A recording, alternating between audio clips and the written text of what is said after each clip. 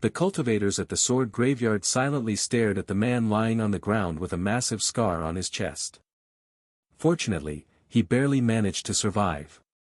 However, they might not be as lucky, and judging from what they witnessed, nobody there was confident in blocking Yuan's sword aura. I will probably die if I am struck by his sword aura. Many of the cultivators there had the same thought. If you do not wish to challenge me, you may leave and I will not chase after you. However, if you stay here, I will come for you. Yuan said. And he continued, 1 minute left. Over half of the cultivators there turned around and ran away.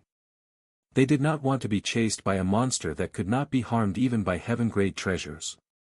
In their eyes, Yuan was even more dangerous than the immortal demons that roamed this land. Once those that wanted to leave were gone, Yuan beckoned those that decided to stay. We don't have all day. Come receive my strike if you dare. His next challenger stepped forward with trembling legs. If a man like that had the courage to receive his strike, there's no reason I should run away. This man encouraged himself using the first challenger. As they assumed their position, Yuan slashed forward, sending his sword aura at the man. It's gotten even stronger. The onlookers exclaimed in a shocked voice after sensing the devastating pressure coming from Yuan's sword. Naturally, Yuan had adjusted his strength to his new challenger, or it wouldn't be fair to the previous one. Arg! The man screamed in pain as the sword aura cleanly sliced through his defensive treasure and 2 of his fingers. He then retrieved multiple restoration pills and swallowed all of them at once, bloating his throat like a toad. I have survived. The man roared in excitement and relief. Yuan didn't watch him celebrate and immediately beckoned for the next challenger. Over the next hour, Yuan would unleash his sword aura again and again upon those that dared to challenge him. In the end, none of the 100 or so cultivators that challenged him managed to escape unscathed, with many receiving life-threatening injuries. Some of them were even missing a limb or 2. And unfortunately, despite his best efforts to control his power and minimize the damage, Yuan could not do anything about any unforeseen accidents, which tragically ended the lives of several challengers, their corpses turning into spiritual energy for the endless emperor's tomb. After a moment of silence for those that died, Yuan began to fulfill his promise to those that managed to survive. Which sword do you wish to learn from? He asked the man who now had a scar on his chest. I want to learn the Divine Edges technique. Very well. Yuan immediately used technique transfer to send the technique directly into the man's head. When he absorbed the swords within the sword graveyard, he immediately learned all of their techniques.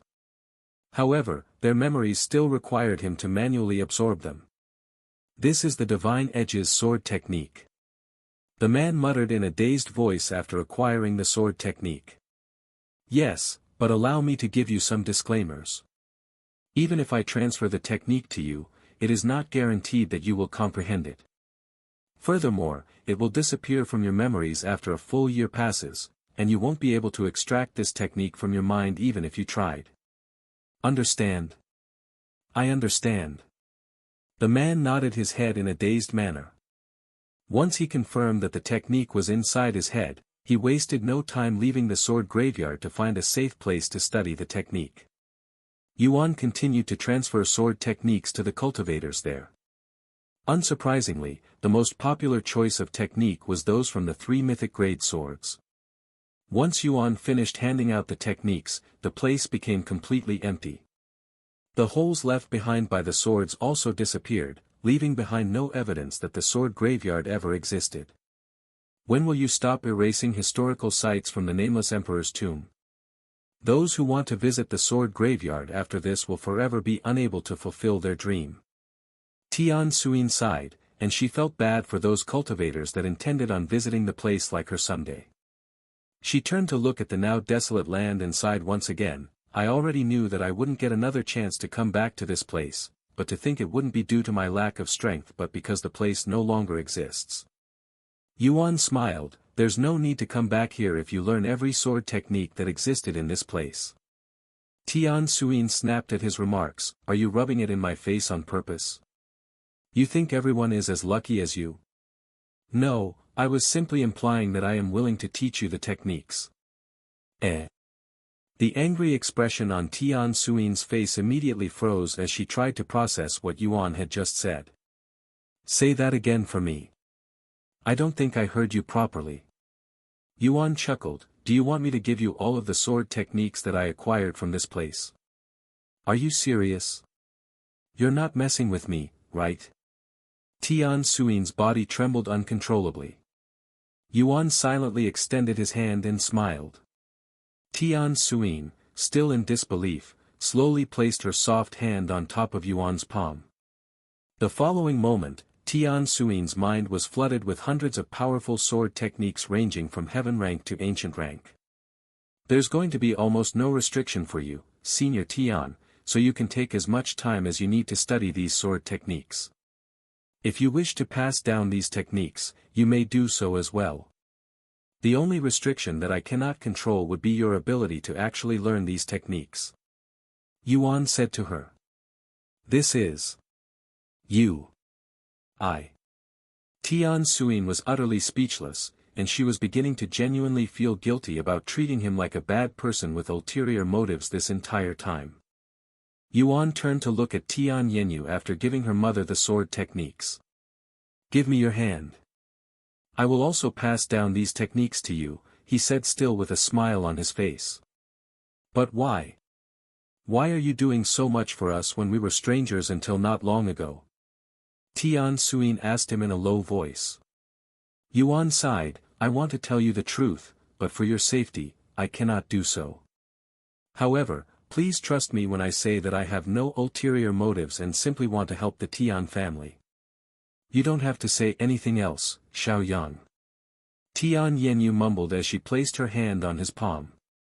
Your actions have long proven to me that you're not here to harm us, so you don't need to say another word regarding that, as I trust you with my whole being. Tian Yenyu's face was visibly crimson red at this moment. Yuan smiled at her words as he transferred the sword techniques to her.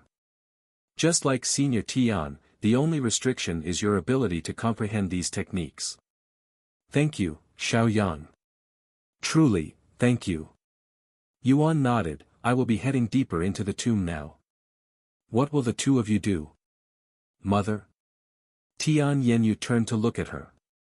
I would like to say that we should regroup with the sect, but we have already received enough from this place. In fact, I doubt there is anyone, besides Xiaoyang, who has received more than us from the tomb. There's no need for us to risk our lives here anymore. Let's leave. Tian Yenyu nodded, agreeing with her mother's decision to leave the tomb. All right. Then I will see you guys later. Yuan said to them before turning to look at Jin Shi, who had been in the background this entire time. Jin Shi, can I trouble you one last time to guide them out of this tomb safely? He asked her with clasped hands and his head lowered. Jin Shi did not respond to him and turned to look at the two ladies. Can you confirm that you wish to leave this place entirely? She asked them. Yes. Tian Suin nodded, as did Tian Yenyu. Done. Jin Shi suddenly snapped her fingers, and Tian Suin and Tian Yenyu's figure disappeared into thin air, almost as if Jin Shi had snapped them out of existence.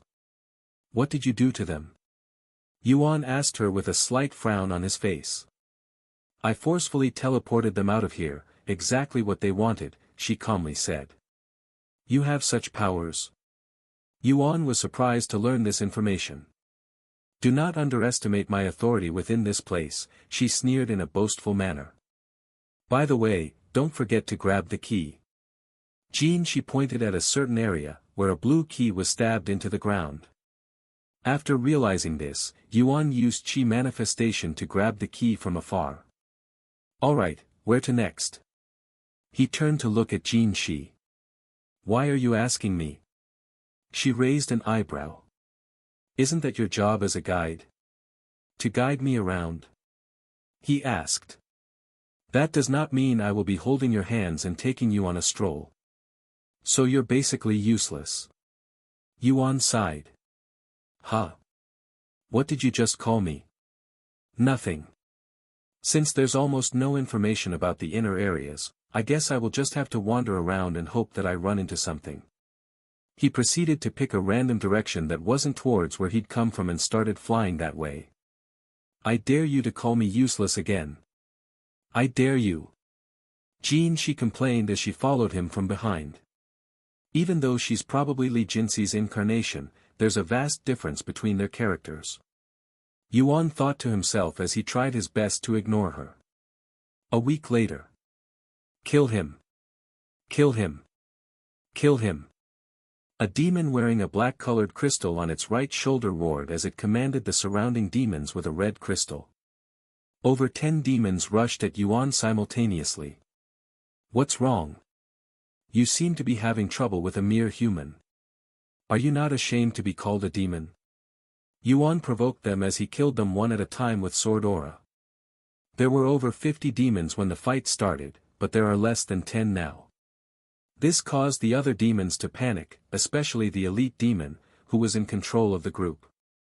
How can a mere human kill us so easily?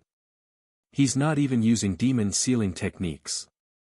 The elite demon gritted its teeth from frustration.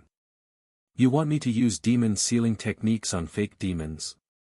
Even smashing an egg with a mountain is less wasteful than that. How dare a mere livestock mock me? An elite demon? The elite demon eventually joined the other demons in the fight, but alas, its presence in the battle did not affect the results even in the slightest. After killing the last demon, Yuan sighed in a regretful tone, it's a true pity that they don't leave behind their crystal in here. At any rate, there's a lot of demons in this place. Why is that? He wondered out loud, as he encountered more demons than magical beasts. That's simple. Humans are more terrified of demons than magical beasts, and they are also harder to deal with. The inner area isn't meant for ordinary cultivators, and even top geniuses have a hard time traversing this place. Is that so? Then what about the core area? Does it actually exist? Yes, it exists, but that place isn't meant for anyone, period. Despite that, 3 people have made it to the core. Oh. Who? Yuan asked with great interest. A dragon, a phoenix, and a human. That's it? At least give me a little more information. She shook her head and said, too bad, because that's all I know. Is that so?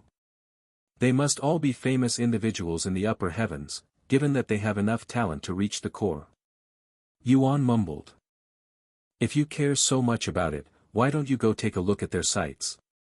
Maybe you'll learn something about their identities. Jean, she suddenly said.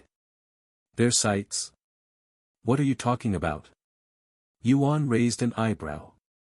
Those that have managed to make it to the core of the tomb are awarded with a special location somewhere in the tomb to memorize them. If you make it to the core, the tomb will also create a unique place for you. Although they pique my interest, I am not going to go out of my way to see these places, unless they benefit me somehow. Nope, you don't get anything from visiting these places. Sometime later, Yuan came to a halt when he noticed a colossal shadow looming in the distance, its shape and form reminiscent that of a dragon. Hey, is that? Indeed, that statue was created to memorialize the dragon who reached the core. It's quite large, spanning thousands of miles. Despite only seeing a glimpse of its immense form, Yuan couldn't shake the inexplicable feeling of familiarity that washed over him at the sight of the shadow. It was as if he had encountered this behemoth before, perhaps in a long-forgotten dream or a faded memory from a past life, and its presence now stirred something deep within him, something primal and profound that defied explanation. The Great One. Yuan suddenly muttered this name. HM. You know the dragon? Jean, she looked at him with a surprised look on her face. I'm not sure if this dragon is the Great One. It certainly gives me a familiar vibe. Though, even if it is the Great One, I can't say that I really know him.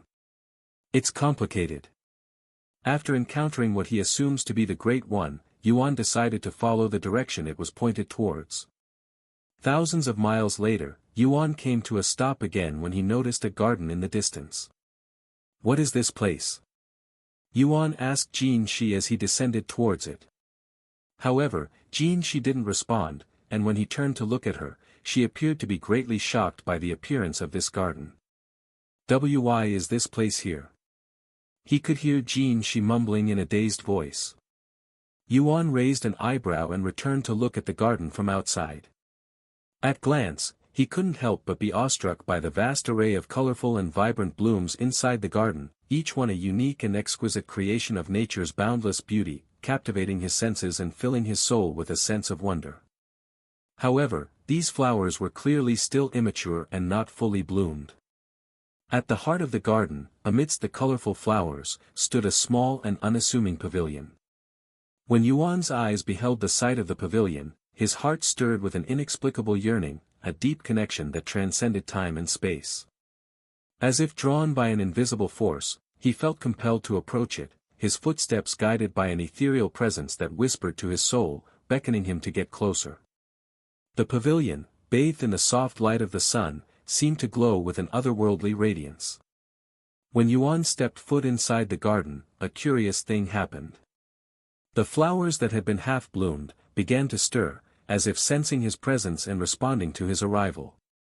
Petals unfurled, leaves stretched out to bask in the sunlight, and the air was filled with the sweet fragrance of blossoms bursting into full bloom. It was as if the garden had been waiting for him, ready to showcase its most precious treasures in his honor. Yuan felt a surge of wonder and awe wash over him, as if he had stumbled upon a secret garden that had been hidden away from the world for countless eras, now revealed to him alone. The flowers fully bloomed by the time he reached the pavilion, and to his absolute surprise, these flowers became enveloped in sword aura after their blossoming. Since there was nothing inside the pavilion, Yuan could only stand there and look around as he tried to figure out the secrets of this garden. He used divine gaze when he saw nothing with divine sense, but even then, he wasn't able to see anything special about this place besides the flowers with sword aura. He turned to look at Shi and asked in a loud voice, "Hey! Shi! What is this place?"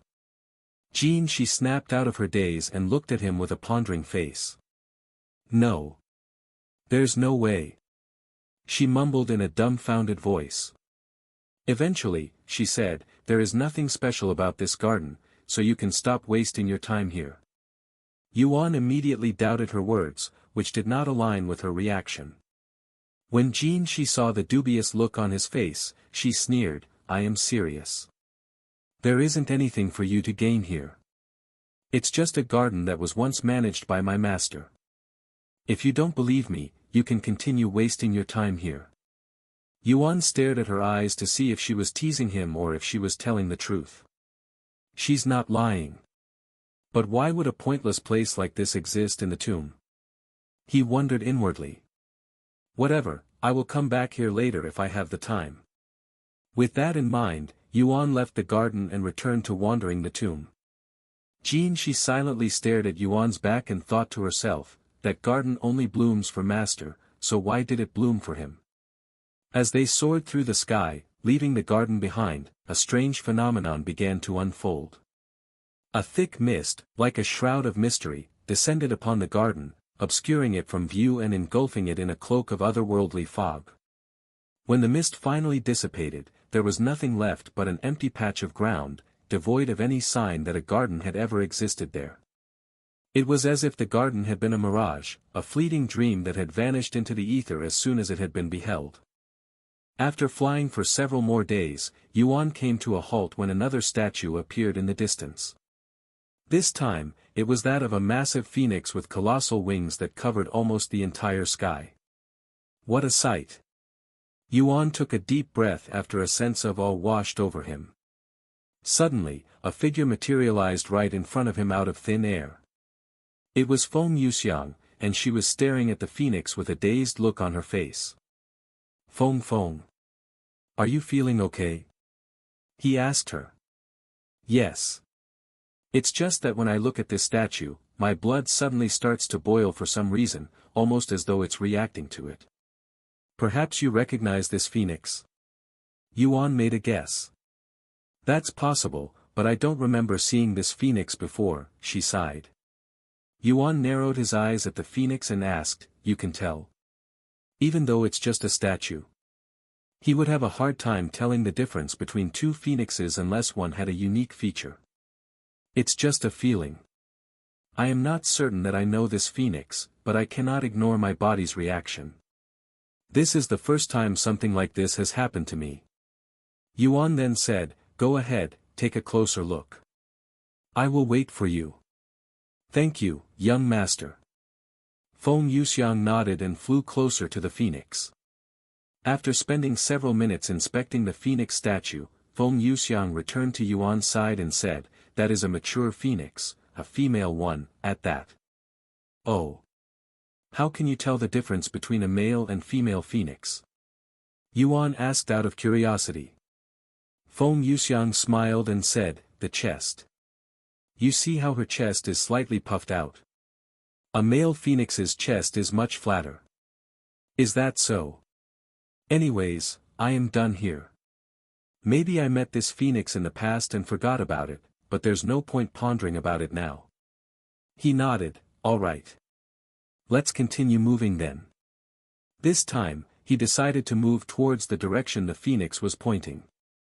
2 days later, Yuan came to another halt when he was suddenly surrounded by demons. This time, there were over 100 of them. The majority of them were low-ranking demons, but there were a dozen elite demons, 3 superior demons, and 1 demon general. A whole army of demons this time, huh? Yuan mumbled with a nonchalant look on his face. Since he was facing this many demons at once, he could no longer go easy on them. Thus, he decided to use one demon sealing technique, just one. His eyes flickered with a vicious glint before activating the demon sealing zone. Whoosh! The demon sealing zone instantly swallowed up all of the demons, and the moment it touched a demon, they would immediately turn into solid, becoming a statue. Jin Shi's eyes widened when she saw this. In her eyes, all of the demons there simultaneously turned into stone out of the blue. You are a demon sealer, as well?" she asked him in a dumbfounded voice. "That's right." He calmly nodded. "Why did you hide it until now?" She raised an eyebrow. "I wasn't trying to hide it. I just didn't need to use it. My sword aura is more than enough to deal with a few demons." He shrugged.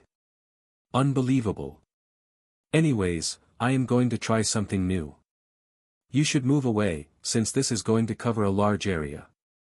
Jin Shi suddenly stuck out her chest and puffed in an arrogant manner, "You won't be able to hurt me even if you tried. My strength was limited during the trial for your sake, but I no longer have said limit. If you say so." Yuan proceeded to close his eyes and began building up his sword aura. A minute or so later, his eyes snapped open, and a massive amount of sword aura gushed out of his body. However, it did not stop and continued to expand until it was large enough to kill all of the demons there in one fell swoop. Yuan released a sigh afterward. Although that worked, it took too long. I will need to work on my speed before I can actually use it properly. Lan Ying then said, "And if you can make it last longer, you will be able to use it to protect cities, just like the Lord did in the mystic realm." "Oh, you're right. It's basically the same thing," Yuan said after realizing this. Right before they continued their journey, Jin Shi reminded Yuan that the demon general had left behind a crimson key. "This makes it the 5th key in my possession. I still need 4 more, huh?" Yuan did not like this Easter egg hunt at all. A few more days later, Yuan noticed a small pond about 100 miles away, and despite being that far away, he could sense a strong sword aura coming from it. "What is this place?" Yuan asked Jin Shi once they landed before it. "Sword Pond is its name." Yuan tried to see how deep this pond was, but to his absolute shock, he wasn't able to see the ground even with his divine sense at maximum strength. Heavens! How far down does this pond go? He turned to look at Jin Shi with a stupefied face. She shrugged, "Who knows? Why don't you go down there and let me know afterward?" Yuan was not the least surprised by her response, even expecting it. He turned to look at the pond and swallowed nervously. Despite its calm appearances, every drop of water in this pond was covered by a thin layer of sword aura. If an ordinary cultivator plunged into this water, their body would instantly get shredded until there was nothing left, and this pond was deep, at least 1,000 miles deep. Unfortunately, Yuan knew that he was fated to enter this pond. He only prayed that he wouldn't instantly die the moment he entered it. Alright, I am going to enter this pond since I have a good feeling that I will find a key at the end. No, I am certain. Yuan said with a resolute expression on his face. Is that so? Have fun. Jean, she said in a nonchalant manner, almost as if she couldn't care less. Yuan didn't say anything and started stripping his clothes. However, just as he took 2 steps towards the pond and prepared to plunge inside, his movements suddenly halted. What are you doing? Jean, she asked after seeing his weird movements. After a moment of awkward silence, he said in a somewhat embarrassed voice, I don't know how to swim. Jean, she's eyes widened as she stared at him in silence. A moment later, she bent backwards and started laughing out loud that her voice could be heard miles away. Are you serious? You don't know how to swim? That's pathetic. She pointed at him and laughed without restraint. Yuan frowned and said, due to circumstances, my movements were limited until recently, so I did not have the opportunity to learn how to swim. Is it really so bad that one doesn't know how to swim? Yeah. No need for excuses. That'll just make you look even more pathetic. Yuan sighed, but he decided to not argue with her. Jean, she suddenly snapped her fingers, creating a massive hole right next to the sword pond, and with a second snap, she filled the hole with clear water. You can practice swimming there. Just don't waste too much time. Jean, she said to him. Despite making fun of him for not being able to swim, she still wanted to help him. Feng Yuxiang and the others came out of his body watch. Young master, I would love to teach you how to swim, but honestly, I don't know how to myself, and I do not like water. Feng Yuxiang sighed. Well, you are a creature of fire, after all. Yuan smiled at her. Xiaohua looked at the water for a second before turning to look at Yuan and shaking her head. Sorry, brother Yuan, but Xiaohua cannot help you today. You're still young, so it's okay. Yuan subconsciously turned to look at Lan Yingying next, who had a gentle smile on her face. I guess you also don't know how to swim, he sighed. No, I do. I can teach you, if you'd like. Yuan was so happy to hear that Lan Yingying knew how to swim, it caused him to shed a tear. Lan Yingying proceeded to remove her clothes the following second. You! How dare you try to seduce the young master with your body in this kind of situation? Feng Yuxiang pointed at her with trembling fingers when Lan Yingying stripped completely naked. What are you talking about? Lan Yingying looked at her with raised eyebrows, oblivious of the situation. Why are you completely naked? Feng Yuxiang asked again. Lan Yingying immediately responded in an innocent voice, because I am going in the water with him. Feng Yuxiang facepalmed. Is she messing with me, or is she actually that shameless? If you are worried about me being seen naked, you don't have to worry. I don't mind if it's Yuan, and this isn't our first time like this. What did you say? Feng Yuxiang exclaimed, as she wasn't aware of their interaction at the waterfall within the mystic realm, where Lan Yingying was impregnated by Yuan. Lan Yingying stopped entertaining Feng Yuxiang afterward and entered the cool water, which was about 2 meters deep. After entering the water, Lan Yingying waited for Yuan at the edge of the pond. Seeing Lan Yingying's beautiful naked body, Yuan couldn't help but swallow nervously. Unlike previously when they were at the waterfall, he was no longer as ignorant and immune to a woman's charm, and his opponent was a peerless beauty like Lan Yingying, so his body couldn't help but react a little. However, Yuan quickly managed to keep his emotions under control by reminding himself that underneath her human appearance was a divine beast that could swallow even demons, and most importantly, she was his comrade. After patting himself in the cheeks, Yuan entered the water, grabbing Lan Yingying's hand at the same time so that he wouldn't immediately sink. Although he could technically cover himself in spiritual energy and fly around in water, he actually wanted to use this opportunity to learn something that he never got the chance to. Thus, Lan Yingying started giving Yuan swimming lessons. Their training would go on for a few days until Yuan could swim as naturally as breathing. It took you longer than I expected, since you usually learn everything in a heartbeat. Feng Yuxiang said to him afterward. I guess there are some things that even I am not talented in. He chuckled. Thank you, Yingying. I've troubled you for the last few days. He said to her afterward. It was a pleasure to finally be able to help you. She smiled at him before pulling herself out of the water. Yuan quickly shifted his gaze from her dripping wet body to something else. Feng Yuxiang raised an eyebrow after seeing his unusual reaction, but she didn't think too much of it at that moment. Now that he was prepared, Yuan returned to the sword pond, but he didn't immediately jump in. He sat down and cultivated for a bit first. A few hours later, Yuan opened his eyes and stood up. After taking a deep breath, he leaped into the air before diving into the sword pond. Since it's just sword aura, it shouldn't affect my sword body. He thought to himself as he plunged into the cold water. Fuck. It's freezing. He cursed inwardly, and he regretted not testing the water's temperature before jumping in. The water was so cold it felt like every pore in his body was being poked by needles. Fortunately, he was used to pain from tempering his body, so it was still tolerable for him. Unfortunately, the cold would only worsen as he swam deeper inside the sword pond. After swimming for a minute, Yuan immediately gave up on trying to swim normally and propelled himself forward using spiritual energy. Not only did this help him travel many times faster, but it also protected him from the cold. However, because every drop of water in the sword pond is covered in sword aura, it would shred his spiritual energy constantly.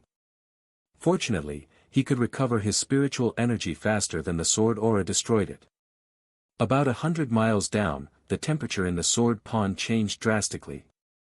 It was no longer cold, but scorching hot, almost as though he was swimming in lava, and it burned through his spiritual energy like a hot knife in butter.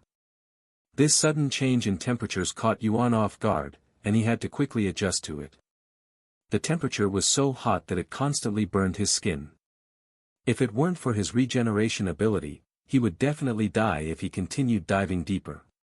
Yuan endured the burning sensation that consumed his entire body and continued moving forward, swimming deeper and deeper into the sword pond. 200 miles deep, the temperature changed again, returning to being extremely cold, but it was at least 2 times colder than before. This same pattern continued until he reached a depth of 500 miles. What is this sensation? It feels cold and hot at the same time. Yuan was baffled by this phenomenon that he could not fully describe. His skin felt like it was being burned, yet it also felt like he was cold. It was a weird feeling that he has never experienced before. However, even more horrifying was the fact that his regeneration ability was barely keeping up with the destruction done to his body, which was a first as well. If I continue diving deeper without any plans, I will definitely not make it to the end and die. He stopped moving temporarily to ponder a solution. A moment later, he recalled something that he'd done in one of his previous lives. To temper the body is to embark on a journey of destruction and rebirth, tearing down the old and rebuilding the new, like a phoenix rising from the ashes. I understand what I have to do. This sword pond. It's the perfect environment to temper my body. And for the next week, Yuan would remain at the 500 miles mark without moving an inch, letting the hot and cold water continuously destroy his body. Ding! Your skill, perfect regeneration, has reached its maximum potential. With his improved perfect regeneration, Yuan's body was regenerating at a much faster pace than previously. Perfect. Now I can continue. Yuan smiled inwardly as he began moving again. For the next 500 miles, Yuan would experience even harsher temperature conditions, which made him wonder if there was a limit to it. When he was just a few meters away from the 1000th mile mark, Yuan stopped moving to inspect the water with his divine sense. Due to some mysterious force in the sword pond, his divine sense was limited to only a few meters ahead of him, but that was more than enough for him to see what was waiting for him ahead. Fuck me. The sword aura has become enhanced sword aura. He cried inwardly after seeing this change. Despite the extreme temperatures, he was able to reach this far without worrying too much because his sword body negated the most dangerous part of this sword pond, its sword aura. However, now that the water is covered in enhanced sword aura, his sword body will no longer be able to protect him. This put Yuan in a dilemma, as he wasn't confident that he would be able to survive the enhanced sword aura even with his improved perfect regeneration. However, he still decided to test the water, as he had come too far to go back empty-handed. Once he was right in front of the water, Yuan shoved his finger into the water with the enhanced sword aura. Shit! He immediately retrieved his finger the next second, and its skin and flesh was badly damaged, looking like he'd put it in a blender or something. Once his finger healed, Yuan decided to shove his entire arm in there to see if his regeneration could keep up. A few seconds later, he retrieved his skeleton arm that was void of any meat and skin. It was clear at this point that he would not survive the enhanced sword aura even with his improved perfect regeneration. After pondering for some time, Yuan stuck his arm in there again. This time, he covered it in enhanced sword aura as a layer of protection. Yuan gritted his teeth from the intense pain. However, his little experiment had worked, as the enhanced sword aura was able to protect his arm just enough to let it heal faster than it could be damaged, but it was only slightly faster, to the point where if he removed the protection for a second, his entire arm would be consumed again. This was a huge gamble for Yuan. He could either cover his entire body with enhanced sword aura and try to swim as far as he could, or he could try to temper his body again like he did at the 500-mile mark. Since I don't know how far down this sword pond goes, it would be better to temper my body a little more before going deeper. After taking a moment to resolve himself and protecting his entire body with enhanced sword aura, Yuan swam into the next challenge. He screamed out loud from the intense pain that covered every inch of his body, but his voice did not make a sound in the water. After the initial pain, Yuan tried his best to endure it and manage his enhanced sword aura at the same time, as he would die the moment his protection goes away. And in this constant state of extreme pain that would only get worse as time passed, Yuan eventually could not hold on and lost consciousness for a split second. This split second of unconsciousness was more than enough to disturb his enhanced sword aura, and just like that, his body became completely vulnerable in the depths of the sword pond, where nobody could help him. As his consciousness returned, a window that he never expected to see popped up before him. You have died. At the exact same moment this notification appeared, Xiaohua and the others could immediately feel their connection with Yuan severed. With their connection severed, they could no longer sense him. However, they were certain that something bad had happened to him. Young master. Feng Yuxiang quickly rushed to the sword pond. Whoa! What do you think you're doing? She immediately stopped her from recklessly jumping into the water. The young master is in danger. We need to save him. She exclaimed with teary eyes. She frowned, and she turned to look at the sword pond. Unfortunately, it might be a little too late to save him, as his entire body has already been consumed by the pond. No. Feng Yuxiang fell to her knees. Lan Yingying gritted her teeth and balled her hands so hard that it began bleeding. As for Xiaohua, she stood there with a blank expression on her face, and it wasn't her usual nonchalant expression, it was one void of all emotions. She sighed, looks like he wasn't anything special, after all. I had high hopes for him, too. No. Xiaohua suddenly uttered in a low voice. What? She looked at her with raised eyebrows. Brother Yuan isn't dead. There's no way he'd die here. She had a stern look on her face, but it was not due to her confidence in him, it was merely her inability to accept the situation. In other words, she was fooling herself. I hate to break it to you, but he's really dead. As someone whose authority in this place is only second to my master, I can see everything happening within this domain, and I cannot see him. I can also confirm that his body perished at the 1,000-mile mark in the sword pond. Jean, she suddenly halted her mouth, and she turned to stare at the sword pond with wide eyes. There's no way. She muttered in a low voice. Meanwhile, inside the sword pond. When Yuan received the death notification, his vision blackened, and all of the sensation in his body was gone. It was almost as though he'd returned to being a cripple. However, shortly after, he heard a voice resound inside his head. The flame residing in your heart reconstructs your body. You have been resurrected. You have satisfied the hidden condition to evolve perfect regeneration. Perfect regeneration has evolved to absolute regeneration. With the ability absolute regeneration, Yuan was able to fully reconstruct his body even when he was still inside the sword pond. You have acquired the title, Rebirth. Rebirth, all healing effects on you will be increased by 1,000%. Although his body would be perfectly fine even if he used just his naked body to block the enhanced sword aura, it was still incredibly painful, as his regeneration abilities did not negate damage. After composing himself, Yuan continued to swim deeper into the sword pond. Meanwhile, Feng Yuxiang and the others could suddenly sense that their connection with Yuan had been re-established. Why isn't he dead? The enhanced sword aura had clearly destroyed every cell in his body. Don't tell me that he's actually immortal. Thank the heavens that he's fine. Feng Yuxiang released a sigh of relief, and she was completely unaware that her drop of blood from when they first met had actually saved Yuan. Due to his heaven-consuming physique, he was able to extract even the forbidden power of rebirth from Feng Yuxiang's blood. However, even Feng Yuxiang wouldn't survive if her entire body was destroyed, so how did Yuan manage to do such a thing? Unfortunately, the answer would not be found until much later. After diving for another 500 miles, Yuan finally reached the ground, and sure enough, there was an azure-colored key resting at the very bottom. Yuan quickly went to pick up the key, and then he proceeded to look around to see if there was anything else down there. Oh! What's this? Yuan barely noticed this black-colored pearl that was halfway covered by sand, and it was the size of an ordinary spirit stone. He didn't think twice before taking it with him back up to the surface. The amount of time Yuan had spent inside the sword pond was almost an entire month.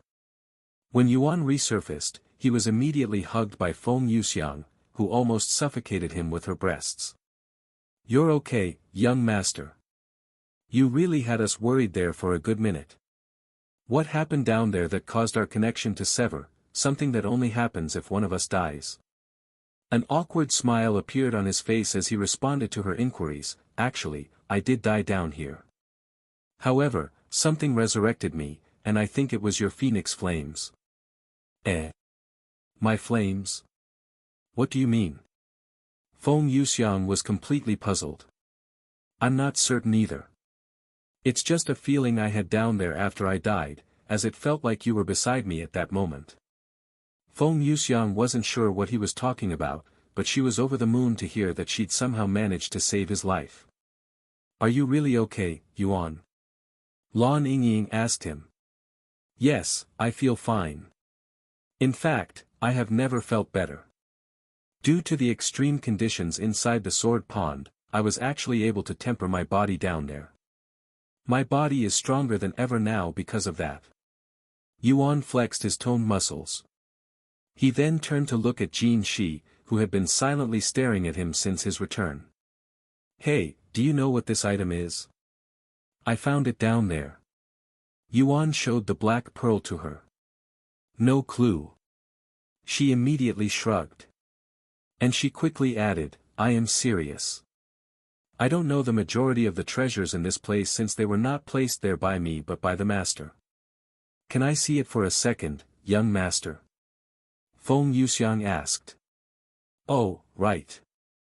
You're an expert with treasures. Here. Take a look at this.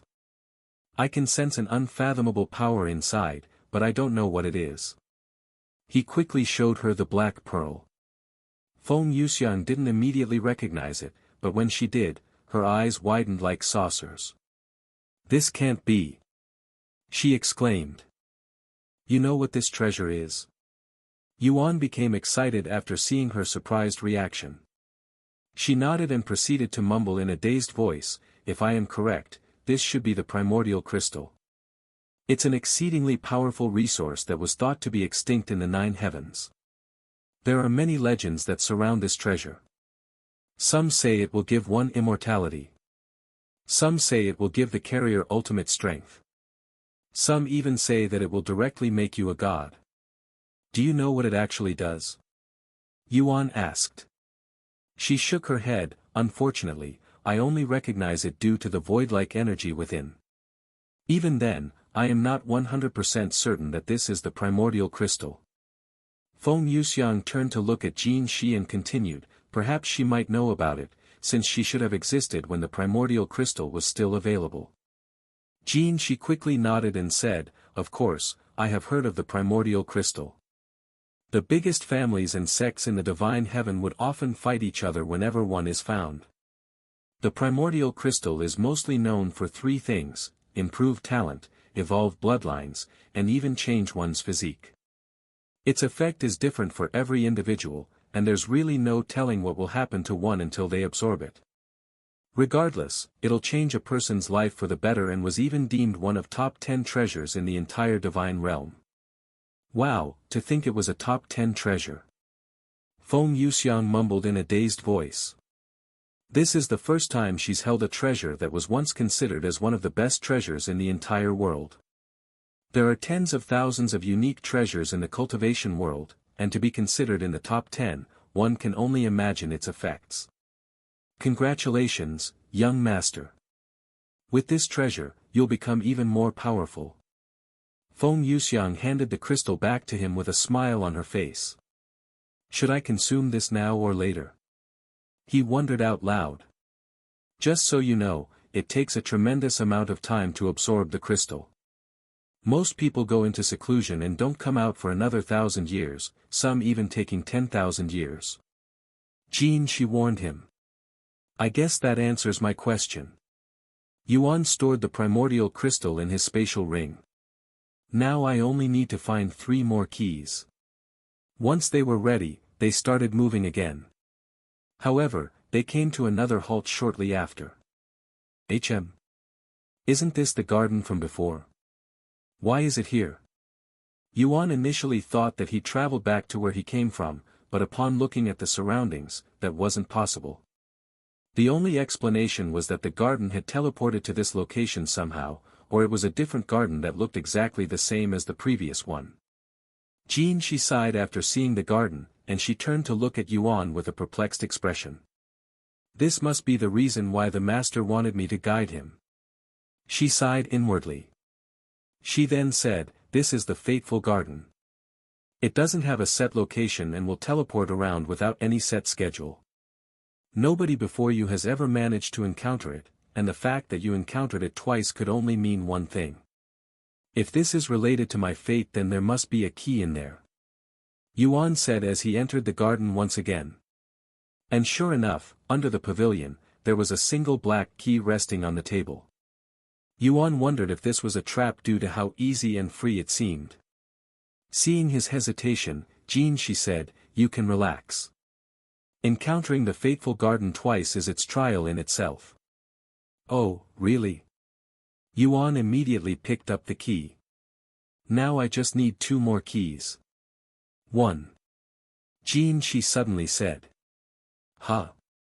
Yuan looked at her with raised eyebrows. Jin Shi raised her hand and showed him a white key resting on her palm. Where did you get that? Yuan asked. I had it with me this entire time. What? And you're giving it to me just now? Yuan was dumbfounded. I had to make sure you were worthy of it. Thanks. Yuan went to grab the key, but Jin Shi suddenly closed her hand. Now what? Before I give you this key, I want you to tell me the truth, she said.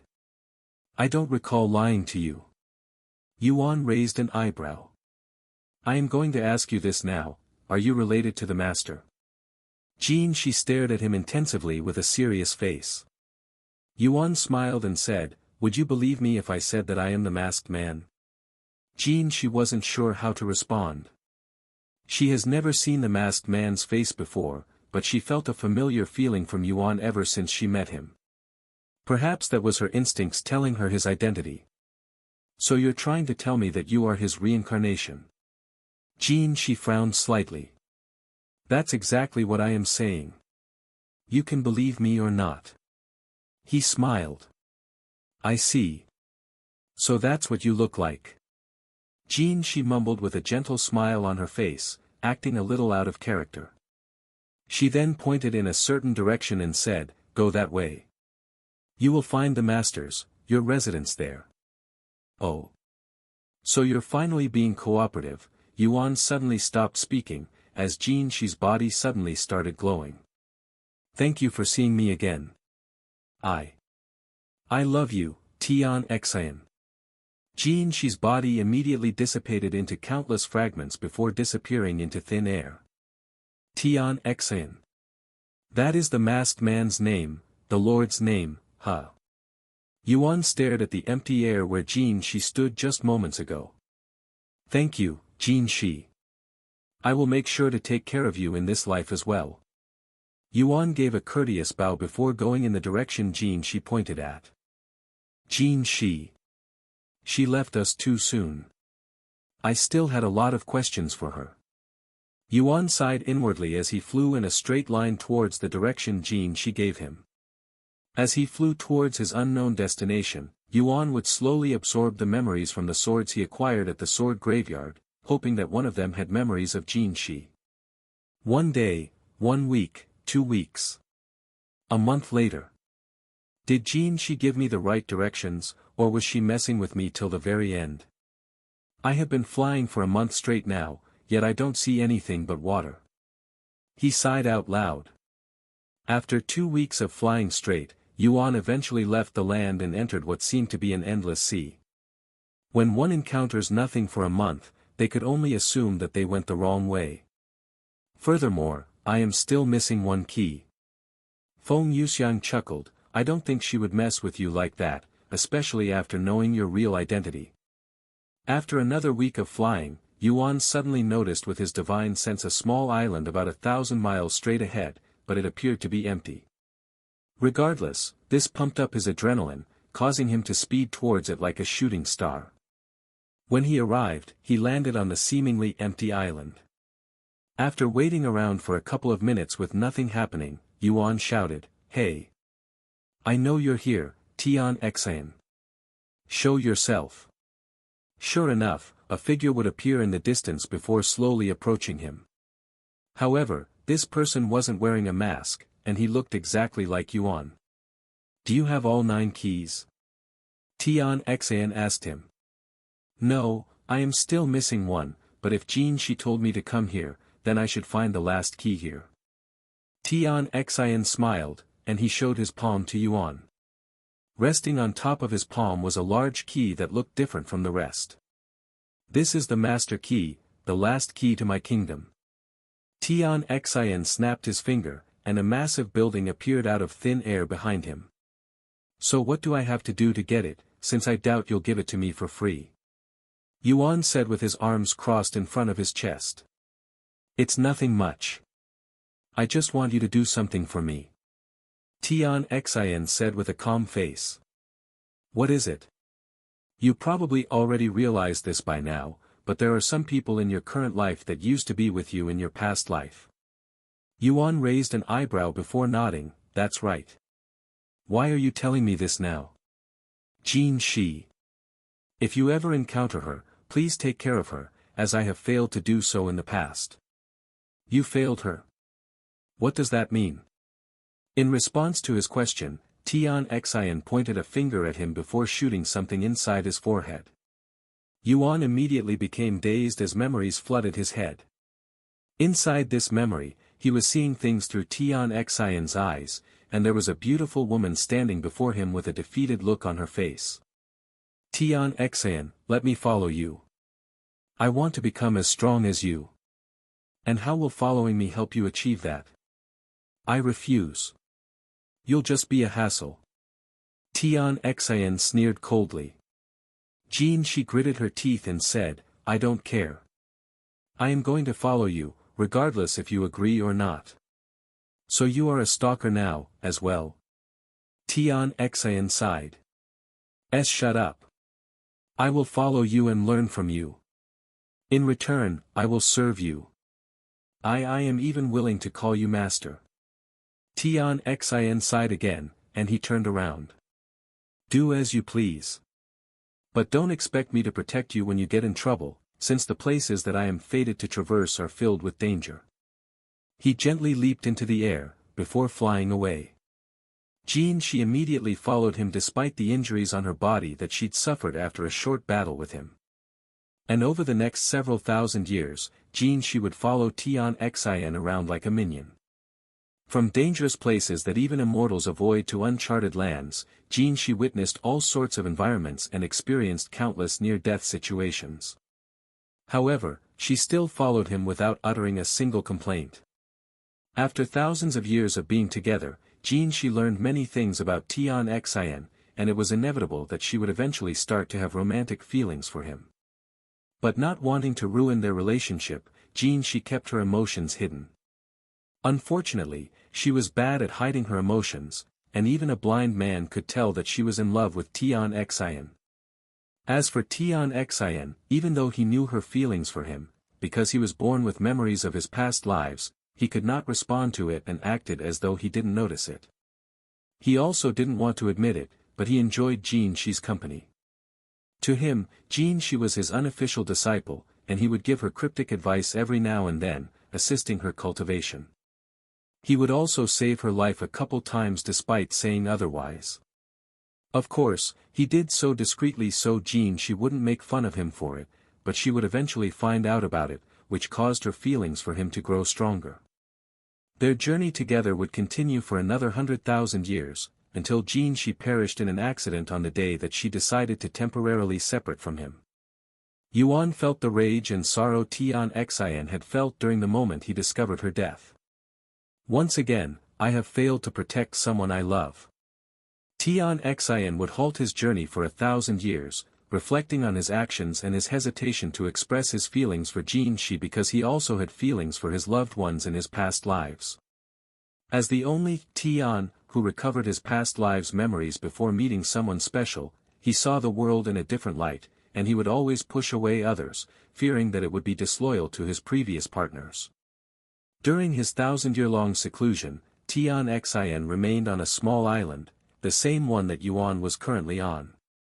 That's why I told you that despite having previous lives, you are all different people in one way or another. Do not be afraid to love because of the commitments you made in your previous lives. You will regret it like I did. Tian Xian spoke with a sorrowful smile on his handsome face. Yuan was speechless, as he didn't know how to respond to such words. Even though he had a commitment with Meishio in their past life, he met her and fell in love with her in this life before he even knew about his relationship with her in their past life. As for Chu Liuxiang, while he still has no idea what kind of relationship he had with her in their past life, it was the same story as Meishio. Of course, this could be said about Li Jinxi as well, whom he met before learning about Shi. Though, they are not in a romantic relationship and were more like training buddies. One could even say that they have a disciple and master relationship but at a more informal level. Don't worry, I will take care of Shi even if you didn't ask, since I am already acquainted with her. Yuan said. Is that so? Then I have another request. When she eventually remembers about you, apologize to her for me. Tell her that I am sorry for not loving her properly. Tian Xian approached Yuan before handing over the key to him. I will leave this place in your hands. Tian Xian's body disappeared a moment later. After standing there for some time, Yuan approached the building with two massive doors. The doors reminded him of the stairway to heaven in aesthetics, and there were 9 keyholes right in the center of it, each with a word engraved on the bottom of each hole. Dominance, talent, beast, anger, endurance, fate, love, reminiscence, and inheritance. Yuan read these words out loud, but he still wasn't sure which key belonged in which keyhole. Right as he was prepared to try every keyhole one key at a time, Feng Yuxiang's voice resounded, "For the keyhole, love, it's probably referring to Jin Shi's love for the young master, right?" "That sounds reasonable." Yuan nodded, and he inserted the white key he received from Jin Shi into the love keyhole. Click. It was the correct key. Then, beast, must be referring to the purple lightning qilin. Lan Yingying then said. Yuan inserted the purple key he received from the purple lightning qilin into the beast keyhole. Click. The sword pagoda represents talent. Xiao Hua said. He inserted the golden key from the sword pagoda into the talent keyhole. Click. Fate is definitely the black key from the fateful garden.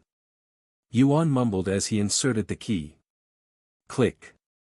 As for reminiscence, the blue key from the sword graveyard. Click. Demons represent uncontrollable anger, so the crimson key. Click. The sword pawn definitely tested my endurance. Click. Now there were just 2 more unoccupied keyholes. Dominance and inheritance, huh? Tian Xian handing him the final key to the building would definitely qualify as inheritance, and the 9 Swords trial definitely dominated against its challengers. Click. Click. Yuan inserted the master key last, and when he twisted it, the door immediately began to open. The interior of the building lacked any sort of decorations, almost as though it was a brand new house with no prior occupants. However, there were several items neatly displayed at the center of the room. Yuan walked over to the closest one, where an ancient-looking manual rested. When he focused on it, its information appeared on a screen. Sword God's Apex Sword Art. Yuan swallowed nervously upon reading its domineering name. After staring at the manual for a moment, he walked to the next display case. This is a mask. Yuan raised an eyebrow. The mask looked exactly like the one Tian Xian always wore. It had an ordinary appearance, but when Yuan saw its information, his eyes nearly popped out of its sockets. Celestial Visage. Grade, Celestial. Quality, Peak. Requirement, Soulbound to Tian Xian. Description, the bearer of this mask will be immune to all spiritual attacks. Immune to spiritual attacks. This mask is more overpowered than I expected. He exclaimed. Young master. This mask is a celestial grade treasure. Feng Yuxiang muttered in a stuttering voice when she realized what was before her eyes. I noticed. How much stronger is it compared to a mythic grade treasure? He asked. They are 2 entire grades above mythic grade. In fact, celestial grade treasures are considered to be the most powerful treasures in the 9 heavens. Yuan swallowed nervously and asked, so there is nothing above celestial grade? Actually, there is one more, but I don't think they even exist anymore in our current era. Above celestial grade treasures are primordial grade, but less than 10 of them have existed since ancient times. Is that so? Yuan walked to the next display case, where a beautiful black and golden sword resided. Golden Empress. Grade, Empyrean. Quality, Peak. Requirement, Soulbound to Jin Shi. Description, a peerless sword crafted with essence from the sun. Jin family's heritage. This is an Empyrean grade treasure. Although it's 1 grade below celestial grade, they are still considered the best of the best by most people due to how rare celestial grade treasures are. Feng Yuxiang was essentially drooling right now. Even during her time in the upper heavens, she has never owned an Empyrean grade treasure, nor has she ever got to see a celestial grade treasure with her bare eyes. Yuan walked to the last display case, where it was showcasing a small bottle that contained a single drop of gold liquid. Feng, what's this? Yuan immediately asked her. I have no idea. She immediately responded. But knowing the young master, it's probably something that exceeds our imaginations. Why else would you put it here, besides the other treasures? That makes sense. Now all that's left is, whether I am allowed to take these treasures or not, and if I can, how many can I take with me? He looked at the 4 display cases with a perplexed expression. Since these are all my treasures, I should be able to acquire all of them, right? Yuan wondered inwardly, as he was used to his incarnations making things less convenient for himself. However, when he touched the display case, the protection on it immediately deactivated, allowing him to grab the treasure inside. After acquiring the bottle of unknown liquid, Yuan went to see if he could get the other treasures as well, and sure enough, they were in his grasp moments later. Sometime later, he began exploring the building to make sure he wouldn't leave anything behind. Congratulations! Player Yuan has become the first player to acquire an Empyrean-grade treasure. Congratulations! Player Yuan has become the first player to acquire an celestial-grade treasure. Meanwhile, his achievements were displayed in the sky for every player to see. It's Player Yuan. He's finally returned after many months of absence. Players around the world were left speechless by the announcement. Most of them are still using Earth-grade treasures, and nobody besides Yuan had information about treasures above the divine grade, so they didn't truly understand the massive accomplishment behind the announcement. If one were to compare Yuan's progress to the rest of the player base, he would be at the endgame while the others were still swinging their wooden weapons at straw dummies in the starting areas. Meanwhile, somewhere in the third heaven, a handsome young man was staring at the announcement with a serious expression on his face.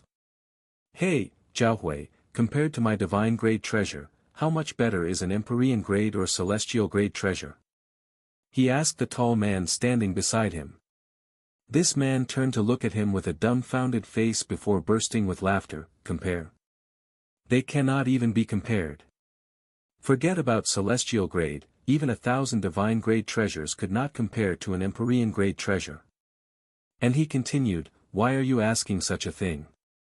Those treasures are still far beyond your reach. Don't even dream about acquiring an Empyrean grade treasure until we reach at least the 7th heaven. What? Then how did he obtain such powerful treasures in the 3rd heaven? How is he playing this game? I thought I was finally catching up to him with your help. Fuck. This young man cursed out loud. Someone obtained a celestial grade treasure in the 3rd heaven. Are you certain about this information? The tall man suddenly became serious. 100%. He gritted his teeth. The tall man pondered for a moment before speaking. I can only imagine one area in this trash place that could potentially have a celestial grade treasure, the nameless emperor's tomb. However, that place is unforgiving, and even immortals have perished there. Well, even if you go now, there's less than a month left before it closes for a few years. With that being said, I have an idea. Do you know what this person looks like? If you do, we can wait for him outside and steal his treasures. The tall man had a cold smile on his face as he spoke of this suggestion. The young man frowned. You want to ambush him? I don't think that's a good idea, especially when I don't know his full strength.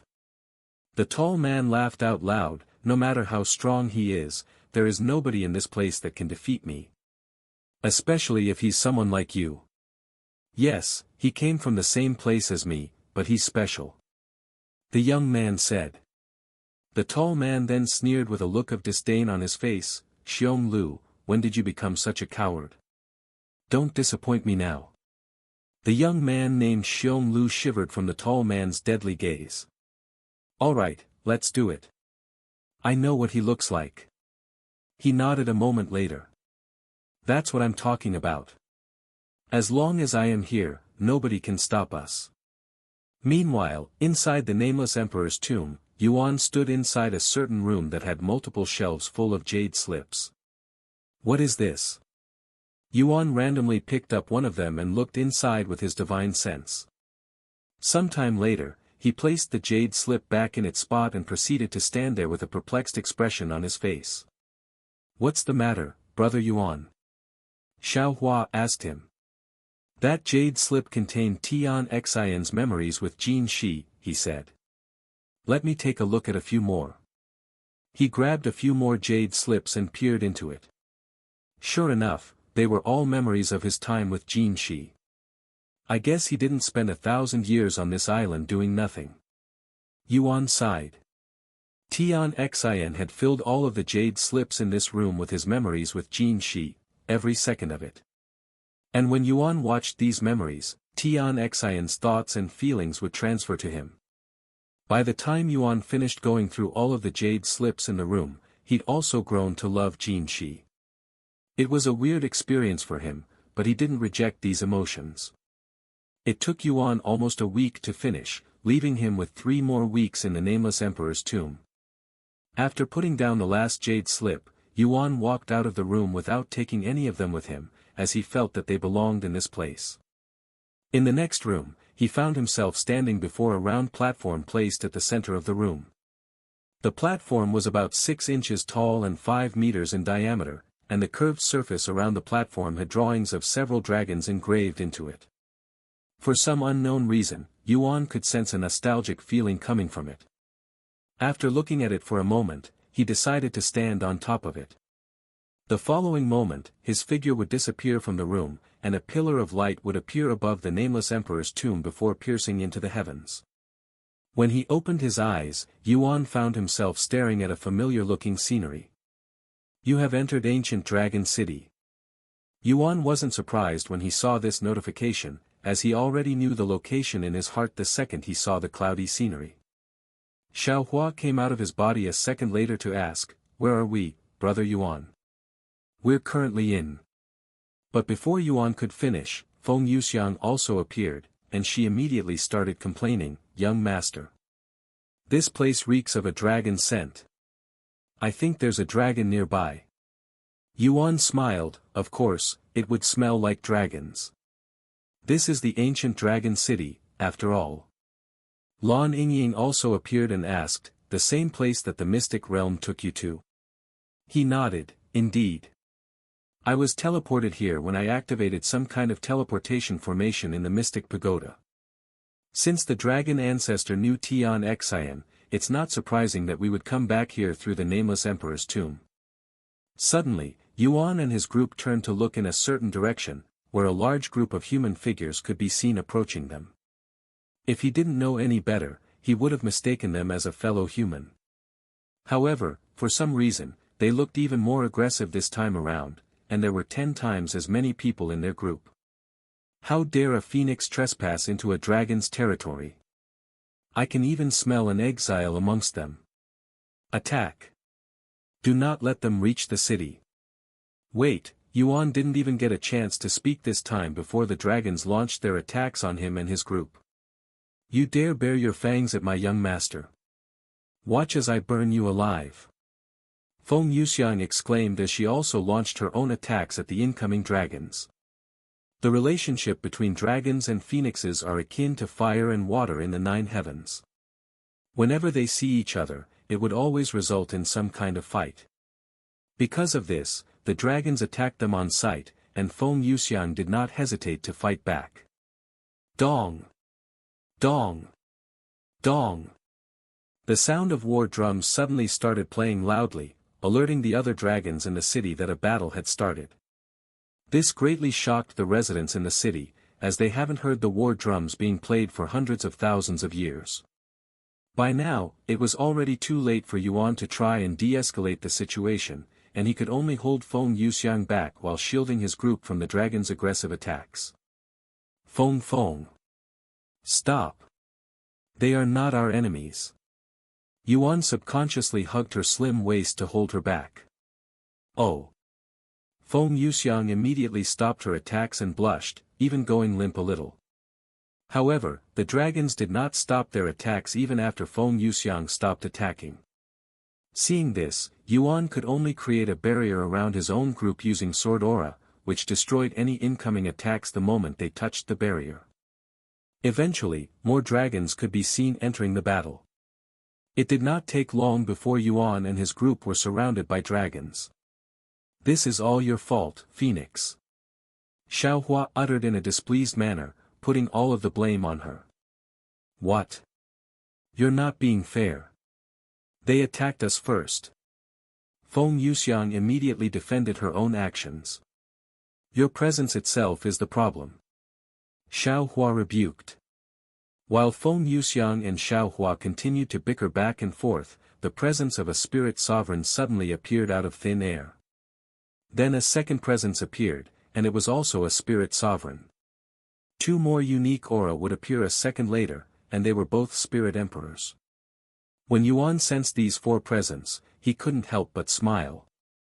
"All of you, halt!" A stern voice echoed shortly after.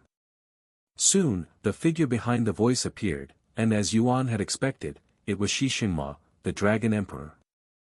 There were 3 people following behind him, and they were Shi Mingzi, his wife, Shi Murong, his son, and last but not least, Shi Meili, his daughter. However, due to the barrier that obstructed Yuan's figure, none of them recognized him. "I am the ruler of this place, Shixingma. You have 10 seconds to identify yourself before my entire kingdom tears you apart, uninvited guests. Let me handle this," Yuan said to the others while staring at Feng Yuxiang. He then removed the barrier that obstructed his face and flew toward Shixingma. "Who gave you permission to move?" Another familiar voice resounded. It was Captain Cheng, who had interrogated him during his first visit. Of course, Yuan ignored him and continued approaching the royal family. You are. Shixingma subconsciously squinted his eyes at Yuan after seeing his familiar face. "No way!" Shi Murong exclaimed. "Oh my!" Shi Mingzi covered her mouth from surprise. "Yuan." Shi Meili muttered in a dazed voice before rubbing her eyes to make sure she wasn't seeing things. "Yuan." Her eyes widened with shock after confirming it was him. "Yes, it's me. And I am so sorry that our reunion had to be celebrated in such a fashion." Before Yuan could finish his sentence, Shi Meili suddenly shot forward, flying at him like a meteor. Seeing this, Yuan quickly prepared for her arrival. "Yuan." A trail of blissful tears appeared in the sky as Shi Meili dived into his arms. Yuan released a weird noise as his body was hugged with extreme strength. "What the hell?" Captain Cheng and many others muttered in a baffled voice after witnessing this unexpected outcome. "Wait. That human is." Captain Cheng eventually recognized Yuan. "What is that dragon doing to my young master?" Feng Yuxiang gritted her teeth in frustration. He actually returned. And in such a short time, too. Shixingma was shocked for another reason, and when he recalled his bet with Shi Meili, his body trembled uncontrollably. Meanwhile, Yuan was still being embraced by Shi Meili. "It's been a while, Shi Meili," Yuan said to her in a low voice, which only made the arms around his body tighten. "Yuan. I can't believe it. Why did you come back so quickly? It feels like yesterday when you last visited." Shi Meili spoke after releasing Yuan from her deadly embrace. As a dragon who has lived for over 10,000 years, her flow of time is a bit distorted. "To be honest, I didn't come here on purpose. Just like the last time, I somehow managed to come here by accident," Yuan said with a stiff smile. Shi Meili chuckled. "The first time may be an accident, but for it to happen a second time, this is definitely the work of fate. We're definitely fated to be together." Ahem. Shixingma suddenly cleared his throat, causing the air to vibrate. "All of you, this is a false alarm. You may return to your posts," he said to others there. The dragons lowered their weapons and bowed to him before returning to the city. Once they were alone, Shixingma approached Yuan. "Are any of you hurt? I apologize for any distress my soldiers may have caused for your group." He shook his head. "Fortunately, none of us are hurt. And I would also like to apologize for any inconveniences my sudden arrival has caused." "It's fine. You are always welcomed in our ancient dragon city, no matter how sudden it may be." Shixingma smiled. "Anyways, why don't you come with us back to the palace, where we can sit down and have a proper conversation?" "Of course." Once they were sitting down inside the dragon palace, Shixingma started the conversation. "Since there are a few new faces here, why don't we start with introductions? I am Shixingma, the ruler of the ancient dragon city. I am Shi Mingze, his wife. Shi Murong, their son. And I am Shi Meili, the youngest in the family. Lan Yingying introduced herself next. My name is Lan Yingying. Feng Yuxiang. Feng Yuxiang spoke in a stiff voice, as this is her first time being in the same room as dragons. Xiao Hua. Xiao Hua was the same as usual, being as calm as a still pond. Where's Wang Xiuying? Shi Meili suddenly asked. She's still in second heaven. Still? Then where did you guys come from? Shi Xingmo raised an eyebrow. The third heaven, inside the nameless emperor's tomb. You've already ascended to third heaven? Weren't you in lower heaven the last time you visited a year ago? Shi Mingze expressed surprise. Indeed. He nodded. At this rate, you'll reach supreme heaven in less than a decade. Shi Xingmo laughed out loud. And he continued a moment later, anyways, your group is quite diverse. A phoenix, an exile, an. He paused when he reached Lan Yingying, seemingly unable to tell her identity. I am of the divine serpent's bloodline. A divine serpent? Shi Xingmo exclaimed after learning this. He knew that she was a divine beast based on her unique smell, but he never expected her to grace from such a rare bloodline. Are they rare? Divine serpents? Shi Meili asked out of curiosity after seeing his reaction. Of course. Even those with an ordinary bloodline are rare. Out of all divine races out there, the divine serpents have the lowest birth rates because of their unique bloodline that forbids them from having more than one child per generation. Though, that is not to say they cannot have more than one child. It's just that only the firstborn can be a divine serpent, but this rule may differ for each bloodline. How complicated. Shi Meili mumbled. With such strict birth rules, it is a miracle that they still exist. Hey, they say that divine serpents aren't that different from dragons, and they can even evolve into one. How true is that? Feng Yuxiang suddenly asked, as she has never witnessed this happen before. Shi Xingmo raised his eyebrows after hearing this question. Serpents and dragons are two different races. If a serpent can evolve into a dragon, then it wasn't a serpent to begin with. Some dragons with inferior bloodlines are often mistaken as serpents, hence why there is this misconception. Is that so? Shi Meili then said, regardless, I am really excited to finally meet other divine beasts that aren't dragons. Nice to meet you. Yuan couldn't help but smile after seeing her smile that was filled with the same energy as before. Yes, it is really refreshing to meet other divine beasts. Lan Yingying agreed with her. After chatting for a while, Shi Xingmo suddenly asked, I know you arrived here by accident, but what do you plan on doing now? Yuan pondered for a moment before speaking, if fate brought me here, then I must have some kind of purpose here. Unfortunately, since I have no idea what that purpose is, I have nothing in mind. I know. How about traveling with me? Shi Meili suddenly suggested. Yuan raised an eyebrow and asked, traveling? Where to? For some reason, she chuckled, you probably think the ancient dragon city is all there is to this place, right? I don't know if you remember, but I told you during your previous visit that this place is actually very vast. There are other cities besides the ancient dragon city. Just how big is this world? He then asked.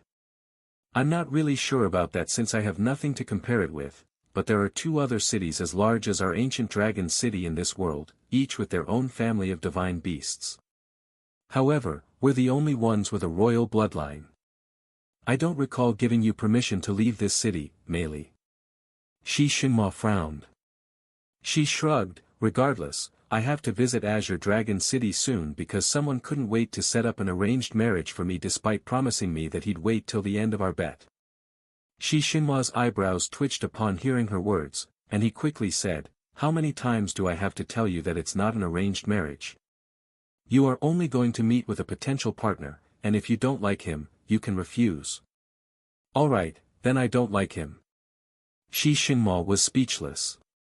Even if you say that now, you still have to meet with the Azure Dragon family. They are expecting your visit. Shi Xingmo sighed.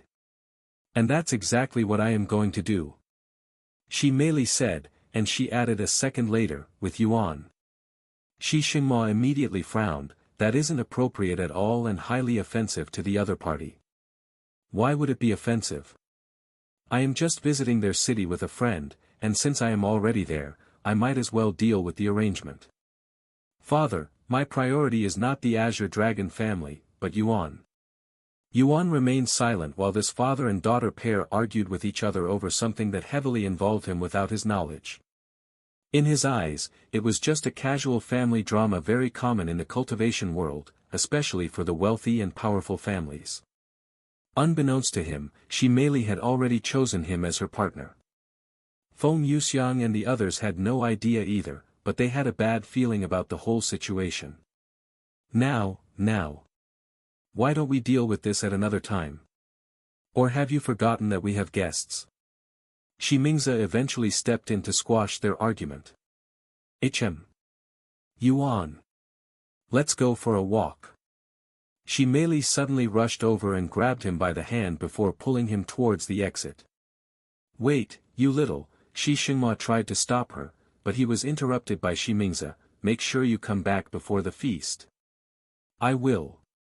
Shi Meili and Yuan disappeared from the room before Xiao Hua and the others could even react. Ahem. I apologize for my daughter's childlike behavior. She's only 10,000 years old and very spoiled. Shi Xingmo said to them. And he continued, anyways, why don't I show you to your rooms? The two of them will be back before you know it.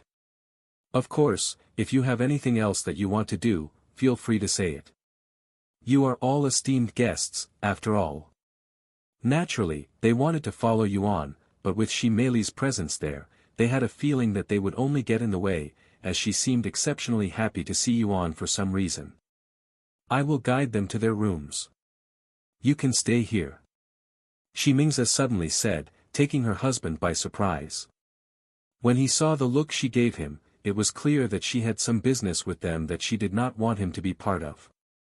Okay. He nodded in a dazed manner. It was just a feeling, but it appears that his own wife was not on his side.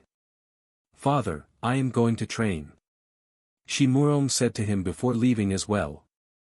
Ever since meeting Yuan a year ago, Shi Murong's attitude has changed, becoming more humble and quiet.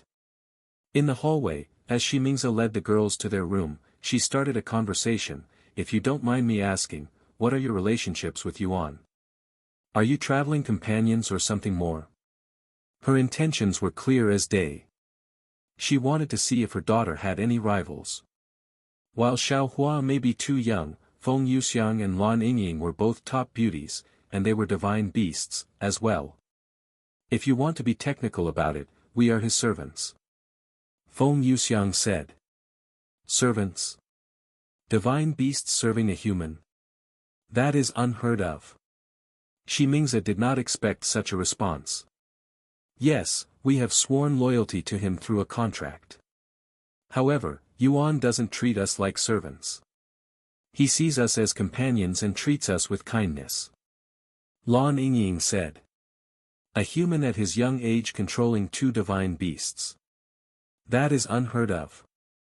Shi Mingze took a deep breath. Don't misunderstand.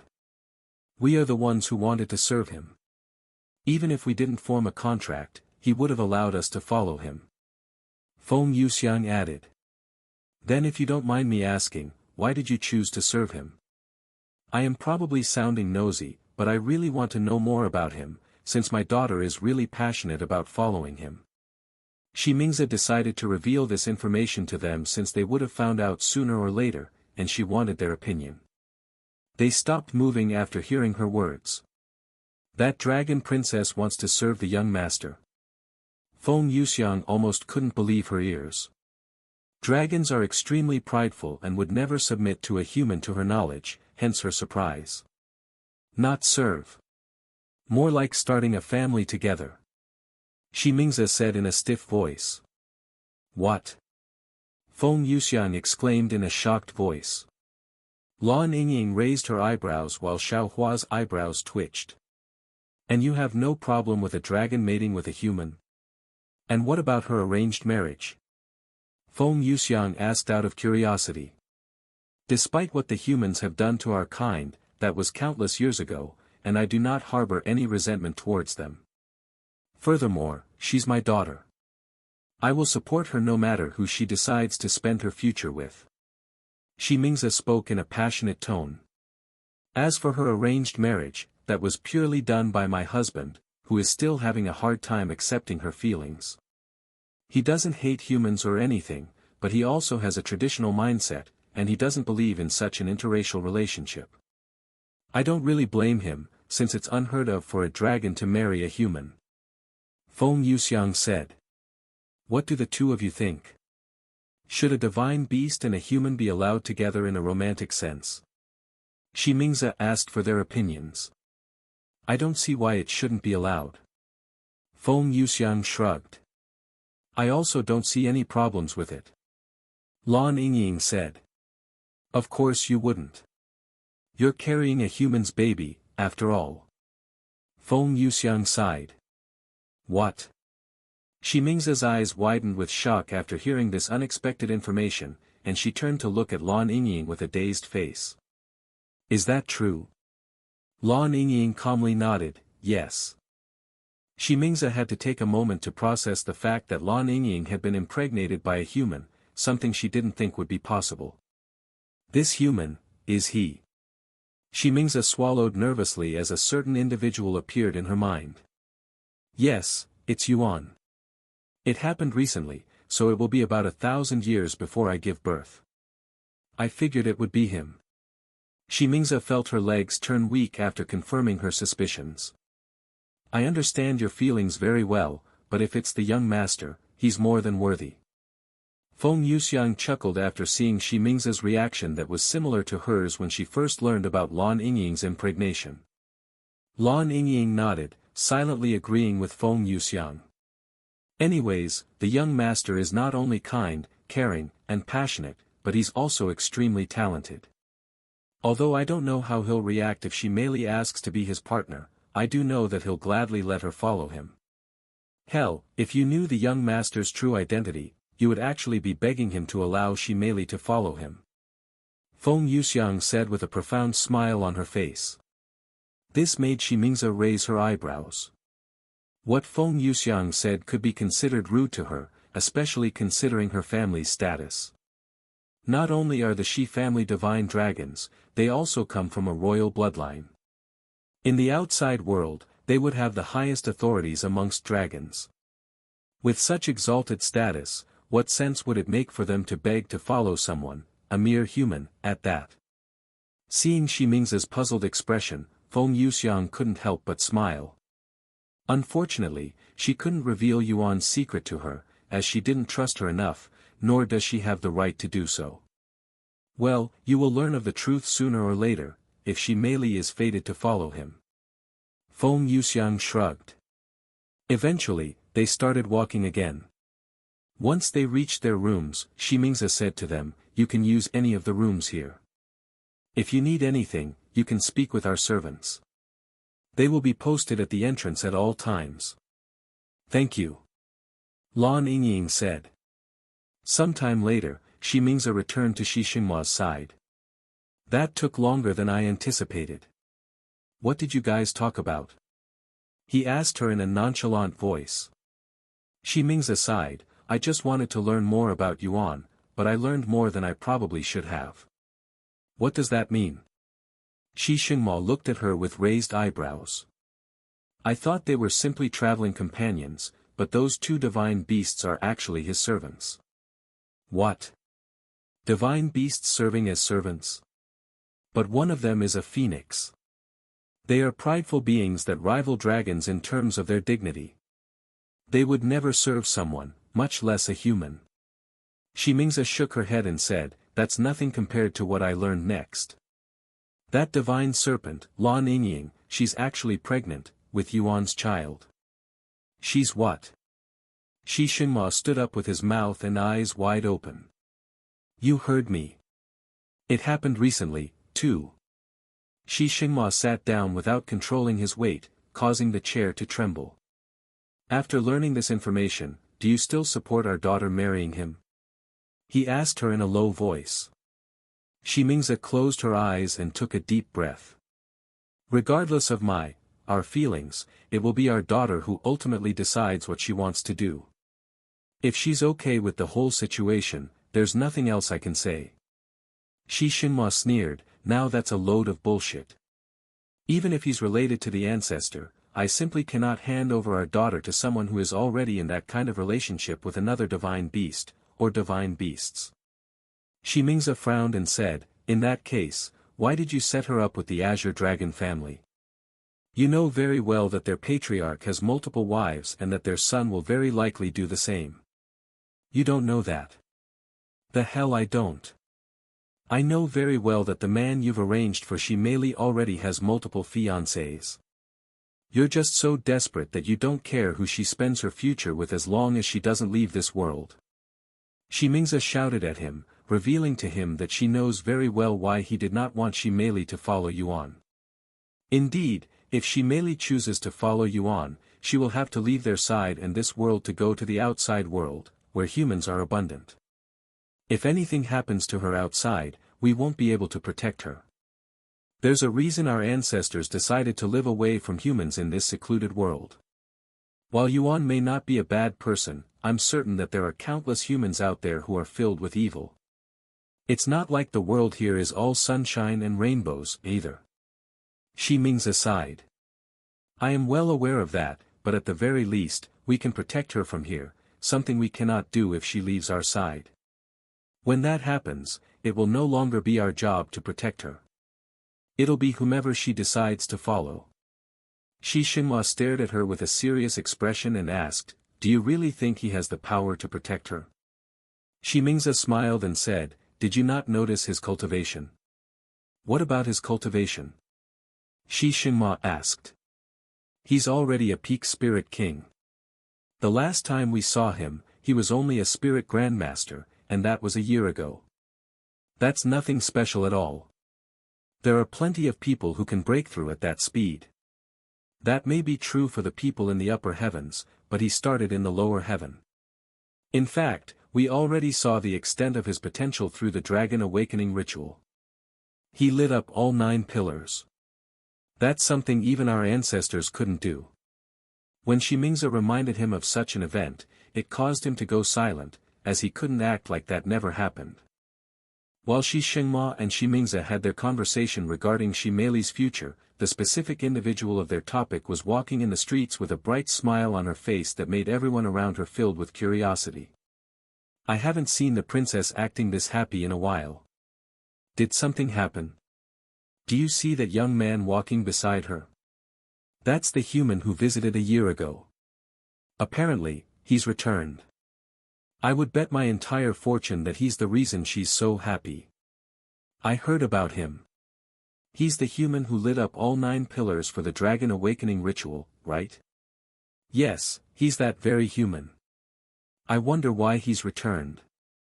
Meanwhile, Shimeli asked Yuan, hey, do you want to visit the ancestral dragon temple, again? Yuan nodded, sure. Sometime later, they arrived at the ancestral dragon temple, where the residents in the city go to train and spar with each other. When they arrived, Yuan immediately recognized a few of the faces there, as he'd fought them before. Look! It's Her Highness, Princess Shi. Greetings, Princess Shi. Those who were not busy in the arena stopped whatever they were doing to greet her. They noticed Yuan's presence afterward. Hey! Aren't you that human from last year? When did you return? One of them recognized Yuan's appearance. The other dragons also started to remember him. I arrived just today. Yuan said with a smile on his face. Is that so? Anyways, welcome back, Yuan. Ha ha ha. Perfect. Looks like I can finally get my revenge. Fight me, Yuan. No. Let me fight him first. I've been itching for revenge since my defeat last year. Yuan was quickly surrounded by these passionate fighters. He tried to calm them down. Relax, everyone here will get a turn to fight me. Shi Meili then asked him, do you want the same rules as last time and fight as a spirit master? Let's increase the limit. I am a peak spirit king now, after all. Shi Meili and the others suddenly became silent. Peak spirit king. Shi Meili uttered in a dazed voice. Shi Meili was so overjoyed by Yuan's return that she didn't even notice his cultivation base until he mentioned it. As for the others, they weren't thinking about it until they recalled that he was only a spirit grandmaster the last time he visited. Heavens! You're already a peak spirit king. You were only a spirit grandmaster last year. How did you improve so fast? Shi Meili exclaimed in a shocked voice after snapping out of her daze. It just happened, I guess. If they knew that Yuan had barely even cultivated to reach that level, not even the heavens would know how they'd react. As expected of the one who awakened all 9 pillars during the dragon awakening ritual. Your talents are quite something. Yuan chuckled. Anyways, I will let my opponents choose the limit this time. I want it to be as fair as possible, after all. The dragons there raised their eyebrows, as Yuan made it sound like they were already at a disadvantage. Sometime later, Yuan and one of the dragons there entered the stage while everyone else surrounded the arena. Young man, do you remember me? Yuan's opponents suddenly asked once they were both on the stage. It took a second, but Yuan nodded. Yes, I do. You are Long Yanjun, correct? You were also my first match the last time. I'm glad that you remember me. Anyways, let's set the limit to peak spirit lord. As for the rules, it'll be the same as the last time. Long Yanjun said. Yuan nodded. Since the rules will be the same as their last fight, neither of them will be using any weapons and will be relying only on their fists. Once the formation activated, Yuan's cultivation lowered to peak spirit lord. Although the rules were the same, the fight will be vastly different due to the increased cultivation limit. For example, since they were limited to Spirit Master before, Long Yanjun wasn't able to use Qi manifestation while Yuan could, which became the deciding factor of that fight. However, now that they are both Spirit Lords, Long Yanjun will be able to use Qi manifestation, and his techniques will be even more powerful in general. I won last time because I used Qi manifestation and you couldn't. Furthermore, you gave me 1 free strike. This time, I will let you strike first, and I will give you 3 free strikes. Yuan said, which surprised Long Yanjun and the spectators. 3 strikes. Are you serious? Long Yanjun asked him. Yuan nodded with a confident smile. Long Yanjun smiled back, looks like it wasn't just your cultivation that changed. Anyways, I accept your offer. And I am going to make you regret it. Here I come. Long Yanjun took a deep breath and gathered his spiritual energy before concentrating it at his fist. Once he was prepared, Long Yanjun stepped forward and released his explosive attack. Purple Dragon Fist. Yuan stood there with his hands clasped behind his back as he calmly watched Long Yanjun's fist that was covered in a purple aura strike directly in the center of his stomach. Boom! A ripple swept the arena as the purple aura from Long Yanjun's fist exploded outward, entering Yuan's stomach and coming out the back as though it penetrated through his entire body. However, Long Yanjun did not move afterward, and there was a look of clear disbelief on his face. What the hell? He asked himself as his entire arm that was used to strike Yuan trembled from the impact. Long Yanjun eventually lowered his arm and took several steps back before lifting his head to look at Yuan in the face. Not only does Yuan look completely fine, he even seemed relaxed. As for Long Yanjun, when he struck Yuan just now, it didn't feel like he was hitting a human body. Instead, it felt like he'd punched a wall that was entirely made out of diamond, and half of the bones in his hand shattered because of that exchange. The whole place turned dead silent after the spectators witnessed what could only be described as puzzling. Long Yanjun had clearly struck Yuan square in the stomach, but the person who got hit didn't even budge an inch, making the spectators feel as though they were just seeing things. That's one. You have 2 more free strikes. Take your time. Yuan said a moment later, breaking the silence. Long Yanjun stared at Yuan with a dumbfounded face. He gritted his teeth and said to himself, I don't believe it. He definitely did something to block my strike just now. Once the injury on his arm recovered, Long Yanjun prepared his second strike, taking much more time to prepare this time. After gathering as much spiritual energy as he could into his body, Long Yanjun released a beastly roar before striking Yuan between his chest. Dragon-piercing thrust. An even stronger force struck Yuan's body the next second, causing his body to slide back. However, Yuan did not physically take a single step back, and there was not a single discernible injury on his body. As for Long Yanjun, his entire right arm was in shambles with his bones snapped and sticking out like some kind of horror scene. Are you sure you're not using a treasure? Long Yanjun did not want to doubt Yuan's integrity, but he had no choice but to do so after seeing such puzzling results. The spectators also couldn't help but think the same. Otherwise, the scene before them would not make any sense. Yuan smiled and said, if you think I am secretly using a treasure, you may search my body. I will even take my clothes off afterward. Long Yanjun turned to look at the judge and nodded at him. The judge nodded back before entering the stage and proceeding to search Yuan's body. He doesn't have anything on his body. The judge gave his answer shortly after. Meanwhile, Yuan removed his clothes until he had nothing but his underwear covering his body. Shimeli could be heard taking a deep breath before gulping down her saliva when she saw Yuan's refined physique. There were several other females watching, and they also had a similar reaction after seeing his perfect physique. I have never seen such a refined body before, and I know dragons who have tempered their bodies every day for over 10,000 years. Someone there said. I think I have read an ancient scroll about a godlike body that defies all logic. If I recall correctly, the humans called it perfect physique. However, we call it God's physique. God's physique? Are you for real? He has a God's physique. Although the dragons didn't recognize the term perfect physique, they were familiar with God's physique, as that represented the peak of body temperament for a dragon.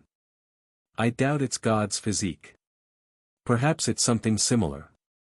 Someone said, doubting such a claim. Nobody has achieved a God's physique since the primordial era. There's no way a human of this era could possibly have it. While the spectators argued whether Yuan had a God's physique or not, Yuan said to Long Yanjun, one more strike. I won't mind even if you use a treasure for the last free strike. Long Yanjun gritted his teeth. While he knew that Yuan wasn't purposefully mocking him, he couldn't help but feel mocked.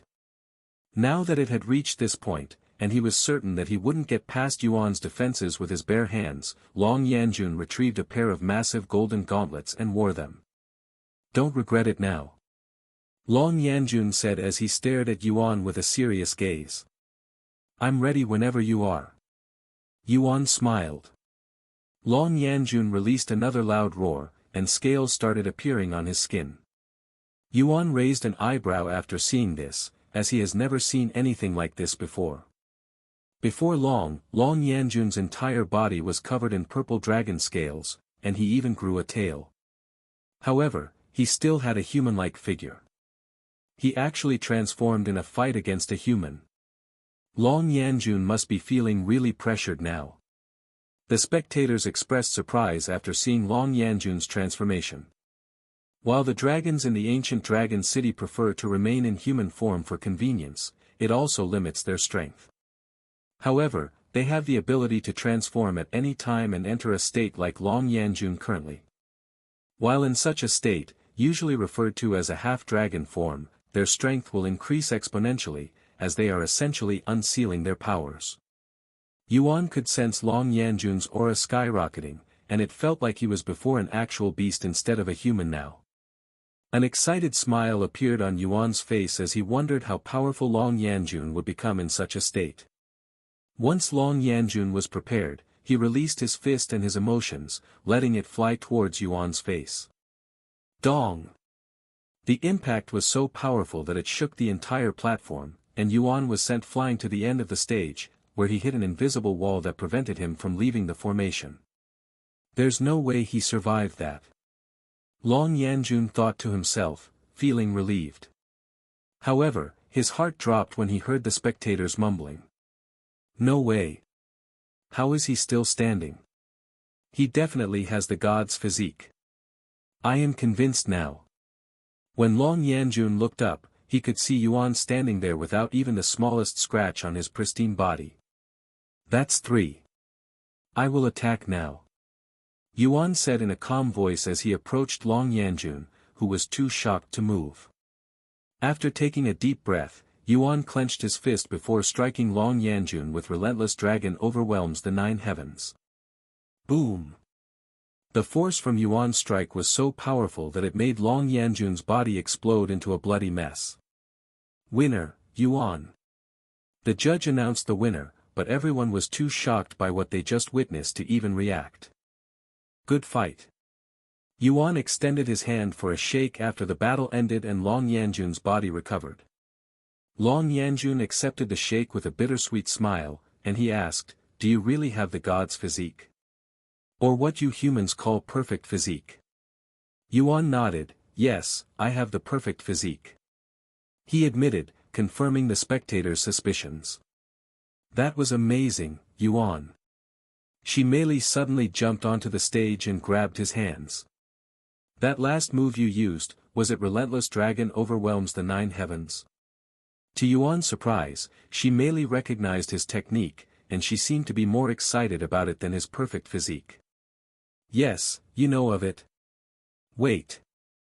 Don't tell me it's another technique that only the royal dragon family can learn.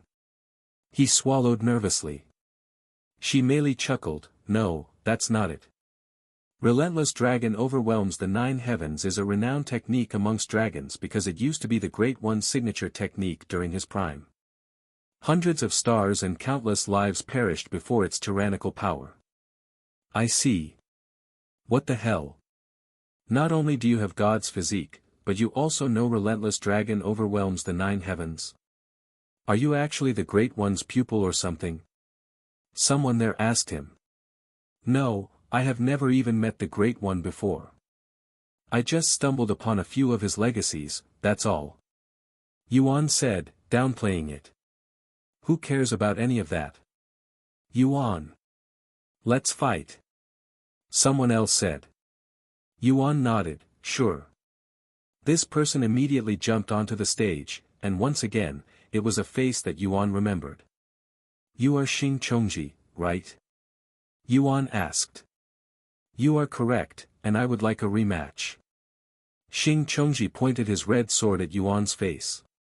Where should we limit our cultivation? First level Spirit King. Xing Chongji responded. Then the rules will be the same as last time. Yuan said as he retrieved his Empyrean Overlord. I won the last time because I took him by surprise with Dragon's Gaze. This time, I will only rely on my sword. Yuan thought to himself.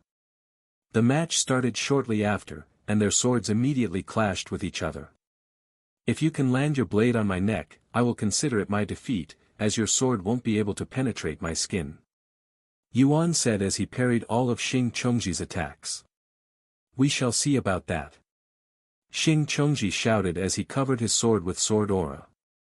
Seeing this, Yuan also brought forth his sword aura. Xing Chongji immediately began sweating when he sensed how powerful Yuan's sword aura was compared to his own. Looks like you've also improved your sword aura. A year ago, Yuan's sword aura was only slightly superior compared to Xing Chongji's sword aura. However, Yuan's sword aura has improved so much since then that Xing Chongji could not even hope to compare anymore. Of course, this wasn't even Yuan's full strength, as he still had enhanced sword aura, which might shatter Xing Chongji's will to fight the moment he uses it, hence why he decided to keep it hidden for now. Seeing Xing Chongji's nervous expression, Yuan smiled and actually weakened his own sword aura until it matched Xing Chongji's sword aura. I want to defeat you with my sword techniques, not through brute strength. Yuan said to him. Xing Chongji couldn't help but laugh, and he said, "All right. Let's see what else you've learned." The two of them would go on to exchange hundreds of sword techniques for an hour straight until Yuan eventually bested Xing Chongji without using any actual techniques, relying only on his sword and his experience with it. "Winner, Yuan," the judge announced. "I know you already know this, but you've really improved a lot. Although you were powerful back then, you weren't as precise and skillful with the sword. Experience was the only thing you truly lacked, but that is no longer the case. Of course, there is still a lot of room for improvements, for both of us." After defeating Xing Chongji, Yuan continued to spar with everyone that challenged him.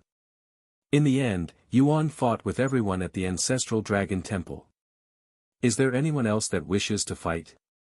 Yuan looked around to see if there were more challengers, but nobody stepped onto the stage. "I guess this is it." "Wait." A clear voice resounded as a figure leaped onto the stage, facing Yuan with a smile on her face. "Just like the last time, I shall be your last match," she merely said. Yuan then asked, "Same rules?" "Same rules. As for our cultivation, since this is a test of our soul strength, our cultivation won't matter, so we can leave it untouched."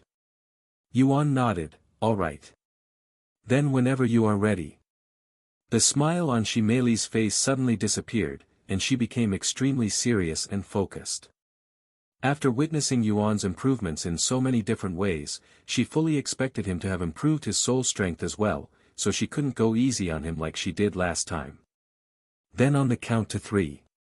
1, 2, 3.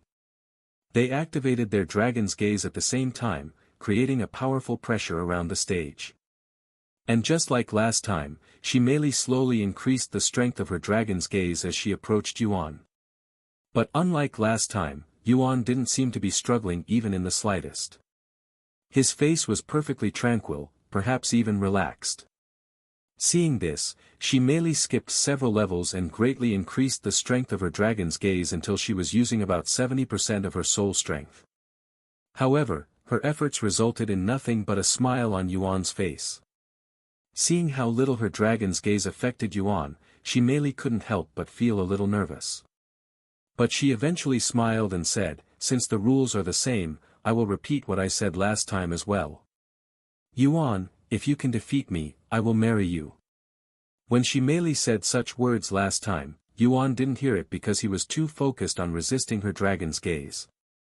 But now that he could easily resist it, he had plenty of room to focus on other things, such as her speech. Yuan uttered in a dumbfounded tone as his calm face turned into one that was filled with surprise. Seeing Yuan's surprised reaction, Shimei couldn't help but blush a little. "Why are you acting like that now? You didn't even react to it the last time I said it. You said that during our last match as well." Yuan was surprised to hear this since he doesn't recall it and he has an amazing memory. "Don't tell me, you didn't hear it." Shimei was speechless, but this explained his lack of reaction, something she would think about from time to time. "Sorry." Yuan could only apologize to her. "Don't worry about it." And she continued, "But don't think I will go easy on you because I want to marry you." Shimei increased her dragon's gaze strength all the way to its limit, her golden eyes glistening like jewels under sunlight. Unfortunately, it had no effect on Yuan, who had vastly superior soul strength. Not wanting to completely humiliate Shimei in front of so many people, Yuan would slowly increase his dragon's gaze strength. Shimei could feel an invisible pressure that was not there before slowly enveloping her body, pressing down on her body and making it difficult for her to breathe. "This is... I am losing to his dragon's gaze." Shimei almost couldn't believe it. A year ago, she easily dominated Yuan with half of her full strength, so how did she become weaker than him in such a short time? Since time flowed differently for her, it felt even shorter than what humans would normally feel. This made her wonder if the difference between someone who awakened 7 pillars and someone who awakened all 9 pillars was truly that vast, as it was like heaven and earth. Eventually, Shimei could no longer endure it any longer and lost consciousness for a moment. During that brief moment of unconsciousness, she fell right into Yuan's arms, who was prepared to catch her before she even closed her eyes. The entire place became dead silent as every soul there witnessed Shimeli lose for the first time, ever. And it was even in her specialty, soul strength. Yuan held on to Shimeli's soft body until she recovered her consciousness. "So you defeated me." Shimeli mumbled as she continued to rely on Yuan's body for support, almost as though she didn't want to move. After taking a moment to process her defeat, Shimeli said, "All right. Since you won, I'm going to marry you now." "What about your arranged marriage?" he asked with a stiff smile. "Like I'd already said, it's not an arranged marriage. We are not even engaged," she said with a slight frown on her face. Since this appeared to be a family problem, Yuan decided not to intervene too much, and he still wasn't sure if Shimeli was joking about marrying him or not, as she was the type to make these kinds of jokes without batting an eye. "Anyways, I am getting hungry. Wanna grab something to eat? It'll be my treat," she asked him. Yuan couldn't refuse free food and immediately nodded, "Sure." After saying goodbye to the dragons in the ancestral dragon temple, Yuan followed Shimeli to get some food. Meanwhile, the dragons continued to talk about Yuan and Shimeli's relationship even long after they were gone. So the rumors were true. That princess, she is in love with that human. What about the Azure Dragon family? I heard that they have been sending a lot of gifts to the She-Dragon family recently. Isn't that just the Azure Dragon family trying to court her? I don't think they're in that kind of relationship yet, especially since there's no official news. I have a feeling that something big will happen soon. After leaving the ancestral dragon temple, Yuan and Shimeli visited many restaurants and food stalls, filling their stomachs while completely forgetting that there was a feast waiting for them back home. The food in this place is truly unique. I doubt I will be able to find this food in the outside world. Yuan sighed as he finished his last plate of food. If you live here, you will be able to eat it every day, Shimeli said in a joking tone. As good as that sounds, I have a lot of work outside. Yuan still answered her seriously. Shimeli suddenly started staring at him intensively.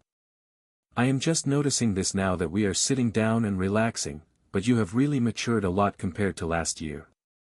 You no longer seem as ignorant either. He smiled, I will take that as a compliment. After another moment of silence, Shimeli opened her mouth again, but she was more serious this time. Hey. I don't think I have heard your response yet. I was serious when I said that I want to marry you. Or are you against it because I am not human? Due to the heavy subject, Yuan couldn't give an immediate response and had to take a long moment to think about it. This matter. I believe it is bigger than just the both of us. Of course, I don't have any issue with you not being a human. Unfortunately, I have zero experience when it comes to marriage, so I cannot give you a satisfactory response. Then, ignoring all of the other details, would you be willing to marry me? I will follow you to the outside world if I have to. Shimeli said with tightly grasped hands. If I ignore everything, then I wouldn't mind marrying you. However, there are things that I cannot ignore, so I wouldn't be able to do so. After all, he already has 2 official partners. If he really had to consider marriage with someone else, he'd need their opinion on the matter as well. Is that so? Shimeli turned silent after hearing Yuan's unofficial rejection. As I thought, it's a little too early to be talking about marriage to someone who I've only recently met. Shimeli never thought she'd be rejected by the opposite sex, but she also realized her own rashness and pondered upon it. Alright, let's return home now. Shimeli said to Yuan after they finished eating at their 6th restaurant. Okay. Despite being rejected, Shimeli did not feel dispirited at all. In fact, she felt even more motivated to marry him. Dragons are highly prideful and stubborn creatures, especially someone as positive as Shimeli. Since we've only known each other for a short time, all I need to do is increase that time. And the more time you spend with someone, the more likely they will grow attracted to you. Sometime later, they returned to the palace, where a massive feast was waiting for them. She merely stood before a long table that was filled with food, and on her face was a nervous smile that one would make when they realized that they'd screwed up. Since they came straight from the restaurant, their body still lingered with the aroma of food from that place, and Shimingza could smell it even before she saw them. I recall telling you that we would be having a feast later, yet you've stuffed yourself with food right before coming back. Are you purposefully being defiant? Shimingza glared at Shimeli with narrowed eyes. It's a misunderstanding. I completely forgot about it after an intense fight with Yuan. Shimeli quickly tried to explain herself. You two fought? Shi Shinmo raised an eyebrow. She nodded, at the ancestral dragon temple. We went there last year, as well. Shimingza sighed, and she turned to look at Yuan with an apologetic smile on her face. I'm sorry if she was rough on you. She can be inconsiderate at times. Shimeli frowned at her mother's words that implied she had bullied Yuan on the stage when it was the complete opposite. Hey! That's not fair. I did no such thing. In fact, I lost to him. What? Shi Shinmo looked at her with wide eyes. Although Shimeli was the youngest in the family, she was much stronger than her older brother, Shimurong, and her soul strength was stronger than her parents when they were at her age. It's true. And it was a fight using only our soul strength. Yuan is much stronger than he looks. Shimeli said. Shi Shinma and Shimingza turned to look at Yuan with pondering faces. Sure enough, Yuan didn't appear to be anything special at glance, but if they tried to look deeper, they would realize that they couldn't see the extent of his strength. He's only a spirit king, so why can't I fathom his strength? It feels like I am weaker than him despite having a superior cultivation. Shi Shinma thought to himself.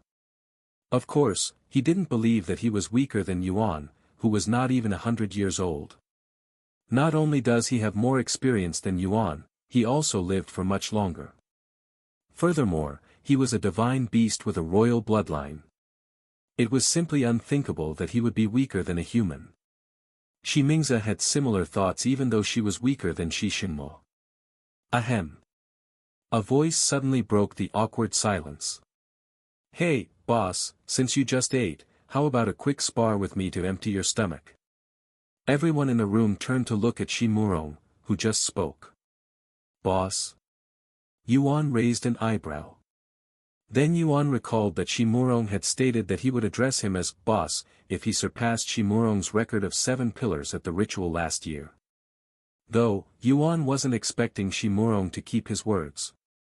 PFTTT. Shimeli couldn't help but chuckle after hearing such a word come out of Shimurong's mouth, as it sounded very out of character.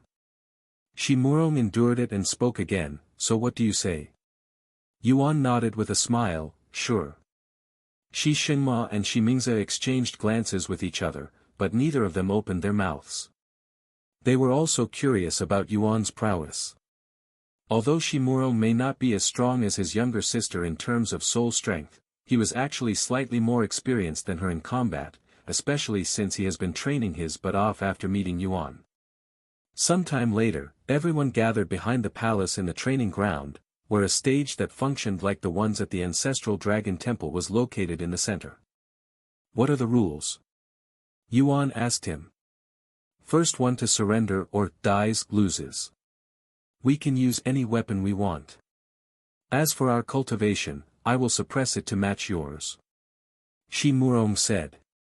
Yuan then said, sounds good, but you don't need to match my cultivation. My cultivation is a little deceiving, after all. If you say so.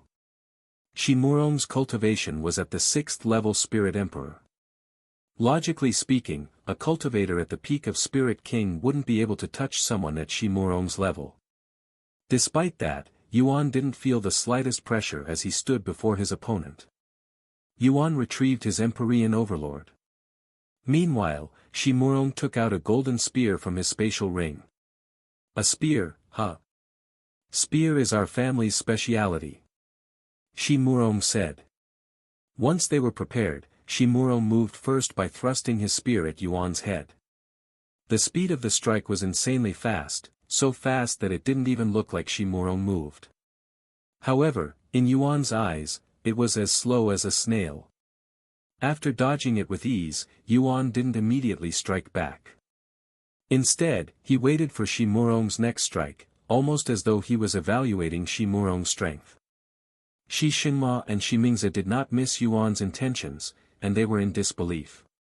He's actually testing Shimuro. When he's half a realm lower in cultivation. Shi Xinma was becoming more and more intrigued by Yuan's full strength. Unbeknownst to him, even Yuan doesn't know the extent of his full strength at this moment, as he has yet to find himself in a situation where he needs it. Fuck. No matter how much I try, I cannot reach him with my spear. Just how is he that strong at that cultivation level? Shimuro cursed inwardly, feeling more and more frustrated every time Yuan dodged his strike. Dragon Shockwave. Shimuro's spear trembled slightly as it glowed a subtle red light. Its wielder then aimed it at Yuan's body, and the illusion of a golden dragon suddenly appeared behind Shimuro. Seeing this, Yuan used the tip of his sword to block the spear, but it didn't block the impact, and he could feel a strong force enter his body, threatening to blow up his body from the insides, but it was only able to vibrate his bones slightly. He withstood the shockwave. What's his body made of? Shimuro was in disbelief, as Dragon Shockwave specializes in internal damage. Is this all you've got? Yuan suddenly said. Why don't you transform already? I want to see it. I don't need to transform to deal with you. Shimuro gritted his teeth, becoming more aggressive in his attacks. Unfortunately, no matter how passionate he felt, he was still unable to land a single hit on Yuan. In the end, Shimuro decided to toss away his pride to transform. Golden scales began covering his body, and he grew a thick tail. His aura grew exponentially, and his cultivation even increased by 3 levels, reaching the peak of Spirit Emperor. That's more like it. An excited smile appeared on Yuan's face. Once he was prepared, Shimuro struck again. His spear flew at the speed of light, leaving a golden trail of light behind. Whoosh! Whoa! Yuan cried inwardly as he narrowly dodged the strike. Shimuro's speed had surpassed his expectation. Seeing this, Yuan no longer held back and started fighting Shimuro more seriously. The two of them would exchange hundreds of strikes with each other in just a few minutes. Even though Shimuro managed to make Yuan fight seriously, it was clear to everyone watching that he was still unable to defeat Yuan. Unbelievable. He's actually holding on against Shimuro in his transformed state. Shimeli muttered in an amazed voice. He's doing more than that. Shimuro still cannot land a hit despite transforming.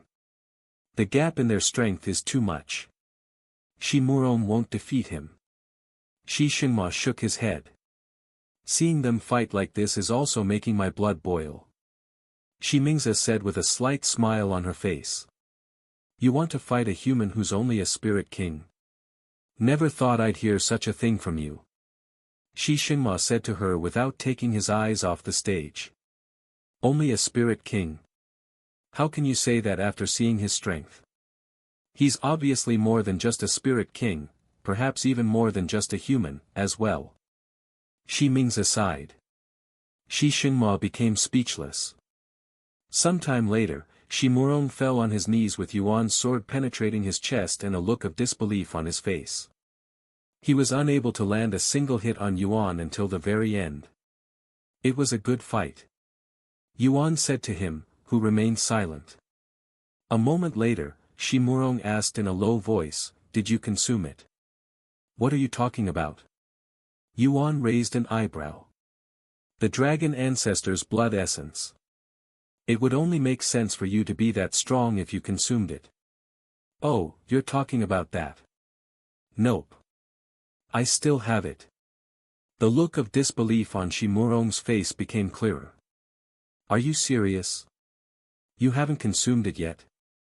Then how are you this strong as a spirit king? Not just Shimuro, but his entire family was shocked to learn that Yuan has yet to consume the dragon ancestor's blood essence, as they all assumed that he'd already consumed it. He hasn't consumed the ancestor's blood essence. Then where else does he get his strength from? Shi Xinhua pondered. Shi Mingzi suddenly stepped forward and spoke, Yuan, I can tell from the spar that you're not fully satisfied. Your eyes also tell me that you have a natural desire for combat, so how would you like to spar with me next? Shi Meili and Shi Murong looked at their mother with wide eyes, not daring to believe their ears. You want to spar with me? Yuan asked for confirmation. Shi Mingzi nodded with a smile, you see, I rarely get the chance to stretch my limbs anymore because of my position. And while I may not seem like it, I used to pick fights with anyone that seemed even a little challenging. That's how I met my husband, as well. Sparring with a spirit sovereign, huh? Yuan would be lying if he said that he wasn't interested. However, he had a feeling that he wouldn't be satisfied fighting someone like her on such a small stage. He then asked, do you have a place where we can let loose without worrying about the environment? I have a feeling that I won't be able to go easy on you. Shi Mingzi chuckled, of course. There is plenty of space outside the city. However, it will take some time to set up the arena. I don't mind waiting if it's not too long. It won't. I can have it set up by tomorrow. This will give us time to prepare ourselves, too. Shi Mingzi said. Yuan nodded. Ahem. Shi Xinhua cleared his throat in a subtle manner. What is it? Shi Mingzi looked at him with raised eyebrows. What are you trying to do? I doubt it's as simple as wanting to spar with him. He asked for her motives. I don't know what you are talking about.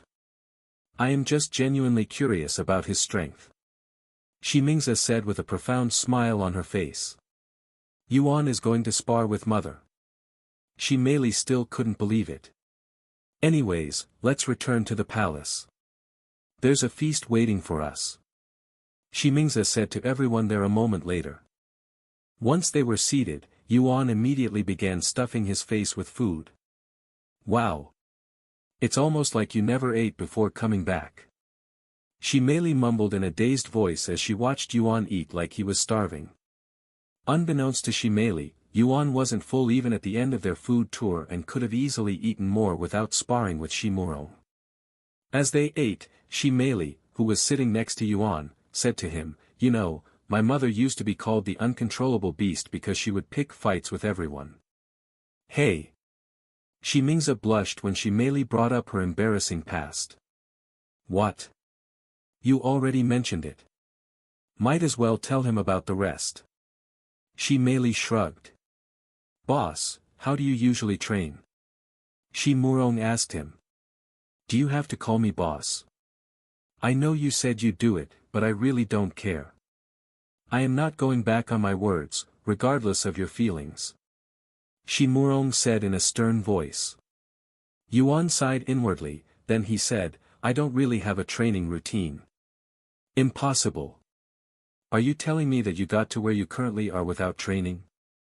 I'm not saying I don't train. I just don't have a set routine. I get my experience through actual combat. Yuan said. The young master is a prodigy that makes other geniuses look like ordinary humans. He can learn anything with a glance and soaks up experiences like a dry sponge. Feng Yuxiang said in a prideful manner, almost as though she was bragging about her own son. Well, since we are here, why don't we decide the rules for our match now? Shi Mingzi suddenly said. Yuan pondered for a moment before speaking, how about no rules? I'd like to fight madam without any advantages, just like a real fight. A delighted smile appeared on Shi Mingzi's face after hearing his words, you are a true warrior. Then I shall fulfill your desires and fight you without holding back. Yuan nodded. Why don't we make the match a little more exciting?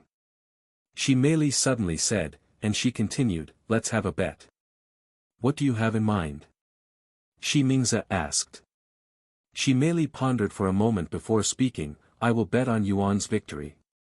If he wins, you will let me bring him with me to the Azure Dragon City without complaining. You're betting on my defeat? How daring. Then what will happen if I win? Shi Mingze narrowed her eyes.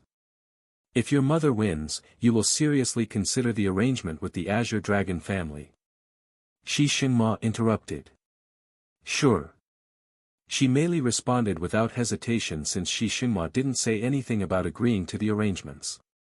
As for Shi Xinma, he had absolute confidence in his wife's victory, so he didn't make any unreasonable demands. After a long feast, Shi Mingze said to Yuan, "Get some good rest tonight. The arena should be ready by noon." Okay. Sometime later, Yuan entered his room and asked the others through divine sense, "Do you think I will be able to defeat a spirit sovereign?" Well. She's not just a spirit sovereign but a peak spirit sovereign. And she's a divine beast. It'll be a hard battle even for someone like you, young master. Feng Yuxiang gave her opinion. No comment from me. Lan Yingying said, as she lacked the experience. Brother Yuan will defeat her. Definitely. Xiao Hua said in a confident voice. I think the best chance you'll have at defeating her is to go all out from the beginning. The longer the fight, the lower your chance at victory. Feng Yuxiang then said. That makes sense, but I am not fighting her just for the sake of winning. I am fighting her for the experience. Of course, I still want to win, but I'm just not desperate for it. The following day, after breakfast, Shi Mingze said, the arena is prepared. When do you wish to fight? I can do it right now. Yuan said. Very well. Follow me. They all left the city shortly after. Sometime later, they stopped about several hundred miles away from the city. At their location, there was nothing but clouds below their feet. We will be able to let loose here without needing to worry about damaging our surroundings. Shi Mingze said to him. Yuan looked around and asked, is this place protected by the same formation that protects the stage? She nodded, that's correct, but it's much larger than the ones back in the city. The formation is about 100 miles in diameter with our current location as the center. We should have plenty of room to move around. Shi Xinma then said with a bittersweet smile on his face, you should also know that it requires a tremendous amount of resources to put up such a massive formation. This fight wasn't cheap, several billion spirit stones. Billions. Yuan was speechless. Don't worry about it, since I was the one who requested this fight. Shi Mingze chuckled. Are you two ready to fight? Shi Xinma then asked. I am. Yuan nodded. Shi Mingze also nodded. Shi Xinma looked at the others and said to them, let's get out of their way. Once everyone besides Yuan and Shi Mingze was out of the formation, Yuan retrieved his Empyrean Overlord. Shi Mingze also retrieved her weapon. It was a golden spear that had a realistic dragon coiled around the whole handle. Do you know what this is? Shi Mingze asked him. Yuan narrowed his eyes on the spear. It seemed like an ordinary treasure, as it did not emit any unique aura, yet it had this familiar feeling to it. Is that a soul weapon? Yuan asked. She nodded, that's right. It's our family's heirloom, the dragon's soul. Unfortunately, I am not its master, so I won't be able to use its abilities.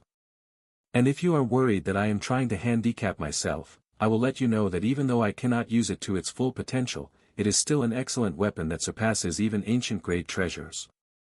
Whenever you are ready, Yuan. As your senior, I will let you make the first move. Shi Mingze said to him as she stood tall, her aura oozing with confidence. Yuan nodded and said, then I will begin now. Since his opponent was 2 entire realms above his cultivation, Yuan did not have the leisure to go easy like he did with Shi Murong and many others, so he went all out from the beginning. A tyrannical aura filled the area as Yuan's spiritual energy gushed outward, causing the atmosphere to immediately change. Shi Mingze's eyes widened with shock when she felt how much spiritual energy Yuan's body contained. How can a mere spirit king release this much spiritual energy? That is impossible. She cried inwardly, as she was truly shocked by what she was witnessing. Shi Xingma and the others were utterly speechless. He has enough spiritual energy to match a spirit sovereign when he's only a spirit king. How does that make any sense? Shi Xingma exclaimed. He had this much power this whole time. Shi Muron was baffled. He didn't think Yuan could be hiding so much power. Yuan. Shi Meili's eyes were glued to Yuan's handsome figure, her gaze filled with admiration. In fact, Yuan's aura was so powerful that it could be felt from hundreds of miles away by the residents of ancient Dragon City. Is that Her Majesty, Empress Shi? Did her match with that human start already? As expected of Her Majesty, her aura is so powerful that we can feel it from here. No. I don't think that's Empress Shi's aura. The Shi family had notified its residents of Shi Mingze and Yuan's match ahead of time so they wouldn't panic if their fight caused any disturbance. Many people mistook Yuan's aura for Shi Mingze's aura, as nobody could imagine a spirit king having this much power. Meanwhile, Shi Mingze clenched her fists with an excited smile on her face. How long has it been since my blood boiled like this? I'm really looking forward to this fight, Yuan. Shortly after releasing his aura, Yuan used his movements technique to close their distance almost instantly. Ha! Yuan swung the Empyrean Overlord at Shi Mingze's head, its blade gushing with sword aura. Clang! Shi Mingze managed to block the strike with her spear that was covered in spear aura, but she was still getting pushed back by the tremendous force of the slash. What a heavy strike! He's a human, but he has the strength of a dragon. Shi Mingze didn't expect to be pushed back by Yuan so easily. After taking a quick breath, Shi Mingze tightened her grasp on the spear before swinging back, sending Yuan flying backwards. However, Yuan still managed to maintain his balance as he flew back. But before he could stabilize himself, Shi Mingze flew at him with her spear already in a swinging motion. Clang! Sparks of their weapon aura scattered when their weapons collided with each other for a second time. This time, Shi Mingze did not get pushed back by Yuan, and they were both basically on equal footing at this moment. The two of them would exchange hundreds of blows with each other over the next several minutes, and neither of them tried to overpower the other, almost as though they wanted to enjoy the moment. Since it's basically impossible for Yuan to find a worthy opponent at his level that could give him a satisfying experience, he must resort to fighting those who are far superior, but he has more chance of finding treasures than to find someone like that in the third heaven. As for Shi Mingze, she rarely has the chance to use her strength nowadays, so she also did not want the fight to end too soon. In the end, Yuan and Shi Mingze spent almost half a day just exchanging blows with each other without using any techniques besides their weapon aura. I'm going to step it up a notch now, Yuan. Shi Mingze warned him before she started using techniques. Let me see how you will defend this. Golden falling stars. Shi Mingze flew high into the sky as she held the dragon's soul above her head. The dragon's soul emanated a golden shine that illuminated the sky. Then, thousands of dragon souls materialized in the sky, threatening to rain down upon Yuan.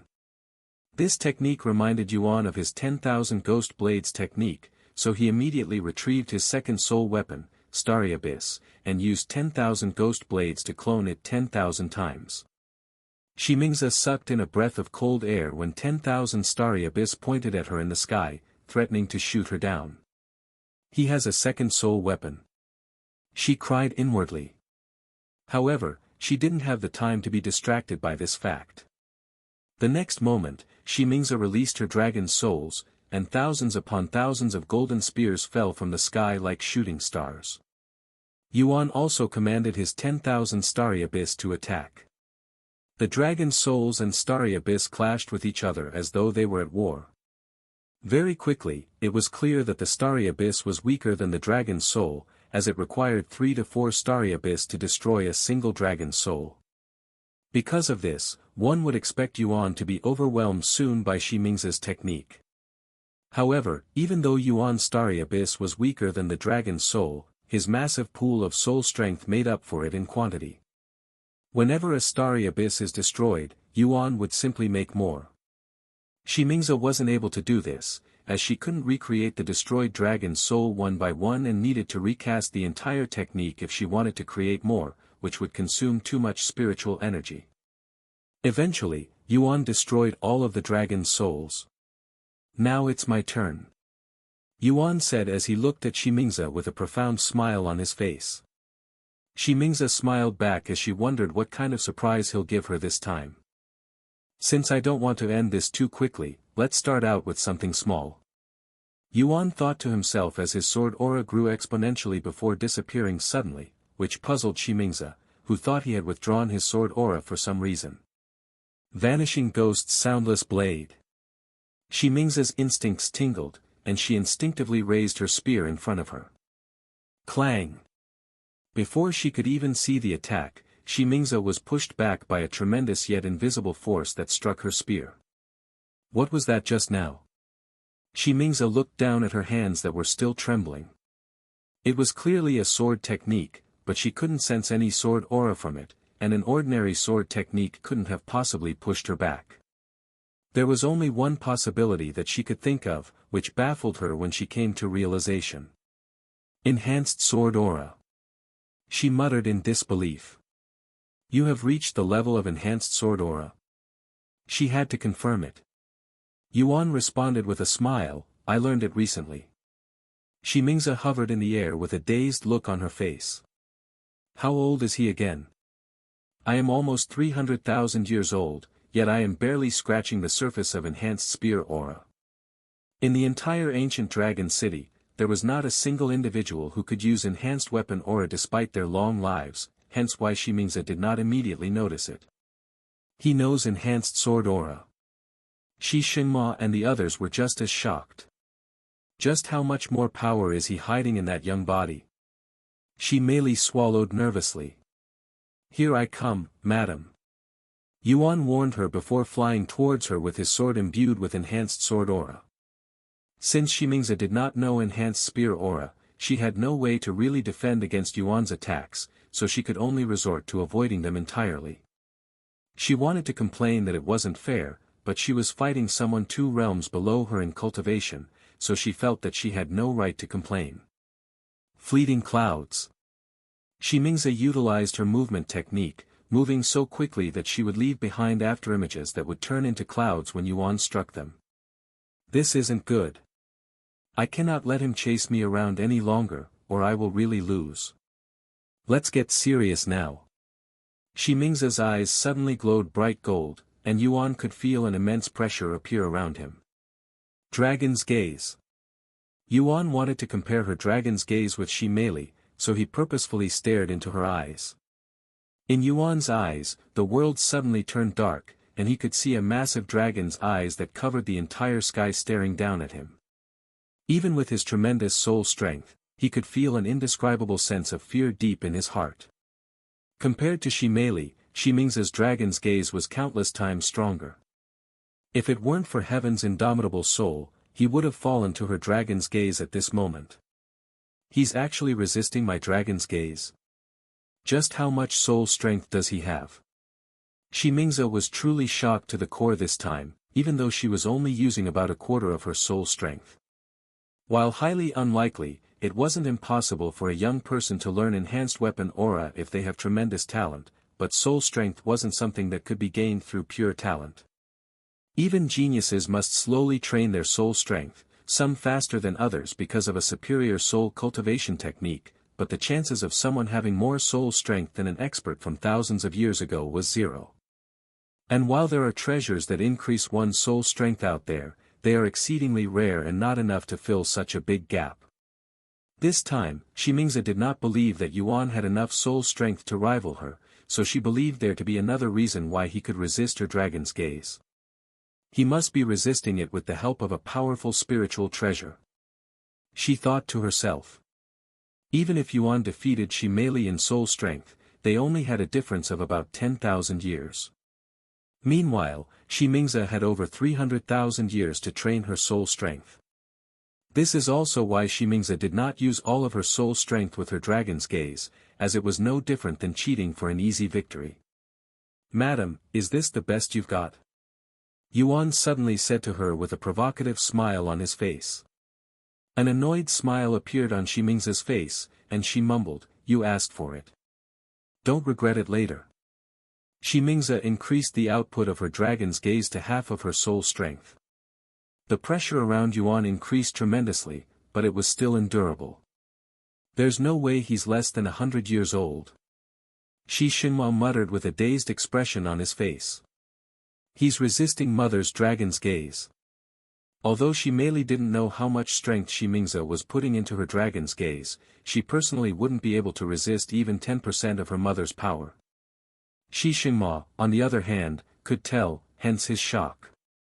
"Half of my soul strength isn't enough to subdue a human that's not even 100 years old." Shimingze could feel her pride shattering into countless pieces. Shimingze gritted her teeth in frustration, and the purpose of their spar suddenly changed for her. It was no longer about testing Yuan's prowess. She wanted to fight him for real. She wanted to defeat the anomaly before her. The atmosphere around Shimingze suddenly began to change, and the sky in 100-mile radius turned gray, almost as though a storm was coming. "Don't tell me she's going to transform." Shi Xinhua couldn't believe his eyes. As Shimingze increased the intensity of her dragon's gaze, golden scales began appearing on her body, as well as horns and a tail. Her heart throbbed with excitement, and she felt like she had gone back to the time when she was still challenging every warrior she encountered. "This is fun. I haven't felt this alive in a long, long time." Shimingze laughed out loud, her demeanor as the Dragon Empress nowhere to be seen. Seeing the scene unfold before him, Shi Xinhua began sweating. "This is bad. We might need to stop the fight." "Huh? Why? It's just getting good." She merely looked at him with raised eyebrows. "The formation isn't invincible. If under enough stress, it could break, something your mother can do if transformed. If the formation breaks, Yuan's life will truly be at risk." "What? Then we need to stop them now," she merely exclaimed. Shi Xinhua nodded, but as he prepared to intervene, another voice resounded, "Don't stop the fight." "Huh?" Shi Xinhua turned to look at Xiao Hua, who just spoke, with wide eyes. "Look at Brother Yuan smile. He's enjoying himself. If you stop the fight now, he won't be happy," she said in a calm voice. "Are you serious? So what if we hurt his feelings? At least he'll still be alive," Shi Xinhua said. Xiao Hua shook her head and said, "Brother Yuan won't die." Shi Xinhua sighed, "Fine, I won't intervene for now, but if the formation breaks, I am stopping the fight, not for Yuan, but for my wife. She would be devastated if she killed him by accident." Xiao Hua nodded. "You are unbelievable." Feng Yuxiang sighed, and she continued, "But I also have a strong feeling that the young master won't lose to her." Meanwhile, by the time she finished her transformation, Shimingze's dragon's gaze was running at full power. The pressure Yuan was feeling was indescribable, and he could feel this invisible force threatening to pop his body like a balloon, as well as his consciousness slowly fading. "Looks like I have to be serious now as well." Yuan activated not only his dragon's gaze to counter Shimingze's gaze, he also increased the strength of Heaven's indomitable soul to the maximum, so his soul strength was increasingly getting stronger by the second. He was absorbing so much spiritual essence that one could physically see something that resembled a whirlpool around Yuan's body. However, since only immortals could sense spiritual essence, nobody there knew what Yuan was actually absorbing into his body, so they assumed it was just ordinary spiritual energy. The clash between Yuan's dragon's gaze and Shimingze's dragon's gaze was so intense that it affected those hundreds of miles away, meaning even those within the ancient dragon city were feeling pressured.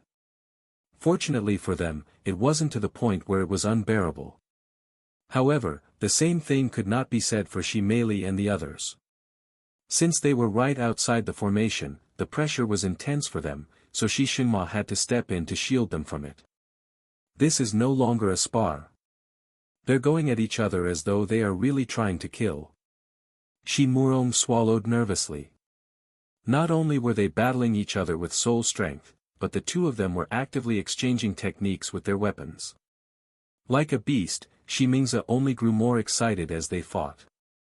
The number of scales on her body increased, and her hair even grew longer. Eventually, her entire body was covered in scales, looking as though she was wearing an armor made of scales. When a dragon transforms, there are certain stages, which can be determined by how much scales cover their body. The more scales on their body means the closer they are to their actual beast form, hence greater strength. When Shimingza was about 75% covered in scales, Yuan could no longer keep up with her in raw strength, so he activated God of War's astral arts to assist him. However, since both Dragon's Gaze and God of War's astral arts consumed his soul strength, he couldn't use the latter at full strength. Though, it was more than enough to help him keep up with Shimingza. How many more tricks do you still have up your sleeve? Don't hold back. I want to experience them all, Yuan. Shimingza exclaimed with a wide grin on her face after seeing his God of War's astral arts, her body shivering from excitement. The two of them would continue fighting in this manner for several hours. He's not human. There's no fucking way he's human.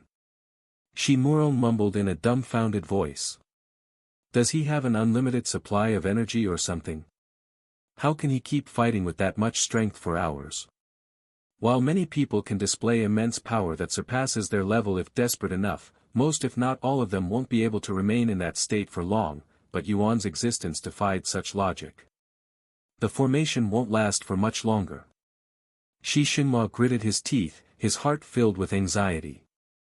But as much as he wanted to stop their fight, he couldn't move his body for some reason. Perhaps in his heart, he knew that his wife would kill him if he stopped their fight at such an intense moment. Is this all you've got, Yuan? If you are still hiding something, it's about time you show me. Shimingza said to him. Her breathing was noticeably getting heavy. Even someone at her level couldn't continue fighting at such an intense pace for much longer. If she was an ordinary spirit sovereign cultivator, she would have collapsed long ago from chi exhaustion. I can say the same to you, madam. Are you still holding back on me? I can't even if I want to. After a few hundred more exchanges, Shimingza said, if we continue fighting like this, I will run out of spiritual energy soon. I know you can keep on fighting for longer, so you will eventually exhaust me, but do you really want to end our fight in such a manner? I don't mind losing to you, but I don't want to lose like this. Yuan nodded, agreeing with her, then how about we finish things up with our strongest attack? Deal.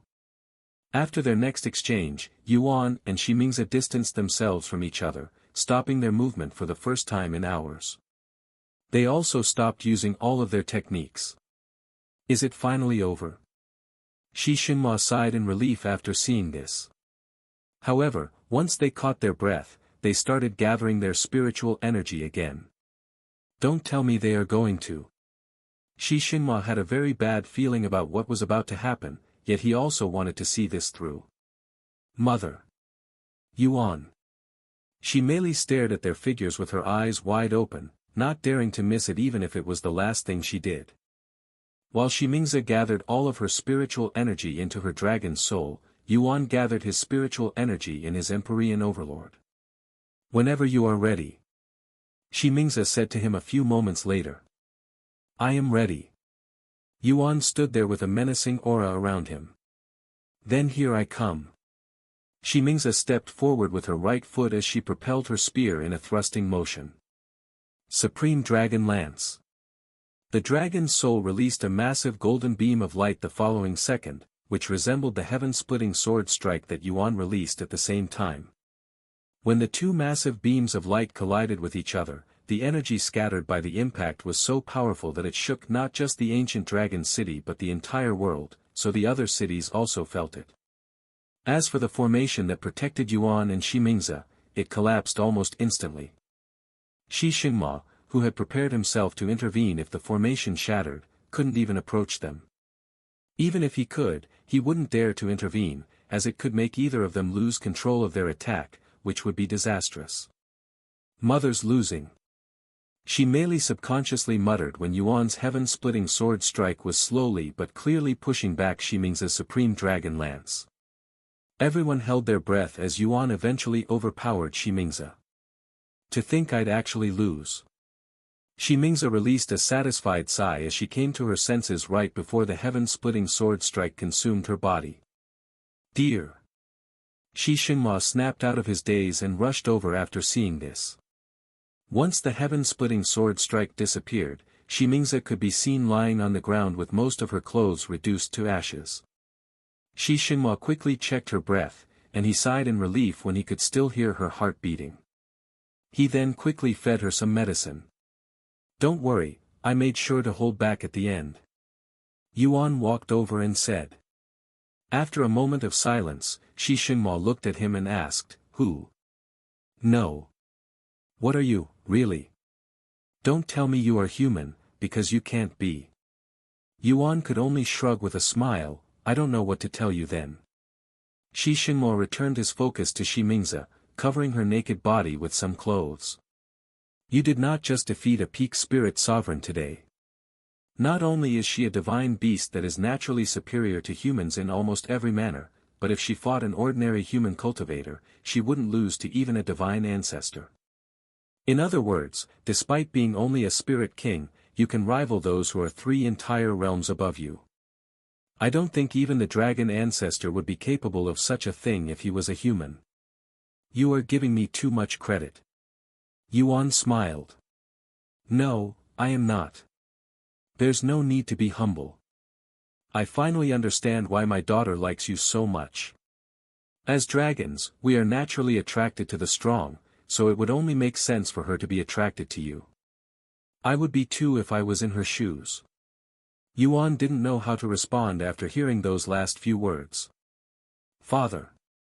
Is mother okay? Shimei and the others arrived shortly after. She's fine. She's just exhausted. That's a relief. Shimei turned to look at Yuan with deep admiration that she didn't know was possible. But before she could say anything to him, Shiming's woke up and stole her words, Congratulations, Yuan. You won. How are you feeling, madam? Shiming's stood up and smiled, I've never felt better. That's good to hear. Yuan smiled back. You know, you are the first person who I can admit losing to. Huh.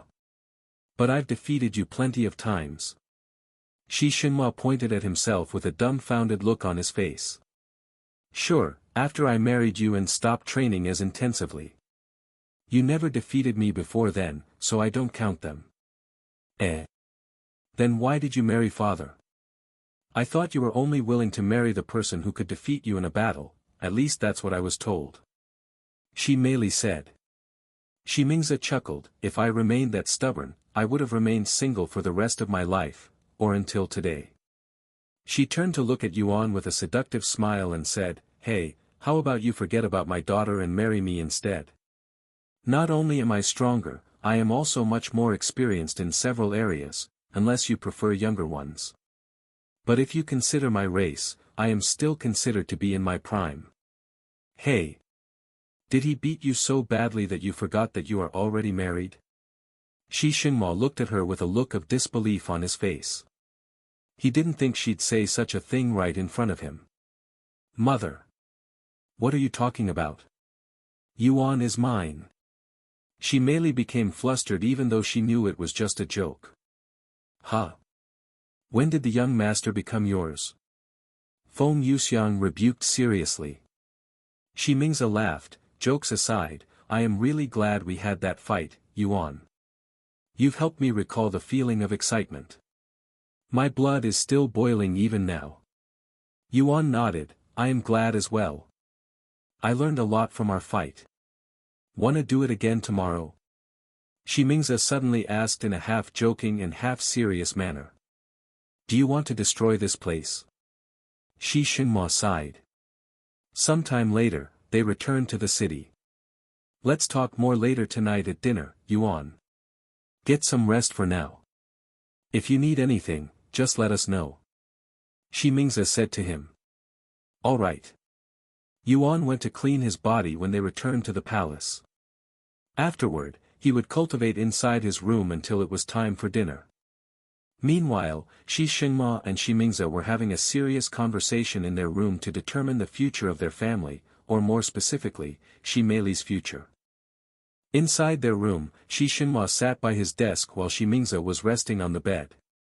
"If you're going to convince me to let our daughter marry Yuan, you don't need to anymore," Shi Xingma said while looking at her. "I am fully convinced that he's more than worthy to marry her." Shi Mingze smiled and said, "That's not the only thing I want to talk to you about today. There is still so much that we don't understand about Yuan." "What do you mean?" Shi Xingma raised an eyebrow. Shi Mingze then said, "For starters, the dragon ancestor knew that he'd arrive in the ancient dragon city. This means he has some kind of relationship with our ancestor. I thought he was only a very talented individual at that time and didn't think too much about it, but Yuan. He's an unfathomable existence." After pausing for a moment, she continued, "As you witnessed today, during our fight, his soul strength was on par with mine, if not a little stronger.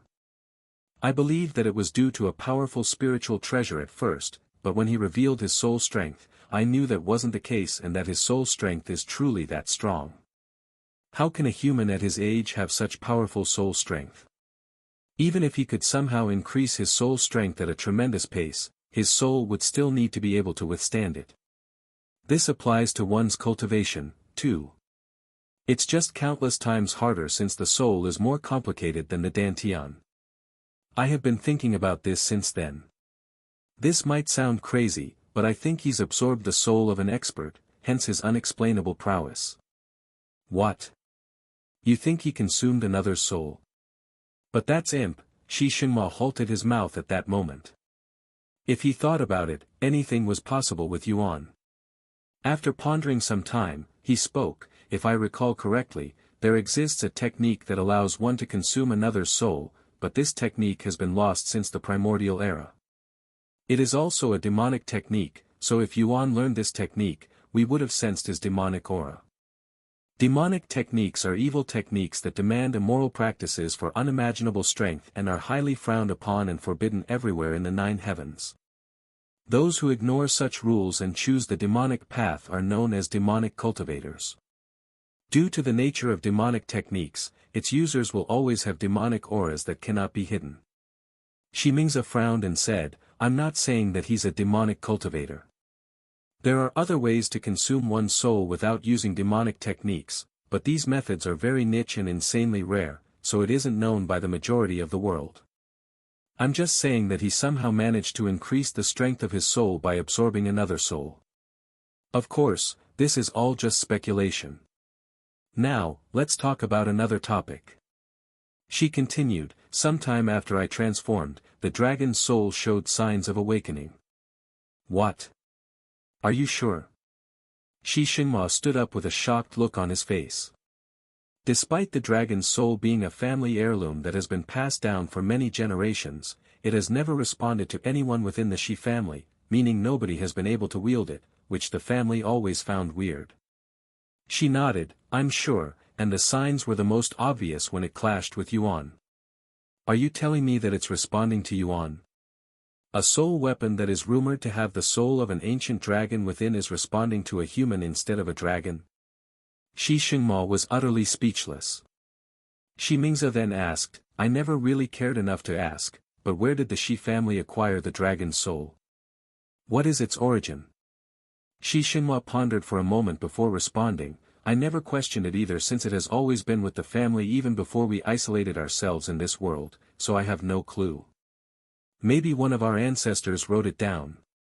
I will check the family library later to make sure. The real question is, what should we do with the dragon's soul? We can't just give our family's heirloom to a human that we barely know anything about." Shi Mingze smiled and said, "Why not? If he marries our daughter, he will be part of our family, anyway. That's assuming they will really get married." Shi Xingma sighed, and he continued, "He already has a child with another divine beast, after all." Hearing this, Shi Mingze suddenly realized that she'd forgotten about this important fact. Shi Mingze suddenly retrieved a communication jade slip. What are you doing? Shi Xinhua asked her. Calling our daughter here. Sometime later, Shi Meili knocked on the door. Mother, I have arrived. Come in. Shi Meili entered the room, and when she saw her mother sitting on the bed, she asked, Are you okay? Shi Mingze nodded. I am just resting. Anyways, we called you here to talk about your future. And she continued, We are well aware of your desire to choose Yuan as your husband, but there is something that you should know about him. What is it? Shi Meili raised an eyebrow. I don't know if you know this already or not, but Yuan. He's already had a child with another divine beast, and she's even that divine serpent who is currently by his side. Shi Mingze revealed this bombshell of a news to her. However, Shi Meili did not react to it even in the slightest, which surprised both her parents, as they expected her to start crying or something along that line. Seeing how she's not reacting to it, I guess she already knew. Shi Mingze thought to herself. But when Shi Meili did not show any reactions even a few moments later, they realized that something was wrong. Wait. Don't tell me. Meili. Are you okay? The parents eventually realized that the reason Shi Meili didn't react was because she was so shocked by the news that she passed out on the spot while managing to remain standing with her eyes open.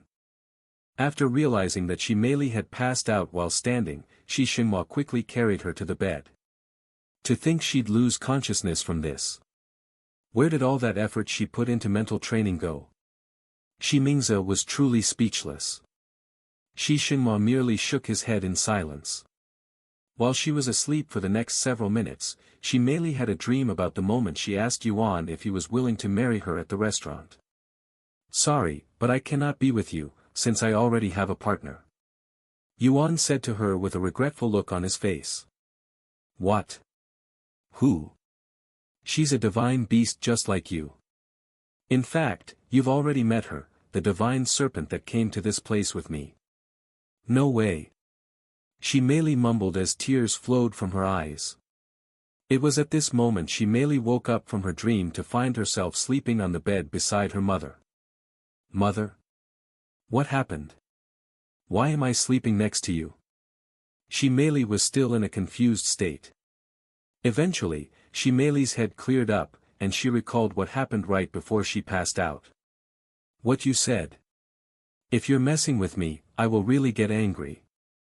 Shi Meili stared at Shi Mingze with a serious look on her face. Shi Mingze sighed and recalled her conversation with Lan Yingying and the others to Shi Meili. No way. No wonder why he refused to marry me. Shi Meili sighed out loud after hearing everything. What?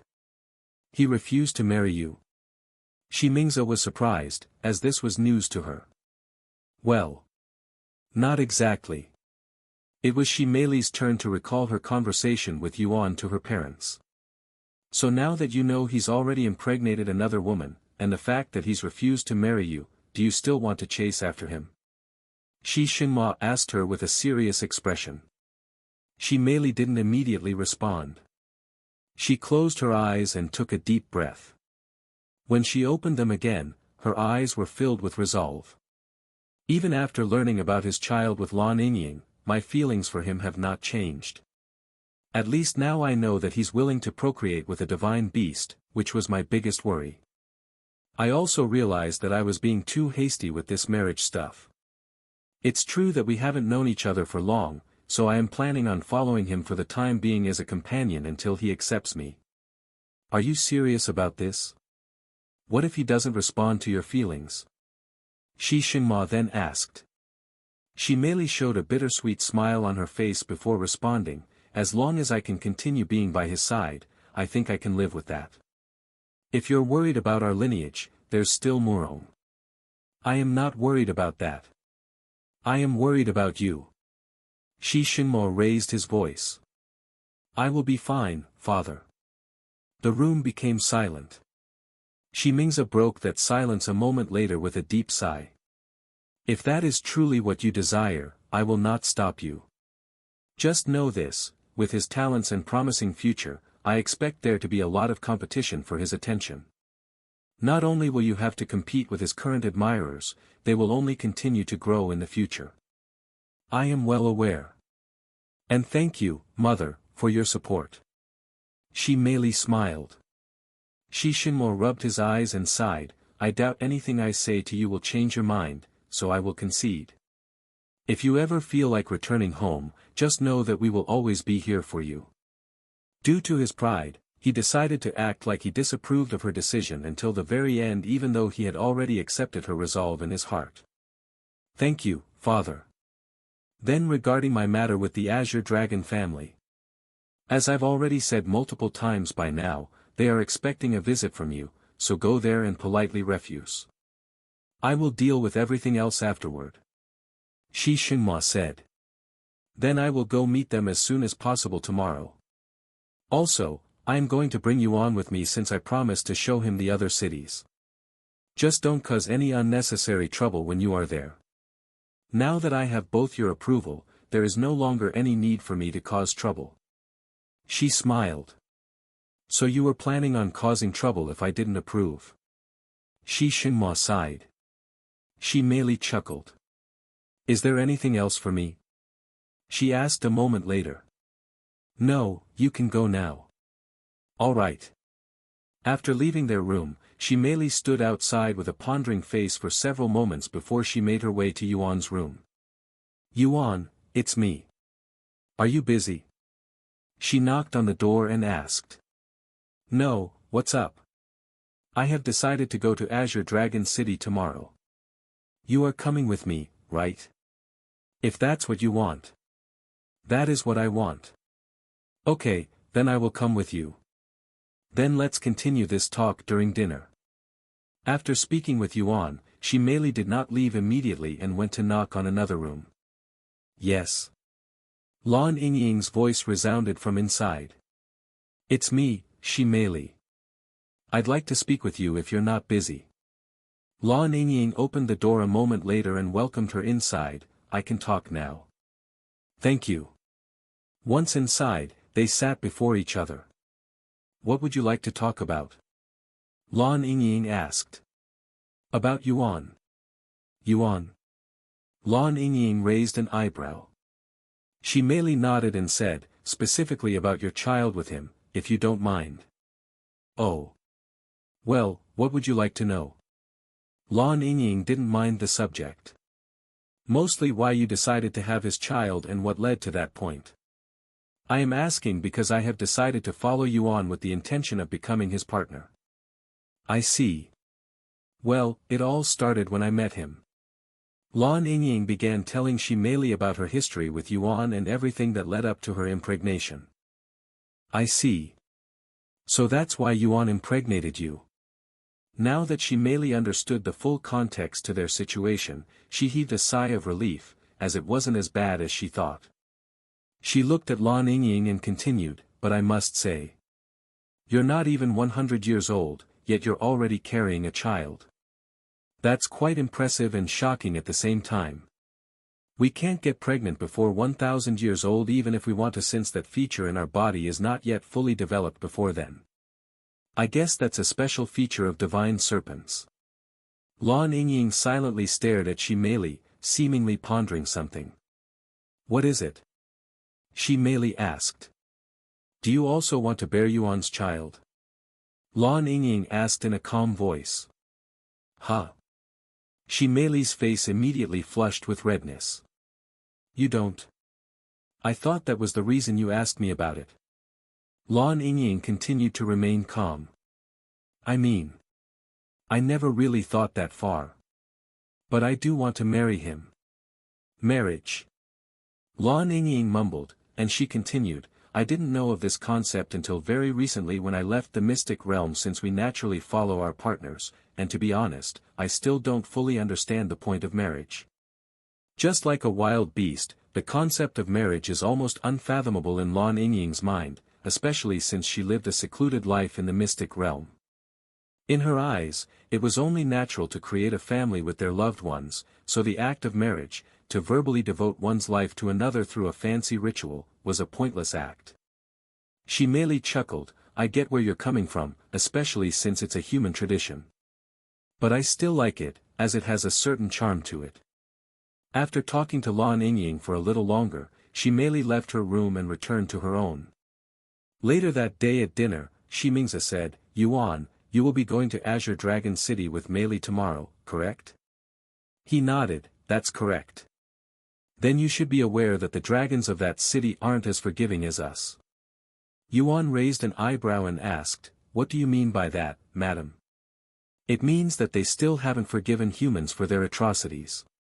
Shi Xinhua said with a serious face, and he continued, if you want to visit Azure Dragon City, you will need to go there as a dragon. Of course, you could still go there as a human, but you will be attracting unnecessary trouble. I see. But how will I do that? They'd immediately realize that I am a human through my smell. Don't worry, we have methods for that. Shi Mingze chuckled, causing Yuan to raise an eyebrow. What about us? Feng Yuxiang suddenly asked. Oh. About that. Sorry, but our methods will only work for humans, so you'll have to stay behind, unless you want to risk exposing Yuan's identity. Shi Mingze said. I am human. Xiao Hua raised her hand. While that is true, your main issue is that ominous aura of an exile. Shi Mingze shook her head. That is something we cannot mask. We can just hide inside the young master's body. That should mask our smell. Feng Yuxiang said. Shi Mei Li then asked, what are you guys worried about? His safety. I doubt anything can threaten his life there. Yuan smiled and said to them, there's nothing to worry about. It's been a while since I last went anywhere by myself, too. I'm sure you guys don't want to stick to me every second of the day, either. After hearing such words, Xiao Hua and the others could only silently nod their heads. You're right, young master. You're no longer so inexperienced and weak that you need our presence every moment of the day. I guess we've been unnecessarily clingy a little recently. Lan Yingying mumbled. Xiao Hua remained silent. And it's not like we're going to be gone for a long time. It'll only be a few days at most. Shi Mei Li said.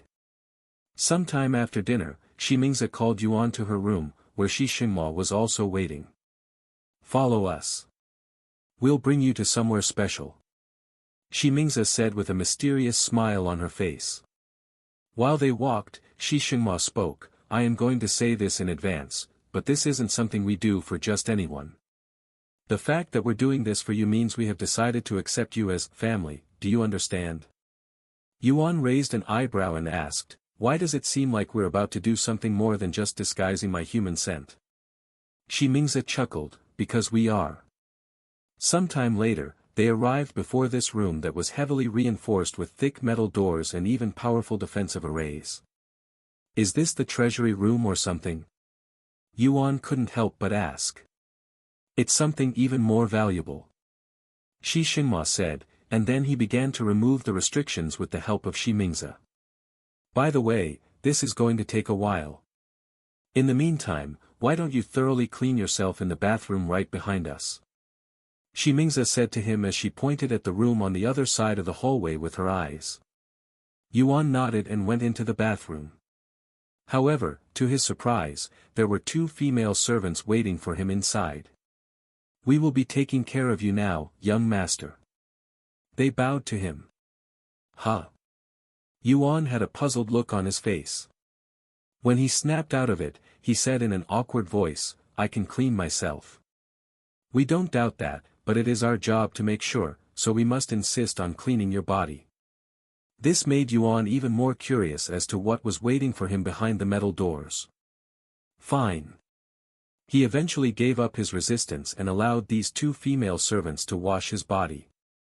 The female servants watched him disrobe, and when they saw his refined physique, they couldn't help but swallow nervously and blush slightly.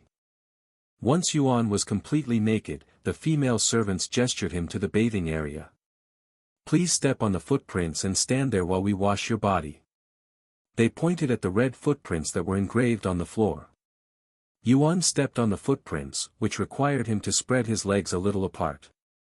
One of the servants then showed him a translucent bar of soap and said, "This bar of soap was made from a multitude of ingredients that are used for cleaning impurities, but its most important ingredient would be the translucent dew of purity, a very popular and potent medicine used to cleanse impurities."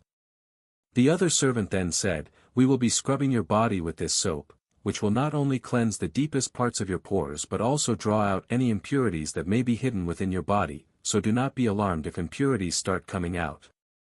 Translucent dew of purity. What's the difference between that and the translucent dew of flawlessness? Yuan asked, as they sounded awfully similar, which couldn't be a simple coincidence. The translucent dew of purity is second to the translucent dew of flawlessness, which is the best medicine when it comes to cleaning impurities. Although they both have the ability to cleanse one's impurities, the translucent dew of flawlessness will continue to purify one's body of impurities while the translucent dew of purity will only do it one time. Unfortunately, translucent dew of flawlessness is exceedingly rare. Even if the royal Shi family has some, they wouldn't be reckless enough to use it in such a wasteful manner. I see. The servants proceeded to dissolve the soap in some warm water before scrubbing Yuan's body with the bubbles using their bare hands. Yuan swallowed nervously as he could feel 20 slender fingers caressing and massaging all over his body. And due to his heightened senses from his cultivation, such sensation only became clearer to him, who could feel every individual finger independently. This reminded him of his time as a cripple when he had to rely on someone else to clean his body for him. Of course, since they were required to clean every corner of his body, the servants also had to clean the dragon and its treasures between his legs, which made Yuan a little nervous. Not wanting his dragon to awaken in such a situation, Yuan began reciting the heaven-consuming technique inside his head, which worked wonders. He sighed in relief inwardly when they were finally finished with that area. As time passed, Yuan noticed that the servants were gradually increasing the pressure of their washing until it reached the point where they were essentially giving him a deep body massage. Yuan thought this was routine, but unbeknownst to him, that was not the case. Meanwhile, the servants washing his body were greatly perplexed and shocked when not even the slightest impurity came out of Yuan's body despite how much they washed his body. They thought they had used the wrong soap at first, but once they confirmed that they were indeed using the right soap, they wondered if they were not washing hard enough, and the thought of Yuan having an untainted body never even occurred to them. Furthermore, even if Yuan cleansed his body the day before, since all entities collect impurities every second, it was impossible for Yuan to have a body free of impurities. Eventually, the ladies came to the realization that Yuan might have an untainted body. One of the servants slowed down her movements as she asked, "Young master, do you happen to have an untainted body?" "Yes, I do," he answered without the slightest pause. Both ladies completely halted their movements after hearing such words, and they looked like they were on the verge of crying. They wanted to ask why he didn't tell them in advance, as they had been scrubbing his body for over half an hour while it could have been done in less than a few minutes, but they managed to keep their question inside their heart. "No, this was our fault. We should have realized it sooner, especially since he mentioned the translucent dew of flawlessness." They sighed inwardly. The ladies then washed away the soap on his body and gestured at the bathtub, "Please soak in that water for 5 minutes." "I understand." While Yuan soaked in the water, one of the servants left to notify the Shi family. "Your Majesties, the young master is currently soaking in the dragon's tears. He will be done in 5 minutes." The servant bowed to them. However, Shi Mingze had a frown on her face. "What is taking you two so long? You should have been done 20 minutes ago. I hope you didn't do anything indecent to our guest." The servant immediately paled and shook her head, "We wouldn't dare. We took longer than expected because we didn't know the young master had an untainted body, so we just kept on cleaning his body." While they might have been distracted by Yuan's peerless body, which might have caused their thinking to slow down, the servant would not admit to it even if it was the last thing she did.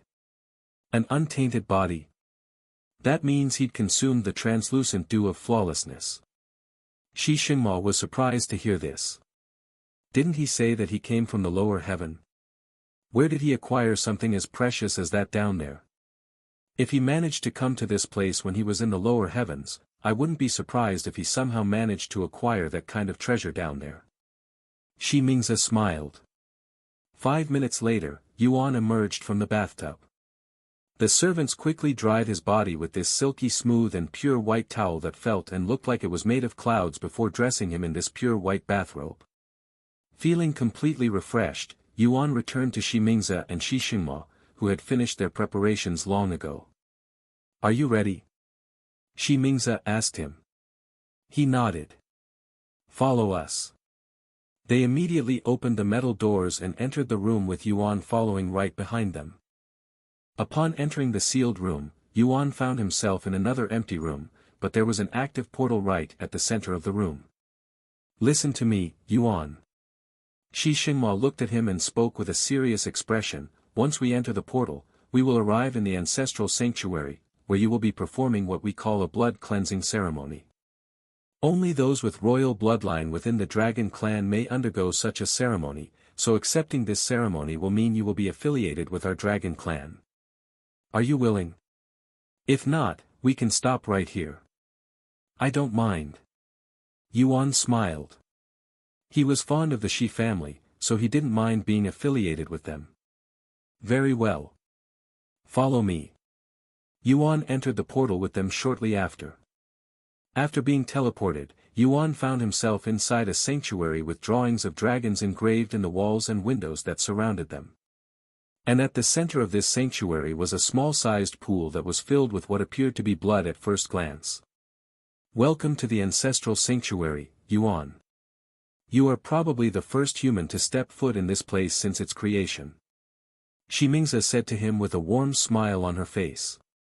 However, Yuan was too distracted by the red liquid in the pool. Seeing this, Shi Xingma said, yes, that is blood, dragon blood that belongs to our ancestor, to be precise. Upon answering Yuan's curiosity, Shi Xingma continued, this is where dragons that join the royal family go to cleanse their common bloodline, replacing it with royal blood. We, as the royal family, also bathe in this blood once every 1,000 years to strengthen our bloodline. I understand that, but how will this help mask my scent as a human? Yuan asked. Shi Mingze then spoke, if you soak in this blood, it will wash away your human scent for a period of time. Who knows, it might even make you stronger. Since you are the first human to ever soak in this blood, nobody can really say what will happen. Yuan raised his eyebrows and said, if I am the first, how do you know it works? Although you may be the first human to bathe in this blood, you're not the first human to bathe in dragon blood. Humans hunted us for a reason. Shi Xingma said in a low voice. I see. So this blood belongs to your ancestor, right? Actually, we don't really know. While this place belonged to the dragon ancestor, he never claimed it was his blood. However, for this blood to strengthen our royal bloodline, it must be of higher quality, so it would only make sense if it belongs to our ancestor. Shi Xingma shook his head. That does make sense. Yuan nodded. Do you have any more questions before we begin? I just need to soak my body in this blood, right? Do I need to do anything special? And how long do I need to soak my body? Once you soak your body in the blood, try absorbing it through your pores.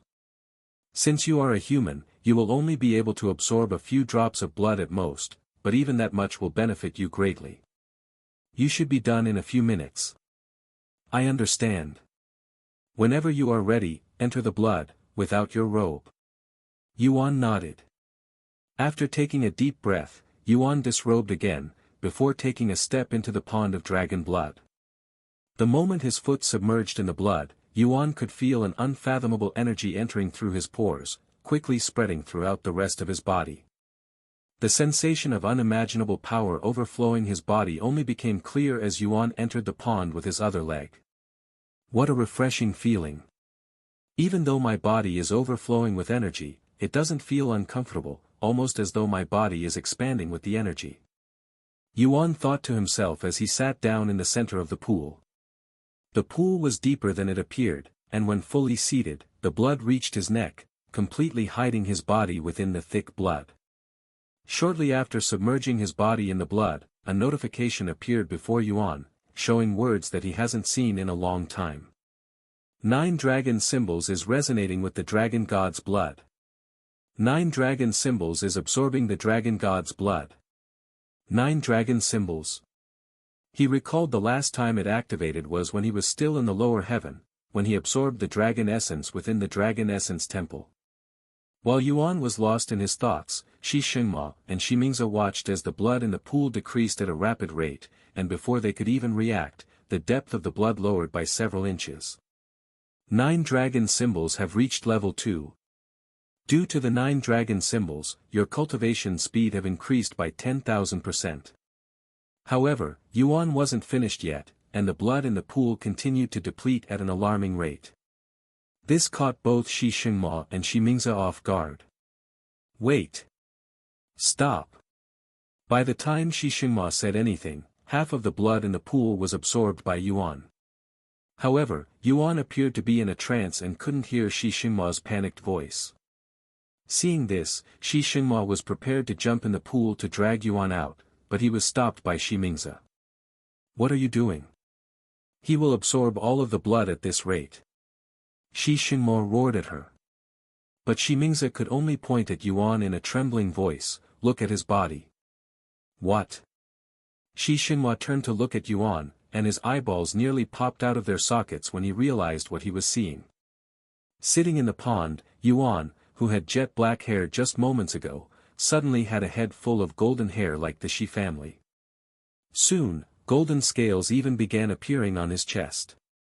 He's transforming. Even though he's human. That's impossible. Shi Xingma exclaimed in a shocked voice. He wanted to be mistaken, but there was no mistaking what was happening to Yuan's body at the moment. Seeing Yuan transform, something only dragons could do, left Shi Xingma and Shi Mingze utterly speechless. They were so shocked that they couldn't feel any other emotions, and their bodies were numb, almost as though they had been struck by lightning tribulation. 9 dragon symbols have reached level 3. Due to the 9 dragon symbols, you have gained the ability to use Dragon Awakening. Dragon Awakening. Grade, Unknown. Description, awaken the dragon in your body and gain unimaginable strength. Greatly increases all physical capabilities while transformed. By the time Yuan snapped out of his daze, over 90% of the blood in the pond had been absorbed by him. When he saw that nearly all of the blood in the pond had disappeared, Yuan felt his heart skip a beat, and he quickly stood up.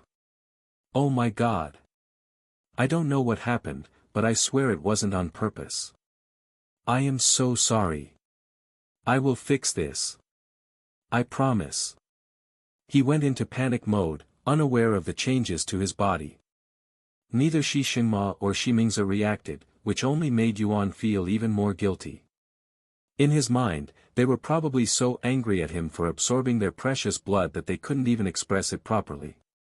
While they were indeed devastated about the loss of blood, the feeling of shock easily overwhelmed such feelings.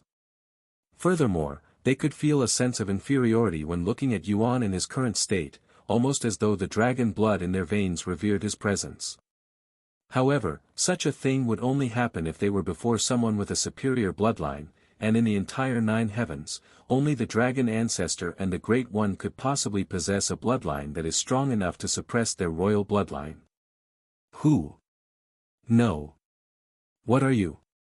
Shi Xingma muttered in a dazed voice. I understand your anger, but I will do my best to fix this. Since this blood came from the dragon ancestor, I will find him and request some of his blood, enough to refill the pond. No matter how long it will take, I swear I will make it happen. Yuan responded, still unaware of the reason for their shock. Shi Mingze didn't say anything and retrieved a round mirror from her spatial ring before putting it in front of Yuan. Huh? Yuan looked into the mirror with a raised eyebrow. What? His eyes widened with shock after seeing his new appearance. His black hair and eyes had turned golden, and his chest appeared to have grown several dragon scales. This immediately reminded him of Shi Murong and Shi Mingze's transformation. However, he was still missing dragon horns and a tail. This must be due to the 9 dragon symbols. Dragon awakening, huh? I hope this isn't permanent. He swallowed nervously. Yuan, if you don't mind, can I have some of your blood? I want to confirm something. Shimingze suddenly asked him. Of course. Take as much blood as you want. Yuan immediately responded. Just a few drops will be enough. I want to see if you have any dragon blood flowing through your veins. Yuan nodded and poked a hole on his finger before squeezing several drops out. Shimingze quickly collected his blood with her spiritual energy, and without hesitation, placed it inside her mouth. Her eyes immediately widened with surprise, but it was not because his blood contained dragon blood. What is this? Why is his blood so delicious? Shimingze has never tasted anything as tasty as Yuan's blood, and it wouldn't be an exaggeration to say that his blood tasted better than any delicacy she had tasted before. The taste of Yuan's blood surprised her so much that she couldn't confirm whether he had dragon blood or not, so she had to request some more. Sorry, but I will need some more to be sure. A little more this time. She said in a stiff voice, her face somewhat rosy. Take as much as you need, Yuan repeated with a smile on his face. This time, Shimingze collected a mouthful of his blood, which caused Shi Xinhua to raise his eyebrows. Why does she need so much blood? And why does her face look like that? He wondered inwardly, as she looked like she was before a luxurious feast. After taking Yuan's blood for the second time, Shimingze tasted only a few drops of the mouthful of blood that she collected before storing the rest away in a container. She's storing it? Shi Xinhua became even more puzzled by her actions. Oh, right. My blood is like a delicacy for divine beasts. Yuan took a mental note of this. Ahem. After clearing her throat in a forceful manner, Shimingze looked at Shi Xinhua and spoke with a serious expression, his blood doesn't have the slightest dragon blood. He's 100% human. What? That's impossible. Shi Xinhua refused to believe it. I don't know what else to say since I have no idea what is happening, either. Shimingze shrugged, and she turned to look at Yuan. Although he has dragon scales and the aura of a dragon, he doesn't have any horns or a tail.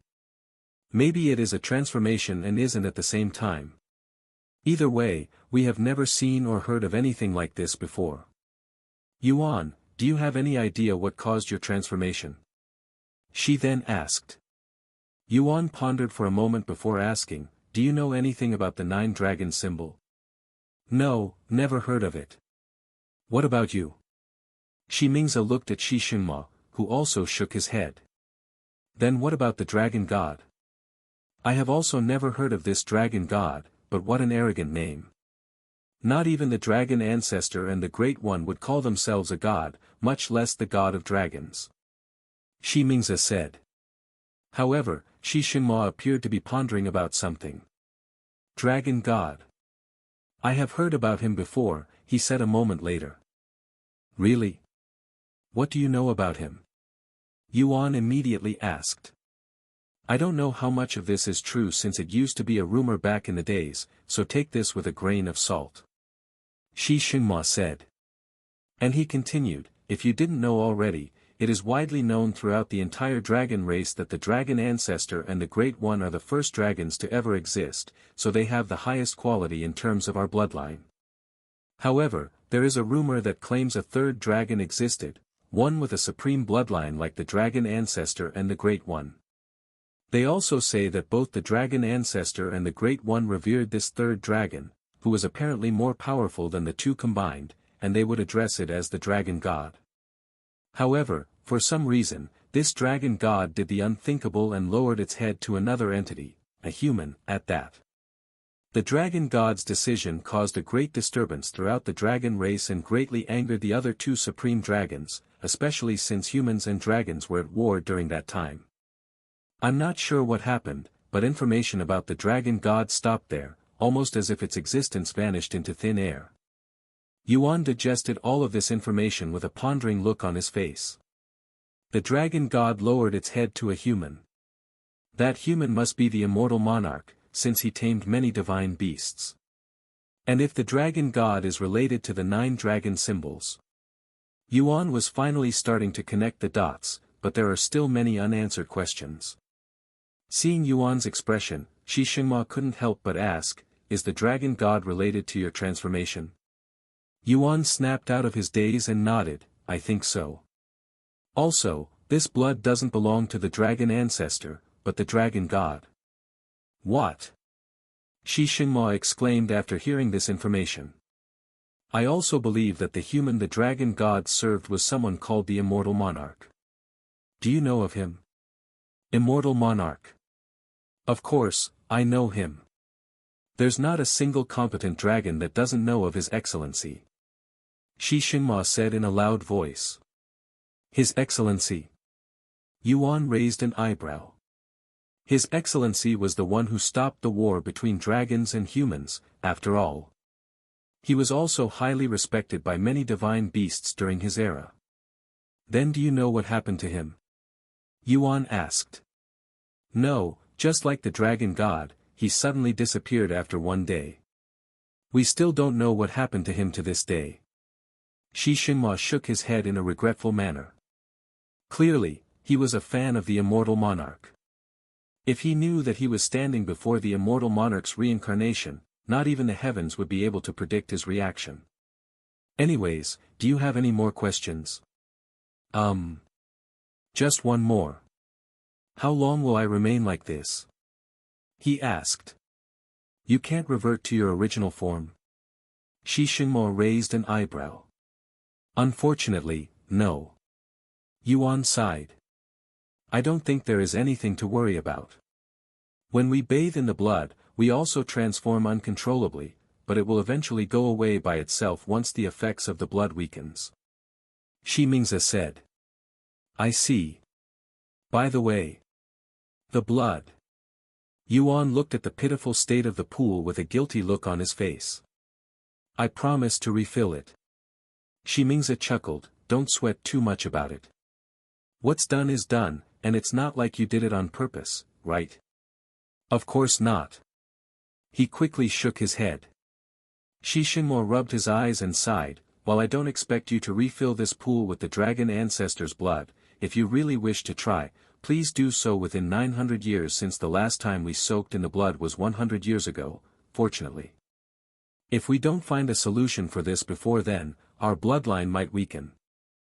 The only reason Xingma still has some hope that Yuan would fulfill his words is because of his connection with the dragon ancestor. Although he doesn't know what kind relationship Yuan has with the dragon ancestor, he knew there was something there. Mingze then said with a weird smile on her face, if you can't fulfill your promise, then you will have to fill this place with your own blood, okay? Sure. Yuan nodded with a nervous smile. Here, you'll catch a cold at this rate. Mingze suddenly handed him his robes. Thank you. Of course, he was completely naked this entire time. Yuan washed himself again after leaving the ancestral sanctuary before returning to his own room. How did the ceremony go? Mei, who had been waiting for her parents to return to their room this entire time, immediately approached them when she noticed their presence in the hallway. You will find out when tomorrow comes. Xingma said in a tired voice. Sorry, but I do not have the energy right now. Mingze sighed. This caused Mei to become shocked, as she had never seen her parents this exhausted before. What happened during the ceremony? Mei cried inwardly. Is Yuan okay?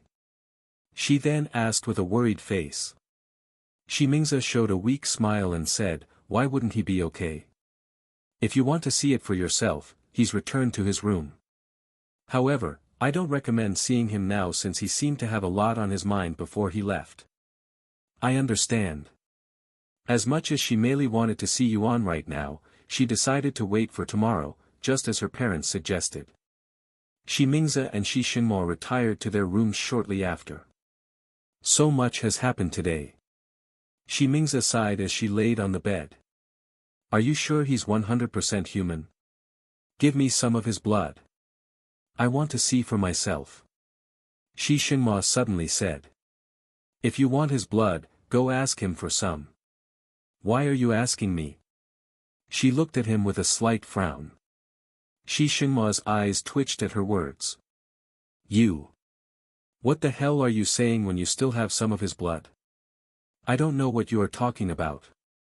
I literally watched you seal his blood in a container before putting it away in your spatial ring. Shi Shinhua found her to be incredibly suspicious now, but not for the reasons he was thinking. And how did I obtain that blood? By asking him. If you want his blood, you need to do the same. I am not sharing mine. Shi Mingze remained adamant for some reason, greatly dumbfounding Shi Shinhua. I knew it. He definitely has dragon blood in his veins. Why would you lie about something like this? Shi Shinhua sighed. Shi Mingze frowned. I wouldn't lie about that. He doesn't have any dragon blood and is purely human.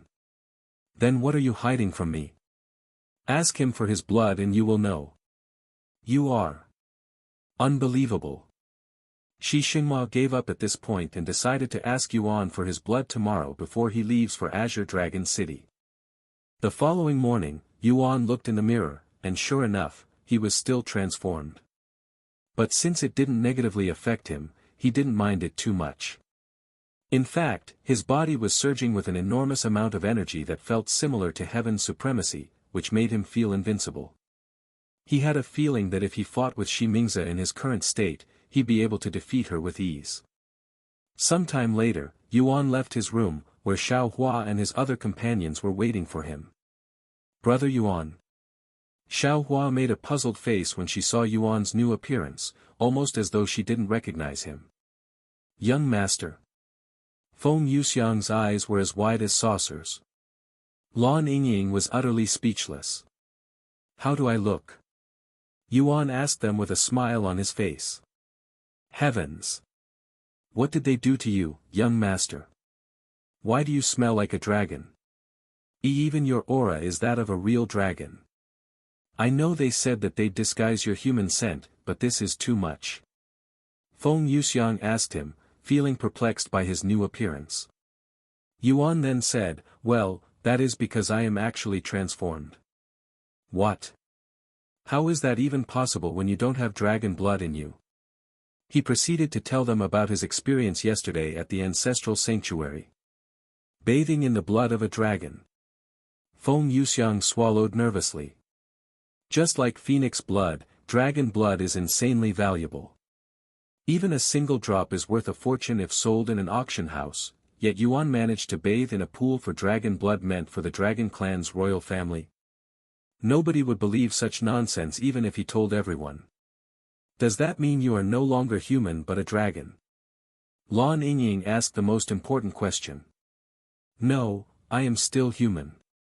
This transformation is temporary. However, you're free to see for yourself.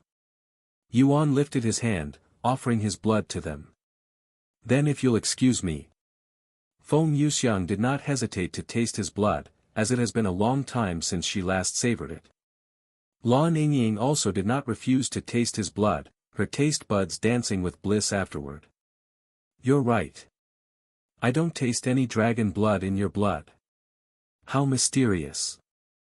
Feng Yuxiang mumbled with a dazed look on her face. Brother Yuan, can I also taste it? To their surprise, Xiao Hua also requested to taste his blood. Can you even tell the difference? Feng Yuxiang looked at her with raised eyebrows. Naturally, Xiao Hua did not have such an ability, as she was human. However, she did not want to feel left out when the other two always seemed to be enjoying themselves with his blood. Seeing her silence, Feng Yuxiang shook her head and said, no matter your reason, a human drinking another human's blood is weird. That's something only depraved humans that walk the path of evil would do. Yuan then said, Feng is right, Xiao Hua. My blood only tastes good to divine beasts. Hearing their words, Xiao Hua eventually gave up on the idea. Sometime later, Yuan and his group arrived in the dining area, where the Shi family was already seated. Good morning, you, she merely greeted as she turned to look at him, and when she finally saw his appearance, her jaw dropped to the floor. What the? Shi Murong was just as startled as Shi Meili. Shi Mingze chuckled at their reaction, something she has been waiting all night to see. Shi Meili eventually snapped out of her daze and stood up. She then walked over to him, stopping in front of him. Yuan. Is that you? She asked in a low voice as she inspected his body from head to toe multiple times. Yes, it's me. He responded with a calm smile. Meanwhile, inside her head, Shi Meili was trying her hardest to not freak out. Oh my heavens! He's so freaking handsome. What is this? What is going on? Why does he look like this? What is this tingly sensation in my body? Shi Meili cried inwardly, feeling an incredible urge to drag Yuan to her room to do unspeakable acts. Are you okay? Yuan couldn't help but ask her, whose face was flushed red. Ahem. Shi Xinhua loudly cleared his throat. Sit back down. You're being rude. Shi Meili quickly turned around and walked back to her seat, but not before saying, sorry for acting weird, you just look so different. Yuan chuckled, I was also surprised when I first saw this appearance. Shi Mingze then said, as you can see, this is the result of his blood cleansing ceremony. Is that permanent? Shi Murong asked. No, it should go away soon. Shi Mingze shook her head. Then are you still human? Shi Meili asked after returning to her senses. Yuan nodded, I am still human. 100%. Shi Xinhua cleared his throat again, sounding a little stiff this time, and he spoke, oh, right. Yuan, can I have some of your blood? I'd like to make sure that nothing has changed since yesterday. Sure. Yuan did not hesitate to give him a few drops of his blood. Shi Xinhua's eyes snapped wide open when Yuan's blood touched his tongue, looking as though he'd just been electrocuted. What the hell is this? Why does his blood taste so freaking delicious? Shi Xinhua turned to look at Shi Mingze with a look of disbelief. He finally understood what his wife had been hiding from him and why she refused to share Yuan's blood to him yesterday. Of course, he also made the same mistake as her and forgot to analyze the blood. What do you think? Any changes? Yuan asked him. No. Everything is the same. Shi Xinhua was not shameless enough to ask for more, so he decided to lie. Shi Meili and Shi Murong found their father's action a little odd, but they couldn't pinpoint it. Eventually, everyone sat down for breakfast. And for the entire meal, Shi Meili could barely take her eyes off Yuan, as his presence was simply too overwhelming and deadly in a non-lethal way. She's totally smitten with his dragon looks. Shi Mingze barely held her composure. He was already attractive enough as a human. Now that he's basically turned into a dragon, his charm will be countless times more effective on us females in the dragon race. If he visits the Azure Dragon City in that appearance, he'll probably attract even more attention than before. At least it'll be the good kind of attention. Unbeknownst to her, Shi Mingze would also subconsciously glance at Yuan from time to time. After breakfast, Shi Meili brought Yuan to her family's dressing room, where all sorts of outfits were available. With your new appearance, you can easily pass as someone with a royal bloodline, so before we go to the Azure Dragon City, you should dress accordingly. You want me to pretend to be royalty? Yuan asked with a dumbfounded face. Since you partook in our family's blood cleansing ceremony, it wouldn't be an exaggeration to call you royalty. Shi Meili said as she looked through her father's old clothes. Eventually, she found a pair of white and golden robes with a golden dragon embroidered in the front and back. This will look perfect on you.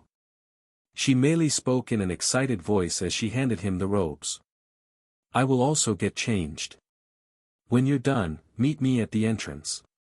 Shi Meili left Yuan alone after that. After changing into his new clothes, Yuan left the dressing room and made his way to the palace's entrance. He would cross paths with several servants on the way there, and unsurprisingly, they all stopped whatever they were doing to stare at him with dreamy eyes. Even after many moments after Yuan left their sights, these servants still remained frozen like a stone statue. Heavens! Who was that just now? I have never seen anyone as handsome as him in my life. There's no way someone like him could be a nobody. Did you see his aura? It was magnificent. When he glanced at me, I felt all the strength in my body leave. He had gold hair like the Shi family. Is he related to them? But there's no way we wouldn't know about him if that was the case. Unbeknownst to Yuan, his presence alone was enough to leave these servants in utter chaos. At the entrance, Xiao Hua and the others were already there to see him off. Oh my! Shi Mingze was taken aback by Yuan's new outfit. That's my... Shi Xinma was speechless. The outfit Shi Meili had picked out for Yuan used to be worn by Shi Xinma during his younger days. It wasn't anything too fancy, but it brought out all of Yuan's charms and amplified it 100 times. Not only does Yuan look like a real young master with these clothes, he also gave off the aura of a hero, someone to be looked up to by others. You look even better than my husband did in those clothes, Yuan. My daughter sure has an eye for fashion. Shi Mingze spoke in a teasing voice when he got close enough. Shi Xinma couldn't refute her words even though he wanted to. The young master really looks like a different person now. Feng Yuxiang mumbled. Shi Meili showed up shortly after, and she was wearing a formal red and gold outfit, which gave her a more mature atmosphere. Looks like I don't need to scold you for your outfit. Shi Mingze said. I am well aware that I am going there for official business, so this is only natural. Shi Meili said, and she turned to look at Yuan, feeling like she had accomplished something great with his clothes. Alright, are you ready to go? Shi Meili asked him. He nodded, yes, but how will we get there? Well, we can travel there with a flying treasure, or we can just teleport there with a formation. I will let you choose. The former will take about a week while the latter will be instantaneous. Shi Meili would rather take the flying treasure since that means she would get to spend an entire week alone with Yuan, but she didn't say it outright out of shame. There's nothing but clouds between both cities, right?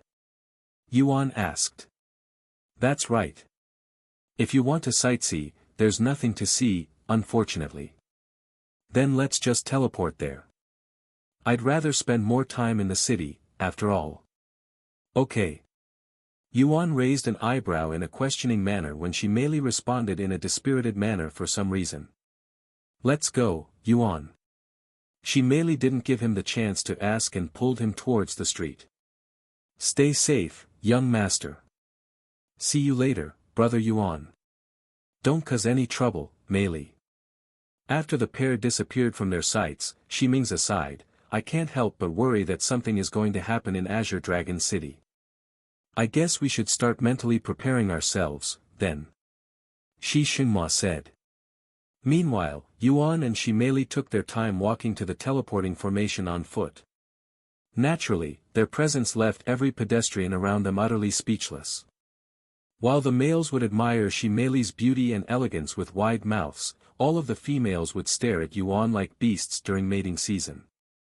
His domineering aura, his alluring scent, his calm yet oppressive gaze, none of the females there could withstand his charms, no matter if they were maidens, married women, or widows. All of them were powerless before Yuan's uncontrollable glamour. Who was that handsome man with Princess Shi just now?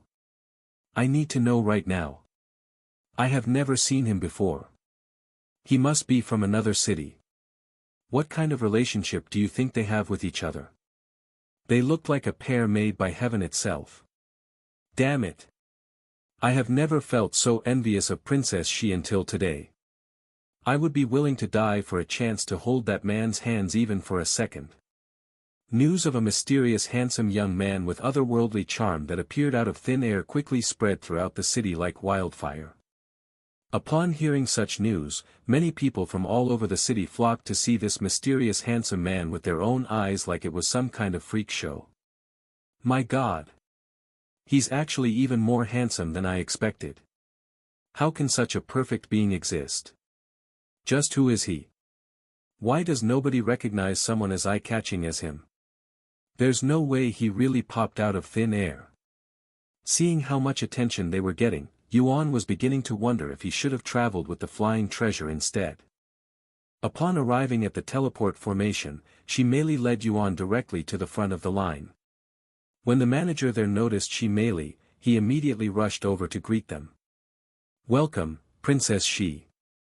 Where would you like to go today?" "The Azure Dragon City." "Understood. Please give us a minute to prepare the formation." While the manager arranged the formation, everyone in that area was staring at Yuan and Shi Meili. "I wonder what they're going to do in Azure Dragon City. Judging by Princess Shi's formal wear, she's probably there for some important business. Perhaps with the Azure Dragon family, since there has been a rumor about the Shi family and Azure Dragon family finally getting together. Despite the amount of years the Azure Dragon family and the Shi family have coexisted in this realm, they have never joined together as a family and would rather mind their own business within their own city. In fact, they rarely contacted each other, only doing so during unforeseen events. However, the Azure Dragon family finally decided that it was about time they joined together. Shi Xinhua agreed when he was confronted about it, hence the current situation. Once the teleport formation was prepared, Shi Meili and Yuan entered it, teleporting directly outside the Azure Dragon City. "Yuan, I am going to meet with the Azure Dragon family first. You can look around the city until I am done. It shouldn't take long. I will find you when I am done." "All right." Yuan didn't bother asking her how she would find him in this vast city, as he was sure that she had her own unique ways. "See you in a bit then. Try not to cause any trouble," Shi Meili said to him as she flew away, entering the city through the sky. When the guards saw that someone was trying to enter the city through the sky, their initial reaction was to stop them. However, after seeing this invader's face, these guards halted inside. "It's the Shi family's little princess. Captain said that she'd show up sometime today and be on the lookout for her." One of the guards then went to notify the Azure Dragon family of Shi Meili's arrival. Meanwhile, Yuan approached the city through the front gates. The guards were stunned when they saw him, who gave off the aura of a royal, but they didn't recognize him in the slightest. "Who is that? I don't recognize him either." Once Yuan was close enough, one of the guards approached him in a respectful manner. "Greetings, young master. If you don't mind me asking, where are you from? And what business do you have at our humble Azure Dragon City?" "I am from ancient Dragon City, and I am here to sightsee," Yuan calmly responded.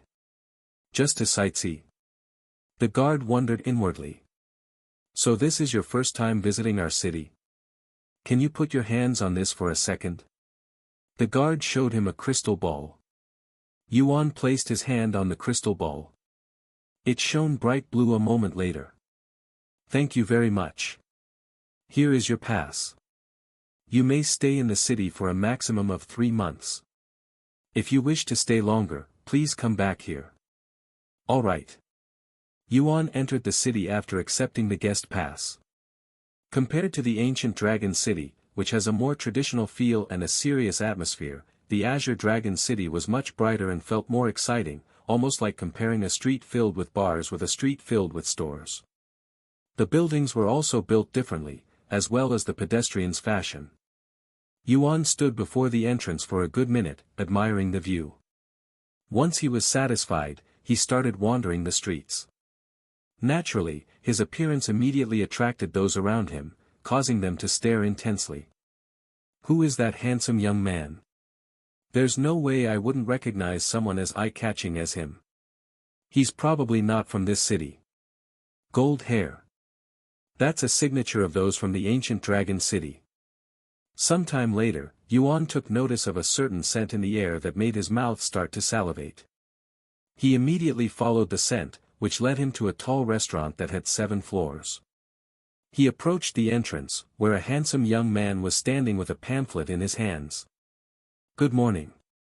May I have your name?" the young man asked him when he approached. "Yuan." The young man began looking through his pamphlet. When he didn't see Yuan's name, he asked, "I don't see your name. Do you have a reservation?" "I don't. There's no walk-in. Unfortunately." The young man shook his head. Is that so? Then can I make a reservation right now? In that case, I will put you down for next year. Next year? The wait is that long? Yuan was baffled. The young man nodded with a smile. Our Azure Dragon's Retreat is the highest-rated restaurant in the entire world across all 3 cities, after all. In fact, our longest wait time was 12 years, so you're quite lucky to only need to wait a year. Yuan sighed. I see, forget it then. Sorry to bother you. Just as Yuan turned around and began walking away, a clear voice resounded from somewhere above him. Please wait a moment. Yuan turned around and looked at the sky to see a figure jumping out of a window from the 7th floor of the restaurant. This figure landed right in front of Yuan. I happened to overhear your conversation. If you'd like, you can eat with me and my friends. This individual was a beautiful young lady with light blue hair and golden eyes. She had a pale complexion, and her cheeks were rosy for some reason. Seeing this as a chance, Yuan didn't refuse and nodded. If you don't mind having me. Of course not. I am the one who invited you, after all. By the way, I'm Azure. Nice to meet you. The blue-haired girl smiled at him. Azure. Yuan's body instinctively froze for a second as another individual with the same name appeared inside his head. He quickly snapped out of it and smiled back. Nice to meet you, Azure. You can call me Yuan. After their brief introduction, Azure led Yuan inside the restaurant. Once they entered the restaurant, Azure led Yuan straight to the 7th floor of the restaurant, where only 2 rooms existed on the entire floor. Azure's room was on the left side of the building. Inside, there were 4 other people sitting around a long table that was filled with delicious-looking food and fragrant drinks. 2 young men and 2 young ladies, all around the same age as Azure. Sorry for that just now. Azure said to them with an apologetic smile on her face as she entered the room. Why did you jump out of the window so suddenly? That surprised us. Forget that. Who is that beside you? One of the ladies asked her with sparkling eyes. Let me introduce you to a new friend that I've just made. This is Yuan. He'll be dining with us. Azure introduced him with a bright smile. The ladies looked up and down at Yuan with glistening eyes while the 2 men had slight frowns on their faces. Where did you come from, Yuan? I have never seen you before. Oh. I'm Zhu Ling. My name's Li Na. Nice to meet you. The ladies introduced themselves while the men remained silent. Come sit over here with me, Yuan. Azure said to him as she walked over to her seat by the window. Azure, you sly beast. I was wondering why you had been staring outside the window with a dazed face. Li Na said to her using divine sense. Hands off, you two. I found him, so he's mine. Azure said to them. Hey. That's not fair. You already have Guoxing and Wang Jun here. Zhu Ling said. Nonsense. You know we're not in that kind of relationship. Azure glared at her. Either way, you know that they've been trying to court you for over 1,000 years now. If you flirt with this new guy whom you've just met, they will definitely get jealous. That's none of my business. You say that but... Hey, you didn't answer my friend's question. Where are you from? Guoxing, a handsome young man with a naturally stern face, suddenly spoke to Yuan. Ancient Dragon City. What about your family? Which family are you from? Zhu Ling asked. Just an ordinary family. Eh? No way. You look like you belong to some big family. Li Na exclaimed. The 2 men smirked a little when they realized that Yuan didn't belong to any prominent family. It's true. Yuan smiled, remaining calm. The room fell silent for a moment afterward. Who cares where he's from? Azure suddenly said, breaking the silence. And she continued, let's eat before the food gets cold. Thanks again for the invitation. Yuan said to her. Don't worry about it. If there's anything you want to eat, feel free to order them. It's my treat. They began eating shortly after. As they ate, Zhu Ling started a conversation. So, I heard that Shimeli will be visiting the Azure Dragon family today. Is that true, Azure? Yuan glanced at Azure. He had a feeling that she was related to them because of her name, but he wasn't sure to what extent. Yeah, but it's none of my business. Can you really say that? I heard rumors that the Azure Dragon family and the Shi family are trying to come together. Li Na said. It's true, but I am nowhere near that conversation. My eldest brother is the one who's trying to marry Shimeli. Azure shrugged. Do you really think that Shimeli will agree to it? Wang Jun said, and he continued, I mean, your brother already has multiple wives. I don't think the princess will accept someone like that, considering her status. He has multiple fiancées, not wives. He's saving that first spot for the princess. But I get what you are trying to say. Azure corrected him. Speaking of the Shi family, I heard that they had befriended a human. How true do you think that is? Zhu Ling suddenly said. A human? What kind of nonsense is that? There's no way a human can enter this world. Guixing sneered with a disdainful expression. Actually, I heard that rumor as well. It happened sometime last year, and rumors have it that this human had awoken all 9 pillars during the dragon awakening ritual. Li Na said. Wang Jun suddenly burst out laughing upon hearing her words. There's no way a mere human could awaken 9 pillars when even the Shi family could only manage 7 pillars at most.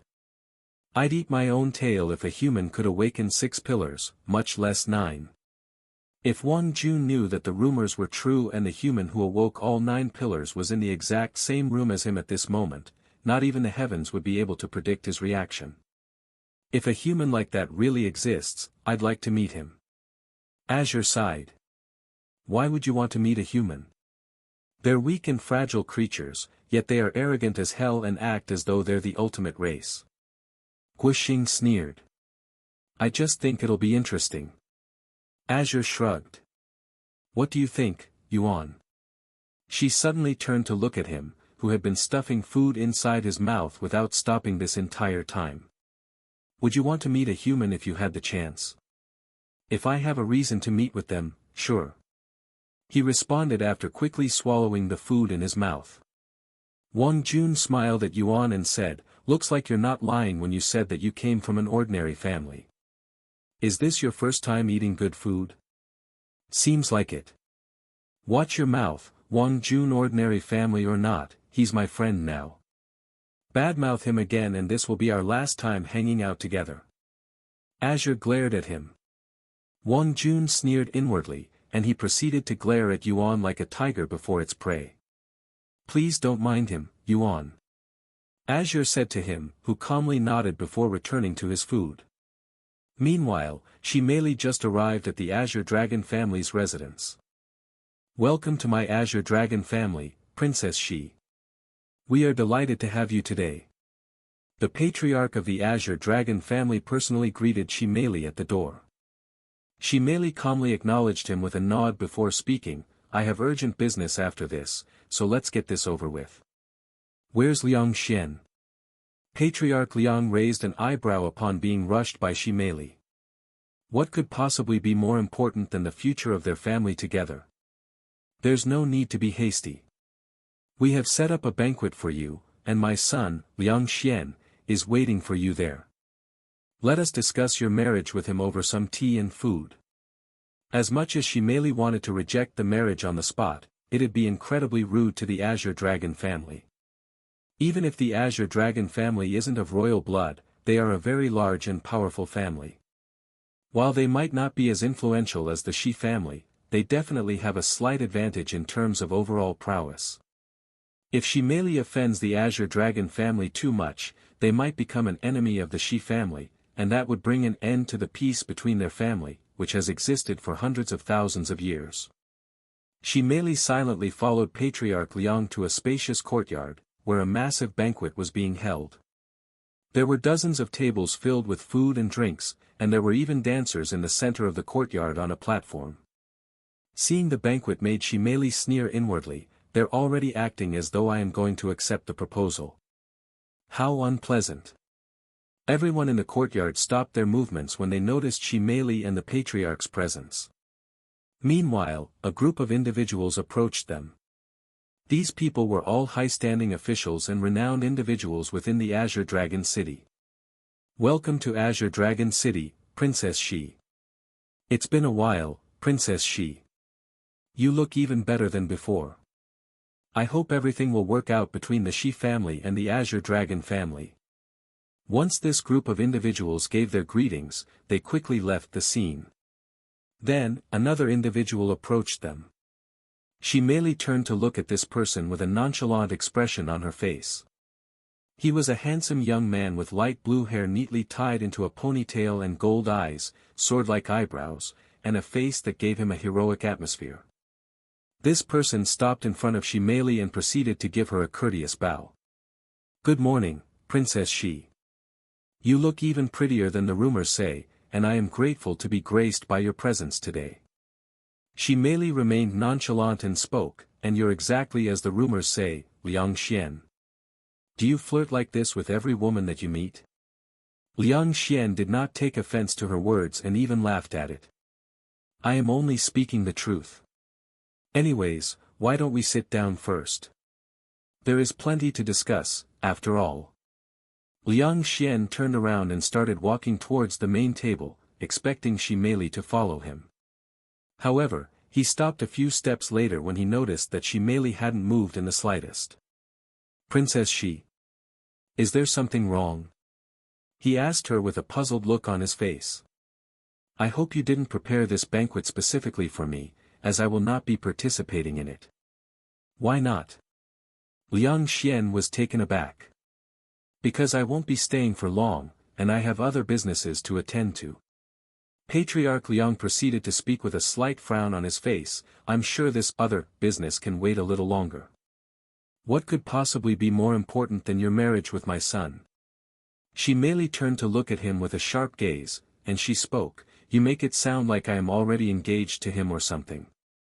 Unless my father lied to me, we are not yet in that kind of relationship. Not yet, but we will be soon. Liang Xian spoke with a confident smile on his face. And what makes you think that? Shimeli frowned. I will tell you, after we sit down and enjoy the banquet a little. What do you say? After a moment of silence, Shimeli spoke in a cold voice, Sorry, but I have no intention of playing whatever game you're suggesting. If you're not going to tell me now, I will just reject your proposal and leave. The smile on Liang Xian's face immediately disappeared, and he sighed out loud, I wanted this marriage to work properly and without any troubles, but you're making that very hard, Princess Shi, and you've only just arrived. I will ask you one last time. Will you have a peaceful conversation with me while seated, or are we going to do this the hard way? Liang Xian's previous demeanor had completely disappeared. He was now filled with arrogance, his aura a little tyrannical, almost like that of a wild beast. Shimeli narrowed her eyes at him, Since I am benevolent, I will disregard this disrespect once and act like it never happened. Or what? You'll report it to your father? Patriarch Liang suddenly spoke. What? Shimeli turned to look at him with wide eyes. Have they gone mad? She wondered inwardly.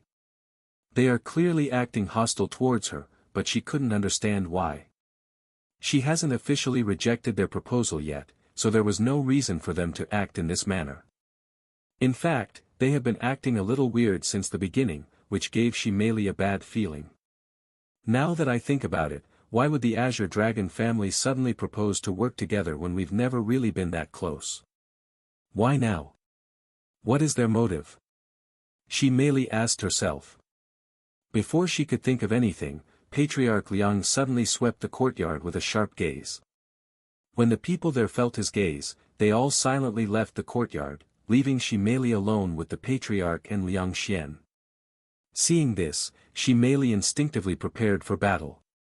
Patriarch Liang smiled coldly after seeing her reaction, and he said, "Relax, we're not going to attack you. That would be unbefitting of us, especially considering our stature. I made them leave so that we can talk privately, just as you wanted." She merely loosened her muscles a little, but she was still on guard. "I can't wait to hear whatever nonsense you're going to spew next," she merely said with a somewhat nervous smile. "By the way, is it really okay for you to be here today, Azure?" Zhu Ling suddenly asked her. "What do you mean?" Azure raised an eyebrow, looking puzzled by her question. "I mean, I heard there's a banquet going on at your place today to welcome Shi Mei. Shouldn't you be there?" "Oh, that? Only certain people were invited, and I wasn't one of them. Though, even if I was invited, I wouldn't go to such a banquet. It'll surely be boring, after all." Azure shrugged. And then she added, "Oh, yeah. I noticed that my family has been acting a little strange recently. I think something big might happen soon, so you should prepare yourselves." "You don't know what's happening in your family?" Yuan asked her with a curious face.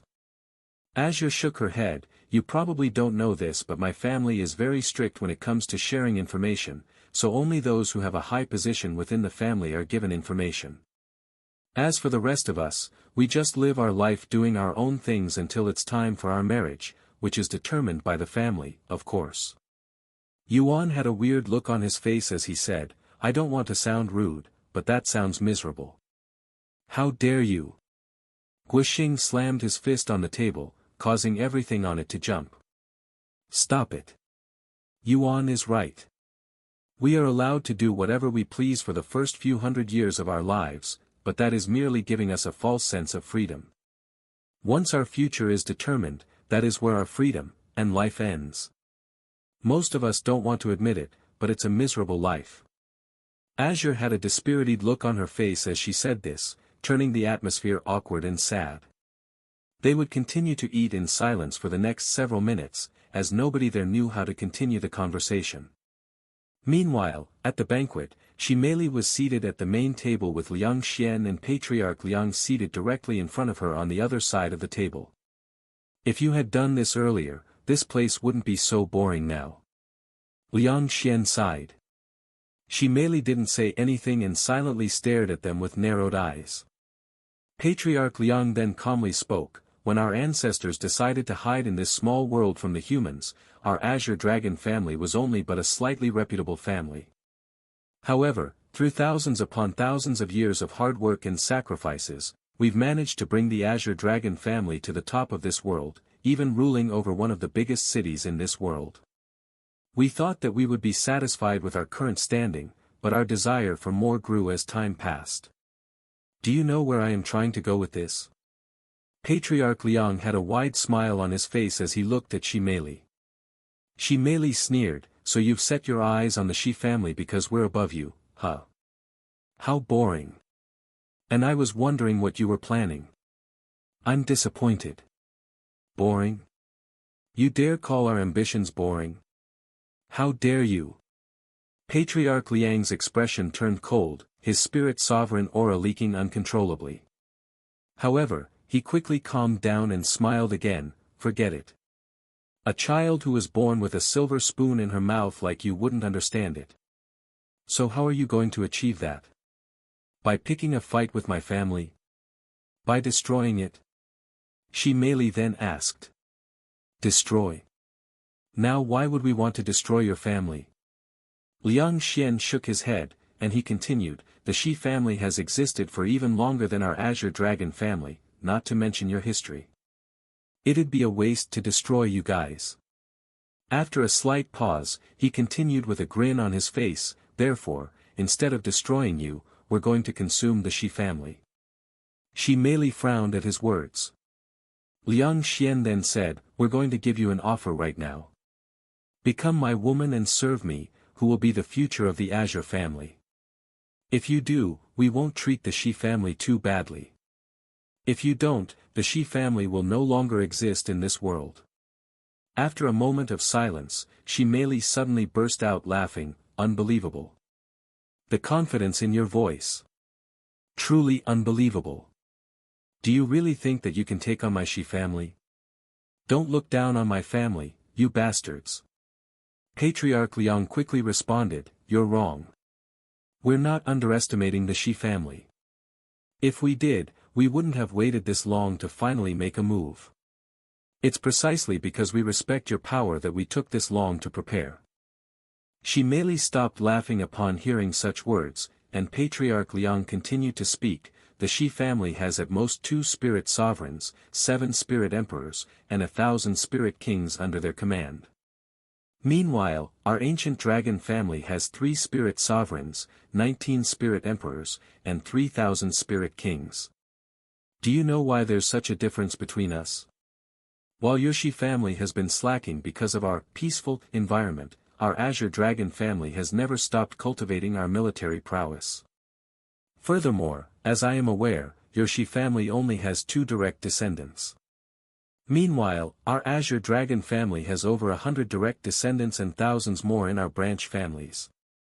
She merely sneered, so you think you can defeat my family just because you have a slight advantage in numbers? How naive of you, Patriarch Liang. I think the one being naive here is you, Princess Shi. A new voice that Shi merely found familiar suddenly resounded from beside her. When Shi merely turned, she could see a tall middle-aged man with short black hair and emerald eyes calmly approaching their table. You are. Shi Mei's eyes widened upon seeing this figure. Welcome, Patriarch Chui. I'm glad you were able to make it here today. Patriarch Liang stood up and greeted him with a bright smile. Patriarch Chui. What is the meaning of this? Shi Mei glared at him, who she has only seen a few times in her life. Can't you tell by my presence here? You are truly naive. Patriarch Chui shook his head. Shi Mei gritted her teeth, so the Emerald Dragon family is also in on this nonsense, huh? This man was the patriarch of the Emerald Dragon family, ruler of Verdant Dragon City, one of the 3 biggest cities in this world alongside the Azure Dragon City and the Ancient Dragon City. See? I told you that we weren't underestimating the Shi family. Patriarch Liang smiled at Shi Mei. My Emerald Dragon family may only have 1 spirit sovereign, 5 spirit emperors, and 600 spirit kings, but if we combine our forces together, I think we have a pretty good chance to deal with the Shi family. What do you think, Princess Shi? Patriarch Chui asked her. You, traitorous bastard. After all my family has done for the Verdant Dragon City, this is how you repay us. Shi Mei growled as she pointed at him. What will you even get out of this? Tell me, Patriarch Chui. Shi Mei continued to shout at him. Patriarch Chui nonchalantly shrugged as he responded, nothing much. Just some of the Shi family's treasures, 1/3 of the ancient dragon city, and Shi Mingzi. What? My mother? Shi Mei had a baffled look on her face. Patriarch Chui grinned at her reaction, and he clarified, I have fancied her for a while now. In fact, I've had my eyes on her even before she met your father. Unfortunately, I was not strong enough to attract her attention. And you consider yourself a dragon? What a disgrace. You sully our race with your mere existence. Even a wild beast has more morals than you bastards. Shi Mei stared at him with killing intent flowing from her eyes. As dragons, it is our nature to desire power, to rule over everything within our gaze. Patriarch Liang spoke with a stern look on his face, once we consume the Shi family, we will become royalties through the blood cleansing ceremony. After that, we will finally leave this prison of a world and conquer the outside world and its humans. The blood cleansing ceremony. Shi Mei muttered as she realized something. So this is your real motive. You want to acquire the dragon ancestors' blood so that you will have a royal bloodline.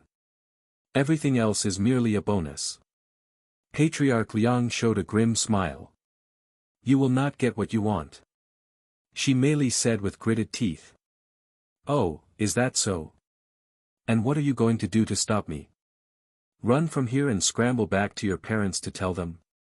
If that's what you want to do, I won't stop you. What are you? She merely was speechless and doubtful that he would really let her leave just like that. Patriarch Liang shrugged with an arrogant smug on his face. I already told you. We're fully prepared to take on the Shi family, so it won't matter what you do now. Why else would we be doing this so blatantly? As much as she merely hated to admit it, Patriarch Liang was right. Although the Shi family may have a decent chance of victory if they fought with the Azure Dragon family, that did not account for the Emerald Dragon family's assistance. If the Azure Dragon family and the Emerald Dragon family worked together, the chances of the Shi family winning was slim to none. Naturally, this did not account for Yuan's participation either. She merely knew that if Yuan assisted them, their chances of winning would rise significantly.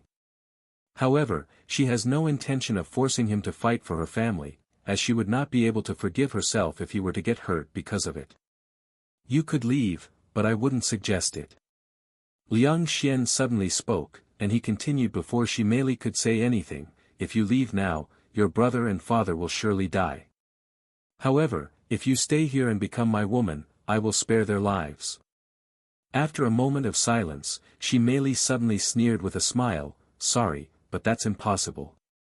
Impossible? Liang Xian frowned. That's right. I already gave my heart to someone else, so I cannot be with you.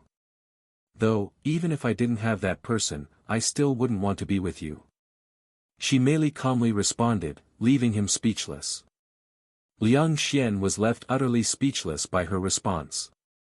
He couldn't believe that she would be able to say such a thing when her brother and father's lives were at stake. Are you serious? He had to confirm it. Does it look like I am joking? You'd be willing to let your father and brother die over something like that? You're much more selfish than I thought. Don't act like you've already defeated us. She merely sneered in disgust. So you think you can win against us? Ahahaha. You're also much more foolish than I thought. Liang Xian burst out laughing. She merely didn't say anything else and started walking away. Are you sure that is your decision? If you walk away now, you won't be my wife, but my slave once everything is over. Liang Xian said as he stood still and without any intention to stop her. The moment you leave this courtyard, we will send our armies to the ancient dragon city. Patriarch Liang spoke in a nonchalant voice before sipping on his tea. She merely stopped moving, and without turning around, she spoke in a cold voice, she merely, won't be threatened by anyone. And without saying anything else and without any hesitation, she flew out of the courtyard. Father, is it really okay to let her leave like that? We can still catch her right now. Liang Xian turned to look at his father with a doubtful face. It's fine. The Shi family cannot stop us. They don't have the power to do so. He said before turning to look at Patriarch Chui, get your people ready. We're going to war. Patriarch Chui nodded with a serious expression before disappearing from the scene. Meanwhile, Yuan was still at the restaurant filling his mouth with food. Yuan, I have an offer for you. Azure suddenly looked at him and said. What kind of offer? He said after swallowing a mouthful of food. I would like to hire you. Yuan raised an eyebrow. For what kind of work? I'd like you to work for me. To put it bluntly, I want you to become mine. Azure said with a charming smile on her face. The others in the room stared at her with wide eyes. They didn't expect her to be so straightforward in public. I may not have the most influence in my family, but I do have plenty of influence as someone from the Azure Dragon family. Of course, you will be more than a servant. You will be akin to something like a concubine. What do you say? You don't need to give me an answer right away. Azure continued with a smile on her face after seeing Yuan's face. The Azure Dragon family encourages its descendants to have multiple concubines because of their desire to grow bigger. This is one of the reasons why they were able to reach their current status, by joining bigger families and creating connections until they are at the very top. Unfortunately for her, Yuan had no intention of becoming someone's concubine. Without needing to even think about it, Yuan shook his head and spoke in a soft voice, I'm sorry, but I will have to refuse your offer. Azure's expression froze for a good moment after hearing his answer. After a moment of awkward silence, she tried her best to keep a smile on her face as she spoke. Can you give me your reasons? Is there anything I can do to change your mind? There really isn't any special reason for my refusal. And I don't think there is anything you can do to change my mind. Sorry. Yuan apologized again. Is that so? Azure immediately lowered her head with a dejected look on her face. Seeing this, Guoxing and Wang Jun became enraged. You bastard. You think you're hot shit because you're a little handsome. Guoxing slammed the table with his fists, causing the plates to jump. Know your place, you mere commoner. You should be rejoicing at the fact that someone like Azure would be willing to accept someone like you into her family. Wang Jun roared. Azure did not say anything regarding their remarks, almost as though she couldn't even hear them. Li Na and Zhu Ling exchanged worried glances with each other, as they did not like where the atmosphere was heading.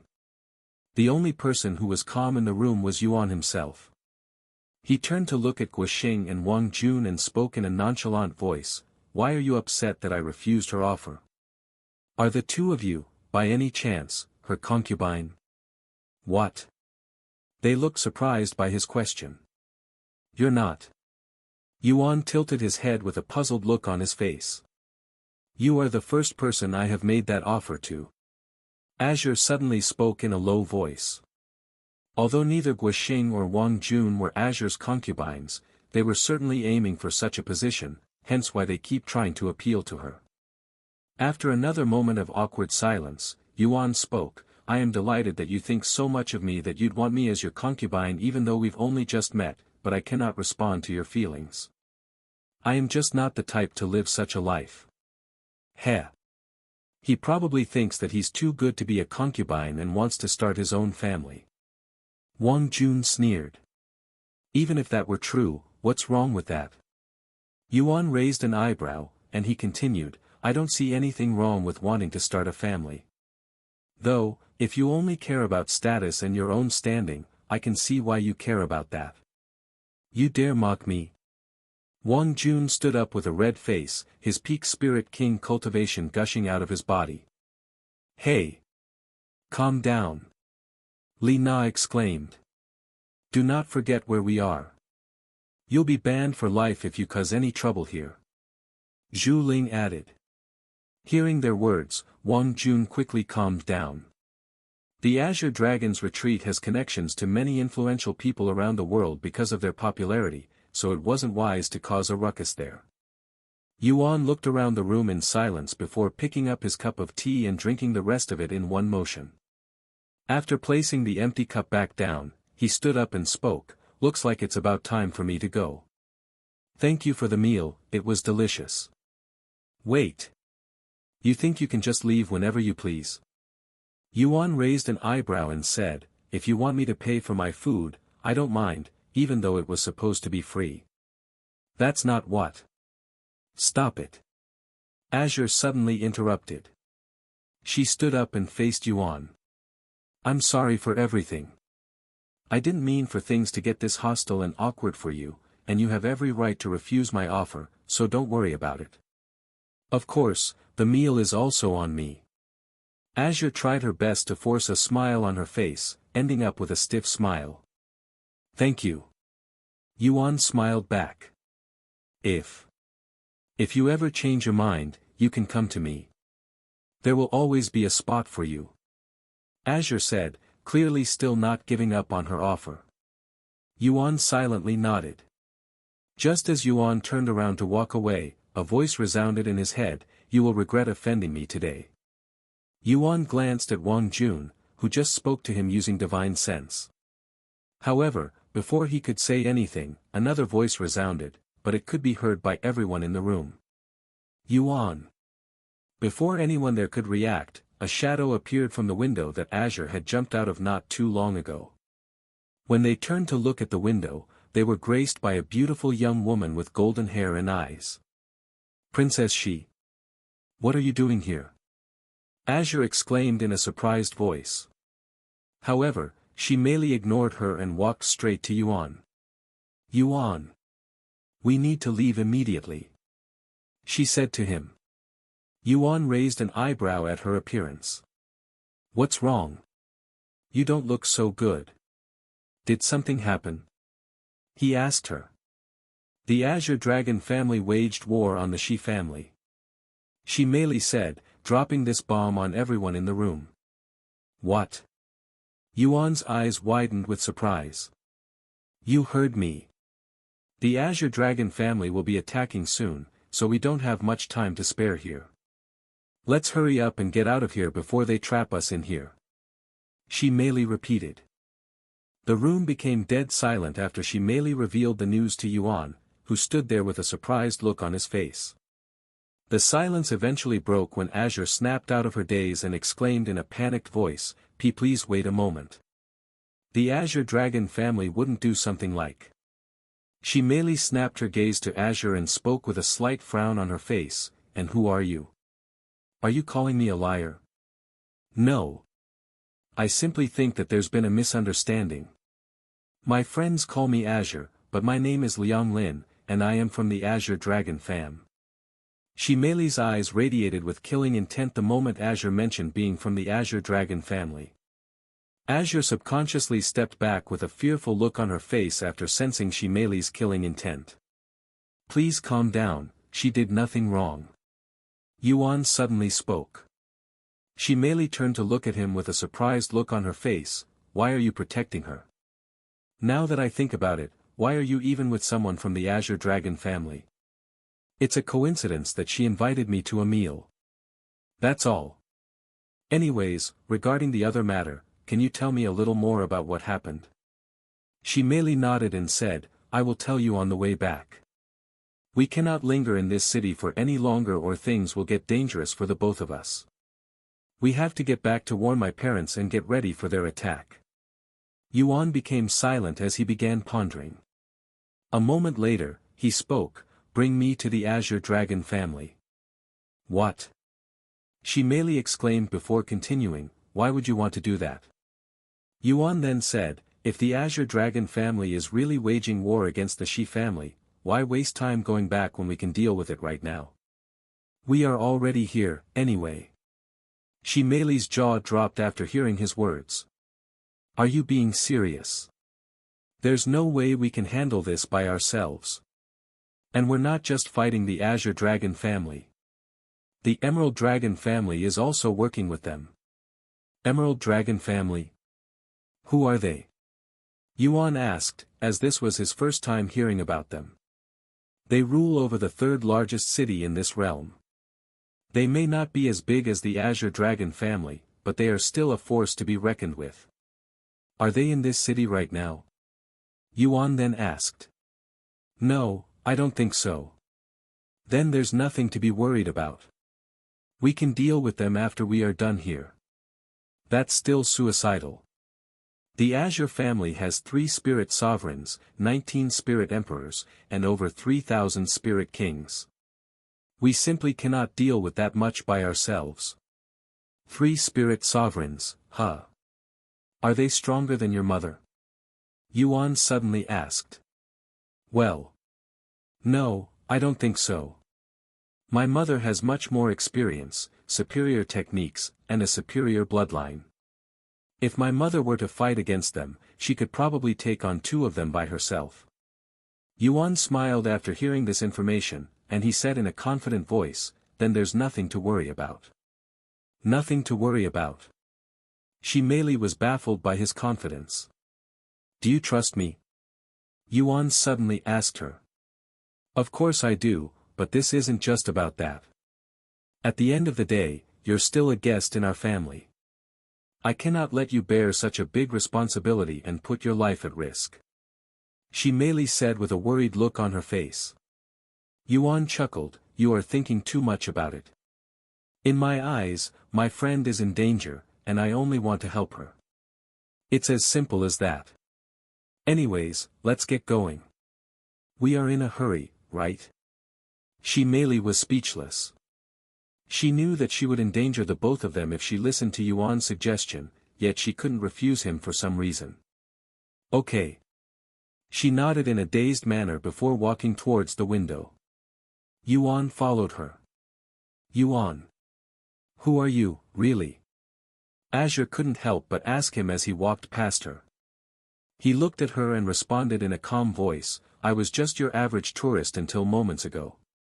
Azure's eyes widened, and she continued after swallowing nervously, then what are you now? I don't know yet. Yuan then left the restaurant through the window, following behind Shimeli. Many moments after they left, Azure and the others snapped out of their daze. What should we do now? If the Azure Dragon family is really going to war with the Shi family, things will get really messy for all of us. Li Na began panicking when she realized the severity of their situation. A war between two of the biggest powers in the realm would affect everyone, even those who don't partake in the war. I don't know, but there's nothing we can do about it. Azure sighed. In the end, Azure decided to return to her family to catch up with the situation. On their way to the Azure Dragon family, Shimeli explained the whole situation to Yuan, who would gradually become more angry as he learned more about the situation. Sometime later, they arrived at the Azure Dragon family, spectating the situation from above. The banquet at the courtyard was completely gone, almost as though it never occurred. Instead of food and decorations, the courtyard was occupied by hundreds if not thousands of soldiers. Of course, Patriarch Liang was there, and he appeared to be giving them a speech at the moment. Yuan. This is your last chance to change your mind. Shimeli looked at him with a stiff expression on her face. Yuan didn't say anything and directly began descending towards the courtyard. Shimeli could only release a deep sigh before following him. Once they were close enough, Patriarch Liang noticed their presence and stopped his speech to stare at them with a profound frown on his face, his gaze fixated on Yuan for some reason. As Yuan slowly descended towards the courtyard, more and more people noticed his presence. By the time Yuan's foot reached the ground, everyone in the courtyard was staring at him with puzzled looks on their faces. The soldiers thought he was with the Azure Dragon family at first due to how calmly he behaved, but when they saw the beauty behind him and recognized her identity, they became bewildered. Who are you? Patriarch Liang questioned Yuan with a deep frown on his face, ignoring the fact that Shimeli had returned for some reason. When the soldiers realized that Yuan wasn't with them, they immediately prepared to apprehend him. However, since it was just two people against their hundreds, they weren't worried in the slightest. Name's Yuan. Yuan casually responded to Patriarch Liang before asking his own question, are you the asshole who threatened to harm the Shi family? Patriarch Liang's eyebrows twitched upon being called an asshole. He can't even recall the last time that someone dared to disrespect him so brazenly. The soldiers and the spirit emperors beside him were speechless. But to their surprise, Patriarch Liang didn't immediately punish Yuan. Instead, he remained standing there with a somewhat hesitant look on his face for some reason. While the soldiers and the spirit emperors were too weak to sense it, Patriarch Liang and the other two spirit sovereigns there felt an inexplicable sense of dread coming from Yuan, almost as though their instincts were telling them, begging them to stay away from him, an unfathomable threat, at all cost. What are you trying to accomplish here? Patriarch Liang asked him after a moment of silence. I think that's obvious. I'm here to prevent you from harming the Shi family. Patriarch Liang narrowed his eyes, but before he could say anything, the spirit emperors beside him began laughing madly. Where did this fool crawl from? Does he even know what kind of position he's in right now? Ahaha. I can't believe it even though I am seeing it with my own eyes, but did you really come here thinking that you could stop all of us with just the two of you? Yuan glanced at these spirit emperors for a second but didn't bother giving them any attention. He then continued speaking to Patriarch Liang, according to what I was told, you're going after the Shi family mostly for their blood cleansing ceremony? If I told you that most of the blood is gone and that you won't be able to benefit from it, what will you do then? Patriarch Liang sneered, do you really think I would give up on my ambitions because some brat is speaking nonsense? Even if that was the case, there is still plenty to benefit from conquering the Shi family. Yuan sighed, so there is nothing I can do to change your mind that doesn't result in the Azure Dragon family's destruction? Patriarch Liang's eyes widened with disbelief after hearing Yuan's words. The others also stopped laughing to stare at Yuan with deep frowns on their faces. Ahaha! Patriarch Liang suddenly burst out laughing. There must be something wrong with me today. To think I had been wary of you. His laughter halted suddenly, and he proceeded to glare at Yuan with intense killing intent. I don't care who you are or where you are from, but you won't get to leave this place alive. He turned to look at Shimeli and continued, I don't know why you decided to return with this nut job, but you have squandered what little freedom you had left, something that I was generous enough to grant you. Shimeli swallowed nervously, but she didn't say anything. Suddenly, another voice resounded. My. What do we have here? Yuan turned to look at the person who just spoke to see a handsome young man approaching them from a distance. It was Liang Xian, who had been absent from the courtyard this entire time. Shimeli, you must have had a change of heart to come back here so quickly. I knew you'd make the right choice. Don't worry, I will keep my promise and take care of you. Liang Xian spoke in a delighted tone, and on his face was a bright smile. Shimeli sneered in disdain, don't flatter yourself. Who's that? Yuan asked her.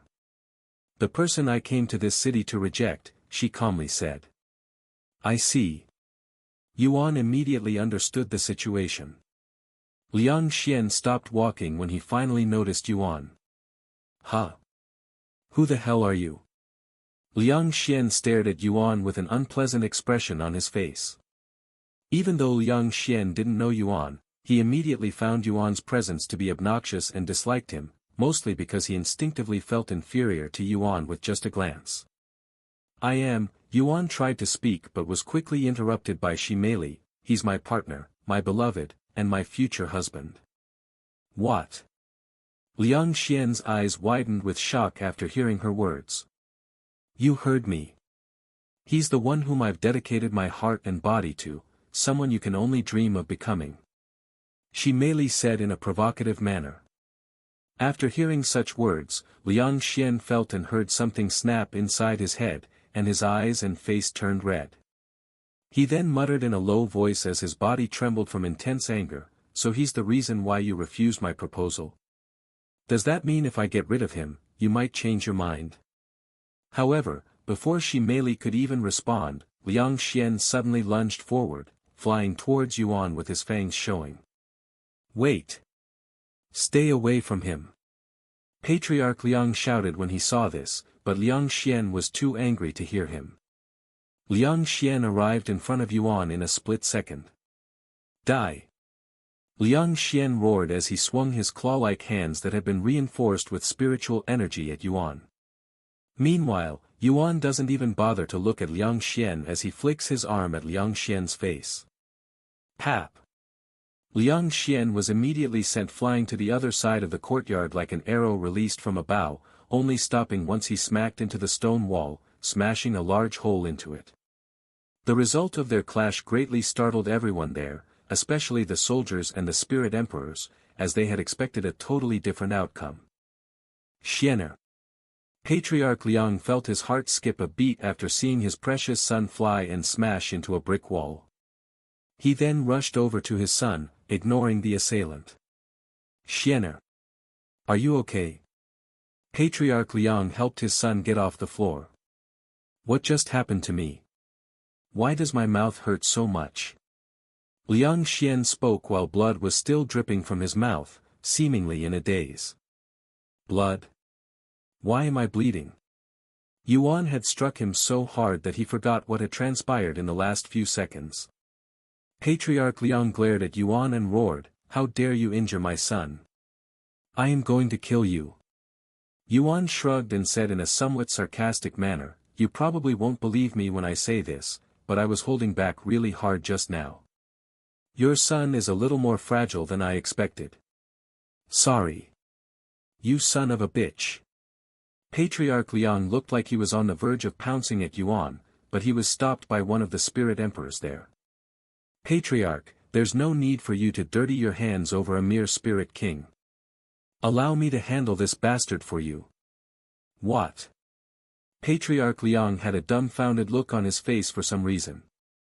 A mere spirit king. He turned to look at Yuan, and sure enough, Yuan was only a peak spirit king. Impossible. How did I not notice his cultivation until now? His immense presence must have overshadowed his cultivation so much that even I overlooked it. Indeed, Patriarch Liang was so distracted by Yuan's presence that he didn't notice Yuan's cultivation until now. If it was never mentioned, he would probably never notice it. Patriarch Liang felt humiliated because of this, but he wasn't the only one. The other two spirit sovereigns also hadn't noticed Yuan's cultivation until it was mentioned. Although it wasn't intentional, they felt Yuan had slapped them in the face with this. Wait! Another voice suddenly resounded, and it was Liang Xian, who had snapped out of his daze and finally realized his situation. I will take care of him.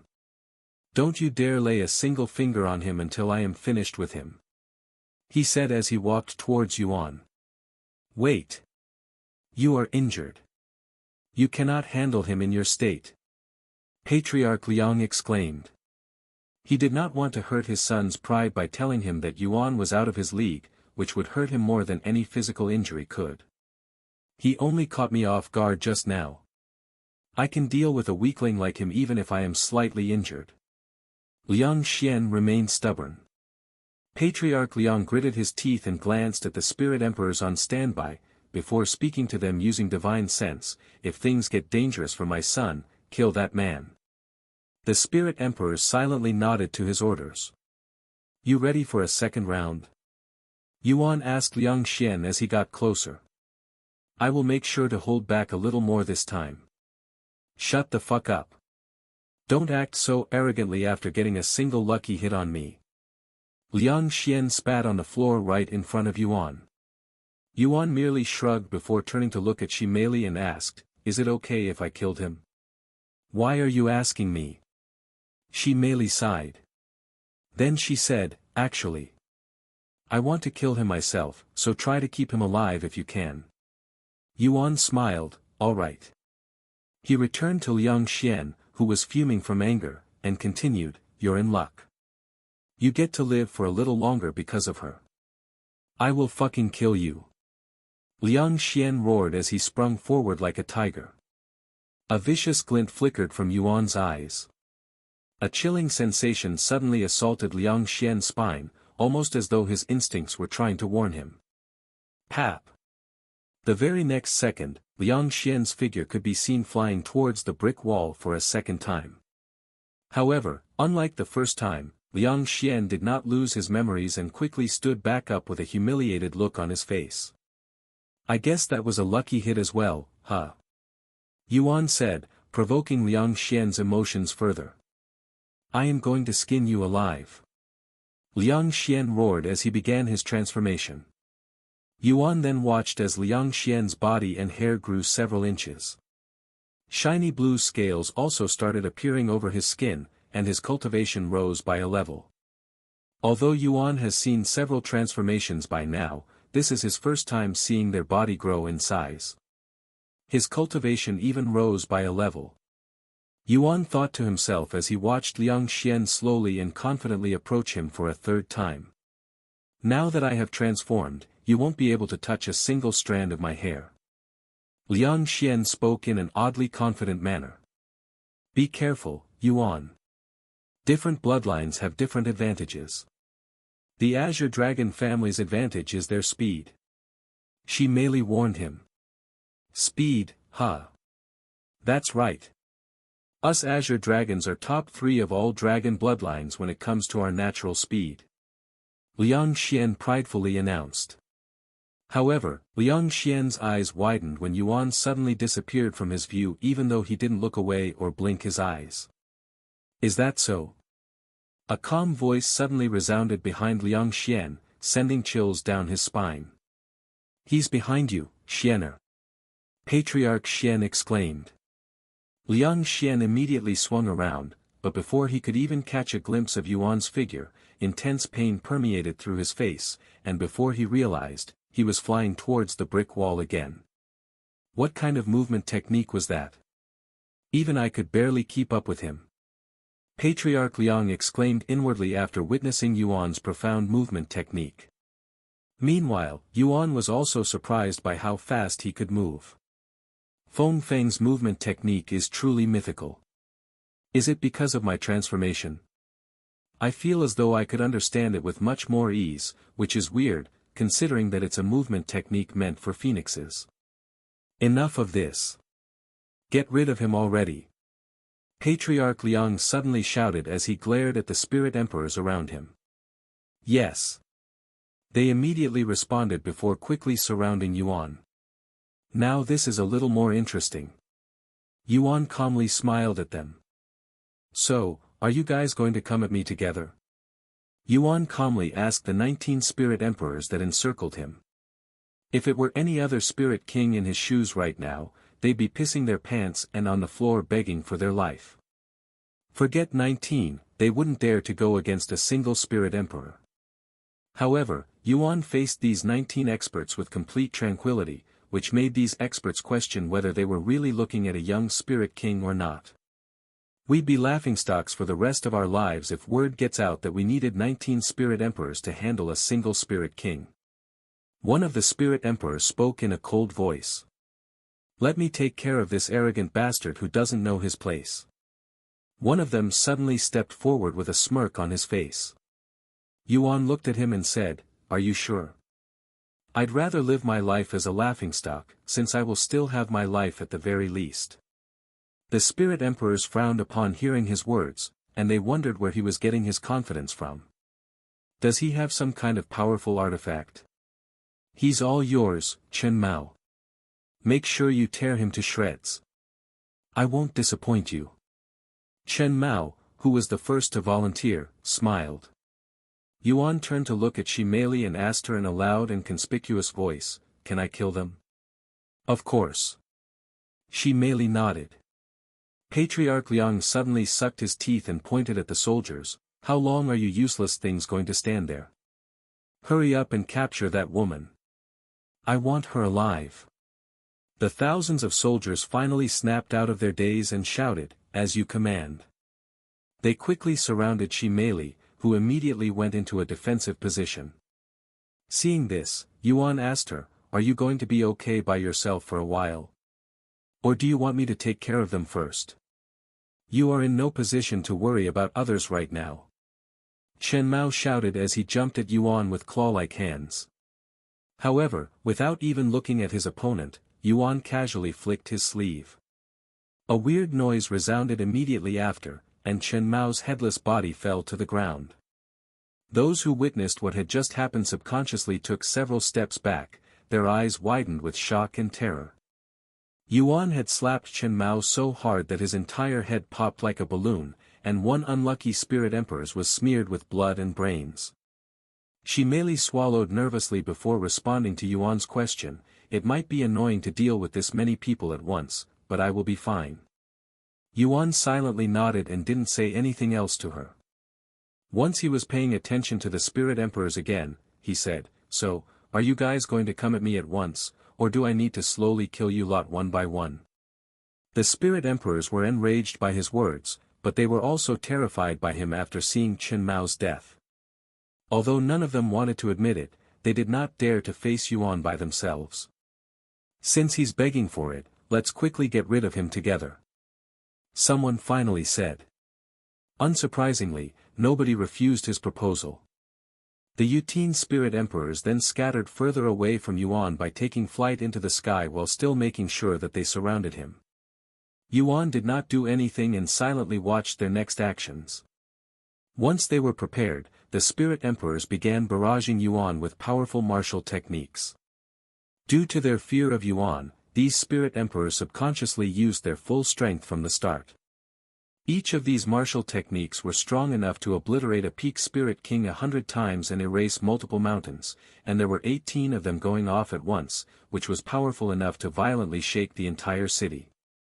The dust and smoke caused by these techniques reached the heavens, which shocked and alarmed every individual within the city. As a result of their attack, Shi Meili and the soldiers were sent flying away before they could even do anything. The attack was so powerful and sudden that it caught even Patriarch Liang and the other two spirit sovereigns off guard. You fucking idiots! Are you trying to kill a single spirit king or destroy my city? Patriarch Liang immediately screamed at the spirit emperors out of anger. It was at this moment the spirit emperors realized that they had screwed up. Their faces flushed with redness when they also realized that they had feared a spirit king to the point of losing control over their power. However, they quickly justified it with Yuan's abnormal strength that killed a spirit emperor with a single slap. Fuck. No matter what happens, we will be laughingstocks once news of this spreads. The spirit emperors cried inwardly. However, at least the fear and anxiousness in their heart was no longer there with Yuan's death. But then, they heard a familiar voice, one that should no longer exist in this world, and this caused their faces to pale, their hearts to beat violently, their expressions to freeze, and their bodies to pour out sweat. I have to agree with your patriarch. That was dangerous, not for me, but for my friend and the citizens of this city. If I hadn't weakened the spiritual energy at the very last second, you lots would have injured my friend and blown up this entire city. The spirit emperors slowly turned their heads to look at the cloud of dust that was quickly clearing up, their faces looking as though they were looking at a ghost. Once most of the dust had settled, they could see a massive hole at the center of the courtyard, and hovering right above this hole was Yuan, who looked completely unharmed, almost as though he appeared in his spot after the attacks. Impossible! All of the spirit emperors exclaimed simultaneously after confirming Yuan's presence with their own eyes, yet they still looked to be in disbelief. Impossible! There's no way he's still alive. The spirit emperors became pale-faced when they realized that Yuan was still alive. After all, not even a spirit emperor such as Patriarch Liang would be able to get away unscathed from such a powerful combined attack. He must have used a powerful spiritual treasure. That must be it. And I doubt such a powerful spiritual treasure can be used again. After convincing themselves that Yuan had only survived because of a spiritual treasure, they prepared to attack him again. However, Yuan did not plan on standing still this time, as he had a feeling that these spirit emperors would do something reckless again. As the spirit emperors spread out, Yuan used his movement technique to instantly close his distance from them. When Yuan suddenly appeared in front of one of them like a ghost, the targeted spirit emperor felt his heart jump so hard that it nearly leaped out of his chest. A vicious glint flickered within Yuan's eyes, and before the spirit emperor could finish a single word, Yuan slapped him so hard his head twisted off his body before flying out of the courtyard. As the spirit emperor's headless body fell to the ground, Yuan moved to the next target. You bastard! The man swung his sword at Yuan. However, to his surprise, Yuan did not bother to block his attack. Thus, his attack landed on Yuan's body without any issues. However, despite using all of his strength, the man immediately realized that his sword could not penetrate Yuan's skin, let alone cut him. Did you forget to sharpen your sword? Yuan cracked a joke with the man before chopping off his head with a swift arm swing. The other spirit emperors were terrified by what they were witnessing. How can a single spirit king kill 3 spirit emperors with seemingly zero effort? That did not make sense unless Yuan was hiding his cultivation base, but the spirit sovereigns would have noticed if that were the case. Furthermore, nobody there recognized Yuan, and they had never seen him until today. Do not panic. No matter what kind of trick he has up his sleeves, he won't be able to use them forever. Let's cover each other and deal with him together. The strongest spirit emperor there shouted at the others. Hearing such words, the spirit emperors quickly snapped out of their daze and came together, forming a defensive formation. If people learned that 16 spirit emperors had formed a defensive formation against a single spirit king, the entire world would laugh at them, but these spirit emperors could care less about their pride at this moment, when their lives were hanging by the edge. Meanwhile, Patriarch Liang and the other 2 spirit sovereigns had deep frowns on their faces as they wondered what kind of monster they were facing. They were certain that Yuan wasn't hiding his cultivation base, yet the things he was doing said otherwise.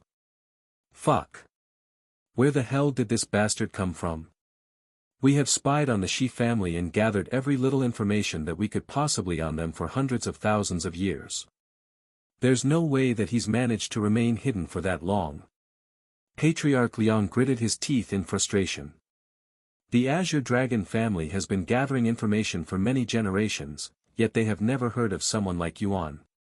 Unless he remained in hiding without showing even the slightest of presence for that long, there was simply no possible way that someone as profound as him could evade their eyes. For a brief moment, Patriarch Liang wondered if their world was no longer secluded and that Yuan came from the outside world, but that seemed even less likely. No. Wait. There were rumors of a human appearing in the ancient dragon city about a year ago. No. That's not possible. Although Shi Xinhua tried his best to keep Yuan's existence a secret, it was simply impossible to do so perfectly, especially after the spectacle that happened during the Dragon Awakening ritual. Not to mention Yuan showing up at the Dragon Ancestral Temple and beating up multiple renowned warriors. It was inevitable that Yuan's existence would not remain a secret. However, because the rumors were so ridiculous, Patriarch Liang immediately treated such information as nonsense and no longer bothered with it. Once the spirit emperors were in formation, Yuan turned to look at the Patriarch Sovereign and spoke in a calm voice, "Hey, are you really okay with all of your soldiers dying to me? If you don't want them to die a pointless death, you should face me yourself, alongside the other two spirit sovereigns." Hearing such words, Patriarch Liang sneered in disdain, "Don't be so full of yourself just because you managed to kill a few of my soldiers using some hidden spiritual treasure. If you can still talk so arrogantly after using up all of your tricks, I will be your opponent. Until then, you can have fun with my soldiers." In the end, Patriarch Liang still believed that Yuan was using some kind of trick to defeat the three spirit emperors. Yuan sighed as he turned to look at the spirit emperors. "You heard him. It's unfortunate, but you have been abandoned." The spirit emperors gritted their teeth in anger, but not because Patriarch Liang abandoned them. "Let's show this fucker that he can only go so far using tricks. Grand Dragon Formation, advance." The 16 spirit emperors began advancing towards Yuan while remaining grouped together, leaving 0 openings in their formation. Seeing this, Yuan retrieved his Empyrean overlord and took a deep breath. When the spirit emperors saw Yuan holding the sword, they could immediately feel an overwhelming sense of dread, almost as if they could already sense that their death was near. "Don't stop. He won't be able to harm us as long as we stay in formation," the leader of the group shouted. Their aura intensified, causing the air around them to tremble. However, Yuan ignored all that and casually swung his sword at them. A chilling sword light flashed before the group's eyes, and before they realized, their entire formation had been destroyed in the blink of an eye with everyone inside the formation severed in half. A dying mumble filled with disbelief resounded before dead silence filled the area. After the blast that had sent everyone flying, Shimeli quickly stabilized herself before turning to look at the massive smoke, her eyes filled with worry. "Yuan." She silently prayed to the dragon god for his safety. But then she realized that she could use her divine sense, and sure enough, she could sense Yuan's presence. This meant that he was still alive, at the very least. As for the spirit emperors and the spirit sovereigns, they were so certain that Yuan had turned into atoms from the attack that they didn't even think for a second that he could still be alive. Once Shimeli confirmed that Yuan was still alive, she turned her attention to the soldiers that were still struggling to stand up from the explosion. The majority of these soldiers were between Spirit Grandmaster and Spirit King, so they were not able to withstand the force, unlike Shimeli, who was a Spirit Emperor. When Shimeli saw the opportunity, she did not let it go to waste and immediately rushed toward the large group of soldiers with a focused look on her face. "Get on your feet. We're being attacked." Horrified screams immediately resounded as Shimeli wreaked havoc within the enemy lines, her punches strong enough to obliterate her target, causing their bodies to explode violently. "Surround her. Attack her from all sides." One of the Spirit Kings commanded the others from the back, his face full of sweat. But alas, no matter how many Spirit Grandmasters or Spirit Kings they threw at Shimeli, they would all perish before her bloodied fists. This is what normally happens when a spirit king fights with a spirit emperor, they simply cannot overcome the difference in their strength. Therefore, it was no wonder the spirit emperors all looked down on Yuan, as it was simple logic that a spirit king cannot defy a spirit emperor with the assistance of some godly spiritual treasure. Within moments, before Yuan even emerged from the smoke, dozens of Azure Dragon family's soldiers perished. By the time Yuan revealed his presence again, Shi Meili had killed 100 soldiers. Patriarch Liang and the other two spirit sovereigns were too focused on Yuan's battle with the spirit emperor, so much so that they forgot about Shi Meili and were unaware of her slaughtering. A few minutes later, Yuan killed all 16 spirit emperors with a single swing of his sword. When the soldiers saw this, they almost lost all of their courage and desire to fight, even though they still had 3 spirit sovereigns on their side. Shi Meili was too focused on slaughtering the soldiers, so she didn't notice it at first, but when she saw the terrified and shocked expressions on the soldiers' faces in the back, she subconsciously turned to look behind her, where those soldiers were looking at.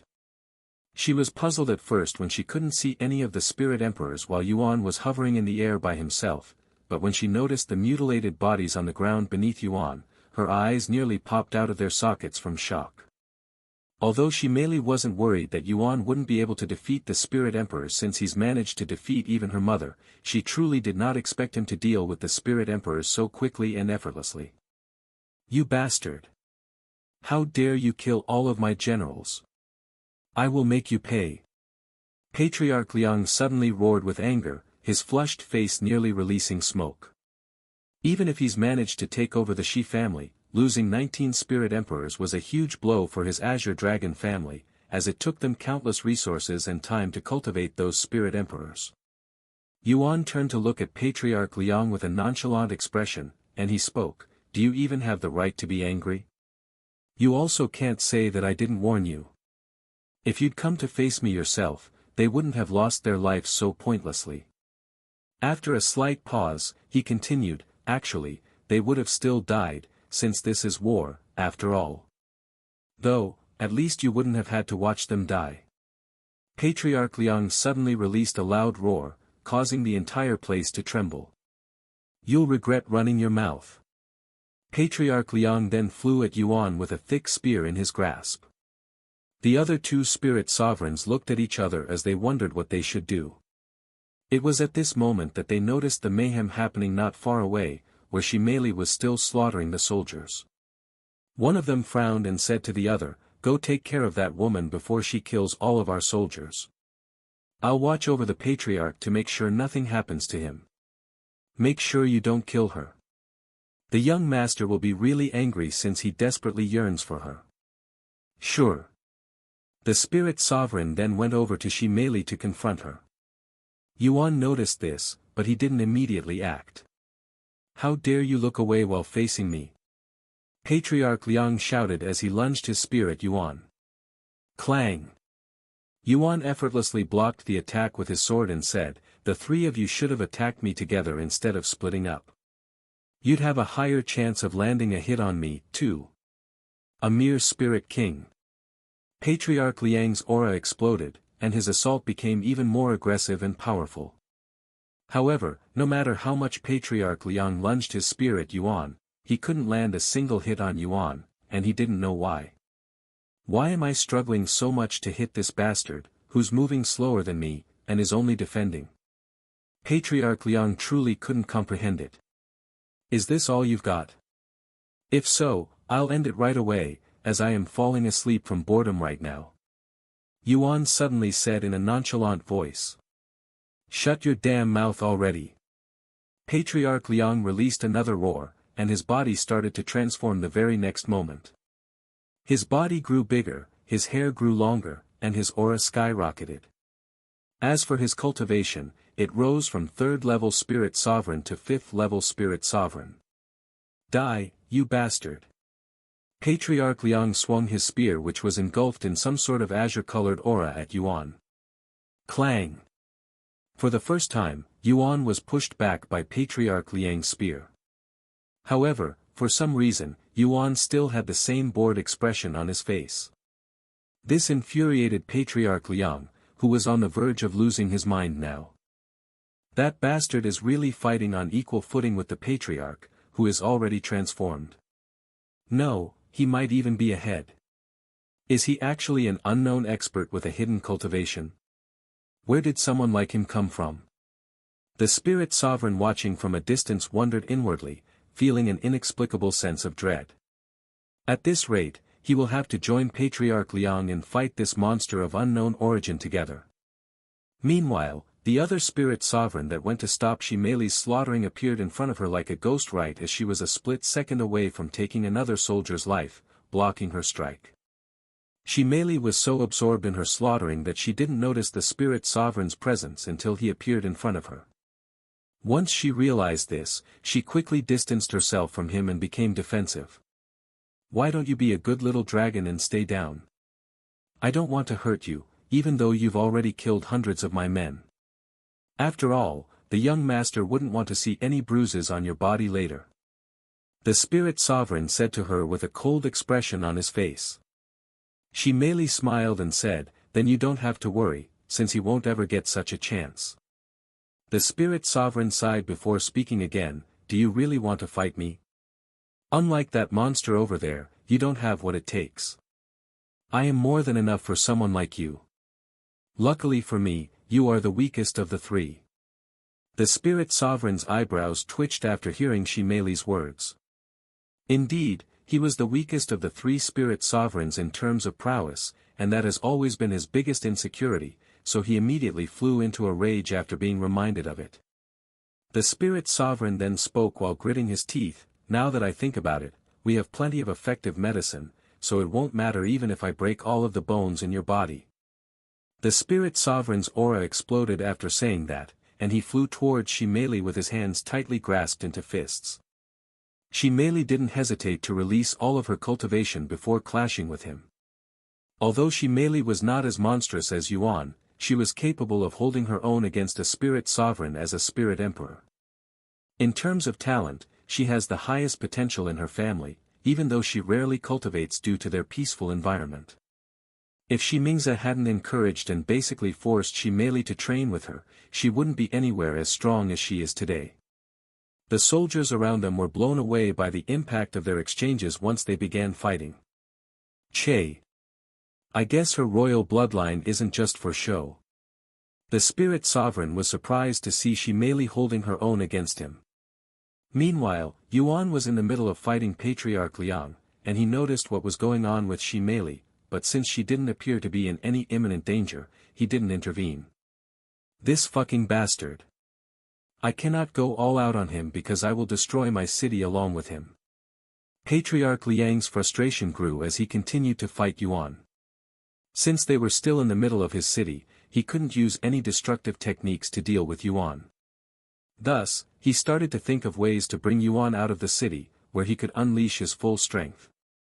However, since he couldn't even manage to push Yuan back, he couldn't imagine how he'd force Yuan out of the city. Eventually, he found a solution to his dilemma. While he may not be able to force Yuan outside the city, he could easily force Shimei outside, and he gambled that Yuan would follow her outside on his own accord. Thus, Patriarch Liang immediately spoke to the spirit sovereign that was fighting with her through divine sense, bring Shimei outside the city as soon as possible. Although the spirit sovereign didn't know Patriarch Liang's intentions at first, he didn't question it and used a technique that released a powerful blast of wind at Shimei. What the? Shimei was caught off guard by this random technique and was sent flying out of the courtyard before stabilizing herself. However, the spirit sovereign would use the technique again before she could fully stabilize herself, sending her flying again. Are you messing with me? Shimei shouted at him in an annoyed voice, as she also had no clue what was going on. But alas, she was sent flying again for a third time without receiving any answers. Shimei was incredibly frustrated by now. Even though the wind wasn't injuring her, it was not something she could really fight back with her inferior cultivation. Naturally, Yuan noticed this, and he said to Patriarch Liang after understanding the situation, if you wanted to fight me in a different location, you could have just asked, since I wouldn't have refused. After all, I wouldn't want anyone innocent getting hurt. And without saying anything else, Yuan flew in the direction that Shimei was sent flying towards. By the time he caught up with her, Shimei was already many miles away from the city. "I swear. I will kill you."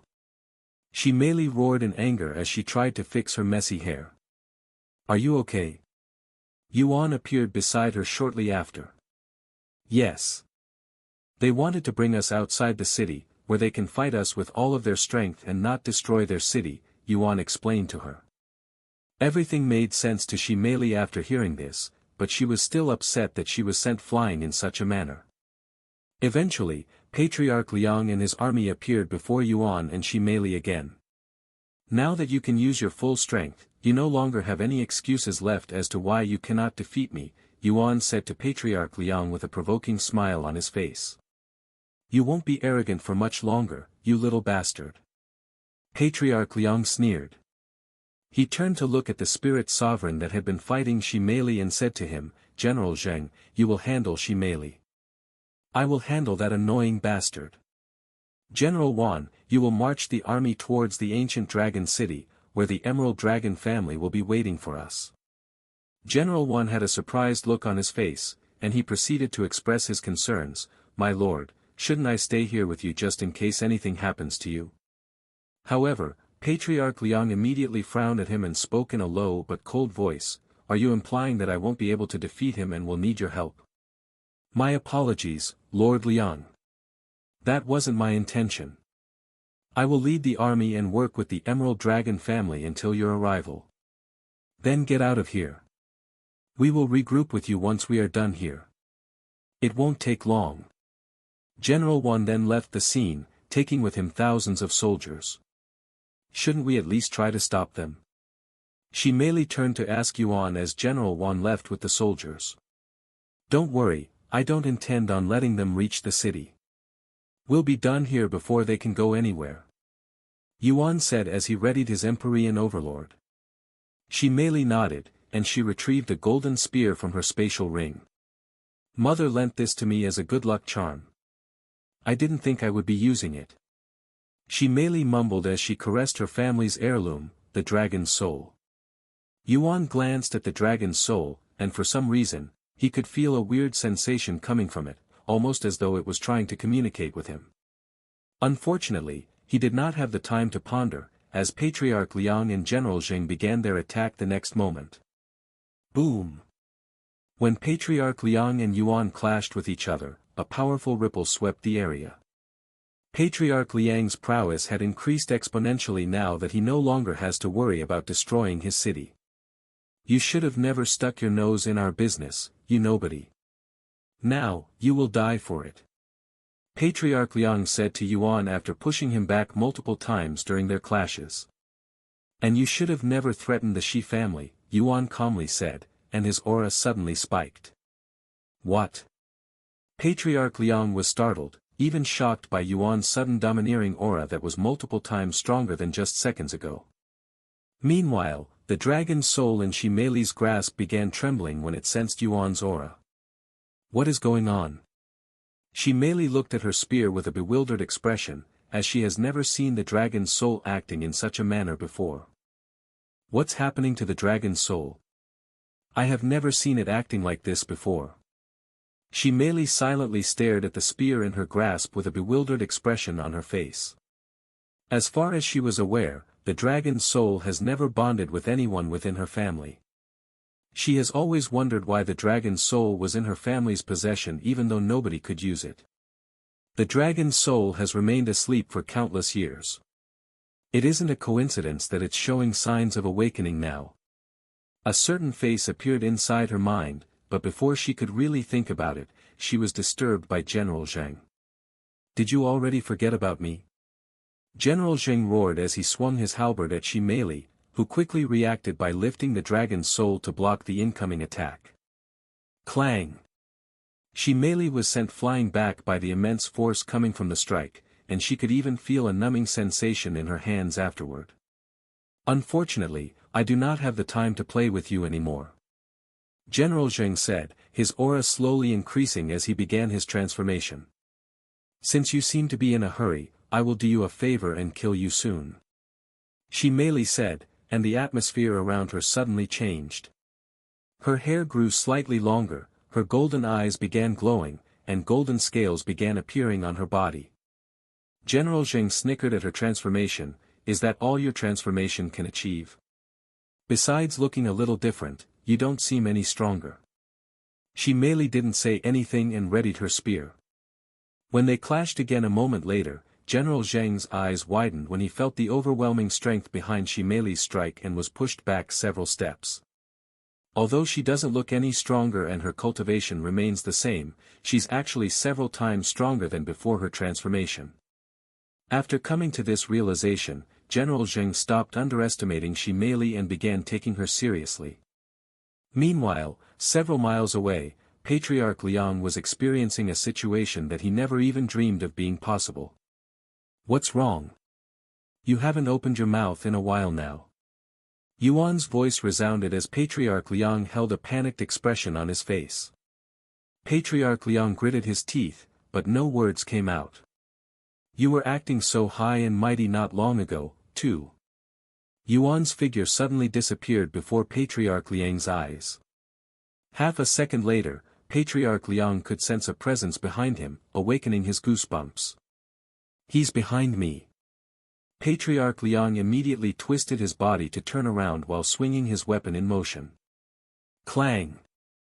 A powerful ripple was created as Patriarch Liang's weapon flew into Yuan's Empyrean overlord at full force. However, Yuan did not budge a single inch despite Patriarch Liang using his full strength. Humph! Yuan released a low snort before swinging his arm. The very next moment, Patriarch Liang's body was sent flying into the distance like a ragdoll being tossed across the street. After stabilizing himself with much effort, Patriarch Liang did not look surprised by what had just happened, as he had been tossed several times by now. Instead of surprise, Patriarch Liang had a terrified expression on his face, looking like someone who could not find a way out of their trouble. Impossible. Why is he so strong? If he's using a spiritual treasure, there's no way something so powerful could last this long. He must be an expert in disguise. But how come we have never heard of him before? Just where the fuck have you been hiding all this time? And why are you showing yourself now? Patriarch Liang subconsciously shouted out what was inside his mind. Does any of that really matter? Yuan calmly responded. Fuck. Patriarch Liang suddenly tilted his head and released a deafening roar that caused the air to tremble. When he looked at Yuan again, his eyes were bloodshot and desperate. This is my trump card, and I was saving this treasure for the Shi family, but you are clearly a bigger threat than them as a whole. Patriarch Liang muttered as he reached inside his spatial ring to bring out what appeared to be a single piece of golden scale. Yuan raised an eyebrow after seeing the scale. He has no idea what he was looking at and why Patriarch Liang brought it out. Do you know what this is? Patriarch Liang held the scale in front of him as he asked Yuan. Should I? Yuan asked. Patriarch Liang showed a wide smirk on his face as he spoke. You probably know that there are two dragons that are accepted as dragon gods by the dragon race. The Great One and the Dragon Ancestor. However, what if I told you that there actually existed a third dragon, a dragon god that surpassed the other two? Oh. Yuan's interest was immediately piqued by such words. This third dragon god also had a supreme bloodline, but it was somehow incomparably stronger than the other two with a similar bloodline. If this dragon god hadn't disappeared into thin air, it would be ruling the entire dragon race by now, I'm sure of it. Patriarch Liang had a look of deep admiration as he spoke of this third dragon god, almost as though he was speaking of his own ancestor. And this scale? This scale right here belongs to that third dragon god. Even though it is only a tiny portion of a single piece of scale, it contains enough power to obliterate any dragon that is below the realm of divinity. You may be strong, perhaps even at the cultivation level of spirit enlightenment, but you definitely haven't reached the divine realm yet. However, I will give you one last chance. Come work for me and I will spare your life. After a moment of silence, Yuan spoke in a sarcastic tone. I appreciate such a generous offer, but I very much would like to see what that scale can do, so I will have to refuse your offer. Patriarch Liang sneered in disdain, then you can die for me. He then clenched the golden scale and poured his spiritual energy into it, causing it to emit a bright and mythical light that filled the area with a rainbow-colored aurora. After pouring almost all of his spiritual energy into the fragment of dragon scale, Patriarch Liang roared with excitement, "Come forth and show this lowly dog your unfathomable prowess, dragon god." The fragment of dragon scale shattered in Patriarch Liang's grasp, releasing a powerful ripple that swept through the entire realm, and alerted every expert in the world. The ripple also carried with it an ancient roar that vibrated the heart and soul of every individual that heard it, causing their blood to boil in excitement, almost as though they were reacting to it. Did you feel that? Shi Xinhua had a shocked expression on his face as he turned to look at Shi Mingze, who also looked extremely baffled. I felt it. What the hell was that? Shi Mingze swallowed nervously. It came from the direction of. They both turned to look in the direction of Azure Dragon City. I hope they aren't involved. Shi Xinhua rubbed his eyes in a stressful manner as he sighed. Yet I have a feeling that something unprecedented is happening over there. If you are that worried, why don't you go there and check up on them? Shi Mingze said. You want me to show up unannounced in another city? I don't want any trouble with the Azure Dragon family since we have been at peace for countless years now. I don't understand why you like them. If you ask me, I think there's something weird about them. Shi Mingze shook her head. I never said I like them, but they haven't given me a reason to dislike them. That's more than enough for me. Anyways, regardless if the two of them are involved or not, I am going to investigate the source of the ripple. I have a bad feeling about this. Shi Mingze then said, I will go with you. Whatever caused that ripple isn't something you can handle by yourself. Frankly speaking, it terrified me for a second, and I have never experienced such fear before. Shi Mingze noticed that Shi Xinhua's body was trembling slightly, but she couldn't blame him. Meanwhile, the majority of the people living in that realm were shaking in fear. Back at the location where the ripple originated from, Shi Meili and General Zhang had temporarily stopped their fight to watch the spectacle before them. What is that? Shi Meili muttered in a dazed voice as a majestic and massive dragon made of light hovered in the air, surrounding Yuan and Patriarch Liang. This dragon had a transparent body and scales, and it looked like an illusion that was only half completed. However, despite that, it had a very real aura that was unlike anything Shi Meili have felt before. It was domineering and unfathomably deep, so deep that Shi Meili feared it might consume her if she tried to peek into its power. As for Yuan, he seemed surprised by how much power was contained within such a small fragment of a scale, but it wasn't enough to scare him, as he has encountered people that could rival, even surpass its aura. If such power is contained within a fragment of a scale, just how powerful is the dragon as a whole? Now that would be terrifying. Yuan thought to himself as he gazed upon the dragon with a calm face. Ha ha ha. Are you so scared that you don't even know how to react? This is what you get for messing with me, with my Azure family. Patriarch Liang laughed like a maniac, his arms spread out with joy as he basked in the dragon's aura. Unfortunately, it's too late to beg for your life now. Patriarch Liang pointed at Yuan and roared, swallow this ant, almighty dragon god. The dragon god released a deafening roar that shook the world before flying towards Yuan with its mouth wide open. Yuan raised his Empyrean overlord and prepared to meet the dragon god head-on. However, Yuan suddenly lowered his sword with a weird look on his face. Yuan. What are you doing? How can you give up without a fight? Shi Meili cried out loud after seeing his actions, as she thought that he had given up before the dragon god's prowess. Ha ha ha. It's only natural.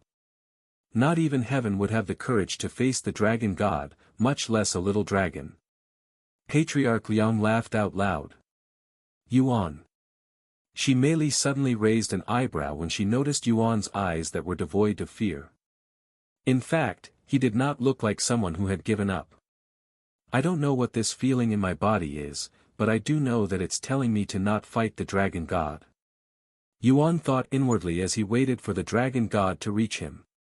Sure enough, once the dragon god reached Yuan, it stopped moving right in front of him.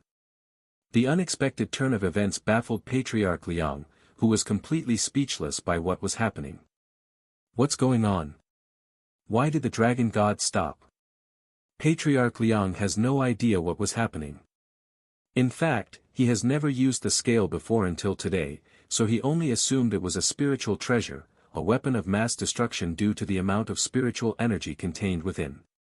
Unbeknownst to him and everyone there, the scale was not a weapon, and Patriarch Liang only had one thing right about it, that it belonged to the third dragon god. What are you doing? Kill that bastard. Patriarch Liang roared at the dragon god when he ran out of patience. Eventually, the dragon god began moving again, ramming straight at Yuan. Yes. Patriarch Liang clenched his jaw and fists when he saw this, but what happened next caused his eyes to pop out of their sockets. Instead of destroying Yuan like Patriarch Liang had hoped and imagined, the dragon god entered Yuan's body and disappeared within. After consuming the dragon god, Yuan could feel something change inside his body. As for the specifications, he did not know what had changed. You have consumed a fragment of Dragon Goddess Yao's memory. What? Dragon Goddess? Yuan's eyes widened with surprise after learning this information through the system. He definitely did not expect the third dragon god to be female. After consuming Dragon Goddess Yao's memories, images immediately began flashing inside Yuan's head. These images were clearly the Dragon Goddess memories, but Yuan did not have the time to indulge himself in her memories at this moment. What did you do just now? Patriarch Liang roared in a terrified and confused tone, his expression looking as though he just witnessed a ghost. Yuan looked at him with a nonchalant gaze and asked, "Where did you acquire that scale?" "If you tell me, I will tell you what I did." Patriarch Liang gritted his teeth. As much as he didn't want to answer Yuan, he wanted to know what had happened, so he reluctantly answered, "It was passed down by my ancestors, and I was told that they had it before coming to this world. That's all I really know about it." This made Yuan wonder if the Azure Dragon family has any relations with the Dragon Goddess, or if they simply found the scale by chance. Regardless, he does not have any intentions to spare Patriarch Liang or the Azure Dragon family for threatening the Shi family. "I see." Yuan calmly mumbled before readying the Empyrean Overlord. When Patriarch Liang saw this, his body immediately tensed. "Wait. You said that you'd tell me what you did to the dragon god if I told you how I acquired it." "I consumed it." Yuan casually responded before flying towards Patriarch Liang with killing intent in his eyes. Patriarch Liang could feel all of his scales rising. Although there were no changes to Yuan's aura after he consumed the dragon goddess memories, there was a slight difference in his atmosphere. He felt colder and more vicious to Patriarch Liang, who was in full panic mode now that his trump card did nothing to stop Yuan. "Wait. Let's talk about this." Patriarch Liang pleaded as Yuan reached him. However, Yuan ignored his pleas and tossed Patriarch Liang's body around like a sandbag. After several moments of humiliation, Yuan stopped messing around and sliced off one of Patriarch Liang's arms. Patriarch Liang released a loud and painful roar that traveled miles. "My lord!" General Zheng halted his fight with Shi Meili after hearing the scream. "You are in no position to look away." Shi Meili became more aggressive after seeing Yuan dominate Patriarch Liang, her motivation soaring toward the sky even though she was losing slightly just moments ago. "Get off me. I have no time to play with you anymore." General Zheng roared as he unleashed all of his spiritual energy at Shi Meili, as he no longer cared if he killed her or not. Shi Meili tried her best to resist the spiritual energy, but she could only block 90% before she was sent flying by the rest of the spiritual energy. Meanwhile, General Zheng flew toward Yuan and Patriarch Liang's direction. "Where do you think you are going?" Shi Meili quickly stabilized herself before chasing after General Zheng, who was slightly faster than her. Some distance away, Yuan tossed Patriarch Liang around a few more times before severing his second arm. Patriarch Liang knew that he had no chance of defeating Yuan at this point and gave up entirely. After getting his second arm severed, Patriarch Liang kneeled on the ground with an oddly tranquil look on his face. "What are you doing? You know I won't forgive you even if you kowtow for forgiveness." Yuan asked as he stood before Patriarch Liang. "I am not asking for forgiveness. I am asking for mercy." Patriarch Liang calmly responded. "I will stop struggling and give you my life. However, before you kill me, I want you to know that the majority of my children are not aware of my ambitions, and they are completely innocent. If you still insist on slaughtering my family after this, just know that you are killing people whose only crime is being part of my family." Yuan narrowed his eyes slightly after hearing this, and he calmly responded, "I have no intentions of going after your family. I will leave their fate in the Shi family's hands, and I'm sure the Shi family will thoroughly investigate everything, too." Patriarch Liang released a sigh of relief after hearing Yuan's response, and he calmly closed his eyes, silently awaiting his death. "Don't you dare lay your filthy hands on him." General Zheng's voice resounded as he finally reached their location. However, almost as though he couldn't hear General Zheng, Yuan swung his sword without hesitation, decapitating Patriarch Liang in a swift motion. "My lord!" General Zheng roared, and as he arrived before Yuan with bloodshot eyes, he unleashed every ounce of spiritual energy inside his body at Yuan. Yuan didn't say anything and merely glanced at General Zheng before casually throwing a single fist at him. Yuan's seemingly indestructible fist tore through General Zheng's spiritual energy like it was nothing before smashing him straight in the face. Pop! General Zheng's head exploded like a balloon, and his headless body collapsed right beside Patriarch Liang's body. She merely came to a slow halt as she stared at Yuan with wide eyes. She knew that Yuan was unfathomably powerful, but she didn't think that he was so powerful that he could kill two spirit sovereigns in the blink of an eye. After snapping out of her daze, she nervously approached him. "Are you okay, Yuan?" she asked him in a low voice. The cold expression on Yuan's face immediately softened, and he turned to look at her with a warm smile. "I'm fine. What about you? Are you hurt?" "Just some scratches. I'll be fine," she merely said with a stiff smile.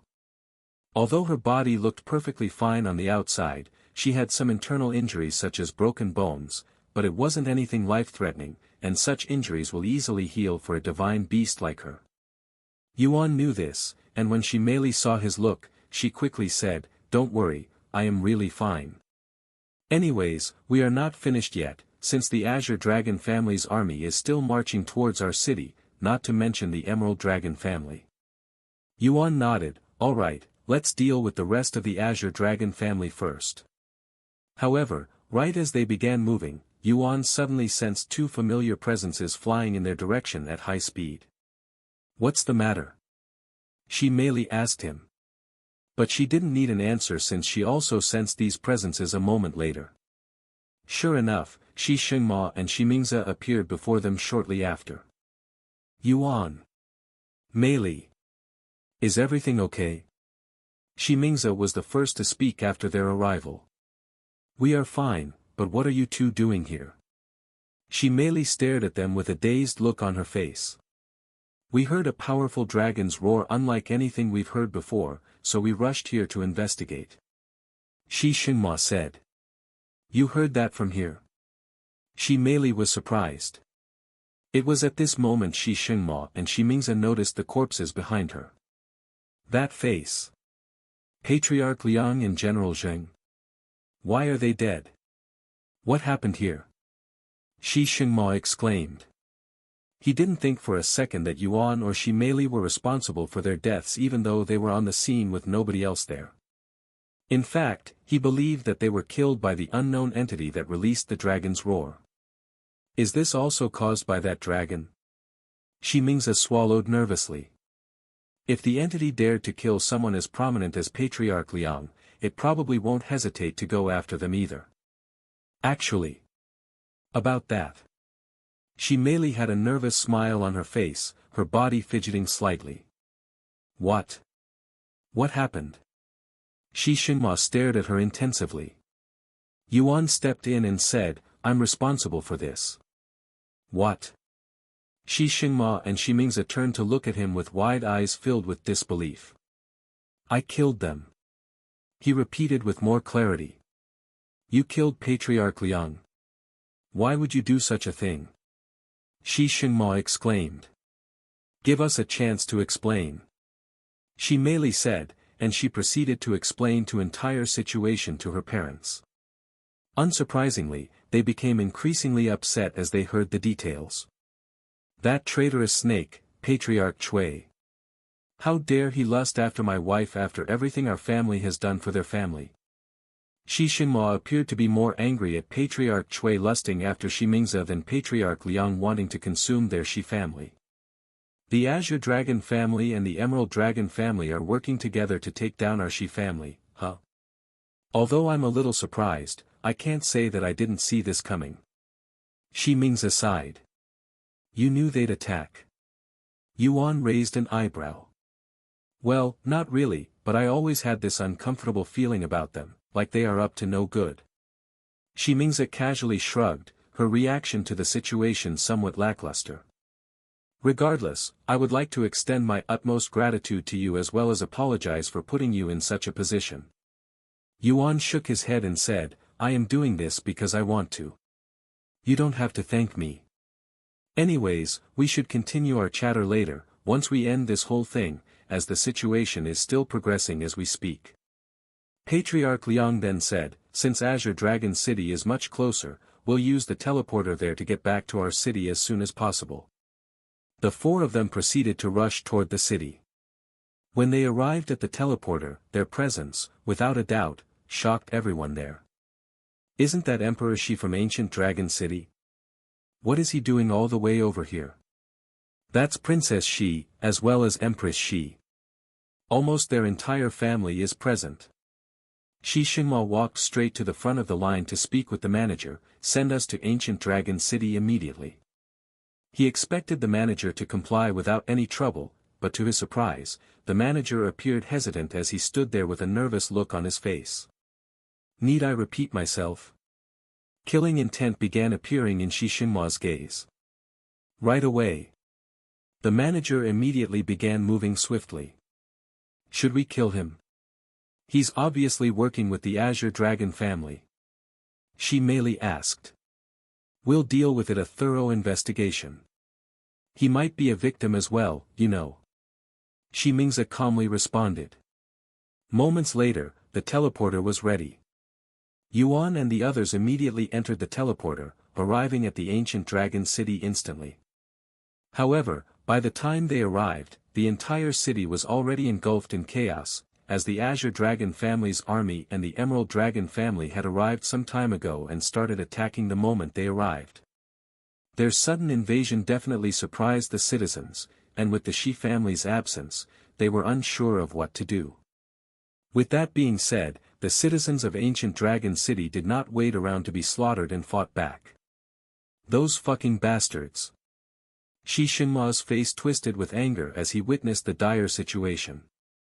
Dear, you must return to the palace immediately and take control of our forces. We will stay behind and deal with these intruders. Shi Mingze said to Shi Xinhua. Shi Xinhua nodded and quickly made his way back to the palace. Meanwhile, Yuan, Shi Meili, and Shi Mingze went to take care of the intruders that were wreaking havoc within the city. Fortunately, that didn't take too long since there weren't that many intruders. However, that meant that the majority of the Azure Dragon families and Emerald Dragon families' forces had yet to invade. Indeed, the majority of their forces were stationed outside the city, patiently waiting for Patriarch Liang's arrival before they fully engage, completely unaware that they were waiting for someone who would not show up no matter how long they waited. What is taking Patriarch Liang and General Zheng so long? They should have been here ages ago. Patriarch Chui complained as he was getting impatient. We had some unexpected trouble right after you left, but rest assured, they will be here shortly. General Yuan said. Anyways, why isn't the Shi family responding to our presence? It's like they are not even here. This war might end sooner than we expected. Patriarch Chui wondered out loud. Though, as much as I want this war to end smoothly, that is only wishful thinking. I don't know what the Shi family is doing, but their silence is giving me an ominous feeling. Kill the intruders. Defend the palace until my parents return. Shi Murong's voice echoed within the palace as he slaughtered the intruders. When the intruders showed up, Shi Murong took command of the guards to defend his home. Although the palace is heavily guarded, they were still outnumbered by the intruders. If it weren't for Xiao Hua, Feng Yuxiang, and Lan Yingying's presence which the enemy did not account for, they would have had a much harder time defending the palace. By the time Shi Shinmo returned to the palace, the majority of intruders at the palace had already been taken care of. Murong. What is the situation? Shi Shinmo asked the moment he arrived. Father. The Azure Dragon family and the Emerald Dragon family's forces showed up out of the blue and started attacking our city. The palace is fine for now, but the city. Don't worry, your mother and sister are taking care of the city right now. As for our situation, the Azure Dragon family and the Emerald Dragon family are working together to subdue us. Shi Shinmo said. What? Why would they do that? Don't tell me. Is this related to Shi Meili's marriage? Shi Murong could only think of one reason for their sudden aggression. No, it appears that they have been planning this even long before I was in power. We can talk more about this later, as we have a city to protect right now. By the way, where is General Sun?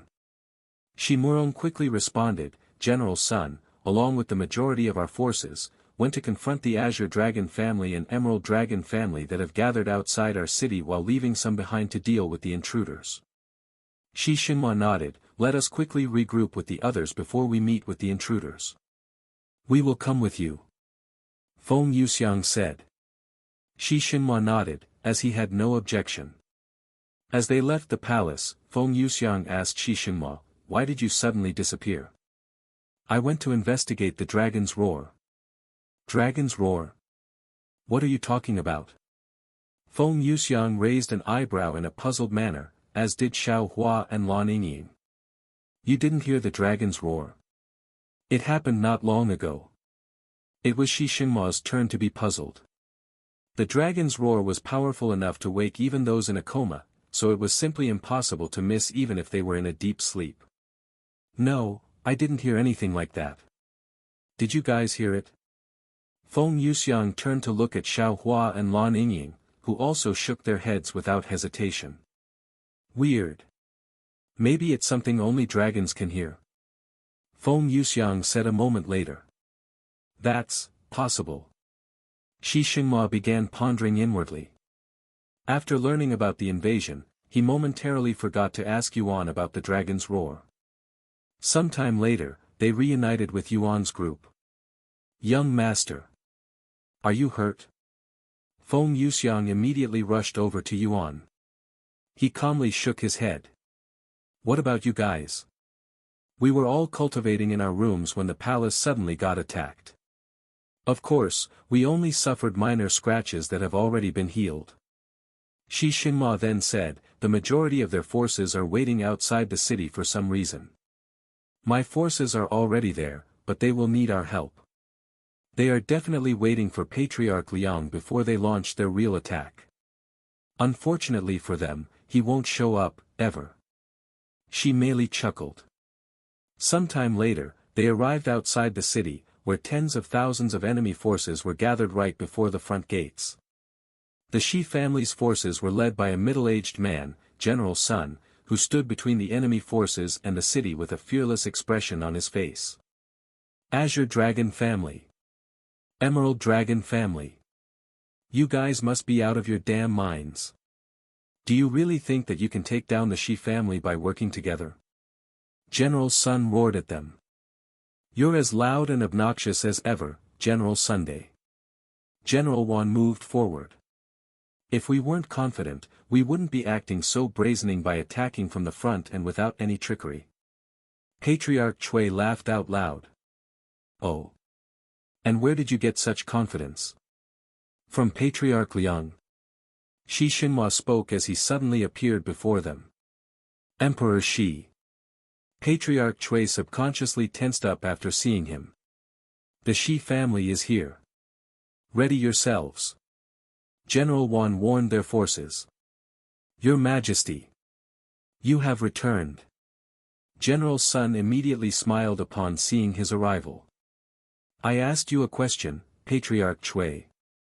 Where did you get the confidence to attack my city and covet my wife, huh? Shi Xinhua repeated his question. Patriarch Cui frowned upon hearing the last part of Shi Xinhua's question. It wouldn't be weird for Shi Xinhua to think that they were attacking his city because that was obvious, but Shi Xinhua shouldn't know about his desire to take Shimingzi for himself, as that was something he recently revealed to Shimeli. However, according to General Yuan, Shimeli did not return to the city and actually went back to the Azure Dragon City. Why do you look surprised? Shimeli's voice suddenly resounded as she appeared before Patriarch Cui. You! What are you doing here? General Yuan was shocked to see Shimeli in front of them. Should I not be here, in my own city? Shimeli acted ignorant. What happened to General Zheng? Oh, that bastard. He's right here. Shimeli snapped her finger, and the very next moment, a body fell from the sky. It was General Zheng's headless corpse. I would have also retrieved his head, but that wasn't possible. My apologies. Shimeli sneered in a cold voice. You bastard. Before General Yuan could fully grasp the situation, another body fell from the sky. This body was missing 2 limbs and a head, but General Yuan and Patriarch Cui knew at a glance who this body belonged to because of the clothes it was still wearing. My lord. General Yuan fell to his knees from shock. Impossible. Patriarch Cui's expression froze. It was at this moment Yuan showed up before them. Patriarch Cui didn't recognize Yuan, but General Yuan instantly recognized him and knew that he was responsible for their deaths. How dare you? General Yuan suddenly rushed at Yuan, his emotions completely out of control. Yuan didn't move and merely uttered a single word. Kneel. Although it was just a single word, when it was uttered, General Yuan's world suddenly turned pitch black, and he could feel an otherworldly presence staring at him from the high heavens. General Yuan wasn't alone. Everybody there, from Patriarch Cui to the soldiers at the back of the formation, watched their world suddenly consumed by darkness before being greeted by a massive golden eye. And before they realized it, everyone there was on their knees. Yuan. Yuan could hear Shi Xinhua calling for him in a struggling voice, and when he turned around, he was shocked to see that Shi Xinhua and Shimingzi were on the verge of kneeling as well. As for General Sun and the rest of their forces, they were already on their knees. Yuan had only intended to use Dragon's Gaze on the enemy forces, but he had underestimated the power of his Dragon's Gaze while still affected by his transformation, accidentally troubling his allies. Sorry. Yuan immediately deactivated his Dragon's Gaze and apologized afterward. After Yuan deactivated Dragon's Gaze, everyone there could finally breathe again. And although it had only been activated for several seconds, it was enough to cripple half of the Azure Dragon family and the Emerald Dragon family's army, as those with a weak mentality had their spirits broken almost instantly after being targeted by Dragon's Gaze. For some unfortunate souls, their souls shattered under the spiritual attack, perishing from this world without a chance to reincarnate. As for Yuan's allies, since he didn't directly target them, nobody had their souls shattered. Though, many of them still suffered damage that incapacitated them for the rest of the battle. So that's what it feels like to be on the other end.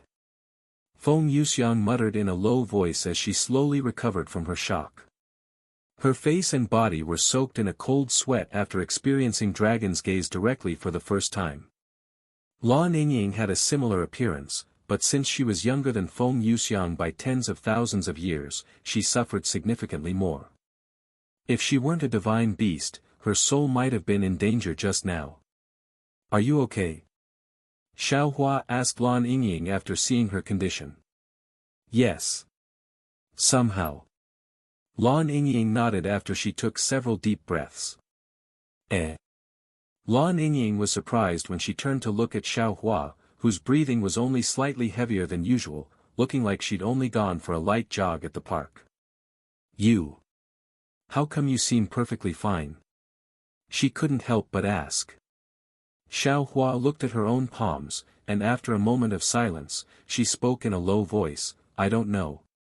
Compared to everyone else there, including Shi Xingma and Shi Mingze who had the highest cultivation there, Xiao Hua appeared to be the least affected by Yuan's dragon's gaze.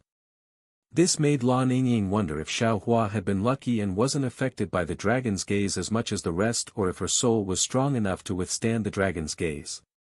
After all, dragon's gaze is a spiritual technique that targets one's soul, meaning that it would be less effective on those with a stronger soul, especially when compared to the one who used the technique. As everyone else slowly recovered, Shi Xinhua stared at Yuan with a profound expression on his face. I am truly sorry about that. Yuan apologized again after seeing Shi Xinhua's face. There's no need to apologize twice, I'm not angry. Shi Xinhua said. And he continued in a mumbling voice, your dragon's gaze. I thought it was only a legend, but... Legend? Yuan raised an eyebrow. Shi Xinhua shook his head and said, I will explain it to you later, after we clean up this mess. All right. Shi Xinhua then approached Patriarch Cui and General Yuan, who was still in recovery from their shock. This is your last chance to surrender. As you just witnessed for yourselves, my friend here can destroy all of your plans and forces with but a mere dragon's gaze. You have no chance of winning this war. If you lower your heads and surrender willingly now, I will show mercy and give you two a painless death. However, if you still wish to struggle, I will make it my life's mission to make your lives as miserable as possible until you die of natural causes. General Yuan and Patriarch Cui's bodies tremble violently after hearing such a threat. With lifespans spanning 500,000 years at their cultivation with ease, the mere mention of enduring torment for such an eternity sent chills through their weakened souls, evoking an unimaginable dread that echoed throughout their entire being. General Yuan, who was already on his knees, kissed the ground with his forehead and said, I surrender. Please, have mercy. Even if Patriarch Liang and General Zheng were still alive, he doubted they would be able to defeat a monster like Yuan. Patriarch Cui also surrendered after seeing General Yuan's response, which did not surprise Shi Xinhua in the slightest. If he were in their shoes, he would also surrender without any hesitation.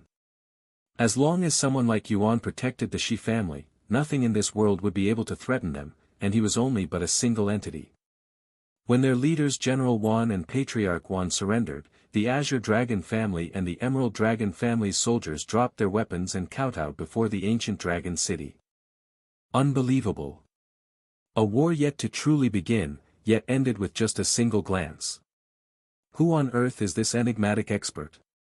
General Sun and the others on his side wondered inwardly as they stared at Yuan's handsome face with unfathomable respect and admiration.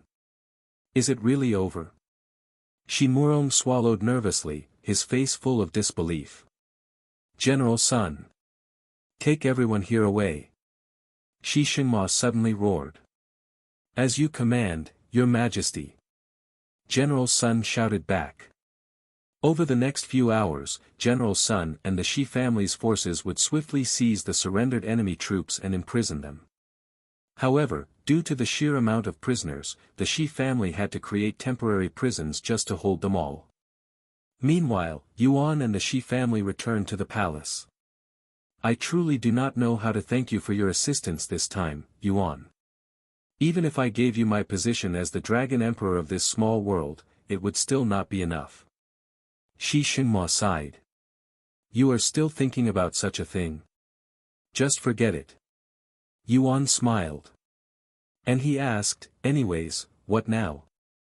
Although the majority of the invaders have surrendered, there is still much to be done with the Azure Dragon family and the Emerald Dragon family, not to mention the cities they rule over.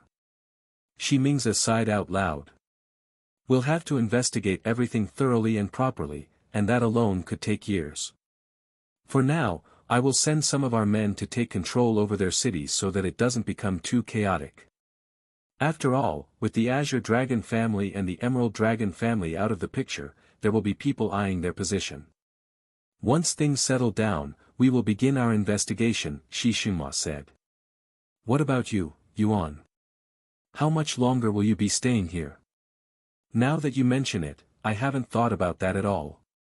Though, I probably won't be staying here for much longer, at least until everything settles down and I am certain that there is nothing left that could threaten your family. Thank you. Shi Xinhua nodded with a rare smile on his face. Oh, and before I forget, you mentioned something about my dragon's gaze. Yuan suddenly reminded him. Shi Xinhua's expression became serious, and he spoke, indeed. The dragon's gaze you used back then. It wasn't your ordinary dragon's gaze. How so? Yuan raised an eyebrow. Well, normally, dragon's gaze will only work on those you have direct eye contact with, but what you did was anything but that, as it affected even those you were not looking at. Shi Xinhua said. After taking a moment to think, he continued, according to a family legend, there exists a superior version of dragon's gaze that only those with the purest and strongest bloodline could wield, and my father would call it dragon's authority. Dragon's authority? Yuan mumbled, his eyes flickering with excitement. Indeed. According to my father's knowledge, dragon's gaze can be used by any dragon with a royal bloodline, or what humans call an imperial-grade bloodline.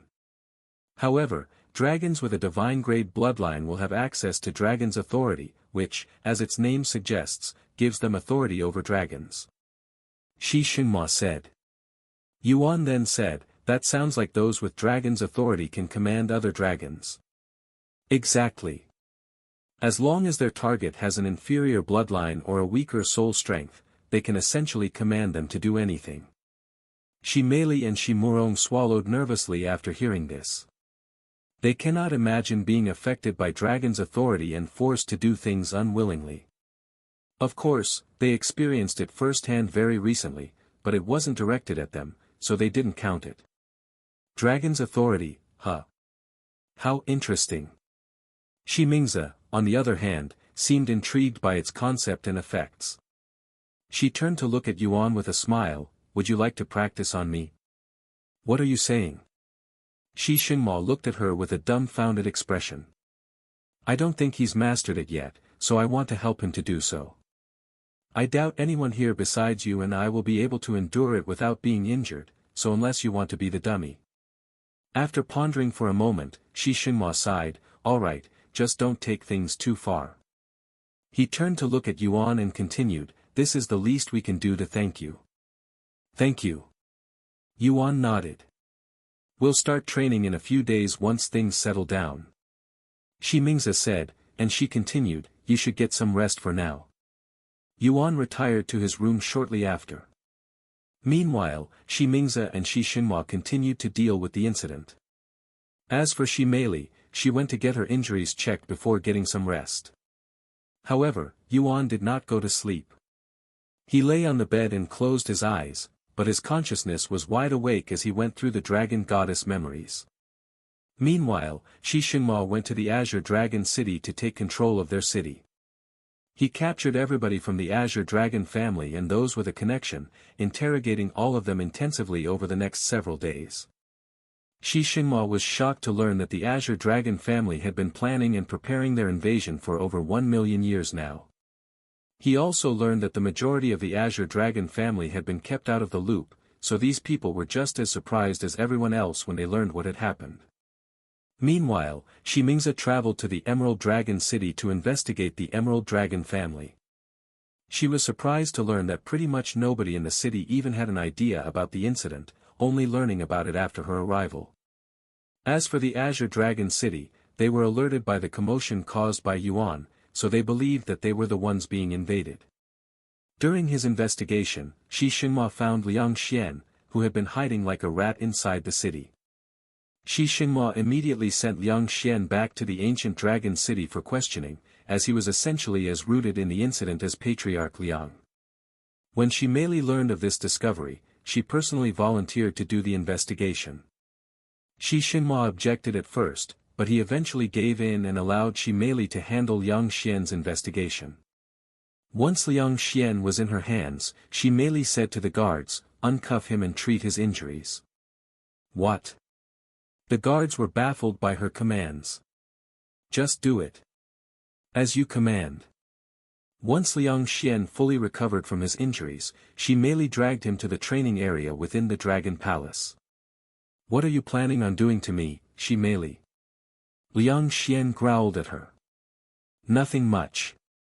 We're just going to spar a little." Xi Meili casually responded. "Spar?" Liang Xian had a confused look on his face. "If you can defeat me, I will let you go. However, if I win, you will tell me everything you know. How does that sound? Are you serious?" "Of course. Princess. You cannot decide such a thing without His Majesty's approval first." The guards began panicking. "Shut up. My father already gave me permission to do whatever I want to him." Xi Meili snapped at them. She then turned to Liang Xian and continued, "There will be no limitations and no rules. Do you have anything to say before we begin? What if I kill you?" Liang Xian asked. "Do you really think that is possible?" Xi Meili sneered. Xi Meili and Liang Xian had similar cultivation, both being at the peak of Spirit Emperor. However, Xi Meili has superior techniques and a superior bloodline. Although the chances of Liang Xian defeating Xi Meili were close to zero, it was not completely impossible. "All right. Don't you dare go back on your words," Liang Xian said with a slight smile on his face. Their sparring began shortly after. And over the next several hours, the guards there would bear witness to a brutal beating that could only be described as unbearable. Xi Meili was beating Liang Xian so badly that it could no longer be called a spar, but a one-sided torture. Liang Xian's blood stained the stage, pieces of his flesh scattered about, and all of his teeth were laying around in a shattered state, resembling dust more than anything. Liang Xian's face was so swollen and bloodied that he could barely utter these words. "What did you just say? I can't hear you." Xi Meili calmly said before driving her fist directly into Liang Xian's guts, forcing him to puke out a mouthful of fresh blood. When Liang Xian fell to his knees for the umpteenth time, Xi Meili gracefully kicked him in the face, sending him flying to the other side of the arena and drawing another bloody line on the platform. She then walked over to him and forcefully fed him some medicine. After making sure he swallowed the medicine, Xi Meili stood there with her bloodied arms crossed in front of her chest, patiently waiting for Liang Xian to stand back up. "Dear Lord!"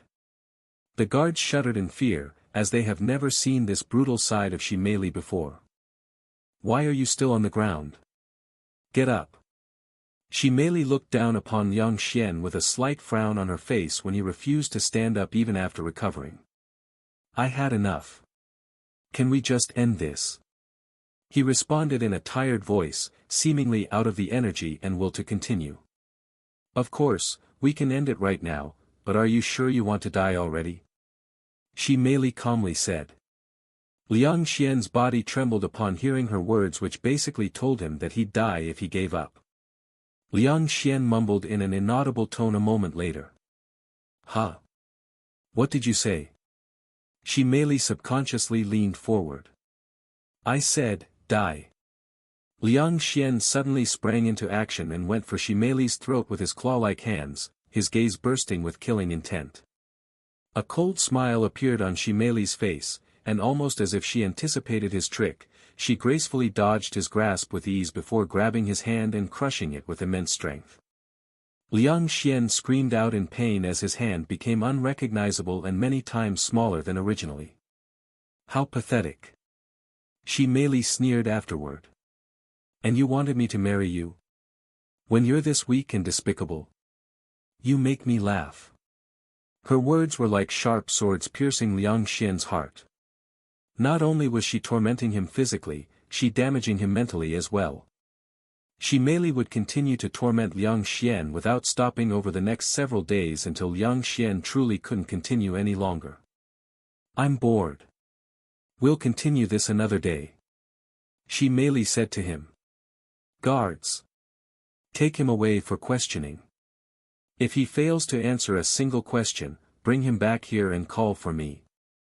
After saying such words to the dazed guards, she merely went to clean herself. And once that was done, she tried to see Yuan. Unfortunately, Yuan was not available for some reason. Is he in closed cultivation?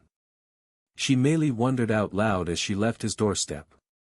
Meanwhile, Yuan was still busy looking through Dragon Goddess Yao's memories. Despite it only being a small fragment of her memories, it contained more than 100,000 years worth of memories.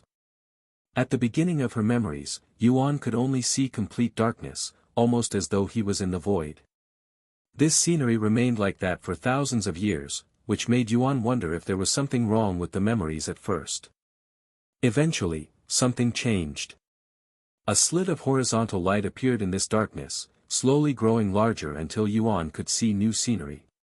It was at this moment that Yuan realized the darkness was simply the Dragon Goddess Yao sleeping.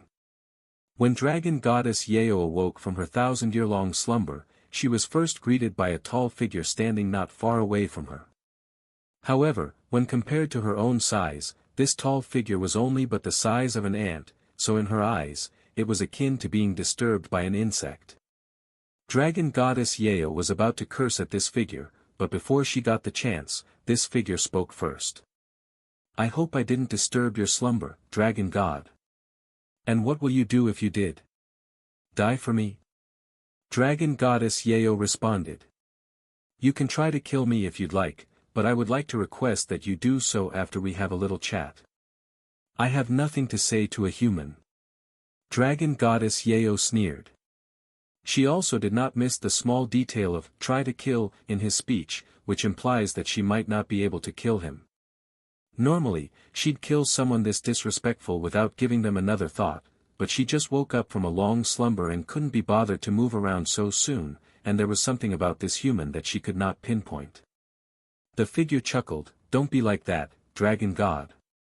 When was the last time you spoke to a human? 1,000,000 years ago? 10 million? It has been at least 100 million years since Dragon Goddess Yao has spoken to a human, but she did not admit such a thing to this human. Well, we don't really need to chat if you don't want to. Instead, just listen to me. This human continued to speak without an ounce of fear in his voice, which puzzled Dragon Goddess Yao, as she has never encountered a human that did not fear her. In fact, even demons that were known to have no fear would show signs of fear when they encounter her. Does this human not understand what it means to be fearful? No, even those who have never experienced fear would instinctively be fearful of me. Perhaps he's not actually human. Dragon Goddess Yao wondered inwardly as the human continued to speak. As you probably know by now, the war between humans and demons has finally come to an end after countless years of strife. Although most are celebrating by now, I cannot help but wonder why humans had to fight the demons alone even though the beasts also suffered from their torment. After all, if we, humans and beasts, had fought together, the war could have ended much sooner. What? Humans defeated the demons? Do you take me for an ignorant dragon, enough to believe such blatant lies? Dragon Goddess Yao did not believe the human initially. But the human seemed more surprised by the fact that she did not know about the end of the war even though hundreds of thousands of years have passed.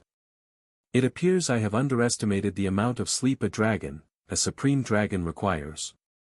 The human spoke with a profound smile on his face, looking as though he was delighted to learn this information. Anyways, you are free to do your own research if you do not believe me, but it has been approximately 400,000 years since humans defeated demons. I'm even willing to wait until you confirm my truth before we continue this chat. Dragon Goddess Yao was speechless, and she found this human to be increasingly interesting with every passing second, but this fact would not be realized by her for a very long time. Let's say I believe you, that the weak and fragile existence known as humans managed to defeat the somewhat immortal beings known as demons. What does that have to do with me? Why are you standing before me? Dragon Goddess Yao asked the human man standing calmly before her. Even though humans won the war in the end, it came at a tremendous cost. Countless humans have been tormented, eaten, killed, and experienced unspeakable things.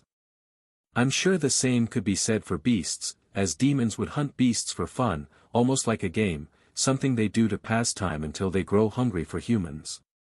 Both humans and beasts suffered greatly from demons, yet we never fought together. I understand that we have our differences, but we could have prevented much tragedy from happening if we did. Perhaps that is because nobody tried, whether it be due to a lack of courage or something else. Hence why I am here today. Dragon Goddess Yeo did not respond for a long time. After a long moment of silence, Dragon Goddess Yeo spoke in a low voice, "So what, you want humans and beasts to hold hands or something?" The human could hear a hint of mockery and disdain within the Dragon Goddess voice. Not being bothered by it, he spoke, "I am not saying that we should hold hands with each other, but I would like to see a day when humans can approach beasts without fearing for their lives and beasts won't feel threatened by humans when they are approached, just like you and I."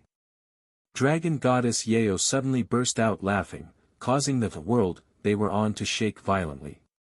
In fact, her laughter was so strong that if the human hadn't covered himself with spiritual energy, he would have died an explosive death.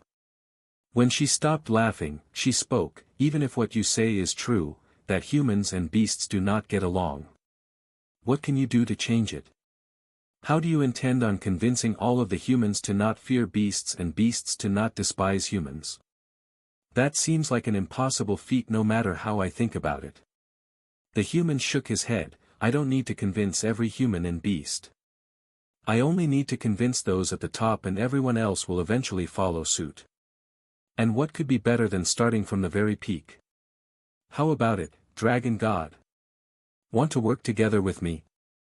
I'm sure it'll be a whole lot more interesting than sleeping and fighting weaklings all the time." Dragon Goddess Yeo narrowed her eyes and asked in a cold voice, "You speak as though you know my life. Well, according to what I've been told, you like to pick fights with other beasts, but because of your unmatched prowess, you have an extremely hard time finding worthy opponents, so you just bully others until you grow tired and sleep, and when you wake up, you will repeat the cycle again and again. If I am wrong, please correct me. I'd like to learn more about a being at the apex of this world." Dragon Goddess Yeo fell silent and the human could not tell what she was thinking or feeling, but Yuan could, as he was seeing and feeling things from her point of view. He could tell that the Dragon Goddess was embarrassed and angered by the human's words, as he essentially called her lazy and a bully. Even worse, she could not argue back, as what the human said about her was true. Due to her being one of the apex beings in the world, it was pretty much impossible to find someone who could match her prowess, so she is always bored and looking to entertain herself. After finding some beasts to mess around with, she would slumber for thousands of years in hopes of a worthy opponent to appear, and this has been her routine for countless years now. To be reminded of such a miserable life made her embarrassed and angry at the same time. In a slightly trembling voice, Dragon Goddess Yeo responded, "Very well, if you insist, I will entertain you in your foolish ambitions. However, I will do so only if you can defeat me. Otherwise, you can die here with your ambitions." Without any other warnings, Dragon Goddess Yeo's golden eyes began emitting a profound light. Suddenly assaulted by Dragon Goddess Yeo's dragon's gaze, the human directly coughed up a mouthful of blood, but that was not enough to make him collapse. As expected of the Dragon God, a slight smile appeared on the human's face as he retrieved a black sword. "But if you want to kill me, you will need to do better than that." The human swung the sword at Dragon Goddess Yeo, sending a massive sword light that was fully created from enhanced sword aura at her.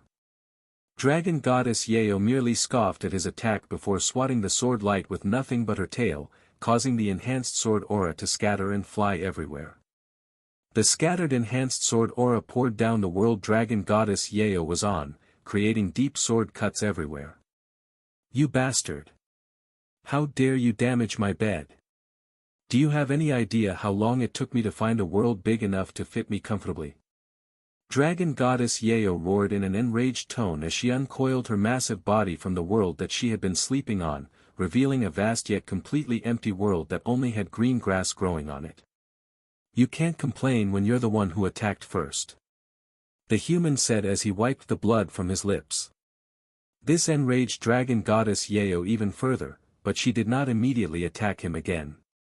She wrapped the end of her tail around the world she called her bed and flicked it, shooting the world millions of miles in the blink of an eye and causing it to disappear into the void. The human couldn't help but chuckle after seeing her actions. You weren't kidding when you said it was hard to find a suitable bed. I'm not surprised, though, seeing how big you are. Why don't you take the form of a human? It'll be easier for you to move around that way. You insolent human bastard. Dragon goddess Yao felt insulted when the human called her body big. No matter if they are beasts or humans, whether it was true or not, it was taboo to call females big. Meanwhile, the human misunderstood dragon goddess Yao's anger, thinking that it was due to his suggestion to take the form of a human, as that was unthinkable in their era. For a beast to take the form of a human, it was akin to a human moving and barking like an animal, an insulting act that only those unhealthy in the mind would dare imagine. The human knew this, of course. Despite that, he still suggested it to her for some reason. Following an explosive roar, dragon goddess Yao proceeded to attack the human seriously this time, marking the beginning of their long battle that would not end for several years. Within days of dragon princess Yao and the humans' fight, over a dozen stars had been reduced to mere rubble floating in the starry sky. Every time their overwhelming spiritual energy collided with each other, a world-ending and star-collapsing ripple would sweep the starry sky. The commotion caused by their fighting eventually alerted the experts cultivating in the starry sky, and regardless if they are human or beast, they were shocked by what they witnessed. The beasts couldn't believe their eyes when they realized dragon goddess Yao's opponent was a mere human man. As for the humans, many of them were seeing dragon goddess Yao for the first time, and they were simply baffled by her majestic presence and unfathomable strength. Who is that human? And why is he fighting with the dragon goddess? He's actually holding his own against a monster like her. I didn't think I would get to see someone fighting on equal footing with her in this lifetime, much less a human. I doubt he'll last for long.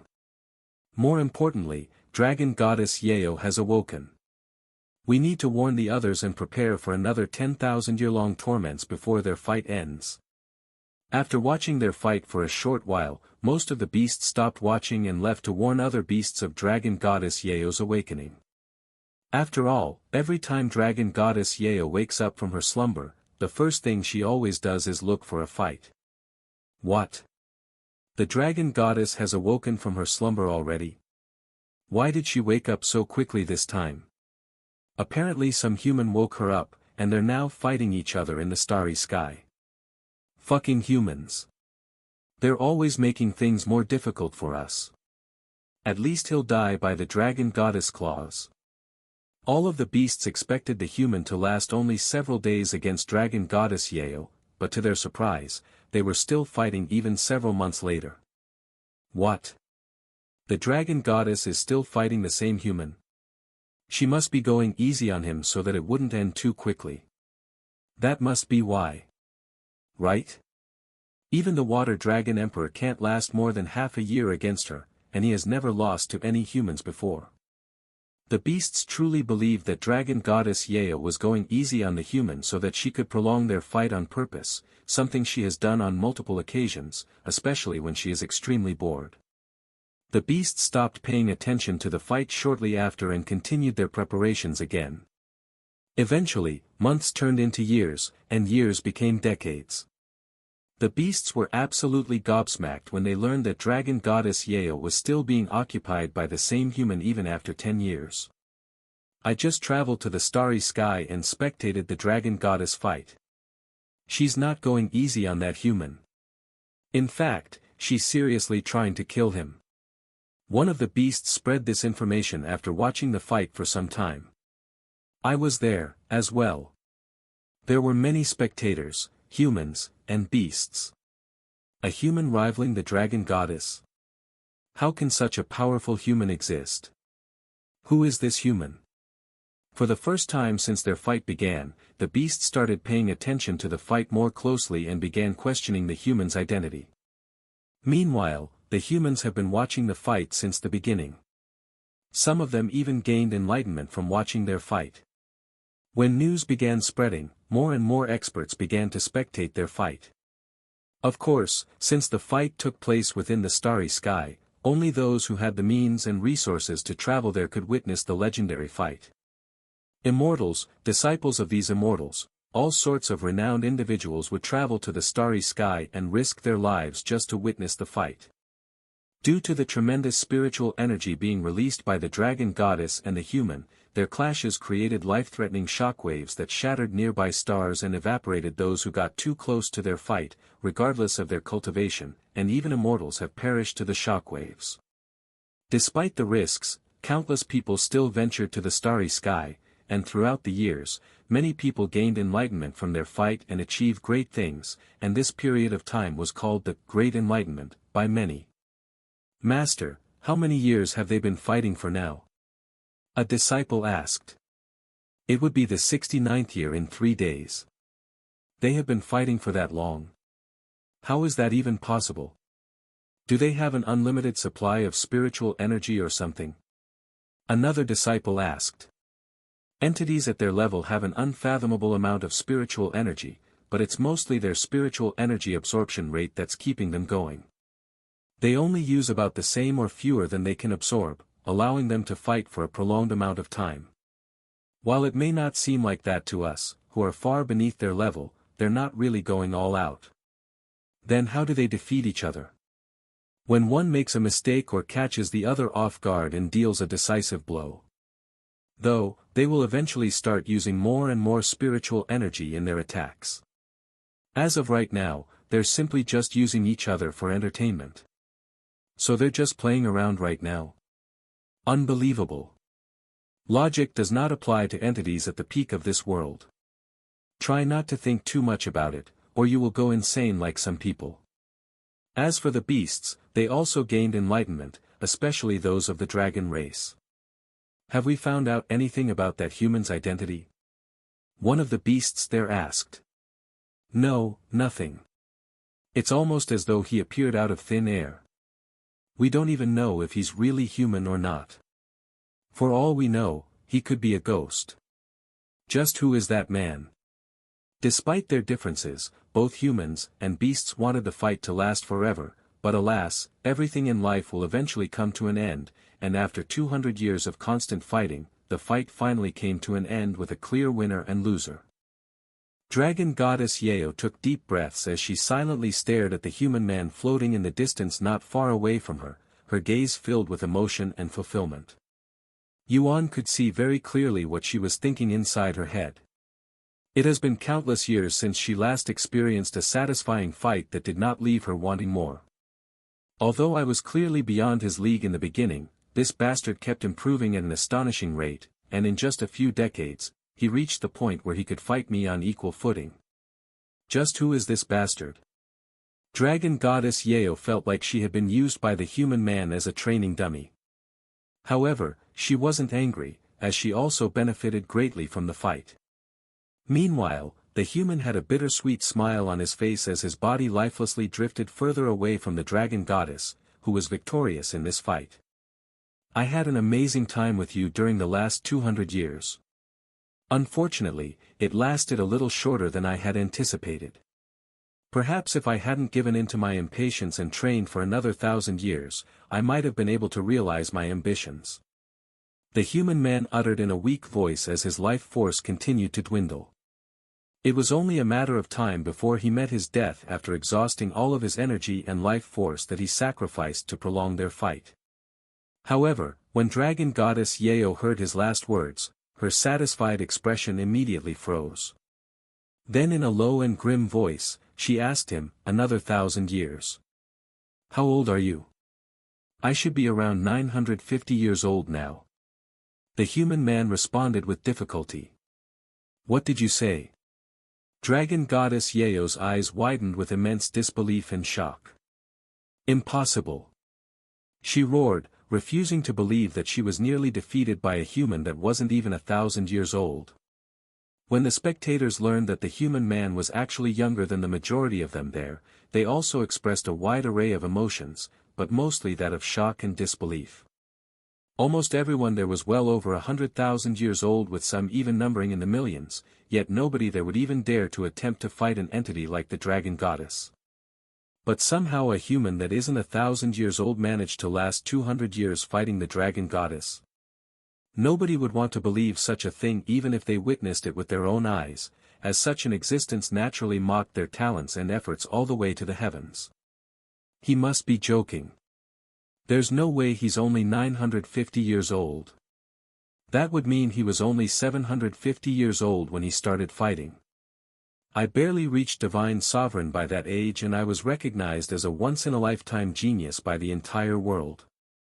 A renowned human expert there expressed his thoughts, feeling like he was on the verge of an existential crisis, breaking the silence there. The thousands of experts there immediately began mumbling to each other as they wondered if the human man was speaking of the truth or simply lying on his deathbed for shock value. The fact that nobody here recognizes him gives his claim some credit. That means nothing. He could be really old, so old that nobody here recognizes him. Someone else made this argument. As someone who has lived for over 5 million years, I can say that I have never heard of him before.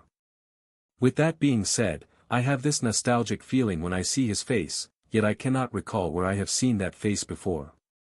Meanwhile, Dragon Goddess Yeo slowly recovered from her shock, and after pondering for a brief moment, she suddenly approached the human man. When she arrived before the human, Dragon Goddess Yeo's body began emitting a blinding light that turned the void completely white for a brief moment. When the light dimmed, the massive dragon that could easily swallow a world was nowhere to be seen, and another human figure suddenly appeared in the starry sky, hovering right before the human man. This figure was that of a woman with ethereal beauty and a divine aura, resembling a goddess created by heaven itself. Her being was a tapestry of awe-inspiring elements. Her cascading, silken golden hair flowed like an endless river behind her, a manifestation of grace. Her eyes, a radiant gold, held both the brilliance of the sun and the depth of ancient wisdom, their vertical pupils reminiscent of a feline's gaze. Possessing a stature both tall and slender, her form seemed to bridge the realms of the ethereal and the earthly. Adorned with golden halos encircling her wrists and ankles, she bore an aura that whispered of a world beyond their current one. The human men there were instantaneously enraptured by the emergence of this unparalleled beauty, stirred by an emotion long lost to their memories. Even the beasts present were entranced by her presence, despite her humanoid guise that they have disdained for their entire lives. The dragon goddess has taken the form of a human. The beasts were in disbelief when they realized the situation. The transformation of a beast into a human was not merely a shift in appearance, it symbolized a profound change, a voluntary descent from a state they considered superior to embody the very beings they had spurned and considered inferiors. Moreover, Dragon Goddess Yeo far transcended the realm of ordinary creatures. As a divine beast, she occupied the pinnacle of the cultivation world and the hierarchy of all beasts. Her choice to assume human form was an unprecedented event, one that would forever change the way other beasts and humans viewed her. I had always regarded humans as lesser beings, unworthy of even a fragment of my esteem or notice. Yet, a human who has existed for a mere fraction of the time it takes me to nap has somehow bewildered me and ignited my curiosity. Dragon Goddess Yeo gently held her hands on her chest, retrieving an orb of light from within her body. "It would be a pity to let you die now, human." She then blew at the orb of light in the human's direction, causing the orb of light to fly into his lifeless body. The human man's body began emitting a warm light, and the injuries on his body immediately started disappearing at a rate that could be witnessed with one's bare eyes. I am not doing this out of mercy, nor is this an act of righteousness. This is merely a self-centered endeavor on my part. Until you quench my curiosity, I will not let you die. After the human man's injuries were fully mended, and even his life force had been rejuvenated, which only took mere seconds, he gradually opened his eyes. The human was sure that he had perished, yet he somehow survived. He looked at the beauty hovering before him and immediately realized the situation, and he proceeded to speak with a slight smile, "So you were a female all along? I couldn't tell by your beastly voice." Dragon Goddess Yao's eyebrows uncontrollably twitched upon hearing his words, but she quickly controlled her emotions and asked, "What is your name?" "I hadn't introduced myself yet." "My apologies." After adjusting his posture, he continued with a handsome smile on his face, "My name is Tian Yi." Tian Yi. "So, what do you plan on doing now that you have my attention?" Dragon Goddess Yao asked him. An awkward smile appeared on Tian Yi's face as he responded, "To tell you the truth, I don't have a plan. In fact, I hadn't planned past meeting you, as I didn't expect to find you so quickly in this vast universe. It must be the work of fate. But I'm sure we'll figure it out." Unbelievable.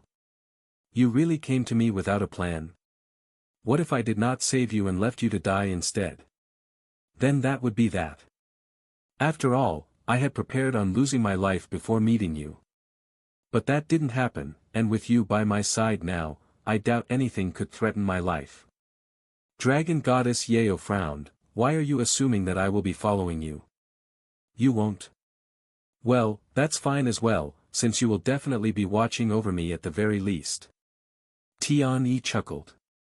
Dragon Goddess Yao was speechless. "By the way, Dragon Goddess, what is your name? Do you even have one?" "Of course, I have a name. Why did you assume otherwise?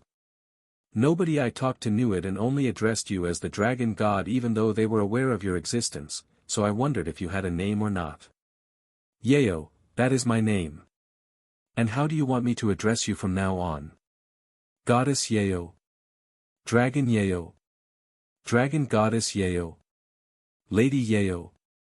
Until you can defeat me, I forbid you from using my name."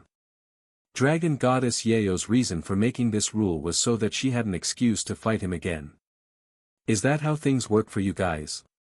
Then I will call you Dragon Goddess until then." Tian Yi calmly smiled.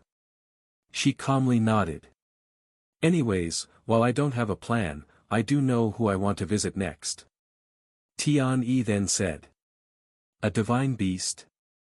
Dragon Goddess Yao asked. He nodded, "An ancient beast just like you. One known as Empress of Flames and Goddess of Rebirth, Primordial Phoenix." Dragon Goddess Yao suddenly sucked her teeth in an annoyed manner. Tian Yi looked at her with raised eyebrows and asked, "What's the matter?" "Nothing worth mentioning, but if you're going to see that dumb pigeon, I won't accompany you to see her." "Dumb pigeon? I guess even divine beasts have their own drama." Tian Yi couldn't help but crack a smile upon learning this information. "Don't go making your own assumptions. I wouldn't stoop so low to have drama with a stupid chicken. She's not worth it." Tian Yi pondered for a moment before speaking. "I have heard that dragons and phoenixes naturally don't get along. There seems to be some truth to this rumor. Is there a reason why you don't like the primordial phoenix?" "Phoenixes are born arrogant, and the primordial phoenix is the most arrogant of them all. I simply can't stand being around her." Dragon Goddess Yao said. Tian Yi looked at her with a weird expression. Dragon Goddess Yao frowned at this and asked, "Why are you looking at me like that?" "Well, in the eyes of humans, dragons are also arrogant creatures." "How rude. We're prideful. Not arrogant. There's a difference." Dragon Goddess Yao rebuked. But she did not stop there. "Meanwhile, phoenixes are obnoxiously arrogant. They have no pride, are shameless, selfish, and..." After spending several minutes complaining about phoenixes and comparing them with dragons, Dragon Goddess Yao finally ended it with, "Do you now understand why phoenixes and dragons don't get along?" "Yes. I think I do." Tian Yi said with a slight smile. "Do you still want to meet her?" Dragon Goddess Yao then asked. "Of course. Regardless of her personality, even if it's the nastiest in the world, I still want to speak with her, just like how I came to speak with you even at the risk of my own life. You're a weird human." Once their conversation ended, Tian Yi left the scene to find the primordial phoenix. Fortunately for him, the primordial phoenix wasn't as hard to find compared to Dragon Goddess Yao, as she had a larger presence with the world while Dragon Goddess Yeo barely interacted with the world. As for Dragon Goddess Yeo, although she claimed that she wouldn't follow Tian-Yi to meet with the primordial phoenix, she still tagged along in the end, acting as though she never said such a thing. Tian-Yi didn't question it either. Thus, the two of them traveled the world for several years in search of the primordial phoenix, following traces left behind by her. After a decade of following the primordial phoenix's footsteps, Tian-Yi finally located her. "Is this how you found me?" Dragon Goddess Yeo asked him as they made their way to the primordial phoenix's location. "Yes, but much fewer people knew of your existence compared to the primordial phoenix, who is much more active than you. Not only does she have connections with humans, she's even got a business in the human world, much to my surprise. Her existence is the closest representation of my ambitions right now. If that's the case, why did you seek me out first? Wouldn't it benefit your ambitions more if you had gone to the primordial phoenix first?" Dragon Goddess Yeo looked at him with a puzzled expression on her ethereal face. "That's simple. I came to you first because my desire to meet you was stronger than my desire to see her." Tian-Yi responded with a handsome smile on his face. His response left Dragon Goddess Yeo speechless. Several more months passed as Tian-Yi and Dragon Goddess Yeo left the world known as Divine Heaven and traversed into the starry sky to find the primordial phoenix. "That must be the primordial phoenix, also known as Feng Yuming." Tian-Yi mumbled in a low voice as he could see a small ball of flames in the distance. Although the primordial phoenix looked tiny from his position, they were actually millions of miles apart, so it was akin to looking at a star from Earth. Tian-Yi turned to look at Dragon Goddess Yeo and asked her, "Should I meet her alone?" "No, I will come with you. I want to see if she's gotten any dumber since our last meeting," Dragon Goddess Yeo said. Tian-Yi could only smile at her remarks. Then, they chased after her, catching up within minutes.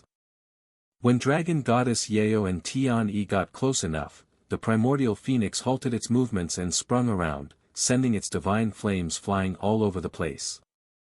Tian-Yi calmly dodged the flames that could easily burn even an immortal to death in an instant. Meanwhile, Dragon Goddess Yeo merely flicked the flames away from her body like she was swatting away flies. "Sneaking up behind me, are you looking for an early death?" The primordial phoenix spoke a moment later.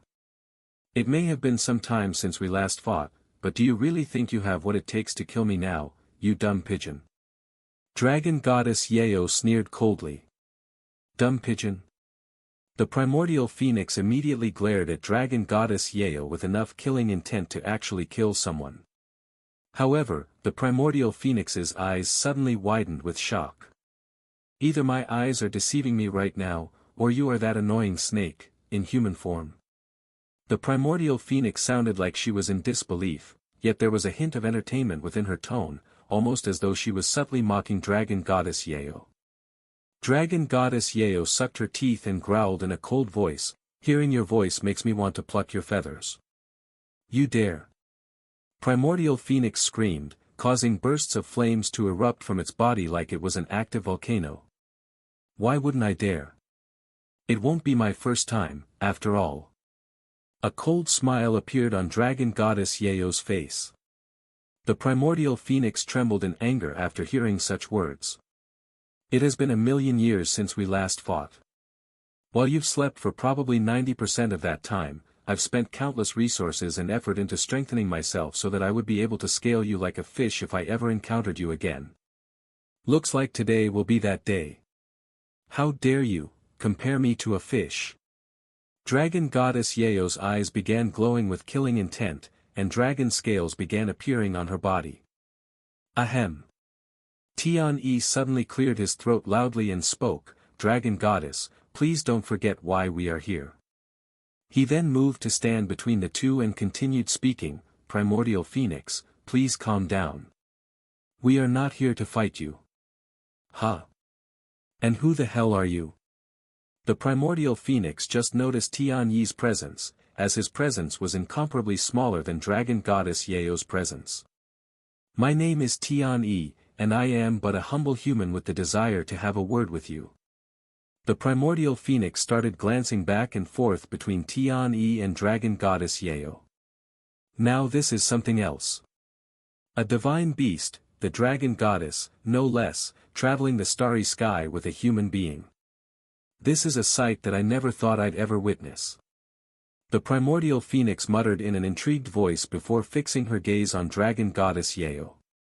"When did you become so close with a human, dragon goddess, who has never given them any attention since the beginning of time? Don't tell me. Are you mating with this human as well? You will pay for disrespecting me, primordial phoenix."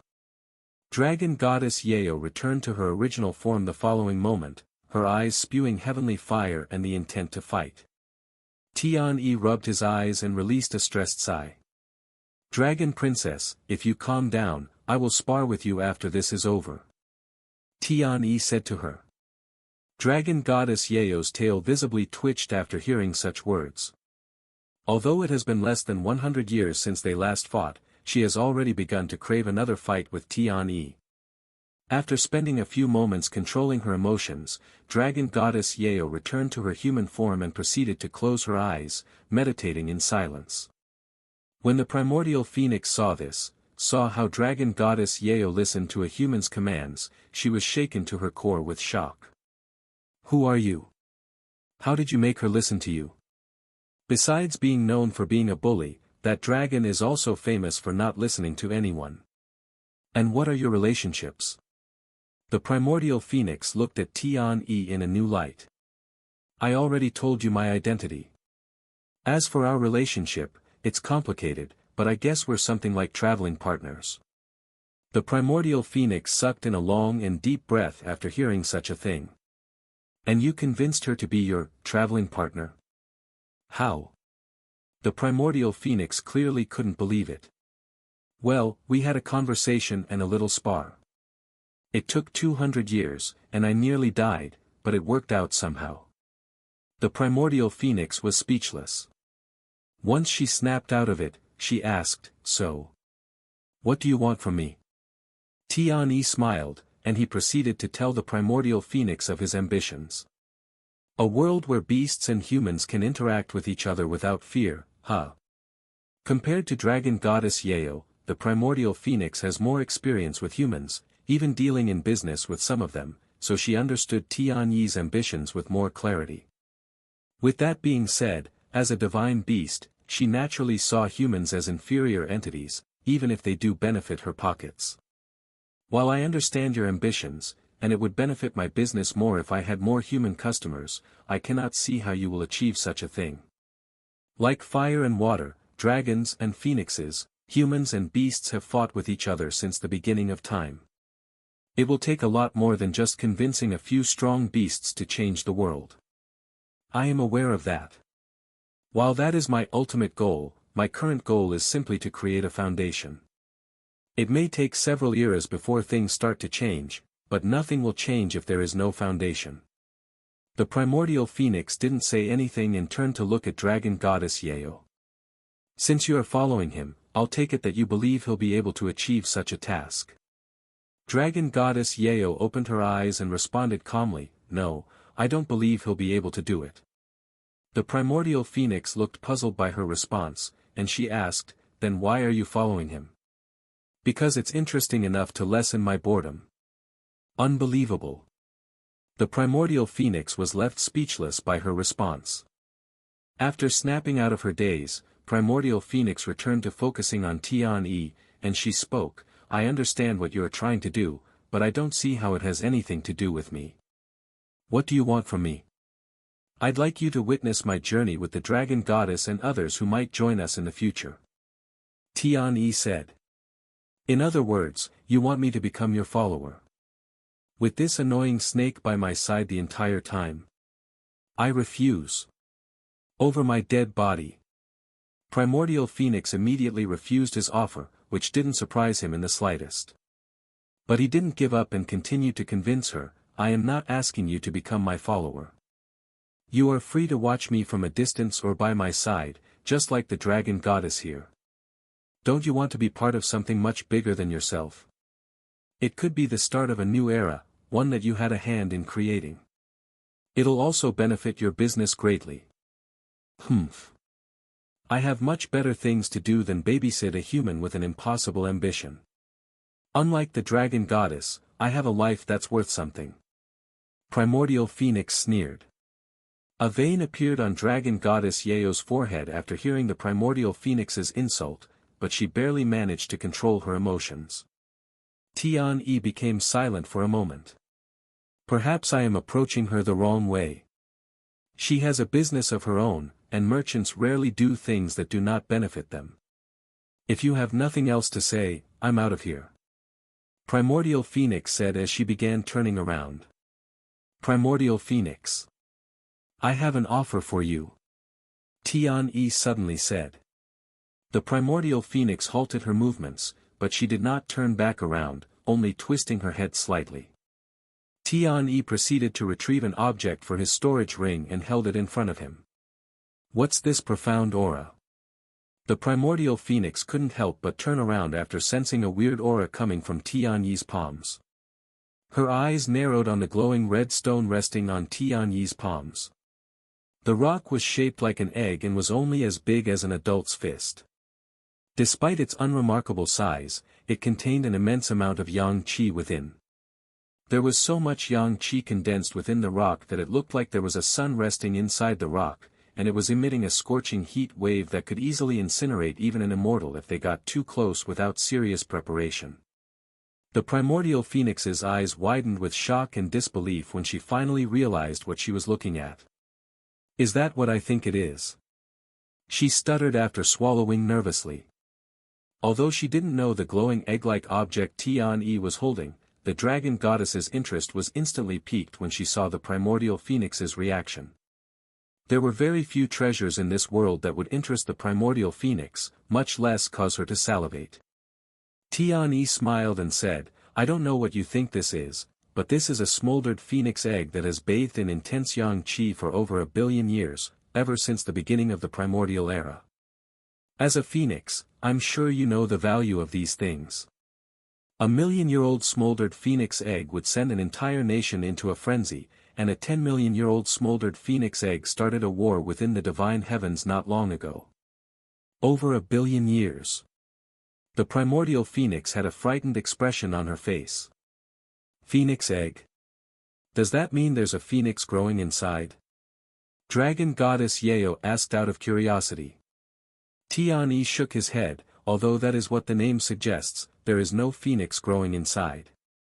In fact, it has nothing to do with phoenixes.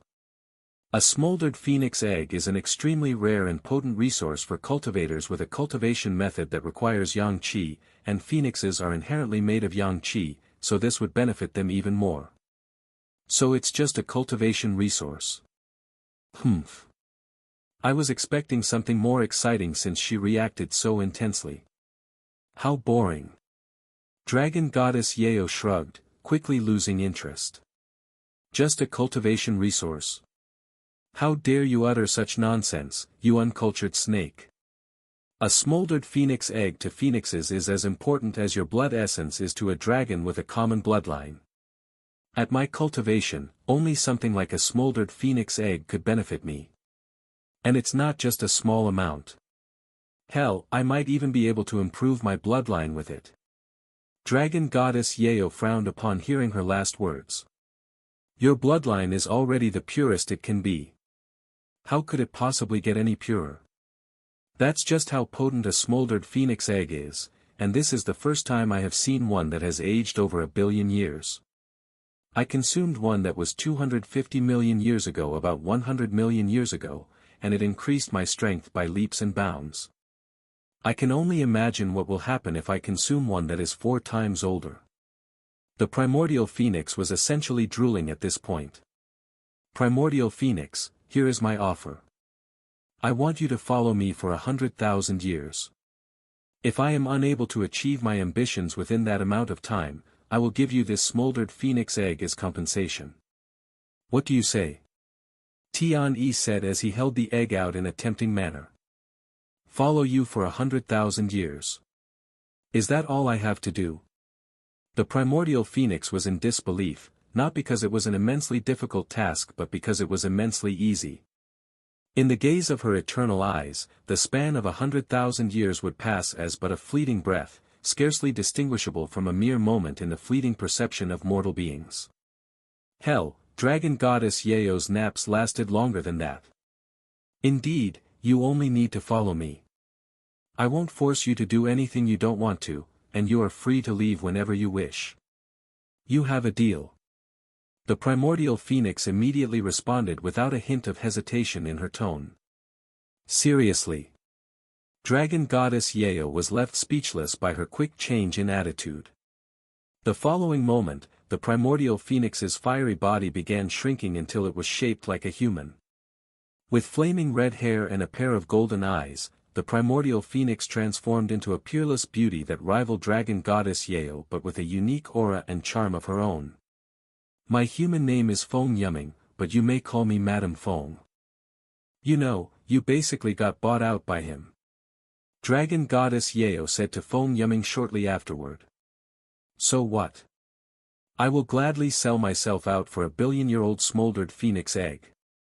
You may not understand its importance to me right now, but you will in 100,000 years when I become so strong that even you cannot touch me. Feng Yuming sneered. Oh. So you think you'll be stronger than me after eating that egg? I cannot wait to see your defeated face in 100,000 years. Who said I'm not stronger than you now? The egg will only make the difference that much larger and more obvious. Why don't we put that nonsense to the test right now, then? Dragon Goddess Yao's eyes flared up with killing intent. It'd be my pleasure. Feng Yuming's body began releasing flames. Dragon Goddess, this isn't how you should welcome a new companion. I promised you that I'd spar with you after this, so you can release your anger on me. Tian quickly interrupted them, as he did not want to lose one of his traveling companions so soon after getting another one. Humph, forget it, I don't feel like it anymore. If you want to travel with this dumb pigeon, you can do so alone. And without saying anything else, Dragon Goddess Yao flew away, disappearing into the starry sky. Feng Yuming looked at Tian and asked him, why didn't you try to stop her? He smiled and said, because she had every right to leave whenever she pleased, as do you. But I have a feeling that she won't be gone for long and will eventually return to our side once she calms down. You're a weird human, unlike any other human that I've come across before. Feng Yuming said. I will take that as a compliment. Well, what do you plan on doing now? I'm going to find the divine serpent known as Eater of Stars and have a chat with them. Tian said. Eater of Stars? Are you insane? What do you hope to achieve from contacting that monster? Feng Yuming had a look of disbelief on her face after hearing such an ominous name. You are familiar with the Eater of Stars? Tian looked at her glistening eyes. Of course. She is a notorious entity that does nothing good for the world, an unreasonable monster with an insatiable appetite that constantly consumes stars as though it is always on the verge from dying of hunger. I wouldn't get close to the Eater of Stars if I were you, as you would most likely get eaten by her before you could even say anything. In fact, I don't even know if she has the ability to communicate like I do. The Eater of Stars is female, as well. Have you ever spoken with her? Tian asked, his gaze filled with interest, almost as if he was a child before an amusement park. No, I have never spoken with her before, nor do I have the desire to do so. I have seen her consume stars from a distance a few times, but that's about it. If you've never spoken to her, then how do you know that she's consuming stars without reason? Because she's been doing it since the primordial era, and nothing has ever come out of it. Fascinating. How fascinating. I must speak with the Eater of Stars, and if I am lucky, I might even find out why she is doing what she's been doing for eons. Feng Yuming was speechless. The more she gave him reasons to not approach the Eater of Stars, the more he seemed to be interested. He might actually have a screw loose in his head. She thought to herself. Whatever. If he dies, I will just get my hands on the smoldered phoenix egg sooner. Do you know how we can find the Eater of Stars? Tian then asked. No, but it shouldn't be too hard to follow her trail, especially considering that she always leaves behind a trail of destruction. Alright. Then let's get going. Thus, Tian and Feng Yuming began their journey in search of the Eater of Stars. Just like how he found Feng Yuming, Tian would speak to everyone that crossed his path in the starry sky. And in the blink of an eye, 1,000 years passed. So that's the Eater of Stars, huh? She's definitely not an ordinary divine beast. Tian mumbled in a dazed voice as he watched a massive white, snake-like figure in the distance swallowing stars with a single bite, his gaze filled with fascination. The way it consumes the stars without hesitation makes me shudder no matter how many times I see it. Feng Yuming sighed. Tian became silent. What's wrong? Are you having second thoughts? Feng Yuming asked him with a teasing smile. He shook his head and sighed. I don't know how to say this, but she appears to be in profound anguish. Anguish? The Eater of Stars? Feng Yuming chuckled at such words. I doubt she even has any emotions, much less anguish.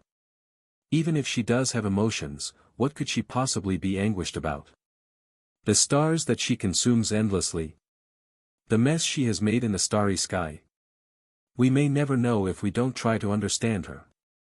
Good luck with that. Feng Yuming shrugged. I will. You can stay here while I try to speak with her. And without hesitation, Tian began flying towards the monstrous being in the distance. You. Feng Yuming held herself back from trying to convince him to stop, as she had failed for the past 1,000 years. Nothing I say will change his mind now. She sighed inwardly. She then turned to look in a certain direction and smirked. When are you going to stop watching us from the shadows like a stalker? A moment later, Dragon Goddess Yao's figure appeared before Feng Yuming. How long have you known? Dragon Goddess Yao asked with a deep frown. Whenever you first realized that we were searching for the Eater of Stars, I guess. Even though it was just for a brief moment and you quickly hid your presence again, it was so obvious that I almost died from second-hand embarrassment. Dragon Goddess Yao's face flushed with redness after hearing such words. To think you'd be worried enough to let your guard down. Is the human that important to you? You wouldn't understand it even if I told you. Dragon Goddess Yao sneered. Then are you going to stop him? He's essentially walking straight into his own graveyard right now. After a moment of silence, Dragon Goddess Yao spoke. You've been with him for 1,000 years now, yet you don't seem to know anything about him. You are just as dumb as I thought. What the hell is that supposed to mean? The Eater of Stars may have immense prowess, but it only knows how to eat. He won't be threatened by something like that. You sure have a lot of confidence in him. You would too if you ever fought him. Feng Yuming turned silent after that, as she was mainly focused on Tian, who was just a moment away from reaching the Eater of Stars.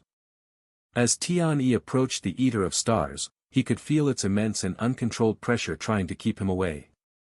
The pressure was tyrannical, strong enough to crush immortals and shatter stars. However, even that was not enough to keep Tian away. Covered in a sharp aura that seemed to slice apart even the void itself, Tian continued to slowly close their distance. It doesn't make any noises even as it consumes the stars, almost as if there is a black hole inside its mouth that silently swallows everything. How interesting. A smile appeared on Tian's face, and it grew wider as he inspected the Eater of Stars with great interest. The Eater of Stars was as long and massive as Dragon Goddess Yao in her dragon form, and it was covered in smooth white scales from head to tail, making her appearance very distinctive within the void. Her white scales shone profoundly, like pearls under light, and even the void that naturally consumes light cannot seem to drown out its brilliance. Her head was round and cute, resembling that of a snake, and on it were two large void-like eyes that did not have the slightest glow within, almost like the eyes of the dead, yet she was very much alive. Slight above her eyes and at the center of her smooth forehead was a distinctive red symbol, its significance yet to be known. When Tianyi looked into her dead eyes, he could only see anguish and frustration. It was so clear to him that it was as though the Eater of Stars was personally speaking to him.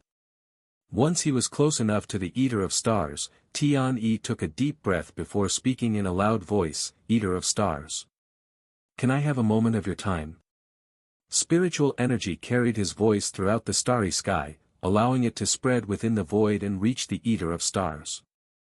However, the Eater of Stars did not have the slightest reaction, almost as though it couldn't hear him. Tianyi took another deep breath and called for her again, "Eater of Stars. I can tell that you're in pain. Is there anything that I can do to help?" The Eater of Stars suddenly trembled, and she began to come to a slow halt for the first time in countless years. It turned to look at him and spoke through divine sense, "Pain. Don't speak as though you know anything, human." The Eater of Stars opened her mouth and began moving toward Tianyi with the intention of consuming him. "You're right. I don't know anything. However, I want to know. I want to understand you. Can you tell me what is bothering you?" Tianyi calmly stood there as the Eater of Stars moved closer at a rapid rate. "Even if you knew, there's nothing you or anyone in this universe could do about it. Now, disappear." As the Eater of Stars tried to swallow him, a profound light flickered within Tianyi's gaze, and his body emitted a divine aura. When the Eater of Stars sensed his divine aura, she instinctively turned away from Tianyi, avoiding him. "You're annoying. Die already." Although the Eater of Stars decided to not consume him, she still wanted to kill him for disturbing her. As she opened her mouth again, Tianyi could see a white glow deep inside her mouth that grew at a rapid rate. Before he knew it, he was engulfed by white flames that quickly tore away his spiritual energy. "This flame, it's not burning my spiritual energy, but consuming it and using it to grow stronger." Tianyi was astonished by the white flame's unique properties. "Scatter." With a flick of his sleeves, all of the white flames around him blew away, but they continued to burn in the void. "I'm guessing you're the type that only listens after a fight, almost like someone else that I know." Despite being attacked twice already, Tianyi was not angry in the slightest. "It's been a while since I stretched my limbs, too. Let's enjoy this for a while, shall we?" Thus, Tianyi and the Eater of Stars began their battle. The Eater of Stars would throw all sorts of flame techniques at Tianyi, quickly filling the void with her seemingly eternal flames that refused to die out even many years later, hovering in the void like orbs of light. From a distance, her white flames may even appear as stars. Che. Dragon goddess Yao suddenly sucked her teeth when she saw Tianyi fighting the Eater of Stars, seemingly bothered by something. Feng Yiming noticed this and asked her, "What's wrong? He's grown so much stronger since our last fight, yet he's barely cultivated in the past 1,000 years. How is that possible? Where does his power come from?" Feng Yiming raised an eyebrow and said, "While it's true that he's barely cultivated during our search for the Eater of Stars, I cannot say anything about his growth since I never fought him before."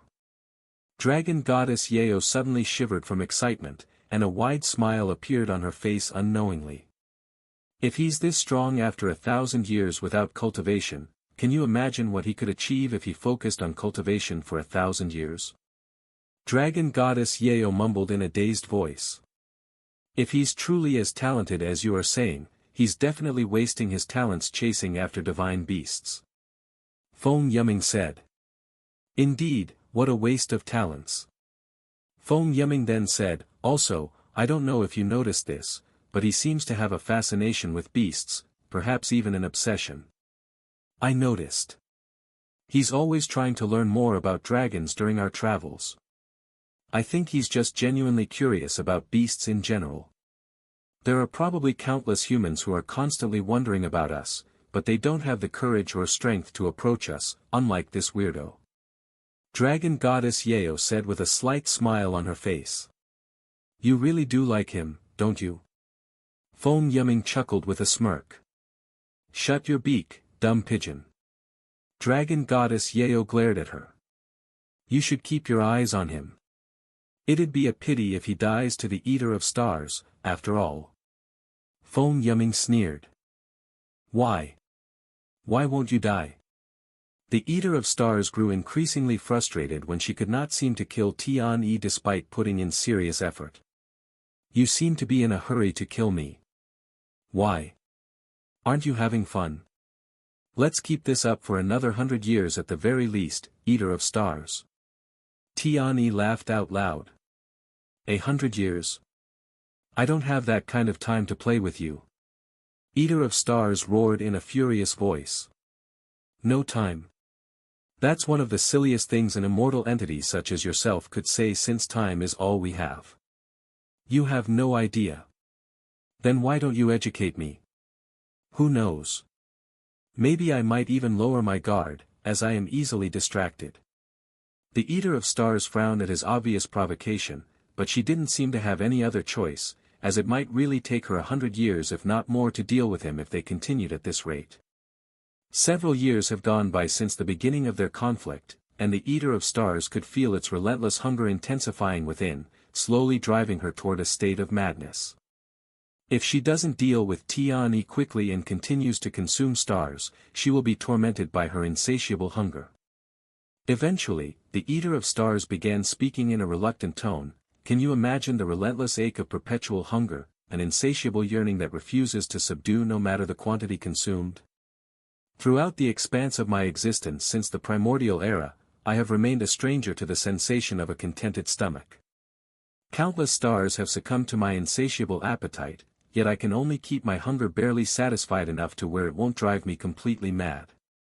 I have traveled the starry sky for millions of years in search of something that could satisfy my hunger, but to no avail. I have dried out rivers of celestial water, consumed all sorts of treasures. There is almost nothing in this world that I haven't consumed, yet my hunger remains unsatisfied. I want to stop and rest, but I fear that my hunger will get out of control if I sleep, if I can even sleep properly with this constant hunger. That's right. I have never even had a proper sleep. The only thing I can do is continue moving and consuming everything in my path. Tian was left speechless by the Eater of Stars situation. Even Feng Yumming and the Dragon Goddess were baffled by it. They always thought that the Eater of Stars was acting out of instinct and had no reason for its actions, that it was a natural calamity without emotions or thoughts. Neither of them could have anticipated this sort of truth, and they couldn't help but pity the Eater of Stars. I understand now. So that is the source of your anguish. What a terrible way of life. And to think that you've been living like this since the primordial era. Tian was not prepared to learn such a truth and did not know how to respond or react. While Tian was deep in his thoughts, the Eater of Stars saw this as a chance to put an end to their farce and attacked without any warning. Wake up, you idiot! Dragon Goddess Yao's voice suddenly rippled in the starry sky, snapping Tian out of his daze. But it was too late, and the Eater of Stars landed a direct hit on Tian the following moment, sending him flying. Blood gushed from Tian body, leaving behind a long trail of blood that hovered in the starry sky. You idiot! Are you still alive? Dragon Goddess Yao immediately rushed to his side to assess his condition. A slight smile appeared on Tian face as he muttered in a weak voice, "Don't worry, I won't die before I beat you." How dare you say such a thing when you cannot even defeat some stupid snake? Do you have no shame? Dragon Goddess Yao sighed. Meanwhile, the Eater of Stars proceeded to fly towards them with her mouth wide open, seemingly trying to consume them together. How dare a mere snake even think about consuming a dragon? Courting death. Dragon Goddess Yao narrowed her eyes at the Eater of Stars as scales began appearing on her body. Please wait, Dragon Goddess. Tian quickly grabbed her arm. I am not out of the fight just yet. After adjusting his posture, Tian confronted the incoming Eater of Stars with a wide smile on his face. Unbeknownst to him, his body suddenly started emitting a golden aura that gave off an unfathomable feeling. When Dragon Goddess Yao detected the palpable presence of his aura, an inexplicable thrill coursed through her entire being, setting her body astir with an intense longing for combat. and igniting her blood with an irresistible urge to engage. The Eater of Stars, too, discerned the subtle shift in his aura, further intensifying her agitation. Her primal instincts screamed that unless she swiftly vanquished him, the window of opportunity to secure victory would close inexorably. As the Eater of Stars closed in with her mouth wide open, the trial of blood left behind by Tian-Yi entered her mouth. While the amount of blood left behind by Tian-Yi was akin to a single grain of sand to the Eater of Stars, it was a substantial amount of blood to lose for a human. When the Eater of Stars tasted Tian-Yi's blood, its massive body shivered for a brief second before freezing like an ice statue. Her void-like eyes began to change as the light slowly returned to them. "Why did you stop, Eater of Stars? I am just getting started." Tian-Yi spread his arms and beckoned her in a provoking manner. However, the Eater of Stars completely ignored him as she remained hovering there with a look of disbelief on her face. Eventually, she spoke in a low voice, "You. What are you?" "Huh?" Tian-Yi did not understand her question and could only look at her with a raised eyebrow. Although he didn't understand her question, he could tell that something had changed for the Eater of Stars, and when he looked into her eyes, he could see a hint of hope within. "What am I, you ask?" "Human, I suppose." Tian-Yi eventually responded to the Eater of Stars' question even though he had a feeling that it wasn't what she wanted to hear. "Why do you ask?" he then asked. After a moment of silence, the Eater of Stars responded, "Amongst the countless things I've consumed throughout the years, very few things interest my taste buds. However, your blood. When I consumed your blood, it excited my taste buds in a way that I've never experienced before, and even though the amount of blood I've consumed is insignificant, even neglectable, it's managed to satisfy my hunger significantly. I could consume 100 stars, yet it would not satisfy my hunger the way your blood just did." The Eater of Stars proceeded to consume the remaining blood that was scattered in the starry sky, leaving not even a single drop of blood behind, and her body would tremble with excitement with every drop of blood. Once she finished cleaning the starry sky of Tian-Yi's blood, she released a deafening roar that shook the starry sky. "My blood satisfies your insatiable hunger." "Why?" Tian-Yi mumbled out loud after learning of this information. "I don't know, it just does." The Eater of Stars replied. Silence filled the place for the next several moments until Tian-Yi had an idea. "Eater of Stars, I have an offer for you." "I am listening." For the first time in history, the Eater of Stars was being patient and willing to listen to a human being. "You see, I have an ambition." Tian-Yi proceeded to tell the Eater of Stars his ambitions. "If I have someone like you around me in my journey, it will definitely help speed up my goals. In exchange for your company, I am willing to offer you my blood to feed your hunger. Of course, I won't make you do anything that you don't want to, and you can leave at any time." The Eater of Stars closed her eyes to ponder in silence. A few moments later, her massive body began to shrink, progressively shrinking faster with every passing second, until she was the size of an ordinary snake. "I shall follow you until the end of time, Master." The Eater of Stars said. "Master?" Tian-Yi raised an eyebrow and said, "I'm not asking you to be my servant, you know. I am aware. This is my choice. You really don't mind?" "I don't." In the realm of beasts, yielding to a human as their master equated to a profound surrender, a relinquishing of their very essence, a choice that would forever brand them with ridicule among their fellow creatures. However, the Eater of Stars was no mere ordinary beast. She was a divine beast with significance equal to that of dragon goddess Yeo and the primordial phoenix. Despite that, she still decided to accept Tian-Yi as a master. In the eyes of the Eater of Stars, such considerations held no sway over her. To her, the paramount imperative was the satisfaction of her insatiable hunger, rendering all other concerns inconsequential. In this singular moment, an extraordinary occurrence had transpired. A divine beast, for the first time in history, had chosen to acknowledge a human as its master. Furthermore, this wasn't just any divine beast, it was the Eater of Stars, a notorious entity that had sown terror across the expanse of the divine heavens, a veritable force of nature responsible for the annihilation of countless stars. So, do you have another name besides Eater of Stars? I do not. You may give me a name if you wish. I'll need some time to think about it. Anyways, here. Tian-Yi suddenly slashed his palm with his sword and offered it to her. Eater of Stars immediately rushed at it like a starving beast and immediately began consuming it. While changing her size won't change her appetite, she could perceive her hunger gradually assuaging as she imbibed his blood. Several minutes later, in a moment unprecedented in her existence, the Eater of Stars encountered the sensation of satiety, discovering what it meant to be free from the ceaseless grip of hunger.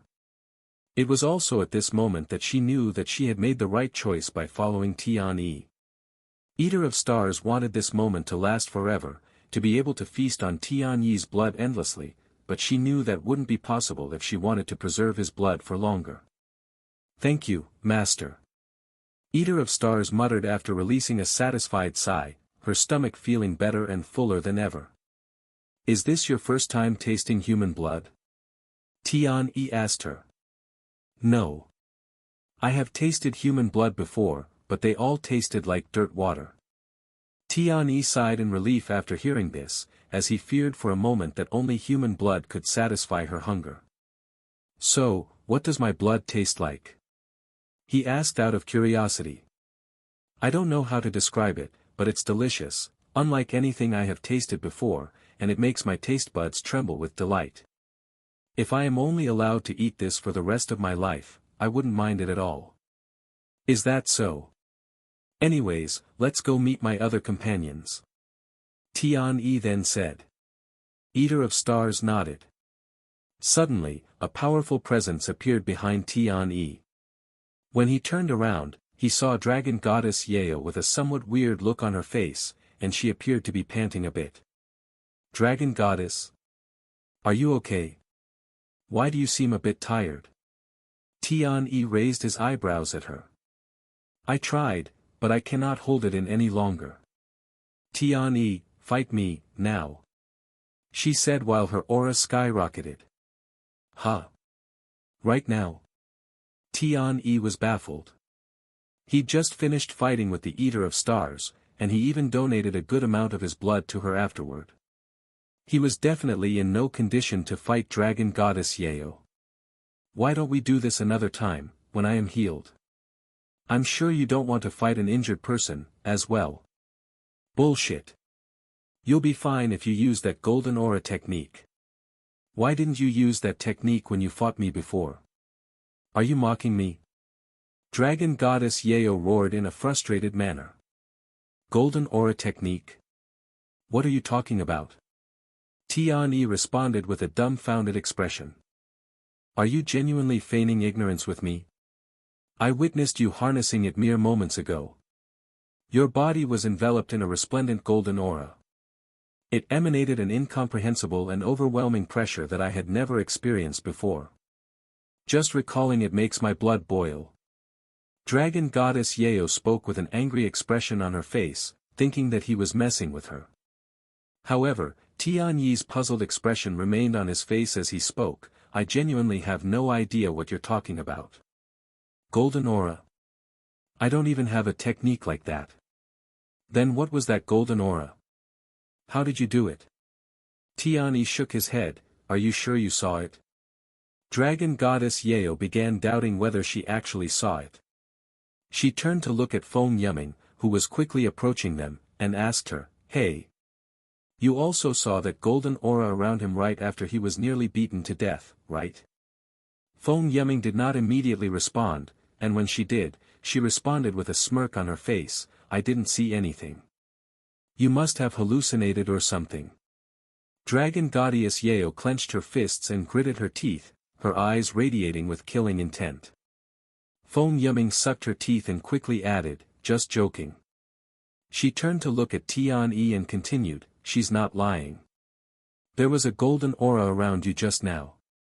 I've never felt anything so oppressive before. Tian-Yi fell silent after hearing this, but he had zero idea what caused the golden aura to show up. Now that I think about it, I felt oddly energized for a brief moment, like I was invincible. Unfortunately, I don't know what caused it, nor can I replicate it. Dragon Goddess Yeo began to ponder deeply. A moment later, she spoke with a serious expression on her face. It appeared shortly after you were nearly beaten to death, so if you experience another near-death situation, it might show up again. I'll help you. Whoa, whoa, whoa. Hold it. Tian-Yi immediately distanced himself when Dragon Goddess Yeo started stretching her limbs. I barely have enough energy to stay awake and you want to beat me? I will really die. Aren't you always so confident in yourself? You'll be fine. Dragon Goddess Yeo seemed to have no desire to back down and slowly approached Tian-Yi. Seeing this, the Eater of Stars moved to stand in front of Tian-Yi. I won't let you hurt him. Eater of Stars glared at Dragon Goddess Yeo sternly. You think you have what it takes to stop me? While you may have more raw strength than me, you don't know how to properly use it. You don't even know how to fight properly, and I doubt you know any real techniques.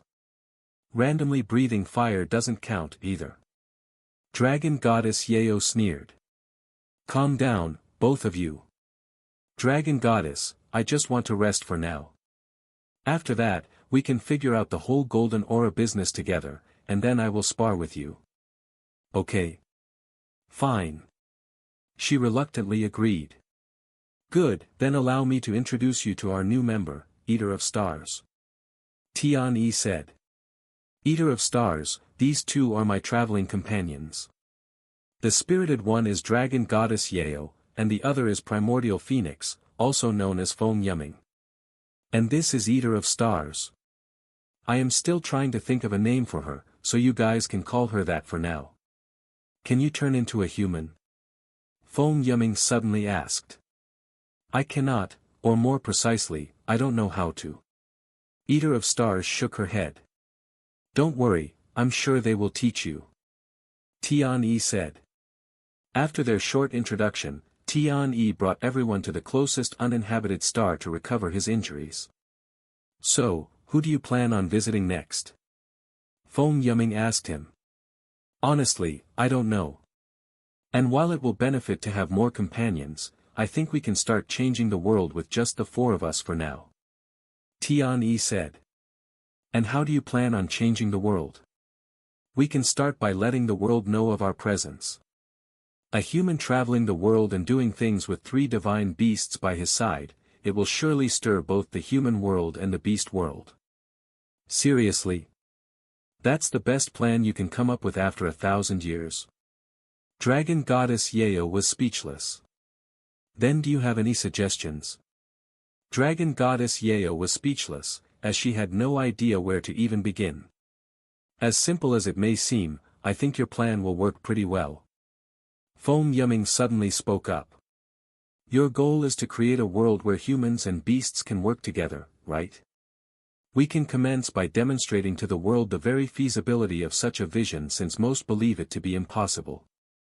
By showcasing our partnership, we can enlighten humanity and beasts to the possibility of collaboration between our 2 worlds. Then it's decided. Tian-Yi had an eager smile on his face. We can start by dealing with issues that normal people or beasts cannot handle by themselves. Do you guys know of anything like that happening within the divine heavens at this moment? Well, I've spent the past 1,000 years traveling the starry sky with you, so my knowledge is to the extent of yours. Foam Yumming shrugged. I don't know, either. Dragon Goddess Yeo said in a stiff voice, as she didn't want to admit that she had been following them for the same amount of time. That's fine. We can look into it once we return to the divine heavens. Tian-Yi said. Before that, I have something to say. Dragon Goddess Yeo suddenly said. What is it? Shouldn't you spend some time improving your cultivation first? While you are already pretty strong, you could be much, much stronger if you focused on cultivation for some time. After all, you are still in the prime age for that. It would be a waste of your talents if you start too late. Is that really necessary? Sounds like a hassle, and I'd rather spend that time to work on my goals. Tian sighed. Of course. Beasts are naturally attracted to the strong, so the stronger you are, the more likely they will listen to you. If you want a world where beasts respect humans, you need to show them something worthy of respect, because as of now, the majority of beasts do not respect humans in the slightest. Makes sense. Alright, I'll dedicate some time to cultivation every once in a while. Tian nonchalantly nodded. I've long been aware of his immense talent, evident when he faced me and survived at an age not even surpassing 1,000 years. Now, I entertain the notion that he might have scarcely trained before then. Is it conceivable that he is truly a mere human? Dragon Goddess Yeo sighed inwardly. I've been wondering, how old are you? Feng Yuming suddenly asked Tian. A little over 2,000 years old. Tian calmly responded. 2,000 years old? Impossible. Feng Yuming did not dare to believe him. It's true. He wasn't even 1,000 years old when he fought with me. Dragon Goddess Yeo confirmed. Unbelievable. Feng Yuming muttered in disbelief. Several days later, after Tian recovered from his injuries, he began looking into the golden aura with the others. The first thing they did was beat Tian until he was near death, since that was what triggered it in the first place. Go easy on me. Tian said with a stiff smile. Sure. Dragon Goddess Yeo said in a nonchalant manner. Clearly, she did not plan on going easy on him.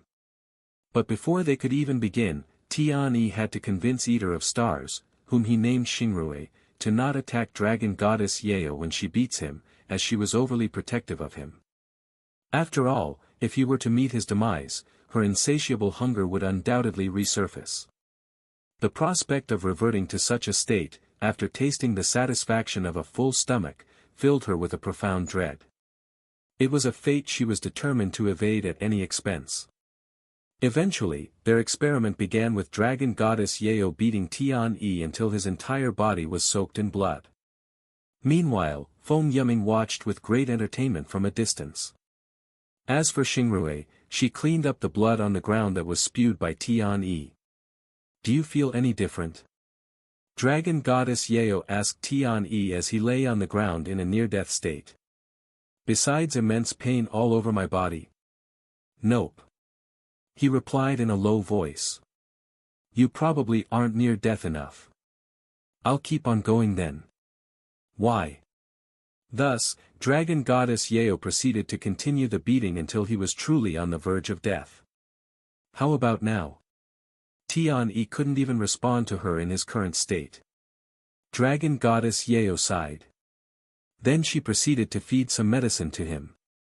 Within minutes, Tian fully healed from his near-death state. Alright, let's do it again. Dragon Goddess Yeo said afterward, sounding oddly eager to beat him. I don't think physically torturing myself will do any good. According to you, the golden aura occurred during my fight with Xingrui. Perhaps I need an opponent and to be engaged in a real fight. Tian quickly stopped her. That sounds reasonable. And since your opponent at that time was Xingrui, you should fight with her again. However, Xingrui immediately refused. I will not partake in hurting master no matter what. How about I do it? Feng Yuming suddenly volunteered herself. You. Dragon Goddess Yeo raised her eyebrows. She nodded and explained, I have been wondering about his prowess since I learned that he'd survived a fight with you 1,000 years ago. I want to see for myself his talents. Let's do it then. Tian agreed to spar with Feng Yuming. Sometime later, Tian and Feng Yuming went back into the starry sky and started fighting each other. Much like Xingrui, Feng Yuming harnessed the formidable power of flames. However, in stark contrast to Xingrui, Feng Yuming exhibited flawless mastery over her fiery abilities, even boasting a vast repertoire of hundreds of unique techniques at her disposal. For the first several months, Feng Yuming faced Tian while in her human form, as she didn't really take the fight seriously. However, she eventually transformed back into a phoenix and started fighting him for real, with the intention of killing him.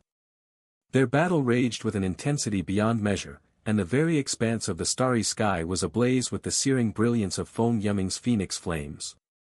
Her flames surged with such blistering heat that they tore through Tian Yi's spiritual energy, reduced his clothing to ashes, and roasted his skin with relentless ferocity.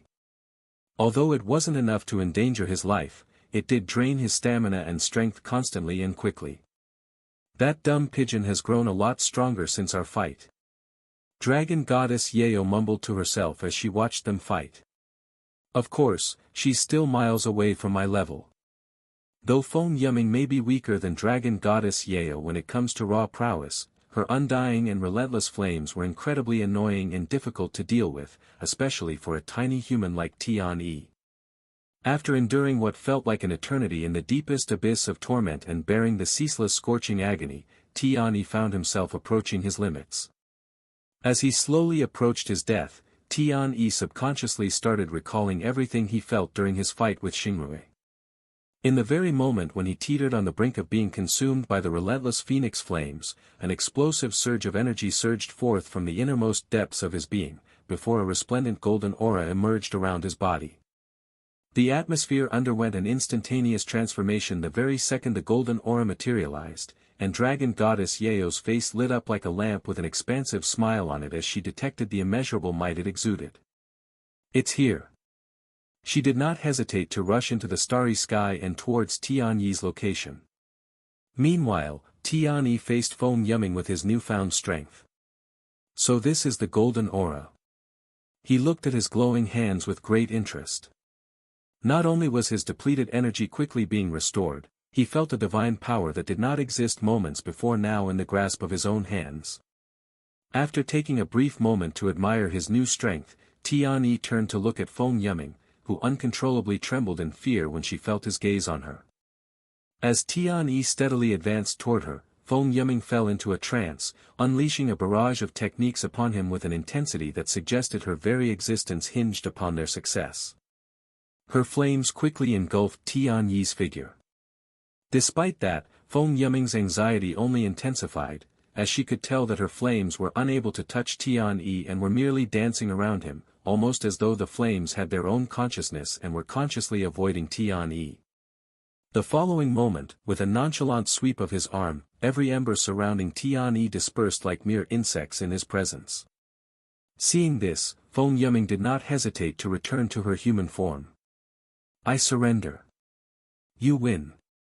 Feng Yuming sighed out loud. Oh.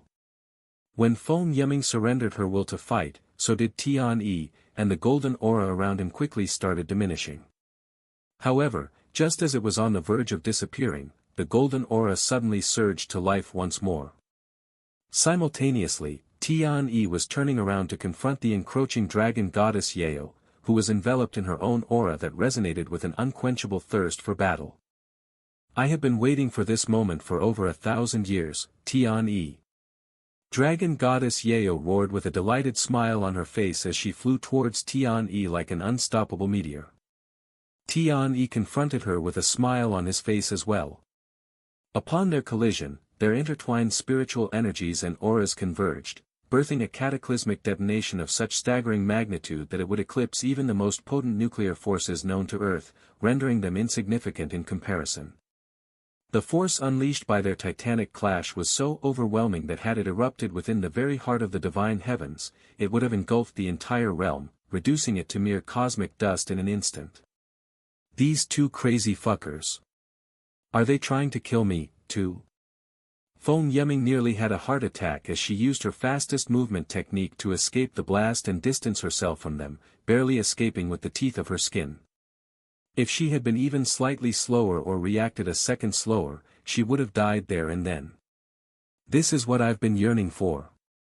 Finally, a worthy opponent whom I can unleash my full might."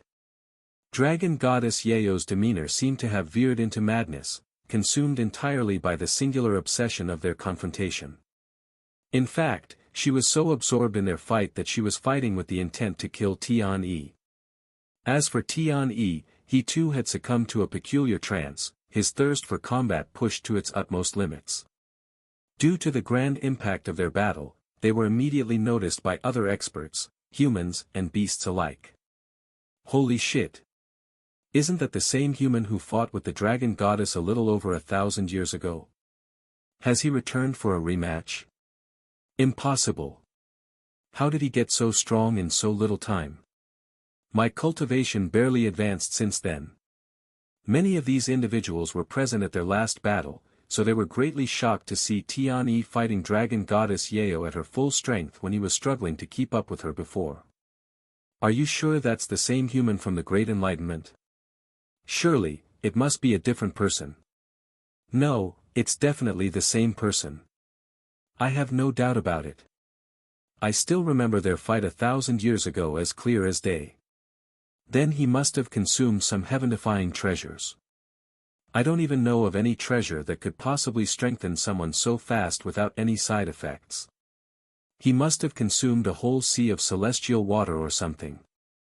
There's no way that amount of celestial water even exists. Could this be a second Great Enlightenment? We need to notify the others as soon as possible.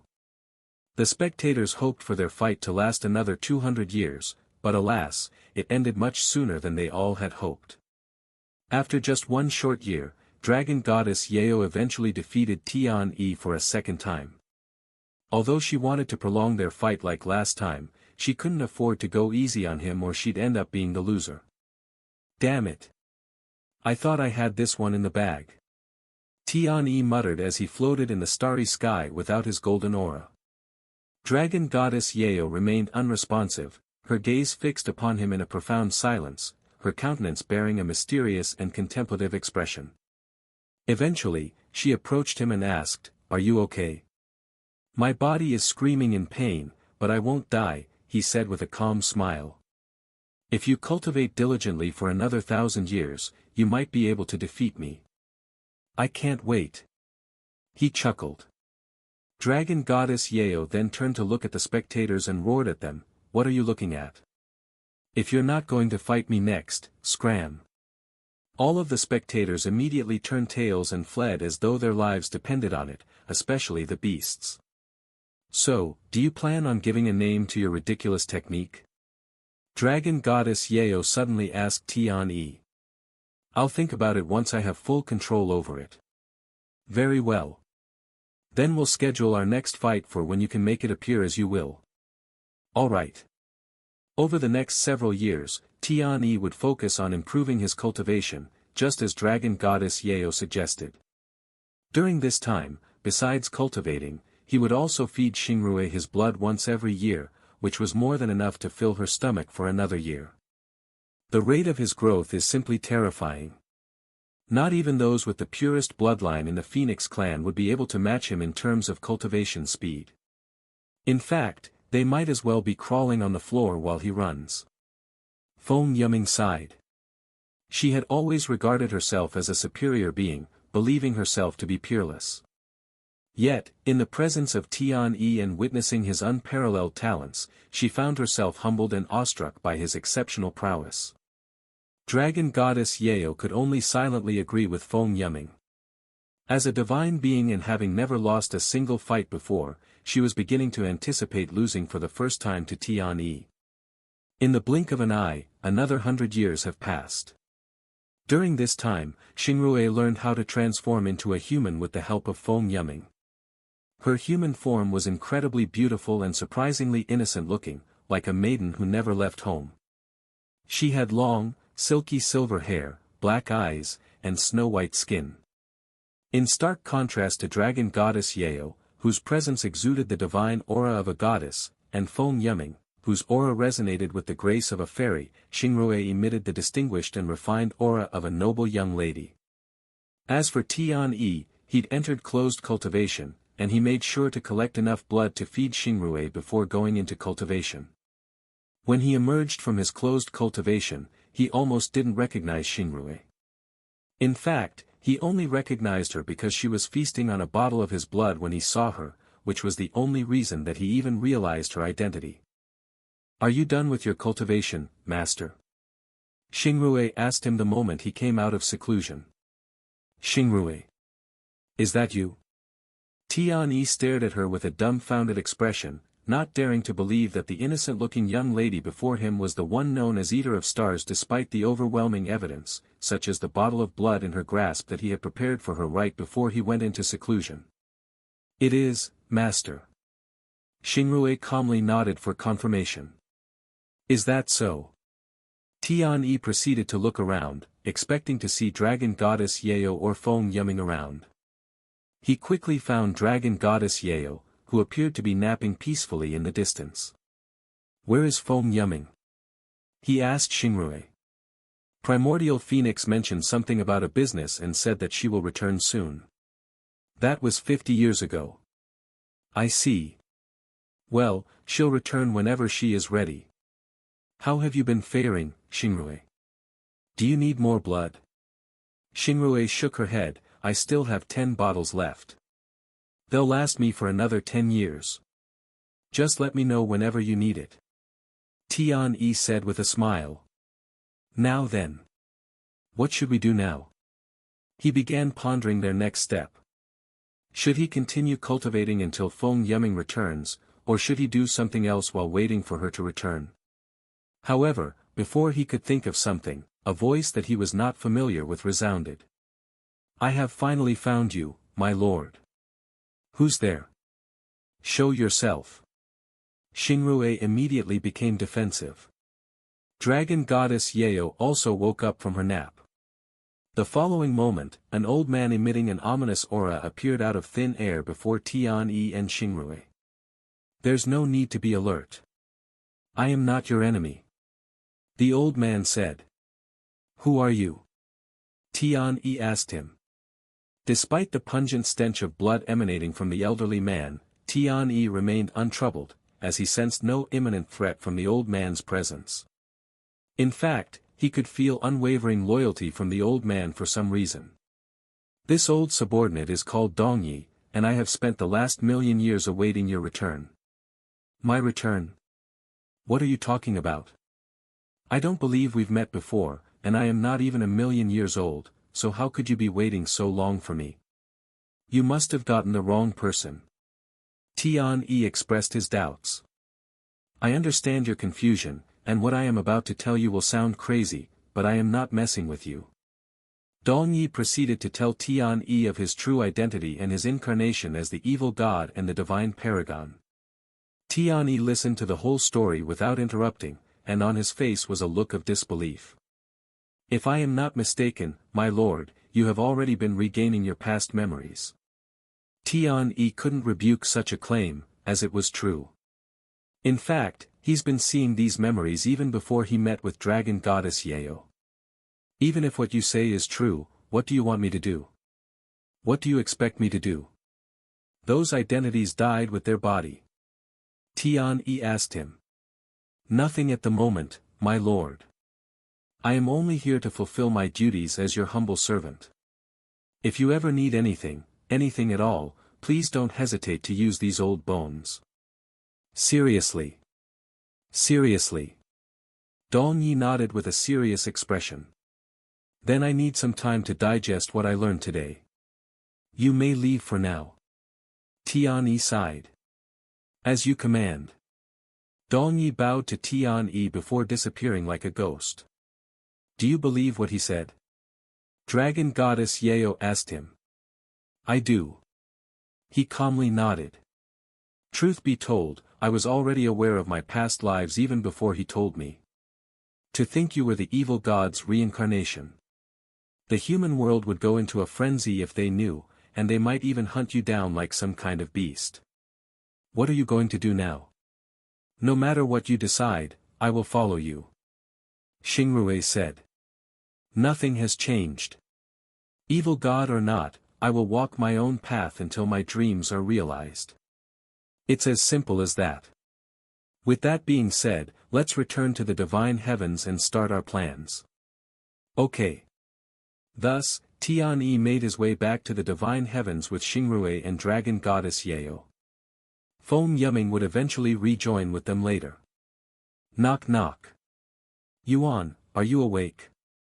Yuan slowly opened his eyes after hearing Shimei's voice. He went to open the door and greet her. "I am. Do you need anything? My mother's wondering if you are ready for your training yet." She merely said. It's been several days since they dealt with the Azure Dragon clan and the Emerald Dragon family, but it felt much longer for Yuan, who had been engrossed in Dragon Goddess Yao's memories. "Please let her know that I am ready," Yuan replied. "Okay." Shortly after she merely left his room, Feng Yuxiang and the others showed up in his room. When Yuan saw Feng Yuxiang and Lan Yingying standing beside each other, he couldn't help but recall Feng Yuming and Xingrui, and he wondered if they were somehow related. "Young master. What's wrong?" Feng Yuxiang asked him when she noticed his dazed stare. He smiled and said, "I was just remembering something that happened in my past life."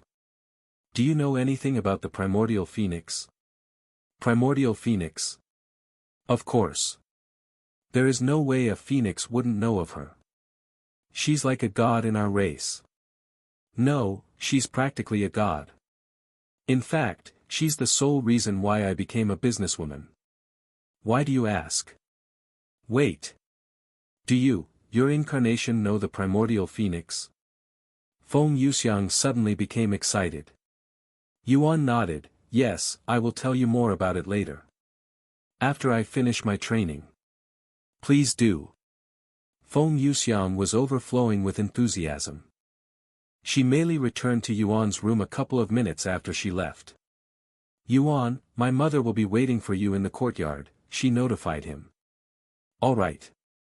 Thank you." He proceeded to make his way to the courtyard. Of course, having nothing better to do, Shi Meili and the others followed him. Once they arrived at the courtyard, they could see Shimingza casually standing on the sparring stage. "Welcome, Yuan. I hope you had a good rest." Shimingza greeted him with a charming smile on her beautiful face as he made his way onto the stage. "I did. Thank you for taking the time to train me even though you're in the middle of something major." "Don't even mention it. We are pretty much finished with the biggest issues and our investigations. In our current state, we need to take things slowly, since we have 2 more cities to deal with," Shimingza said. "Anyways, let's talk about your dragon's authority, shall we?" Yuan nodded.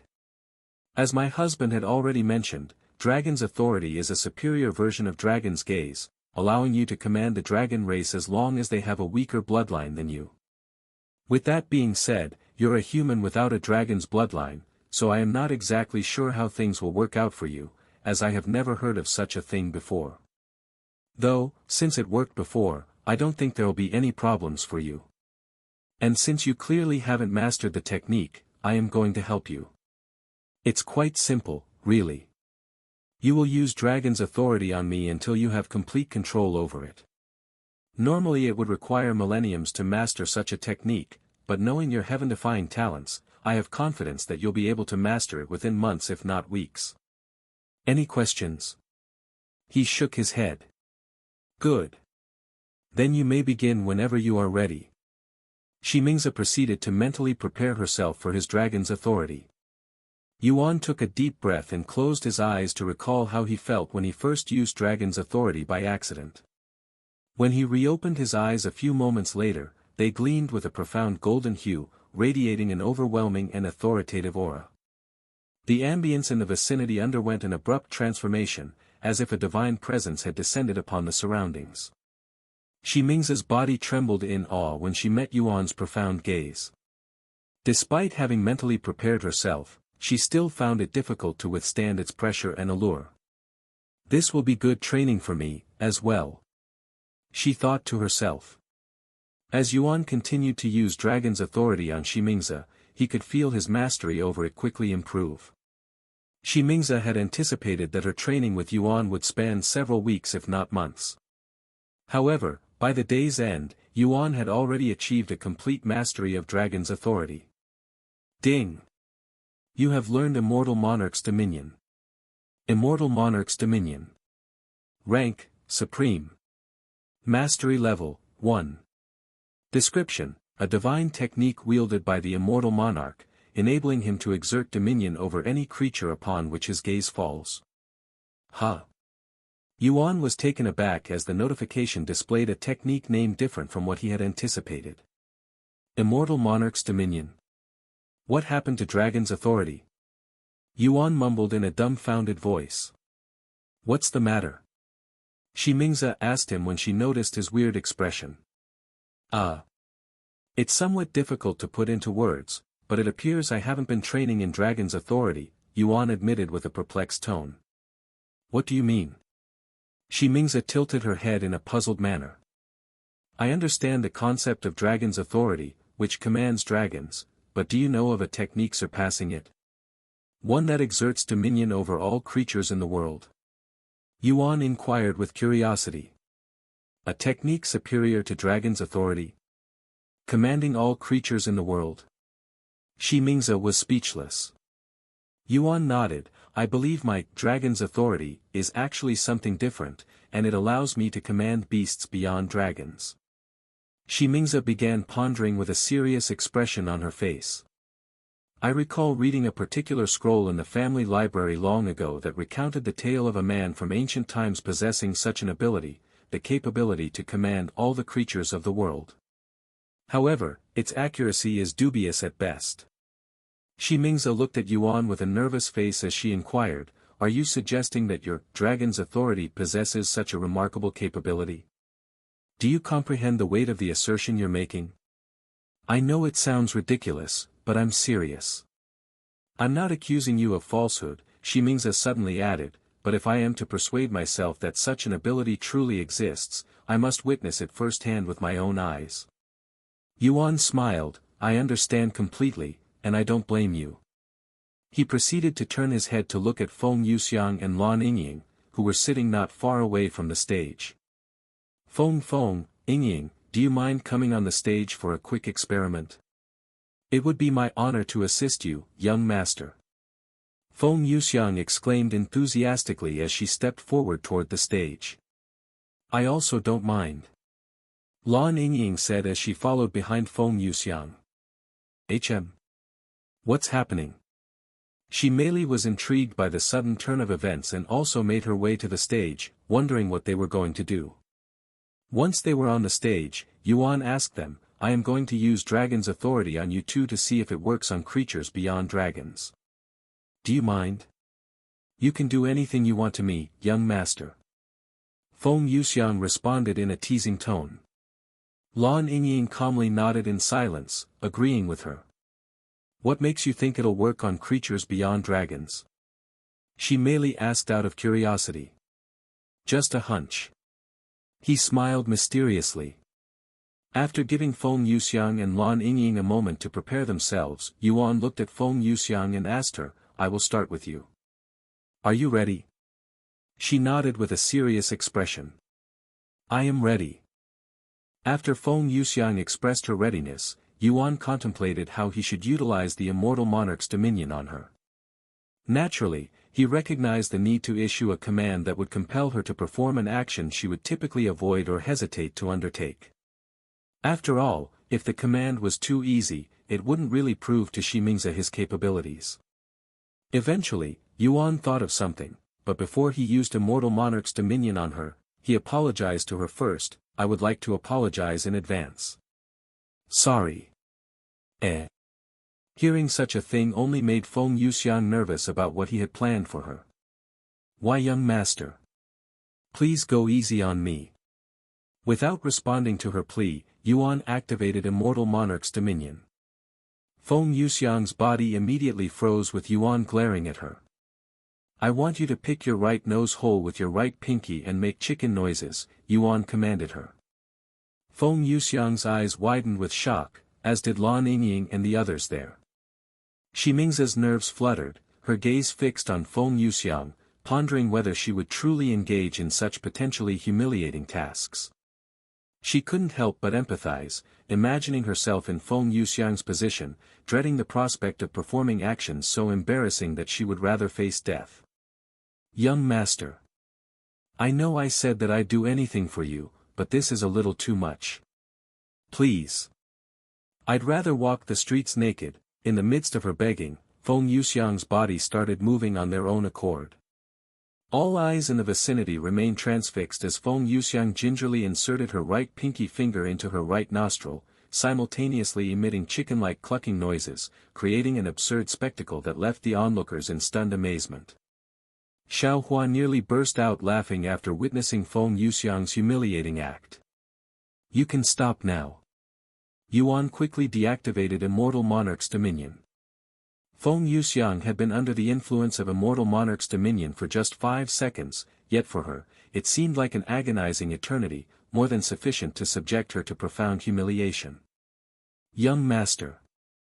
Feng Yuxiang uttered in a low voice as she fell to her knees, looking like she'd just suffered the worst defeat in her life. Sorry, again. I needed you to do something you wouldn't normally agree to do. I'll make it up to you. Yuan tried his best to soothe her, but alas, Feng Yuxiang remained kneeling on the floor in silence. Yuan. You're not going to make me do that too, right? Lan Yingying was looking at him with a terrified expression on her face. Yuan turned to look at Shi Mingze and asked her, do you still need more proof or? No, I am already convinced that it's real. Shi Mingze quickly shook her head, as she didn't know if she could endure watching another public humiliation. What? That's not fair. Feng Yuxiang suddenly exclaimed. You called for the two of us, so you should test it on her as well. Even if you say that. Yuan didn't know how to respond. It's okay. Lan Yingying suddenly said, she's right. It won't be fair to her if I don't experience it as well. Are you sure? Lan Yingying nodded, just give me a few more moments to prepare myself. Take as much time as you need. Sometime later, Lan Yingying said, okay, I am ready. Yuan nodded, and he activated Immortal Monarch's dominion on her. I want you to get on the floor and act like you're a worm, in your human form. Lan Yingying subconsciously tried resisting the Immortal Monarch's dominion, but almost as though she had turned into a puppet with strings tied to her body, she lay on the floor and started squirming around like a worm. One could argue that Feng Yuxiang still got the shorter end of the stick, but she seemed satisfied with the results and didn't complain. You can stop now, Yuan said a moment later. However, Lan Yingying did not immediately get off the floor. Instead, she remained lying there with her face kissing the floor, almost as though she was too embarrassed to even show her face. You can be quite cruel if you want to be, Yuan. This was truly unexpected. Shi Mingze said to him. Yuan could only respond with a stiff smile.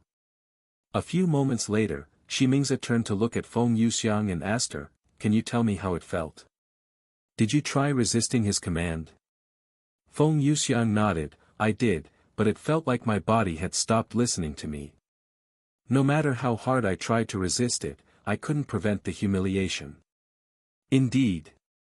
It was like someone else had taken control over my body. It was a more terrifying experience than I expected. Lan Yingying shuddered just recalling it. A dragon's authority that works on all creatures. As powerful as it may sound, it's also an incredibly dangerous ability to have, Yuan. If word gets out that you can command any beast at will, they will hunt you down because you are a threat to their very existence. Shi Mingze warned him. In the event that a magical beast with the ability to control humans and make them act against their will were to appear, there would be no question that humans would relentlessly pursue and hunt down such a creature. This same logic applied to humans, as well. It would be for the best if you kept this ability a secret. Even better if you don't use it at all if you don't need to. Yuan nodded, I agree. I don't enjoy forcing others to do things against their will, too. Sometime later, Shi Mingze said to Yuan, I am going to make a trip to the family library to see if I can learn more about your ability. In the meantime, you can go back to rest. I understand. Shi Mingze left the scene shortly after. Young master, you owe us for today. Feng Yuxiang said to him as they returned to their rooms. I know. After returning to his room with Xiao Hua and the others, Yuan asked Feng Yuxiang, can you tell me what you know about the primordial phoenix? After that, I'll tell you about what I know. Feng Yuxiang nodded, although the primordial phoenix wasn't the first phoenix in existence, she somehow managed to surpass the first phoenix's bloodline, which was thought to be impossible. She's also done a lot for the phoenix race, such as giving birth to many phoenixes with a superior bloodline. She gave birth? Yuan couldn't help but stop her after hearing this information. Feng Yuxiang chuckled and said, not literally. Just like how dragons can improve their bloodlines by absorbing a superior bloodline, the primordial phoenix shared her bloodline with many phoenix families, hence giving birth. If it weren't for her, the phoenix race wouldn't have as many royal families in this era and lag behind the dragons. Due to her contributions, the phoenix race flourished and became established as a top 3 global power in our world. Hence her importance to the phoenix race. I see. Yuan mumbled as he digested the information. Now tell me about your experience with the primordial phoenix. Feng Yuxiang urged. With a serene smile, Yuan began to reminisce, retracing the memories he shared with the primordial phoenix, recounting their initial encounter and the extraordinary adventure that spanned well over 100,000 years, even though their deal had originally been set for just that duration. When Yuan mentioned the smoldered phoenix egg, Feng Yuxiang stopped him and exclaimed in shock, a billion-year-old smoldered phoenix egg? That's insane. Wait a moment. If it's a billion-year-old smoldered phoenix egg, then it's possible, it might be the very reason the primordial phoenix managed to transcend the bloodline of the first phoenix. Feng Yuxiang had this realization. To think that the young master, your incarnation, played a pivotal role in our history. I dare say the phoenix race might find it hard to accept that a human was the catalyst for their flourishing. I suppose we can't be certain that the smoldered phoenix egg is the definitive cause behind the evolution of the primordial phoenix's bloodline, Yuan mused. No, it's almost certain that's the cause, Feng Yuxiang responded confidently. A mere 10,000-year-old smoldered phoenix egg would incite a war among the phoenix race in our present era. I can scarcely fathom the potency of a billion-year-old smoldered phoenix egg. Nothing is more effective than the smoldered phoenix egg when it comes to improving a phoenix's bloodline. Anyways, tell me more about the primordial phoenix herself. Did she have any hobbies? What did she like to eat? I want the personal details. Yuan nodded and continued to recall dragon goddess Yao's memories of Feng Yuming. Meanwhile, on the other side of the palace, inside Shi Mingze and Shi Xingma's room. How was your training with Yuan today? Shi Xingma asked her when she returned late at night. You won't believe me even if I told you. She shrugged. Try me. She sighed deeply before speaking. Not only did he achieve mastery over Dragon's authority in just one day, but it appears that his Dragon's authority was an entirely different power altogether. Huh? What do you mean by a different power? It's not Dragon's authority. Shi Xingmo raised an eyebrow. No, it's not. In fact, it's even stronger than Dragon's authority, incomparably stronger. What could possibly be stronger than Dragon's authority? Shi Xingmo frowned. I don't have a name for it, but if I were to give it one, it'd be perfect authority, as he has the ability to command not only dragons but other beasts as well. What? Shi Xingma exclaimed in astonishment upon learning about Immortal Monarch's dominion for the first time. That's not possible. The heavens would not allow such a technique to exist. Despite that, it exists. I watched him make a phoenix and a divine serpent do things that I'd rather die than do myself. And apparently, there used to be another man who had such an ability in ancient times. Unfortunately, I couldn't find any information on him. Shi Xingma clasped his hands together as he tried to stop them from shaking. The power to command all creatures under the heavens.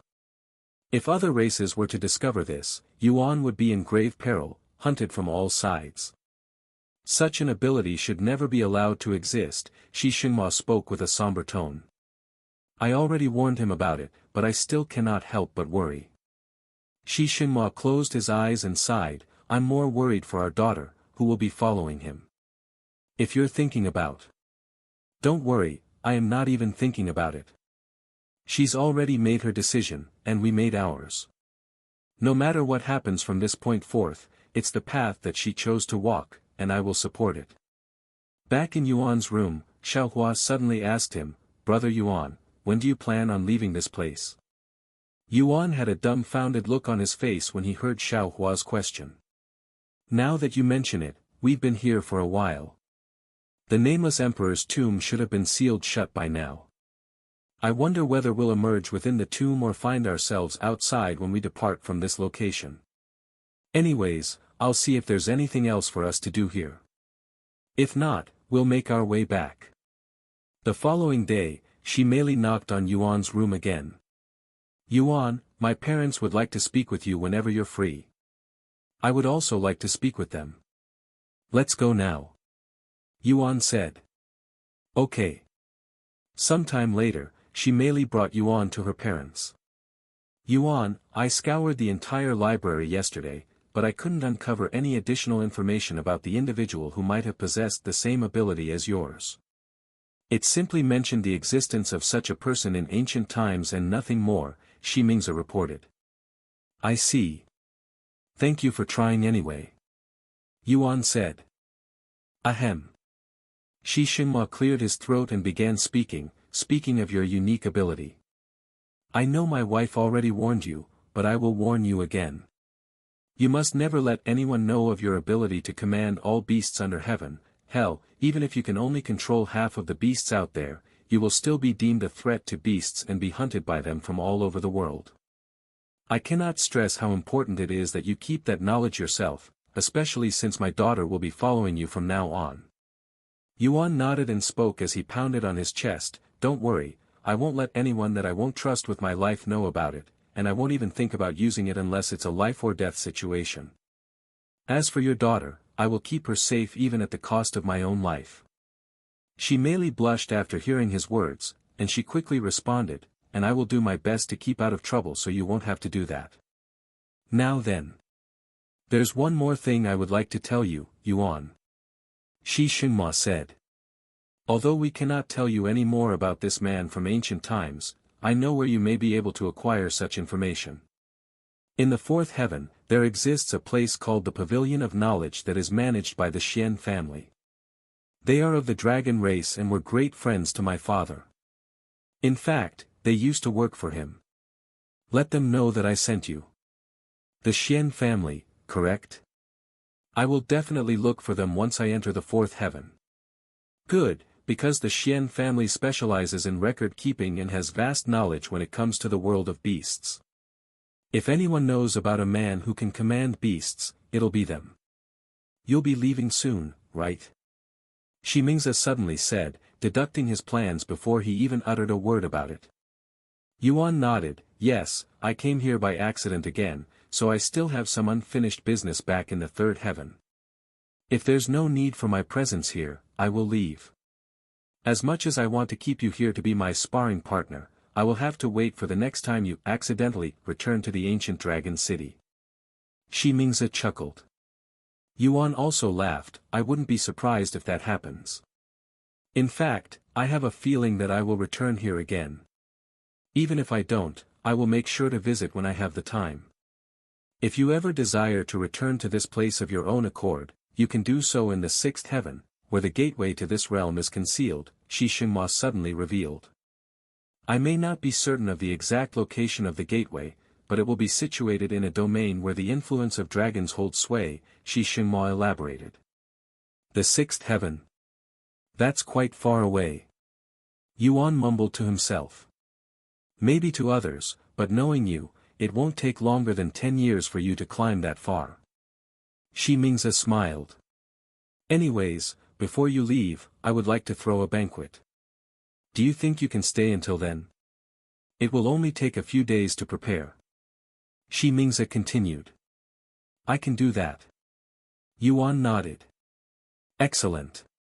Then I will immediately start the preparations. In the meantime, do you think I can use your library?" Yuan asked. "Of course. You're essentially part of the family now, so you can treat this place as if it's your own home." Shi Xinhua smiled. "Thank you." Shi Xinhua turned to look at Shi Meili and said to her, since you'll be leaving soon, you should start packing your things. I know. I already started. You seem eager to leave. Shi Xinhua sighed. Obviously. I have spent too much time in this small world already. If you'd spent too much time, what about me? I've spent over 1,000,000 years in here. Shi Xinhua shook his head. If you don't like it here, why don't you just leave? Are you still worried about the humans outside? Shi Meili asked. Hardly. I am staying here because it's my duty as its ruler. The people here need me, now more than ever. However, if the day that I am no longer needed in this world, I will leave. Father. Shi Meili admired his selflessness. If she was in his shoes, she wasn't sure if she'd be able to sacrifice herself for the people. Sometime later, Yuan went to notify Xiao Hua and the others that they would be leaving after the banquet and that he would spend the next several days in the library. Thus, for the next few days, Yuan devoted himself entirely to the library, immersing himself in the pursuit of knowledge. While the majority of the library's collection pertained to the Shi family and their history, there were also texts that chronicled the historical conflict between humans and dragons. The conflict started shortly after dragon goddess Yao met the immortal monarch, Tian. According to the texts, after the demons were defeated by the divine paragon, humanity desperately needed to rebuild its strength. Although the knowledge that dragon blood benefited humans greatly even before the demons appeared existed, not many people actually went out of their way to hunt dragons. Yet, a dramatic shift occurred when desperation gripped humanity. In their pursuit of survival and strength, humans began hunting dragons en masse, driven by the desperate quest to obtain their precious blood. Although blood from other non-dragon creatures also conferred benefits upon humans, it paled in comparison to the potency of dragon blood, a synergy that seemed ordained by the heavens themselves. Naturally, given the gravity of the crisis, rectifying this dire situation became the foremost priority for Tian. It was this endeavor that catapulted his name into the limelight and marked the inception of his enduring legacy. Regrettably, the historical records in Yuan's grasp remained silent on the conclusion of the conflict and omitted any reference to Tian, as the Shi family and many other dragons had ventured into the ancient dragon city long before a conclusive end was reached and Tian's name was spread. After spending several days in the Shi family's library, Yuan gleaned a profound understanding of why the Shi family and other dragons had sought refuge within the ancient dragon city. He uncovered accounts of the heinous atrocities and excruciating suffering inflicted upon dragons by humans, delving into the sweeping conflict that had engulfed the entirety of the divine heavens in a war between humans and dragons. Unfortunately, he could not find anything about the immortal monarch besides a brief mention of him, just as Shimingza had said. Yuan departed from the library once he was satisfied with his research, and almost as if she had anticipated his exit, Shi Meili appeared at the far end of the hallway at the same time, steadily making her way toward him. Excellent timing. I was actually searching for you to let you know that the banquet has been arranged, Shi Meili called out to him from across the hallway as soon as she spotted him. Yuan nodded and responded with a smile, perfect timing indeed. I am starving. Hold on. You're back to your normal appearance, Yuan. Looks like the transformation was temporary, after all. Shi Meili said. Would you have preferred that it was permanent? Yuan asked in a joking manner. Shi Meili chuckled, as handsome as you were in your dragon form, I actually prefer your human appearance. There's just something about it that's very attractive, at least it is to me. Anyways, follow me. Everyone is already at the banquet. After a short while, Yuan and Shi Meili arrived at the designated banquet location, which had been arranged in the front courtyard of the palace. There's a lot more people here than I anticipated. Yuan was surprised by the crowd there. I also thought it was a private banquet for us, but that wasn't the case. My parents invited pretty much all of their friends and whatnot. Not sure why, though. Shi Meili said. When Shimingza noticed them, she quickly approached them. What do you think? She asked Yuan. A little grander than I anticipated, he said with a smile. I had initially planned for a private banquet, but upon further consideration, I've chosen to make it public. This gathering is to commemorate your remarkable accomplishments and also serves as a farewell celebration for Meili, Shi Mingze explained with a warm smile. I see.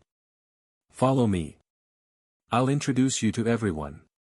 Shi Mingze suddenly grabbed Yuan's hand and guided him towards a platform. Once they were standing on the platform, Shi Mingze cleared her throat loudly, her voice rippling throughout the entire courtyard. The thousands of guests there halted whatever they were doing and turned their attention to her. Ladies and gentlemen, thank you for coming to our banquet despite the short notice and the evolving situation after our recent incident with the Azure Dragon family and the Emerald Dragon family. I would like to take a moment to introduce you to the hero of our city, Yuan. Shi Mingze introduced him to everyone. Everyone immediately started cheering, causing the area to tremble with excitement. Yuan's name had permeated every corner of the ancient dragon city and beyond after the resolution of the conflict. Despite wanting to remain low-key, the sheer magnitude of his achievements made it impossible to evade the spotlight. His actions left an indelible mark, and the tales of his accomplishments will be woven into the fabric of the cities and their histories. The people learned of his unparalleled bravery during the conflict, and they marveled at the depths of his prowess that had thwarted the Azure Dragon family and the Emerald Dragon family's audacious schemes to challenge the Shi family's authority pretty much by himself. Once the cheering eventually calmed down, Shi Mingze continued, as you all know by now, if he hadn't stepped in to stop the Azure Dragon family and ended the war before it even began, our city would have suffered irreparable damage, and thousands would have died. Shi Mingze proceeded to speak of the incident for a bit before changing the subject. Now, as we gather to commemorate Yuan's extraordinary feats, I stand before you with yet another proclamation. My daughter, Shi Meili, has chosen to walk alongside him, so he is no longer just a guest, but now an integral and cherished member of the Shi family, Shi Meili's mother declared, her words resonating with deep significance and profound emotion. This announcement, essentially a proclamation of marriage between Yuan and Shi Meili, sent ripples of astonishment cascading through the gathered guests, leaving them profoundly taken aback. Despite the enormity of Yuan's accomplishments, no one there had anticipated that the Shi family would allow a human to become part of their lineage, let alone entrust their precious daughter to him. The revelation had defied all expectations and left the assembly deeply stunned. Mother! Did you really have to announce that to everyone? Shi Meili's face was flushed with redness. Shi Mingze merely responded to her with a profound smile. Since Yuan would be leaving the ancient dragon city soon, she wanted to make sure that nobody would have any funny ideas once he left. The announcement of Yuan's integration into their family served as both a statement of their bond and a stern warning to those with ill intentions, making it abundantly clear that they'd have to deal with him if they were ever to mess with the Shi family. When the guests snapped out of their shock, they started cheering for them. Congratulations, Princess Shi. Congratulations, Yuan. Someone there suddenly cheered. I extend my heartfelt well wishes for your future together, Princess Shi and Yuan.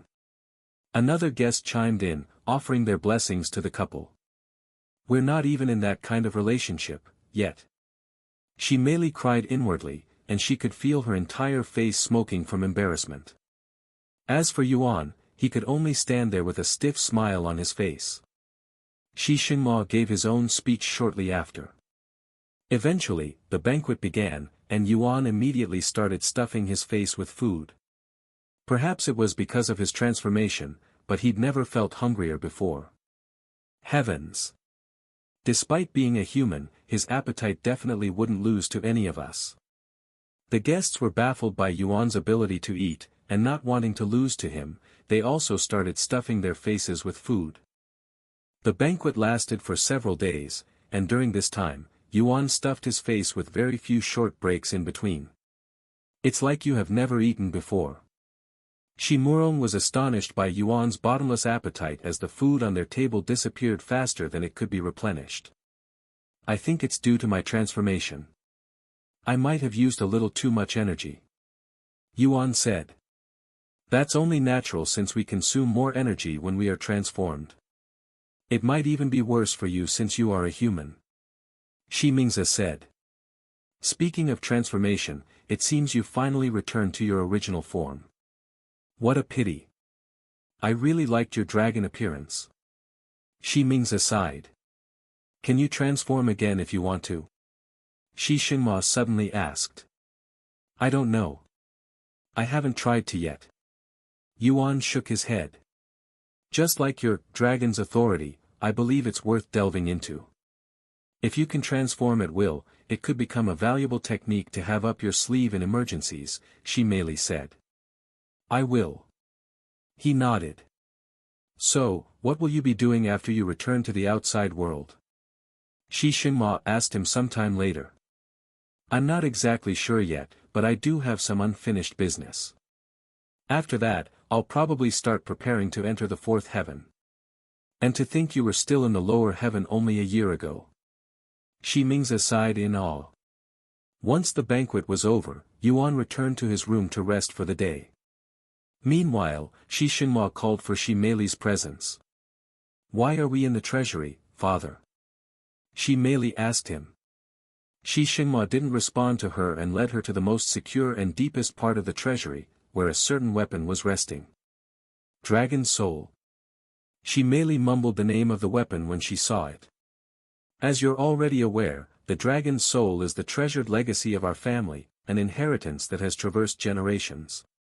Today, I shall entrust this cherished legacy to you, to accompany you on your journey, Shi Xinhua declared solemnly, his words carrying the weight of generations past and future. Huh? Shi Mei's eyes widened with surprise upon hearing this. And she quickly said, but it doesn't even respond to me. It'll only be wasted on me. You should keep it here in case someone who can wield is it born. Shi Mingze, who was there with them, spoke. When I wielded the dragon's soul during my spar with Yuan, it had a reaction, almost as though it was trying to wake up. I thought I was just imagining it at that time, but now, I believe it was reacting to Yuan's presence. Shi Mei pondered her words and spoke a moment later. Now that you mention it, the dragon's soul had a reaction when I used it, and Yuan was nearby. Anyways, if the dragon's soul is reacting to Yuan, why are you giving it to me? He should be the one to receive it, not me. I am entrusting it to you instead of Yuan because I swore upon my soul that I would not give it to someone who is not part of the family, as much as I want to do so, and he is not officially part of the family even if we recognize him as family. However, you never made such a pact, so you can hand it to him without worrying about your soul shattering. I see. Shi Mei finally understood the situation. Of course, we have something else for you. Shi Mingze smiled. She proceeded to retrieve another spear and offered it to Shi Mei. Mother, this is. Shi Mei nearly gasped in shock after seeing the weapon in her mother's grasp. Indeed, this is Furious Dragon, my own personal weapon. It was given to me by your father after our marriage, but I barely got to use it. So, instead of letting it rot in storage, I have decided to give it to you, with your father's approval, of course. Are you sure, mother? Shi Mei swallowed nervously, her hesitation as clear as day. Take it. I prefer using my hands, anyway. Shi Mingze chuckled. Shi Mei turned to look at Shi Xinhua, who nodded his head in approval. Thank you, mother. Thank you, father. Shi Mei accepted the spear with a bright smile on her face. It may not be a soul weapon like the dragon's soul, but it's a mythic-grade spiritual treasure nonetheless, and it was forged by the renowned Hui dragon family. You may not be familiar with their name, as they chose to remain outside this world, but they were a famous family of blacksmiths back in the day, and it was an honor to have something crafted by them even for those with royal bloodlines. Shi Xinhua explained. Soul weapon or not, I will treasure it. Shi Mei said as she caressed the spear lovingly. Don't forget this one. Shi Xinhua said as he handed her the dragon's soul. Shi Mei nodded and stored both spears in her spatial ring shortly after. Take this one, too. It has some essentials for your journey, such as medicine and cultivation resources. Shi Mingze handed a different spatial ring to her. Shi Mei accepted the spatial ring with a solemn expression, and she said, this feels really weird. I never thought I would actually leave this place. Ximingze suddenly hugged her and said, this is your first step to becoming independent, your first step towards the unknown. It's only natural that you feel a little nervous. It's not too late to change your mind. Shi Xinhua said in a somewhat joking tone. No, I won't. Just as mother said, I am a little nervous about leaving you guys, but I am also very excited to explore the unknown. And it's not like I will be doing this by myself. I will have Yuan and the others by my side. She merely said with a resolute expression on her face. Where do you think you are going, Yenyu? A cold voice resounded as Tian Yenyu tried to sneak outside her home. When she realized that she had been spotted, Tian Yenyu turned around to face Tian Suin, her mother.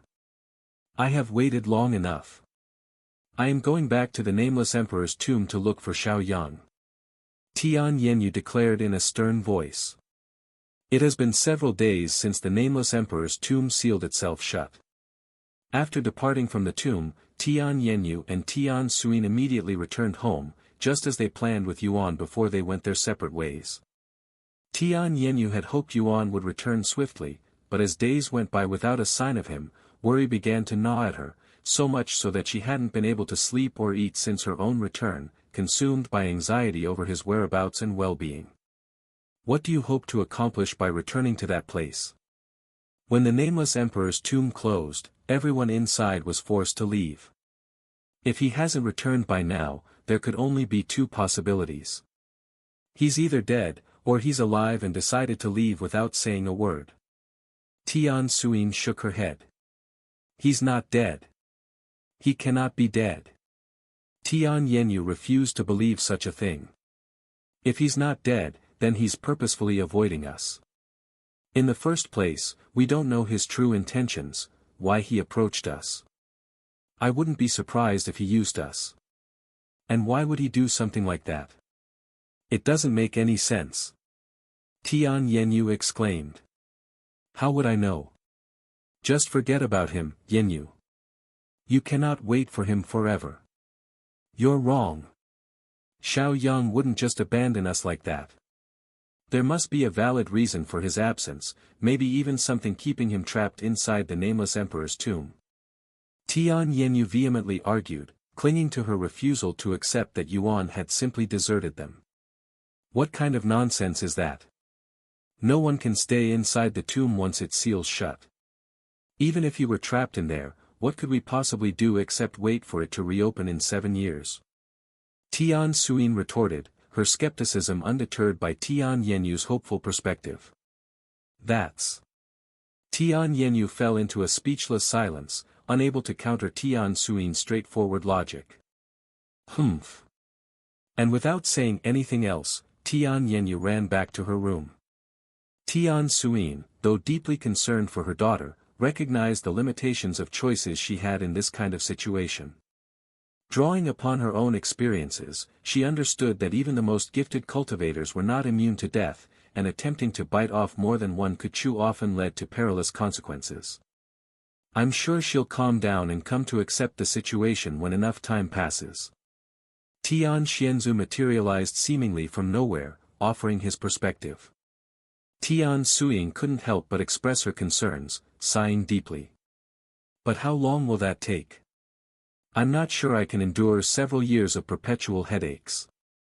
We must be patient, just like our ancestors, who waited decades for Tian Xinyu to sort his emotions. Tian Xianzu said with a profound smile. Meanwhile, outside the Nameless Emperor's tomb. Hey, why the hell are we still standing around here like some dumbass? Zhao Hui glared at Xiong Lu in a pissed-off manner.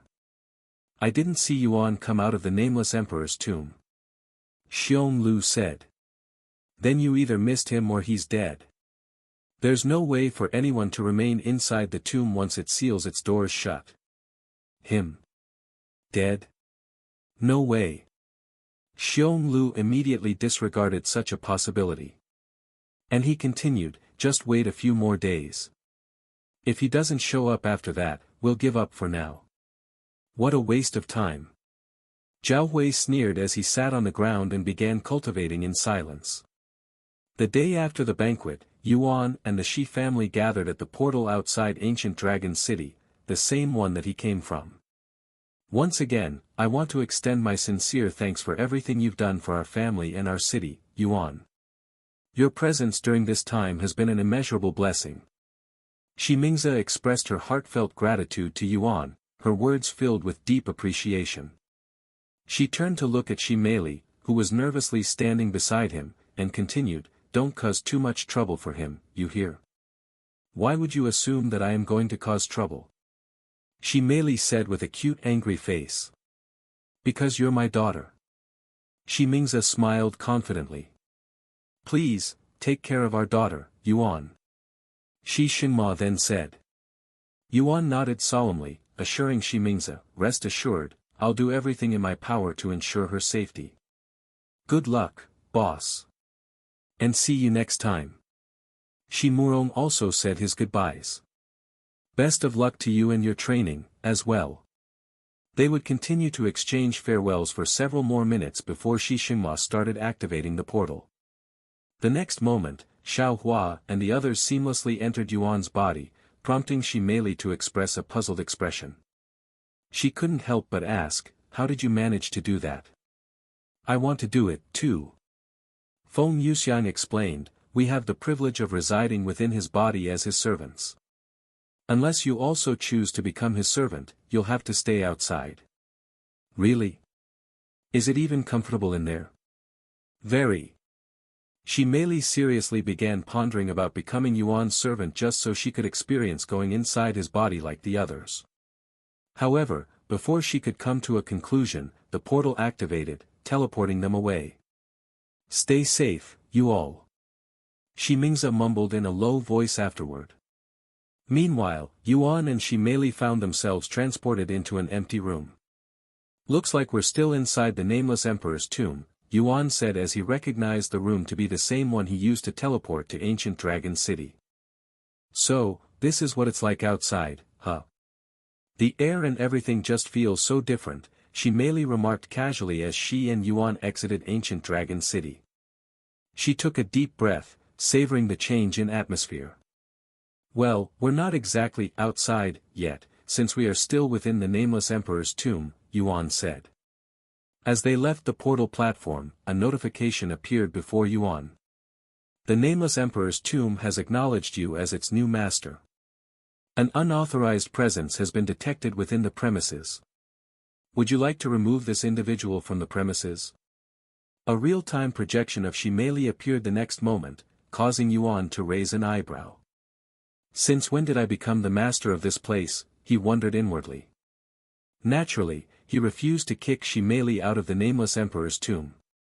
"Do you want to look around before we leave?" Yuan asked Shi Meili, who immediately nodded her head. "Alright, give me a minute to figure something out. You can look around this building in the meantime." "Sure." As Shi Meili wandered the building, Yuan began trying to figure out what he could do as the master of the Nameless Emperor's tomb. A menu with multiple options showed up when he tried to sense his connection with the Nameless Emperor's tomb. Map, NPC, Treasures, Trials, Other. When he tapped on the Map option, the entirety of the Nameless Emperor's tomb showed up on a massive map, and on this map marked all of the available trials within the tomb, as well as all of the hidden treasures and traps. There's a lot more to this place than I thought. Why did I even make such a place? Surely, it wasn't prepared just for me, as there are trials and treasures that won't benefit me. When he tapped on a location map, another notification appeared before him. "Do you wish to teleport to this location?" "Oh, this is really convenient, especially for exploration." Next, he opened up the Treasures option, and just as its name suggested, it listed all treasures in the Nameless Emperor's tomb, including those that weren't available at the moment, such as treasures that have yet to spawn, as well as treasures that would only appear if certain conditions are met.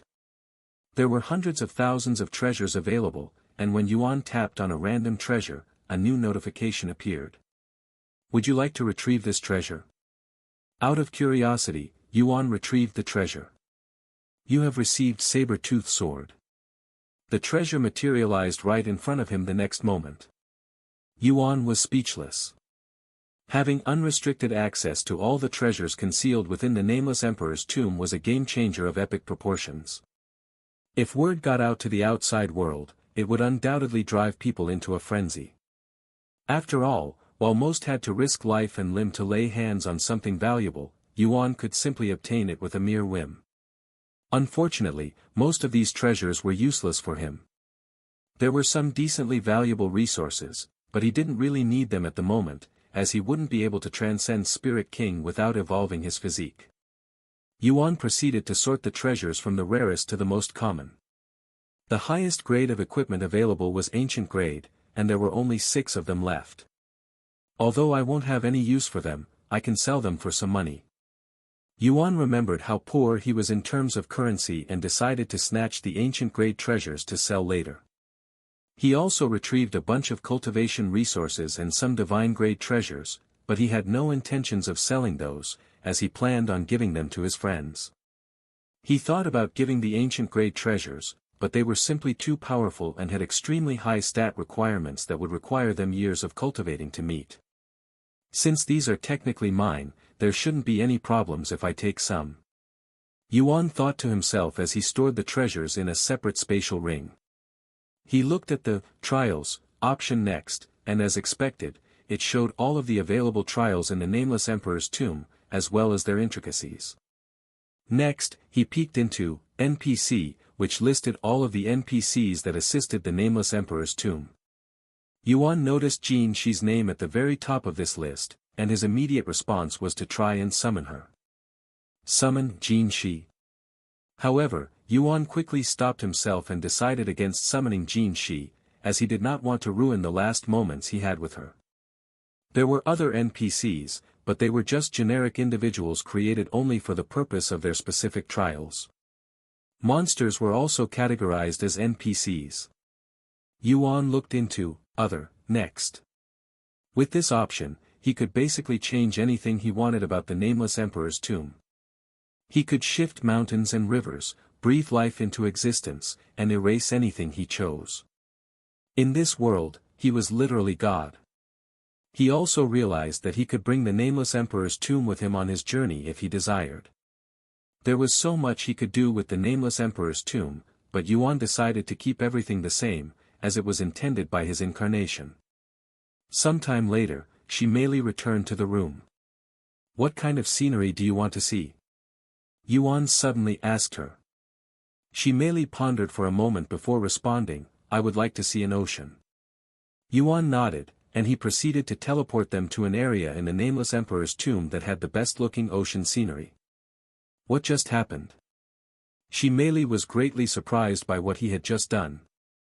"As the owner of this place, I can teleport us anywhere I want within this world," he causally explained. "What exactly is this place?" "The Nameless Emperor's tomb. It was created by my incarnation." "You're what?" She merely looked at him with wide eyes. Yuan then said with a serious expression, "Since you'll be following me, I think it's only right to tell you a little more about me." She merely swallowed nervously after sensing the change in atmosphere, and she had never seen Yuan so serious before. "Go ahead. This might sound crazy but..." Yuan proceeded to tell her about his true identity, how he was the reincarnation of several prominent figures in the 9 heavens and that he was in the process of regaining their memories. As she merely listened to Yuan's ridiculous story of his reincarnation, her eyes would grow larger and larger until they could no longer physically widen anymore. However, as crazy as he sounded, she merely believed in every word that came out of his mouth without thinking for a moment that he was messing with her. Many minutes later, Yuan ended his story, "That's the truth about my identity." After moments of silence, she merely mumbled in an excited voice, "I knew you were special when I first saw you, Yuan, but I didn't think you would be this special. Now everything makes sense, at least a little more sense. Sorry for keeping this a secret until now. I won't blame you if you no longer want to follow me." Yuan suddenly said with a solemn look on his face. "Huh? Why would I want to leave you? I don't care if you're the evil god or whatever, I don't even know any of them. What made me follow you was you, Yuan, and unless you're magically going to change into a different person, this new information doesn't change anything for me. Thank you. Anyway, I have to admit, while your various incarnations don't particularly mean anything to me, she merely admitted, her curiosity piqued only slightly. But this immortal monarch, he does catch my attention. If the dragon blood my family's been using for generations is actually tied to dragon goddess Yao, not the dragon ancestor we always believed, I can't help but wonder about the connection our ancestors had with her, she mused. Since she was born and grew up in the ancient dragon city, she merely had never heard of the evil god or the divine paragon, so those names meant next to nothing to her. But when it came to the immortal monarch, who was also known as the monarch of beasts, she couldn't help but be a tad more curious. I only have a fragment of dragon goddess Yao's memories, so I cannot answer your question. As for the immortal monarch's memories, I am still waiting for them to return. Yuan said. How do your memories return? Does it just return randomly, or is there a certain trigger? It's mostly random, but there were times that I had to collect my memories. Kind of like a treasure hunt. He shrugged. With her inquiries satisfied, she merely shifted her attention to the vast expanse of the glistening ocean that extended endlessly before her, its beauty captivating her gaze as it stretched toward the distant horizon. What do you think? Yuan asked her sometime later. It's beautiful and unique. While there are artificial ponds and even lakes in the ancient dragon city, this is my first time seeing something of this scale. If there's anything else that you want to see, I can take you there. Yuan then said. I would like to see mountains next. All right. Yuan teleported them directly in front of a mountain range a moment later. Wow, they look so different compared to the ones in ancient Dragon City. They're so much taller and majestic.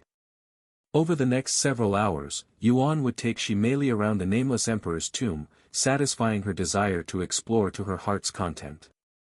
Once she was satisfied, Shimeli requested to return to their first scenery by the ocean. Yuan complied, and the next moment, they returned to their original spot. If the world in this place is already so beautiful, I cannot wait to see what the real world has in store for me. Shimeli spoke with a smile. Are you ready to leave? Yuan then asked. Just one more thing. Shimeli proceeded to retrieve a familiar-looking spear and extended it towards Yuan, seemingly offering it to him. Isn't this the dragon's soul? You brought it with you? Yuan recognized the soul weapon at a glance. Yes, my father gave it to me. Now, I am giving it to you. Huh? Isn't this your family's heirloom? I cannot accept it, especially when your parents gave it to you.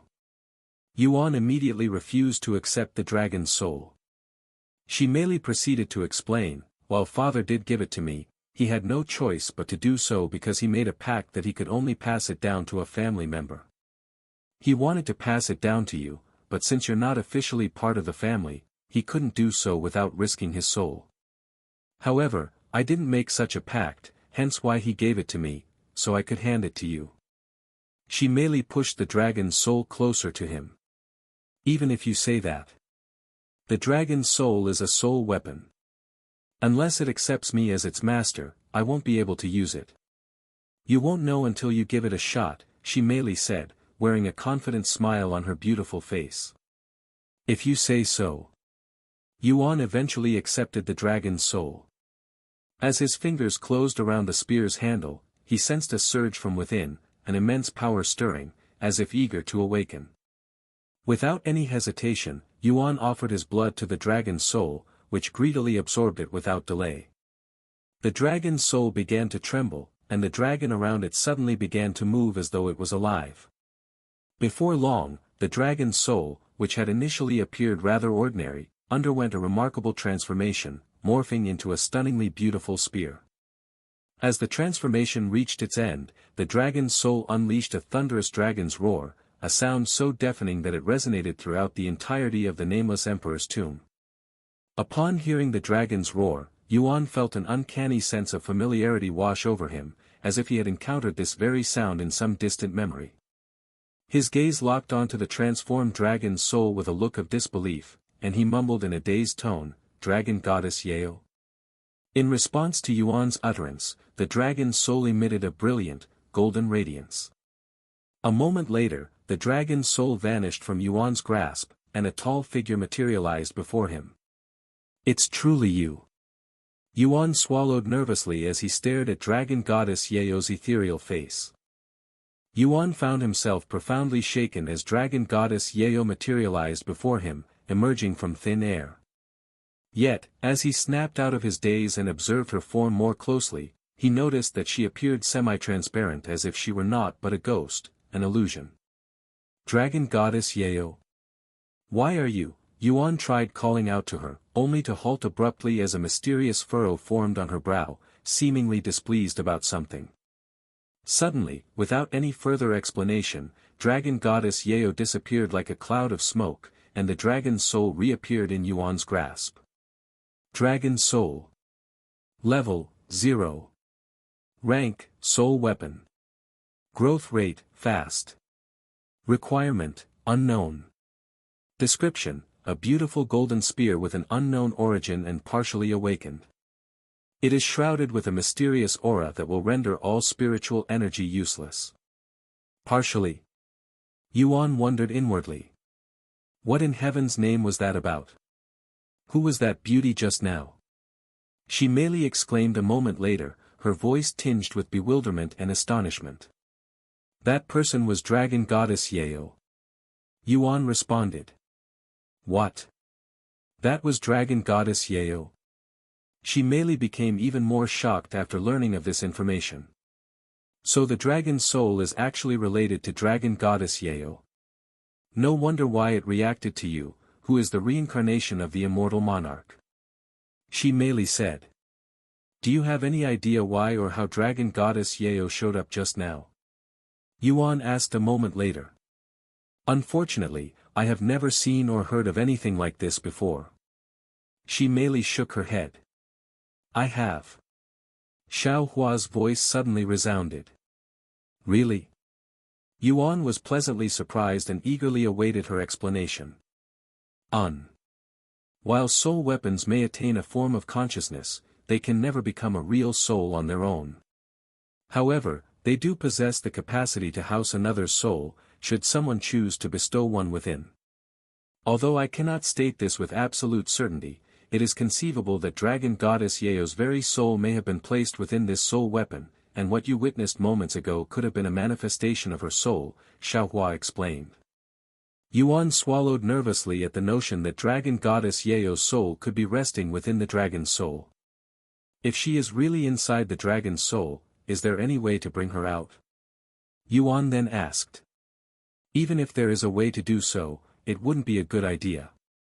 Xiao Hua said while shaking her head. After all, she is only a soul without her body at this moment. If you bring her out of the soul weapon in her state, her soul will definitely disappear, or worse, be destroyed. Hearing this, Yuan felt helpless. Is there really no way to help her? He sighed. As Xiao Hua said, we don't know if it really contains Dragon Goddess Yeo's soul. What happened just now could be an entirely different matter. She merely suddenly said. For now, we should try to learn more about the soul weapon before we start trying things.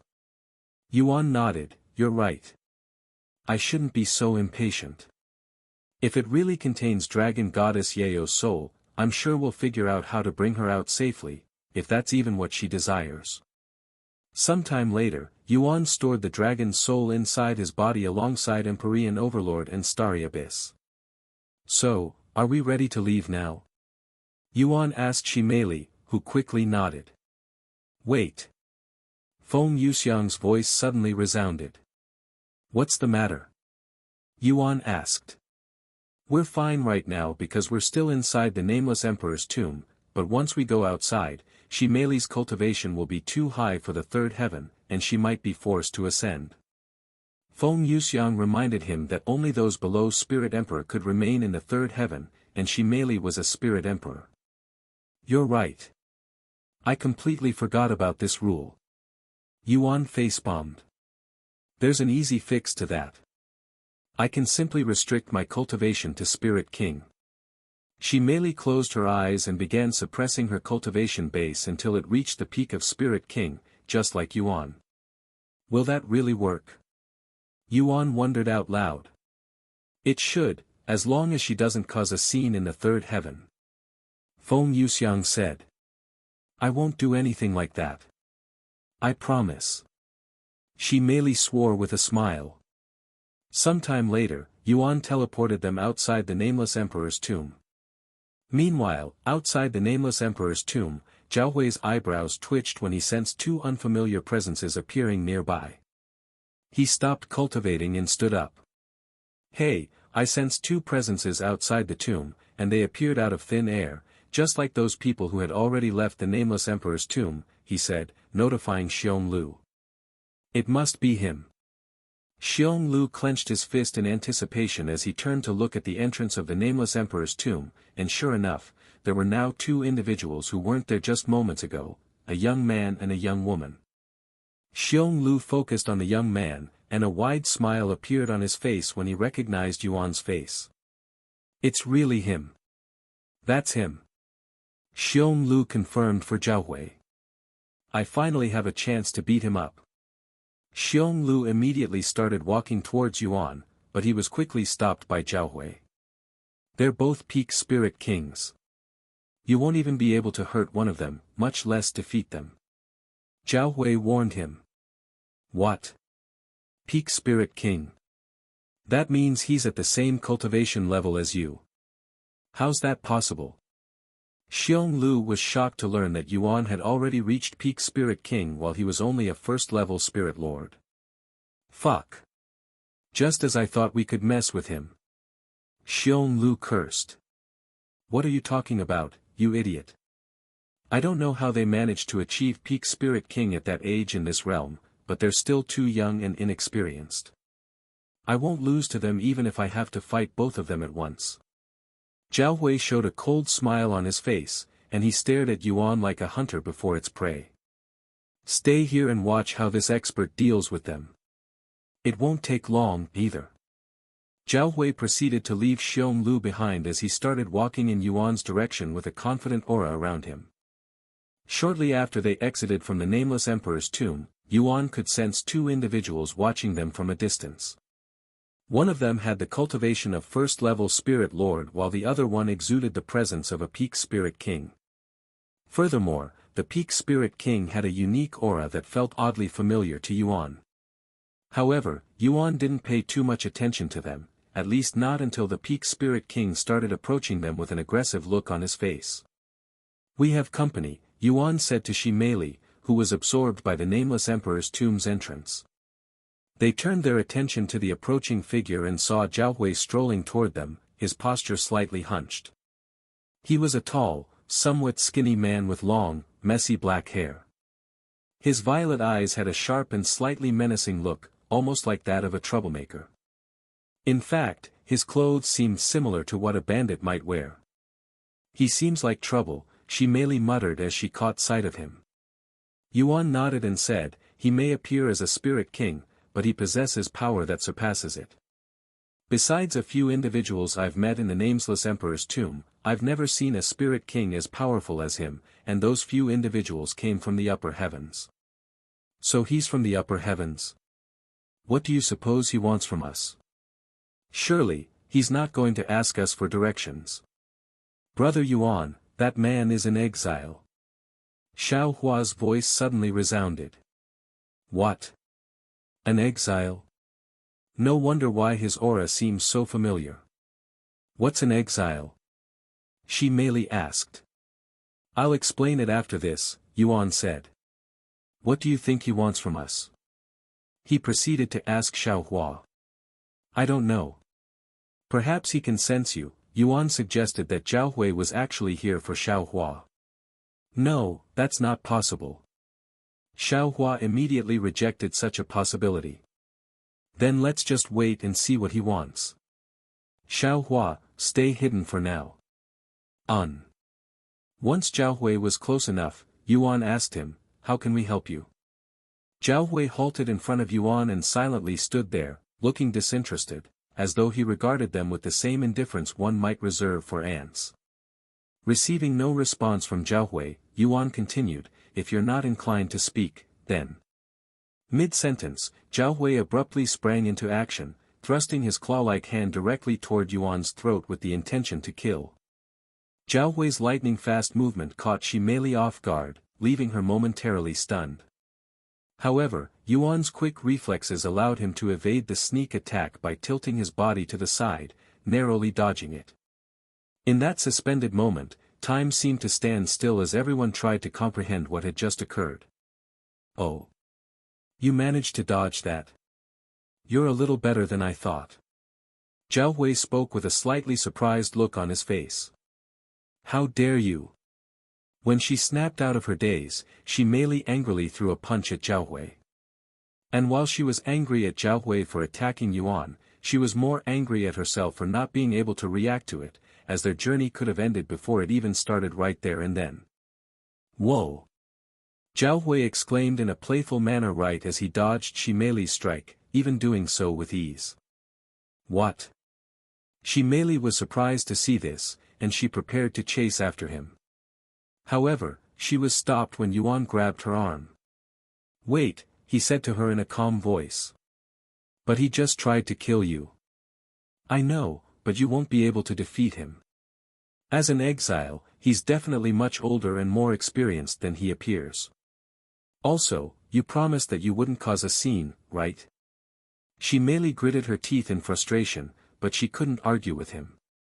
It was clear that Zhao was a formidable opponent, one that required her to unleash her full strength to deal with. Yet, even with all of her strength, she might not be able to defeat him. Father wasn't joking. The outside world is so much more dangerous. She sighed inwardly. "So you know that I am an exile." Zhao was quite surprised when he heard Yuan's words. And he continued, "Do you also have one by your side? It would make sense why you have such a high cultivation if that's the case. However, I don't see them. Where are they? Don't tell me that they're already dead. I don't see how that is any of your business." Now Yuan was certain that he didn't approach him because of Xiaohua. What a pity. If that exile was still by your side, I would have killed them myself. Zhao sighed in a regrettable manner. Yuan frowned at his words and asked, "Why would you want to kill a fellow exile?" "Why, you ask? Did your exile not tell you anything? As exiles, we race each other to the supreme heavens for our freedom, and there can only be one winner for each race. In other words, we're rivals. Just because we're fellow exiles doesn't make us companions." Zhao sneered. Of course, Yuan knew the purpose of the supreme heaven's legacy. However, he didn't expect exiles to hunt each other as well. "I think I've grasped the situation," Yuan suddenly stated with a discerning tone. "If you didn't approach us due to my association with an exile, then it's likely you're carrying out the orders of your elusive master, the one who's been lurking in the shadows all this while." "Master." "Ahahaha." Zhao burst out laughing. "While it's true that I need that weakling to finish the supreme heaven's legacy, it doesn't mean I obey his orders. I approached you because I heard that you had some good treasures on you, not because he told me to. So you're nothing more than a common thief. I was expecting more of you since you're an exile." "How disappointing," Yuan remarked, shaking his head. "Just a common thief. How dare you?" Zhao body quivered with anger, stung by Yuan's words. "Before I became an exile, I was infamous as the harbinger of agony, and just the mere utter of my name would send shivers across the entirety of the 9 heavens." Zhao declared with a hint of pride before continuing in a grim voice, "Now, I shall teach you the meaning of agony." "Harbinger of agony, huh? Even if you were once the most renowned thief in history, what can you achieve in your present condition?" Yuan taunted with a sneer. "Ha ha ha. Just because my cultivation is currently sealed doesn't mean I have lost all of my experience and techniques. Even if I was only a spirit lord, I would still have no trouble dealing with a useless weakling like you." Zhao laughed heartily in response.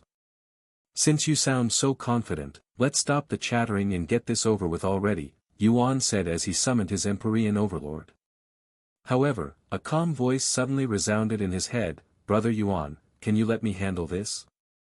Xiaohua. I didn't tell you this before, but it is an exile's responsibility to protect their master, especially when in the presence of another exile. Even if you say that, I can handle him by myself. What's more, I don't want you to get hurt if we can avoid it. Nevertheless, Xiaohua's resolve held steadfast as she spoke from the depths of her heart.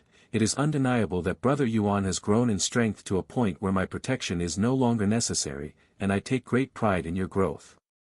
However, Brother Yuan, you need not shoulder the weight of everything alone, even if you could. There exist endeavors I must undertake, for without them, I risk losing the very essence of my purpose. Ever since Yuan had grown strong enough to protect himself, Xiaohua had grappled with a growing sense of purposelessness, even more so when he gained companions capable of assuming all the roles she had once fulfilled, and she hated this emptiness that was quickly consuming her. Xiaohua. Yuan fell into silence after hearing her dejected words. He had dedicated himself to rigorous training to alleviate the burden on Xiaohua, so that she would no longer need to endanger herself for him, but in his pursuit of strength, he had overlooked Xiaohua herself. Hey! Why the hell are you just standing there in a daze? Where did your arrogance and spirit from just a moment vanish to? Zhao Hui suddenly roared, his voice laced with frustration when Yuan randomly stopped paying attention to him. In response, Yuan stored the Empyrean overlord away and looked at Zhao Hui with a profound expression. Such actions greatly befuddled Zhao Hui. Looks like you have suddenly come to the realization that you cannot defeat me. Unfortunately, I won't spare you even if you no longer have a desire to fight. Just as Zhao Hui retrieved his weapon, a saber, Yuan spoke, sorry, but there's been a change of plans. As much as I want to kick your ass myself, my little guardian angel will be doing the beating. The next moment, a small figure emerged from Yuan's body and stood before him and Zhao Hui. Huh? A child? Zhao Hui raised an eyebrow in bewilderment. Yet, as his eyes locked onto Xiaohua's face, a peculiar sense of familiarity washed over him, as if he had encountered her before. Fuck. I swear I have seen that face somewhere before, but where? Despite his efforts to unearth the memory of her identity, Zhao Hui's mind remained frustratingly blank, unable to recollect who she might be. However, he could tell that she was an exile just like him from the aura she was exuding. I thought your exile had died, but it turned out to be much worse. Imagine choosing a child like that to guide you. Ahaha. I can't. Zhao Hui laughed again. And if you think I won't kill a child, you should know that I have done worse, he continued with a cold expression a moment later. Xiaohua didn't respond to him and retrieved two large swords, wielding one in each of her small hands. Humph. I don't know how you guys managed to crawl your way to the third heaven, but this is where your legacy ends. Zhao Hui released his cultivation base, and without any warning, disappeared from his spot. After using his movement technique, Zhao Hui appeared behind Xiaohua in the blink of an eye, almost as though he teleported, and he swung his saber at her neck without any hesitation. Clang! Xiaohua quickly twisted her body around and swung back, blocking the attack. Zhao Hui would disappear again when his feet touched the ground, appearing behind Xiaohua again. Whoosh! Xiaohua dodged the attack with her own movement technique before chasing after him with her swords in motion. So slow. Zhao Hui sneered in disdain as he dodged her attack with ease. Meanwhile, she merely asked Yuan, are you sure this is a good idea? Xiaohua seems to be a little behind. This is what she wanted, and I have faith in her, Yuan declared with a serene countenance. I don't think I've ever seen her being this serious before. Feng Yuxiang remarked with a hint of surprise. N. Lan Yingying agreed.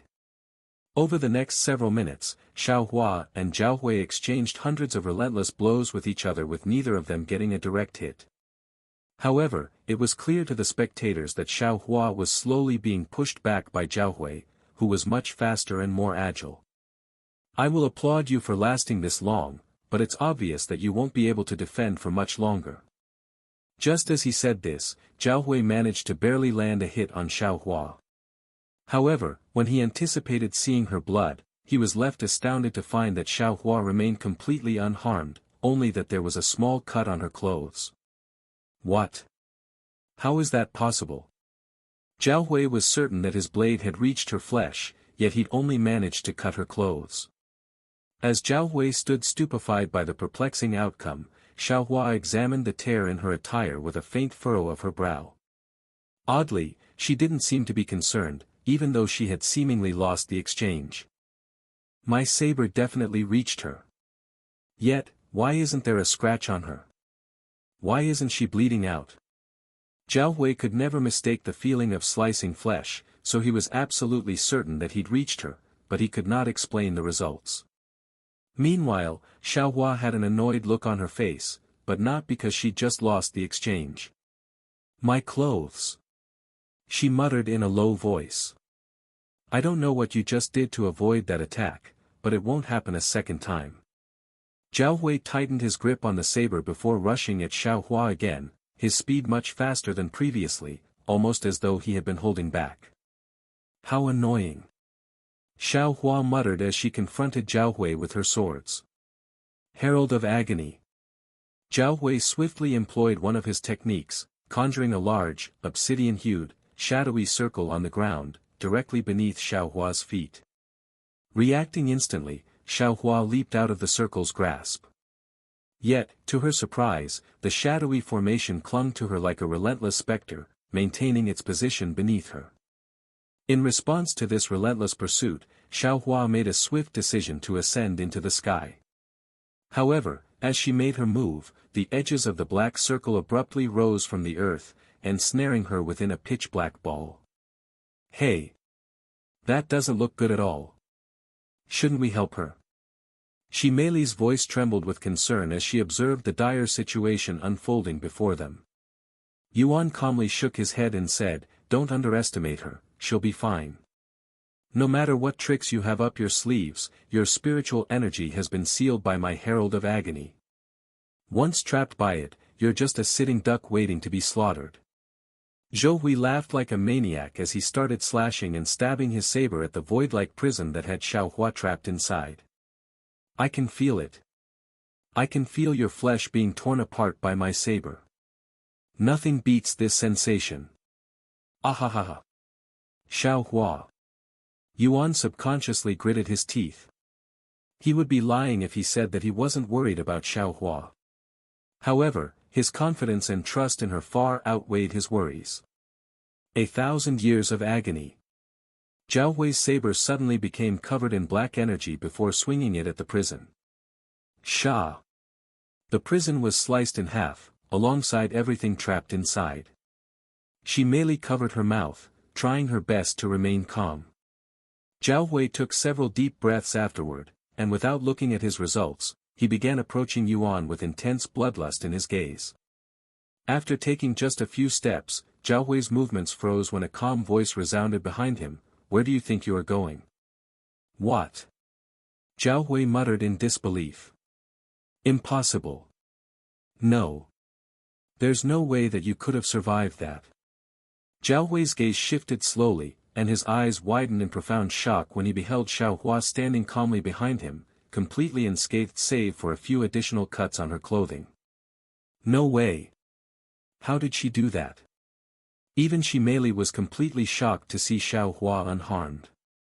Despite Zhao Hui's inquiries, Xiao Hua remained conspicuously silent, almost as though she wanted to torment him mentally. Following her silence, Xiao Hua proceeded to stow away her weapons, leaving everyone present, including Yuan, profoundly perplexed. I didn't want to show Brother Yuan this side of me, but I won't be able to defeat him unless I do so. Xiao Hua sighed inwardly, and continuing her confusing actions, she closed her eyes before her enemy. You dare close your eyes before my presence? Don't you dare look down on me, your little bitch. Zhao Hui let out a thunderous roar, his form enveloped in a dark, blood-tinged aura. Remaining firmly planted in his position, Zhao Hui swung his saber with astounding swiftness at Xiao Hua, unleashing a series of razor-edged waves of saber aura. The next moment, Zhao Hui watched as his saber aura sliced right through Xiao Hua's small body, cutting it in half. However, no blood was shed by Xiao Hua, and the severed portions of her body dispersed like mist, as if her very essence had transformed into vapor, leaving behind a cloud of purple-colored mist. In a matter of seconds, the purple mist reassembled itself, shaping into a completely unharmed Xiao Hua.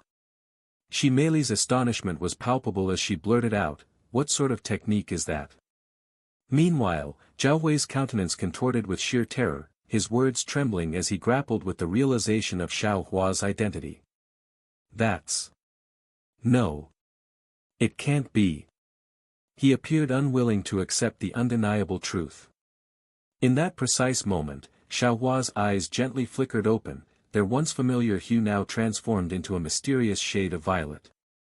Simultaneously, a dark aura enveloped her form, tinged with an eerie touch of ethereal purple.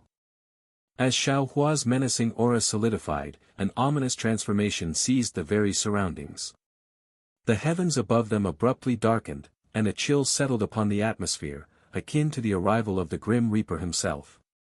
Not only did Xiao Hua's presence undergo a profound metamorphosis, but she also experienced a slight growth in stature, and her face appeared more mature and carried an icy, distant demeanor.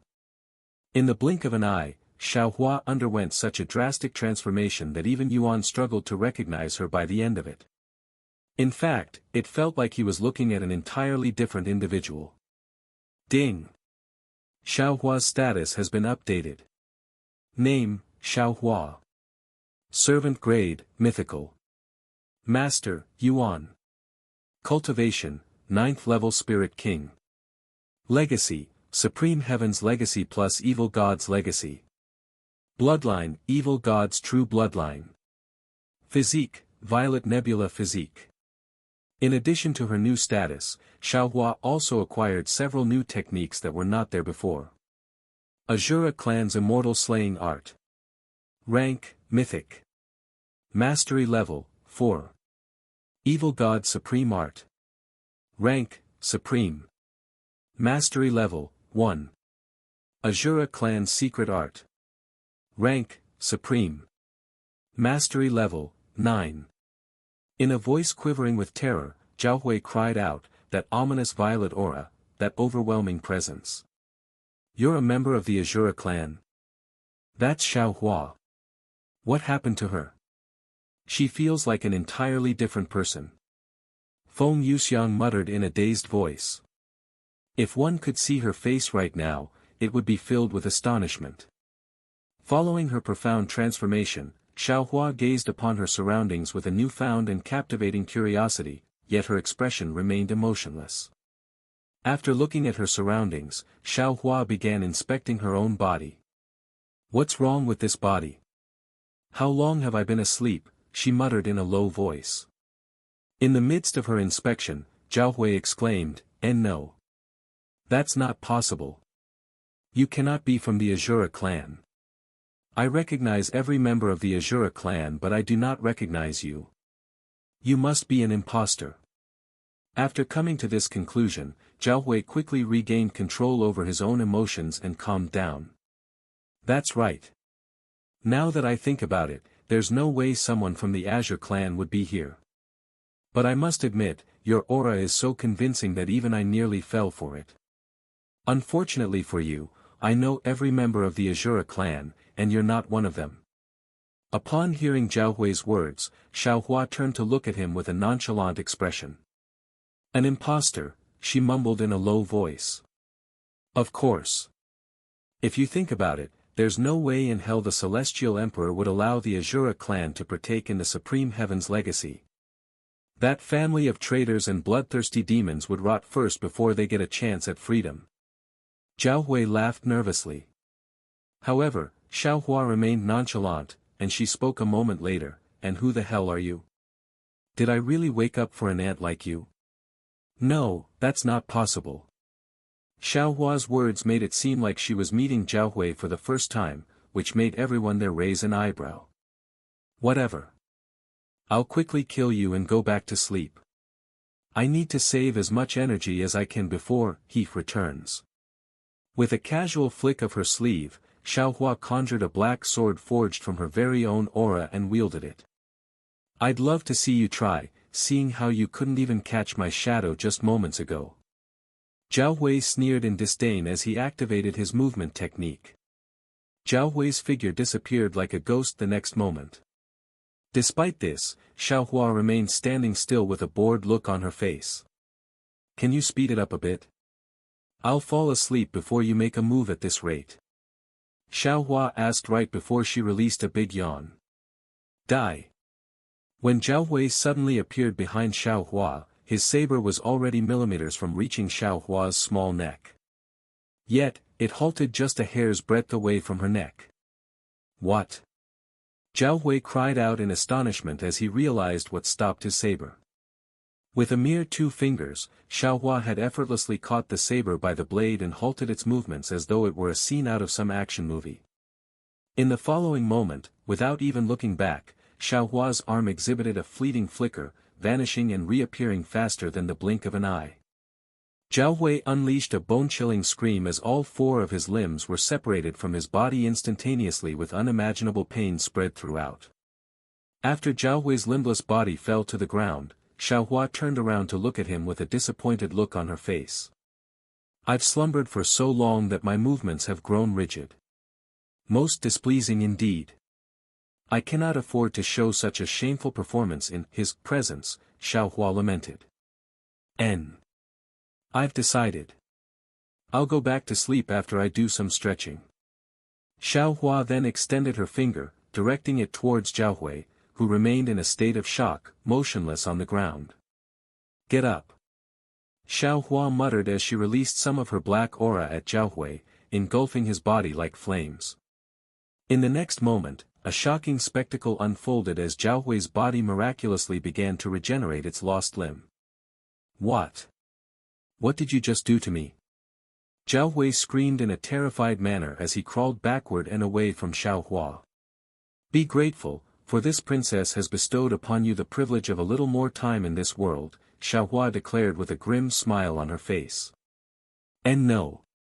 Stay away from me, you monster. Zhao Hui cried out, his previous combativeness replaced by sheer terror as he gazed upon Xiaohua as if she were a nightmarish creature. Don't tell me you're frightened by this, impostor. How mundane. If you're not willing to stand and fight, there's little reason to prolong your existence any further, Xiaohua remarked with an air of disdain. It was in this very moment that Zhao Hui recognized Xiaohua's face, albeit slightly altered from his recollections. His eyes widened in sheer horror as he stammered, why you can't be. Azura clan's little da. Sha. Zhao Hui's head suddenly flew off its body before he could finish his sentence. After Zhao Hui's death, a profound and eerie silence enveloped the entire vicinity. I don't think that's Xiaohua. It can't be her. Lan Yingying suddenly broke the silence. I'm inclined to agree. The disparity is too striking, Feng Yuxiang concurred with a shared sense of disbelief. Yuan gritted his teeth and began approaching her. Xiaohua, he called out to her. Xiaohua's body trembled slightly after hearing her name. Who dares utter that name in my presence? Xiaohua's voice thundered with wrath as she whirled around to confront Yuan, her aura surging with a tempestuous intensity. Prepare to endure 1,000 times the torment this insignificant insect just faced. Without any hesitation, Xiaohua pointed her sword at him. You don't recognize me? Yuan swallowed nervously at this possibility. As if I would remember a weakling like you, Xiaohua's voice abruptly halted. You. Her eyes were as wide as saucers as she stared at Yuan's face. You. Xiaohua's speech faltered as her thoughts raced to formulate her next words. Ah! Suddenly, Xiaohua let out a sharp cry of pain. Xiaohua! Are you all right? Yuan exclaimed with deep concern in his voice. Xiaohua dropped her sword, which dissipated into thin air upon contact with the ground, and she began to stagger, clutching her head in evident distress. No. Wait. Not now. Just a few more minutes. There is still something that I must do. Xiao Hua exclaimed, her words appearing as if she were in a conversation with herself. She looked at Yuan and extended one of her hands toward him, almost as though she was longing for him. You. Who are you? Why do you look like, ah? With one final scream, Xiao Hua lost consciousness and collapsed to the ground, and her appearance began reverting back to normal. Xiao Hua. Yuan quickly went to pick her up, but there was no response from her. He immediately checked her vitals, sighing in relief upon confirming that she was still alive. Is she okay? She merely rushed over when she snapped out of her shock. Yes, she's just sleeping. Yuan nodded. Anyways, what in heaven's name just happened? Who is Xiao Hua? Mei's body shuddered in fear just recalling Xiao Hua's chilling aura and overbearing presence. Xiao Hua is an exile, someone banished from the 9 heavens because of a crime they or someone in their family had committed. In her case, her family had committed some kind of crime and became exiles. If they are banished from the 9 heavens, how is she here? That other guy as well. Mei asked the first question that came to her mind. Because exiles are given a chance at freedom through the Supreme Heaven's legacy. I don't know the details, but if an exile fulfills this legacy, they will be able to get rid of their status as an exile and return to the 9 heavens without being hunted by the entire world. I see. Her family must have done something unspeakable if someone like that guy was that terrified of her family. Mei sighed as she glanced at Zhao Hui's headless body. Yuan wanted to defend the Azura clan, but after witnessing Xiao Hua's aura that reeked of blood, he couldn't utter a word. Xiao Hua's status has been updated. Yuan checked her status after seeing this notification, and to his surprise, her Azura clan techniques and other new information had disappeared, almost as though they were never there in the first place.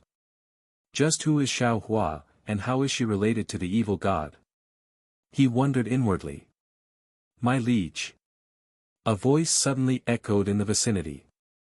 This voice. Is that you, Dongyi? Yuan stood up while carrying Xiao Hua in his arms. The following moment, Dongyi appeared before him like a ghost, startling Mei. What's the matter? Yuan asked him. Dongyi looked at the slumbering Xiao Hua and asked, that presence I sensed just now. She must have awakened. Yuan nodded, that's right. What do you know about it? We can speak of this later, my liege. We must leave this place immediately, before the Heaven's Mandate shows up. Heaven's Mandate? Who are they? Yuan raised an eyebrow. They are the Celestial Emperor's private army, young master. Feng Yuxiang responded before Dongyi could. Oh. You know them? Yuan asked. It's impossible not to, especially if you live in the upper heavens. Indeed, and they will, without a doubt, kill her if they see her. Dongyi said as he glanced at Xiao Hua. Let's get out of here. Yuan quickly said after hearing that Xiao Hua's life was in jeopardy. Understood. By the way, my liege, should I take care of him? It won't take longer than a second. Dongyi spoke as he looked in the direction of Xionglu, who went into hiding after seeing Zhao Hui being killed by Xiao Hua. Yuan pondered for a second before shaking his head, leave him be. As you wish. Let me guide you to a secure location, Dongyi declared, waving his sleeves and enveloping them in a shroud of inky black smoke. After a few seconds, when the smoke dissipated, they vanished like ghosts, including Zhao Hui's corpse and blood. Once Yuan was gone, Xionglu could finally log out of the game and immediately did so. Because Zhao Hui was his servant, he was unable to log out because he was technically in combat. Several minutes after Yuan's group had departed, a contingent of figures adorned in gleaming silver armor arrived at the scene, each exuding an aura of profound and overwhelming power. An aura that matched the Azura clan had appeared in this location less than 10 minutes ago. One of the soldiers announced. Are you certain? I can't sense anything, and an aura belonging to the Azura clan wouldn't disappear so quickly. Another doubted this information. The Azura clan has been sealed away for countless years now. If even one of them had managed to escape, there's no way we wouldn't know about it. It must have been an error. I agree, but we still had to do our due diligence. Isn't that the nameless emperor's tomb? What a nostalgic place. I remember coming here right before I joined the Heavens Mandate. One of the soldiers reminisced. Alright, enough fooling around. Let's hurry up and take a look around. We're still in the midst of a crisis with those escaped immortals, after all. The soldiers began inspecting the area, and to nobody's surprise, they couldn't find any solid evidence that someone from the Azura clan was there. As I thought, there's no way someone from the Azura clan would be out here. That would be far more catastrophic than the escaped immortals. The soldiers sighed in relief after they ended their investigation. I would rather catch 100 escaped immortals than deal with a single individual from the Azura clan, especially that crazy bitch. Enough, we're done here. The Heavens Mandate left the scene shortly after. After logging off the game, Xiong Lu shouted in anger as he tossed the console at the wall, shattering the headpiece. Damn it. Who the fuck was that little girl? How did she manage to butcher Zhao Hui, who claimed to be an immortal, as though he was a mere baby? And why is someone like that with Yuan? Xiong Lu couldn't believe what he'd just witnessed. However, once he thought about it, it finally made sense why Yuan was progressing so fast when compared to other players, not to mention his tremendous prowess. It must be due to that little girl. She must be the source of his strength. She must be a true immortal while Zhao Hui was a fake. Fuck. Why is he so fucking lucky? Upon hearing the commotion inside Xiong Lu's room, the servant waiting outside knocked on the door and inquired with a concerned voice, "Is everything all right, young Master Xiong?" After a moment of silence, Xiong Lu responded in a commanding voice, "Summon everyone to the round table immediately. Tell them that I have some new information on player Yuan." Right away. The servant scurried to call the 10 great families. Several hours later, 10 individuals sat around a round table made of white marble. However, 9 of these individuals did not have a physical body and appeared to be projections. The round table consisted of the top player from each of the top 10 legacy families, so prominent individuals such as Fiery Queen and White Lotus were present. "Hey, Xiong Lu, you'd better not be bluffing about having information on player Yuan." "I was in the middle of heading to a dungeon," one of them declared in a discontented tone. "I'm more intrigued by your sudden willingness to share information about player Yuan," Fiery Queen remarked. "I doubt he'll share it with us for free." Another sneered. "Enough of the pointless chattering and let's get to the topic." "I want to return to my cultivation as soon as possible," said a bulky man. Xiong Lu then spoke, "I won't charge anyone for this information since I believe we should work together to catch up to player Yuan." "Catch up to player Yuan? Are you out of your mind, Xiong Lu?" retorted another member. "I may not know his exact cultivation level, but I'm well aware that he possesses treasures beyond our reach for years to come. It might sound preposterous at the moment, but what if I were to tell you that I've uncovered the secret to player Yuan's inexplicable growth and formidable strength?" Xiong Lu spoke with a solemn expression. "You what?" The revelation left everyone at the round table utterly stunned. "Are you for real, Xiong Lu? You better not be pulling my fucking legs." Fiery Queen stood up and slammed the desk. The sound of her smacking her own table would resound through her speaker, but the actual table remained unmoving. "The secret to Yuan's strength." Bai Lianhua muttered with a slight frown on her face as she continued, "How can we even trust this information?" Xiong Lu glanced at her and said, "Because I witnessed it with my own eyes." "You met with Yuan?" "Yes, in the third heaven." "If you're serious, then don't keep us in suspense, Xiong Lu." The others, understandably impatient, were eager to hear the details of this potentially monumental discovery. Xiong Lu nodded and proceeded to ask them, "Before I tell you his secret, I have a question for all of you. Do you know what an exile is? Are you asking us for the definition? Be more clear. Xiong Lu shook his head and said, No, I am talking in the context of Cultivation Online. There are certain individuals in that world that are known as exiles. Do you know about them? A few individuals there had subtle movements on their faces after Xiong Lu's clarification, yet none of them responded to his question. Xiong Lu noticed this and sneered, so a few of you in here are already aware of their existence. Don't worry, I'm not going to blame you for wanting to keep their existence to yourself, as they are the key to progressing fast in Cultivation Online. And there's no point to keep it to yourself any longer since I will be exposing them to everyone today. What?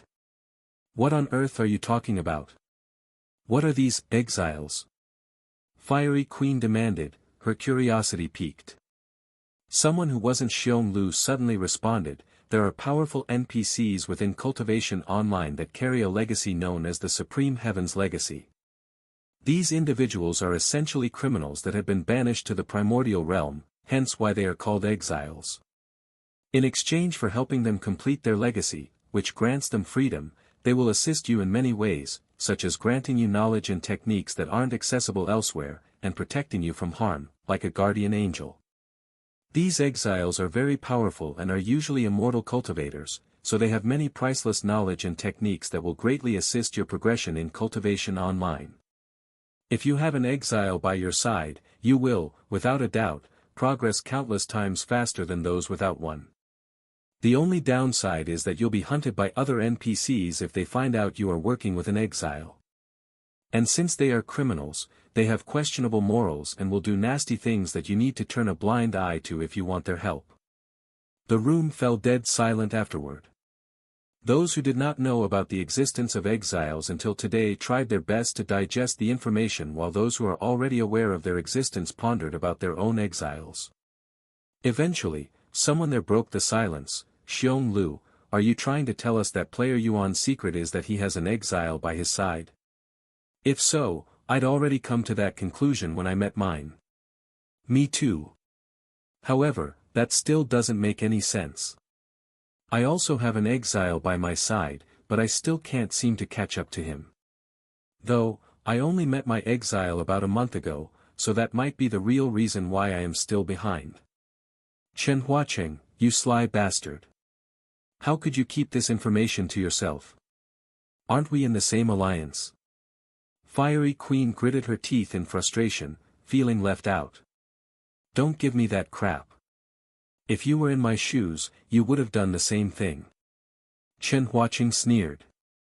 So, how many of us here are being accompanied by an exile? Chen Huacheng asked them before raising his own hand. And he continued, I met mine a month ago, and my progress has skyrocketed since then. 3 more individuals there raised their hands. Wilson Jr., Jing Yanwu, and Gu Banxiao, huh? Fiery Queen named these 3. Xiong Lu, you don't have an exile? Chen Huacheng asked him. No. Xiong Lu hesitated, unable to divulge the grim truth that his exile had already met their demise at Yuan's hands, as he was certain that they would make him into a laughingstock for such a blunder. So, 4 out of 10 of us have an exile, huh? This makes me wonder just how many more players out there are receiving assistance from them, mused Jing Yanwu, a young man with a scholarly appearance. Wait. How does one even acquire an exile? Fiery Queen suddenly asked. She turned to look at the 4 with an exile and continued, how did you guys meet yours? Is there a specific location where you meet them? As far as I am aware, they don't have any specific locations or triggers. They are scattered about in the 9 heavens, so it's entirely up to fate whether you encounter one or not, kind of like hidden quests. Wilson Jr. said, and he continued, I encountered my exile in 2nd heaven about 3 months ago during a quest. I also encountered mine randomly while adventuring in 3rd heaven. Gu Banxiao added. Same here.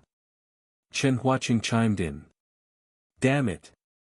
There must be some kind of pattern or method to encounter them. Queen Fiery exclaimed in frustration, her desire for an exile's assistance burning within her. At this rate, I'll end up lagging behind everyone, even to some nobody who lucked out with an encounter, like player Yuan. Fiery Queen's concerns were shared by those without an exile.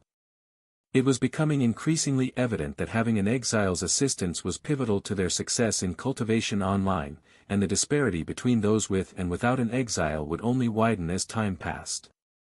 Now that I think about it, player Yuan received a divine-grade servant even before the second heaven was unlocked. It's no wonder that his progression was so much faster than the rest of us. That bastards had help from an exile from the start since first heaven. Li Hongji, who did not have an exile, exclaimed in vexation. Xiong Lu then spoke, not just that. His exile was terrifyingly powerful. I watched her slay a peak spirit king without breaking a sweat. It was like watching an adult messing around with a damn toy. I have never seen anyone that dreadful before. The room fell silent for a moment until someone said, "Anyways, what do you want us to do with this information?" After a moment of silence, Xiong Lu spoke in a cold voice, "His exile may be powerful, but I doubt she's strong enough to handle multiple exiles at once. If we group up and kill the exile, player Yuan's progression will definitely come to a halt, and we'll no longer have to worry about him. He's useless without the exile." What? That's unacceptable. I refuse to be a part of this cowardly nonsense. Bai Lianhua declared as she stood up, her face filled with anger. Xiong Lu looked at her and sneered in disdain. Why? Because you're screwing him? What the hell is that supposed to mean? Bai Lianhua's brow furrowed deeply, her gaze oozing with killing intent. Did you think we wouldn't find out about what happened between your Bai family and the Zheng family? I wouldn't be surprised if you had offered your body to him for his services. Why else would he bother paying attention to the Bai family? You utter bastard, Xiong Lu. How dare you slander me with that load of crap? It's clear you're just bitter because Yuan knocked you off your high horse. And your desire to gang up on him is nothing but a testament to your own inadequacy. You're nothing more than a damn coward and a sore loser. Bai Lianhua seethed with rage, her words dripping with contempt. You dare mock me? I've been number one even before you started playing your first game, White Lotus. Do you think he's beaten me just because he got a little lucky with an exile? Delusional. Xiong Lu roared back, his heart filled with rage. Delusional or not, it's still a fact that Yuan's above you in Cultivation Online and in real life. You're just in denial. Fuck. Don't you let me see you in the game. I swear I will make you regret mocking me, White Lotus, you fucking bitch.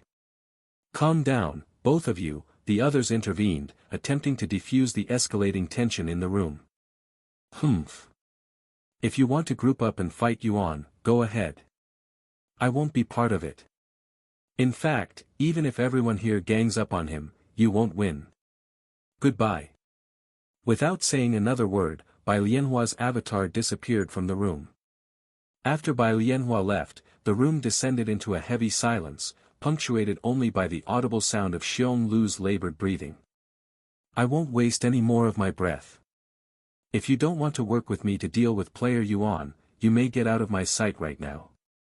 However, just know that you will never receive the Xiong family's support ever again if you refuse to help. The others swallowed nervously in the wake of his ominous words.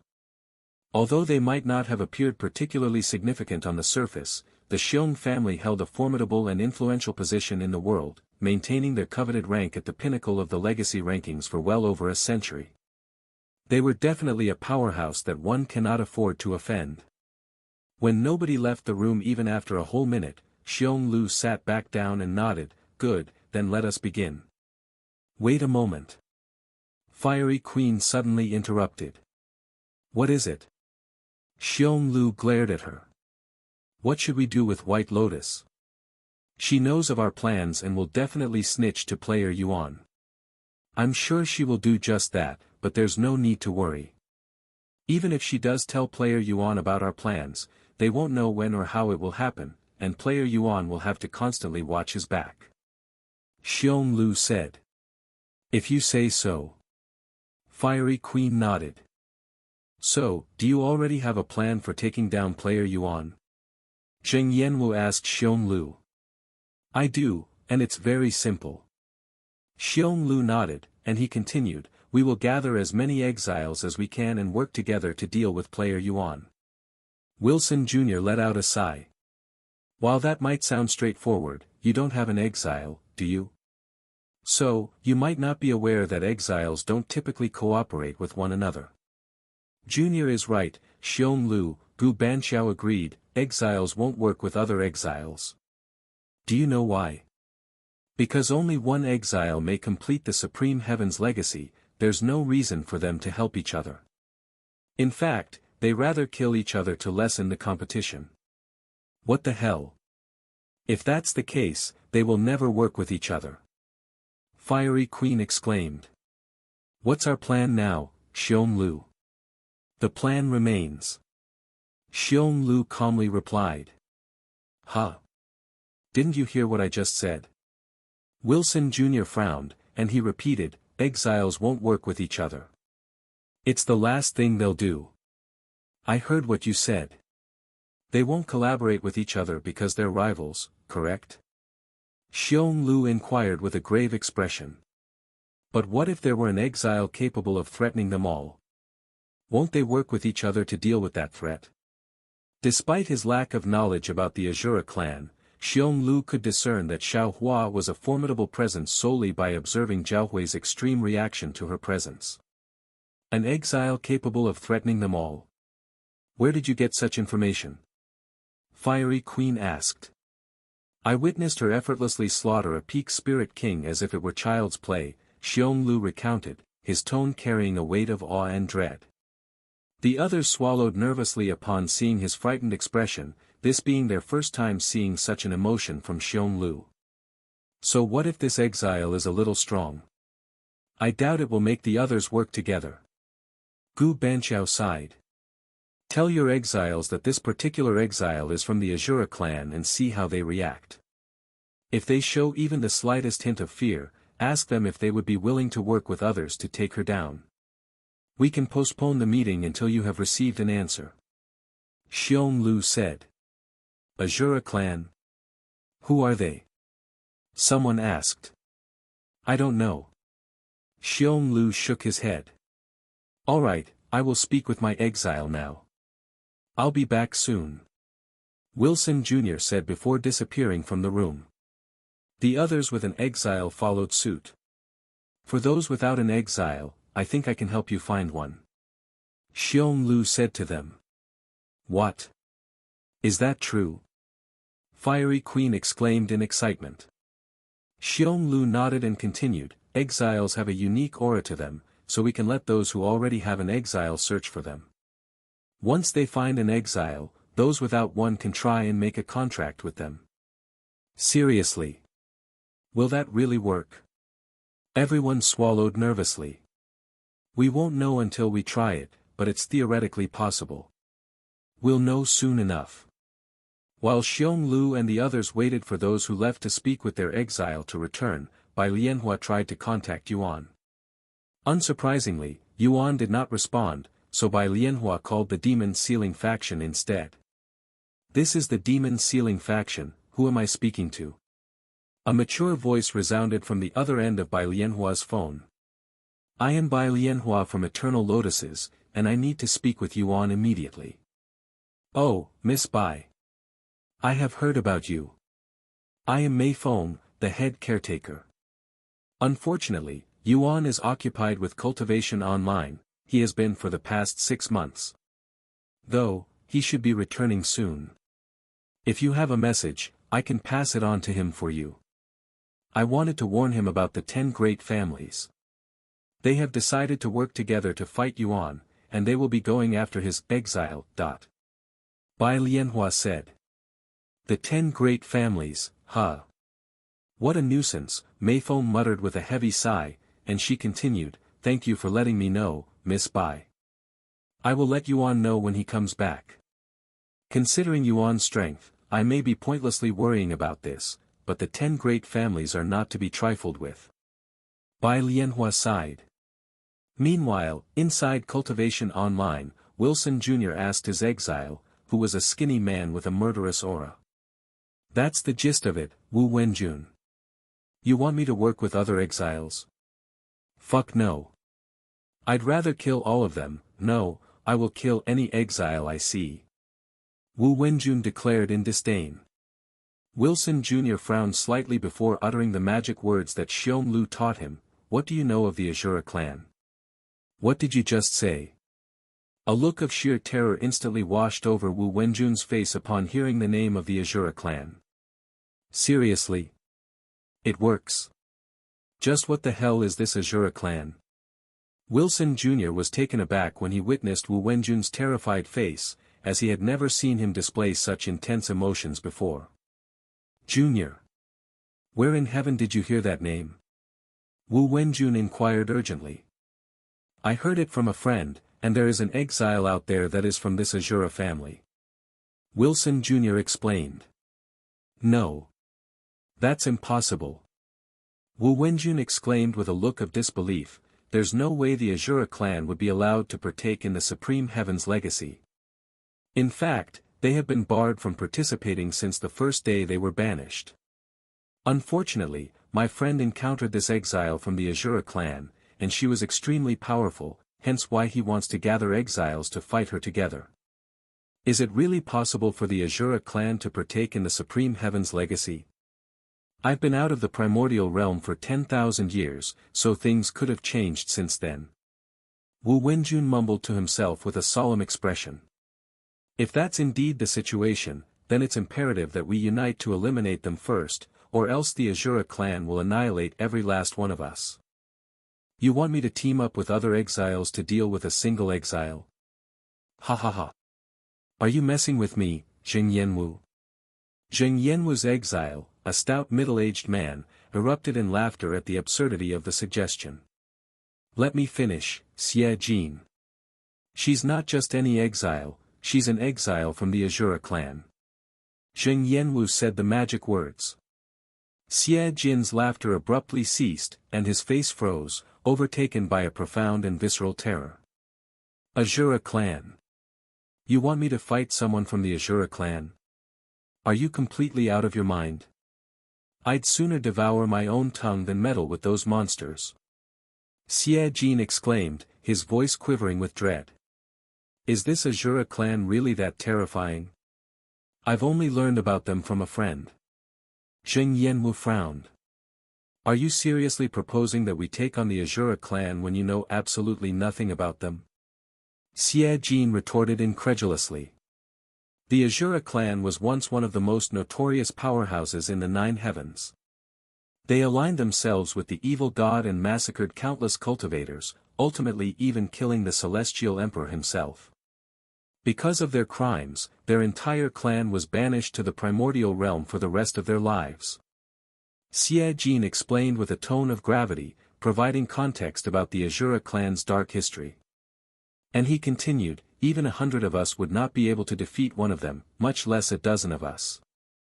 Zheng Yanwu was inclined to believe that Xie Jin might be exaggerating and responded, even if that's the case, their powers should be restricted as an exile. You clearly know nothing about them. What's terrifying about the Azura clan isn't just their power, it's their very nature. Xie Jin sighed in a defeated manner, emphasizing the sinister essence that made the Azura clan so fearsome. They are a bunch of crazy bastards that wouldn't hesitate to torture your entire family if you accidentally bump into them. In any case, I strongly recommend against getting involved in this endeavor, unless you have a desire for a gruesome demise, Xie Jin warned with utmost seriousness.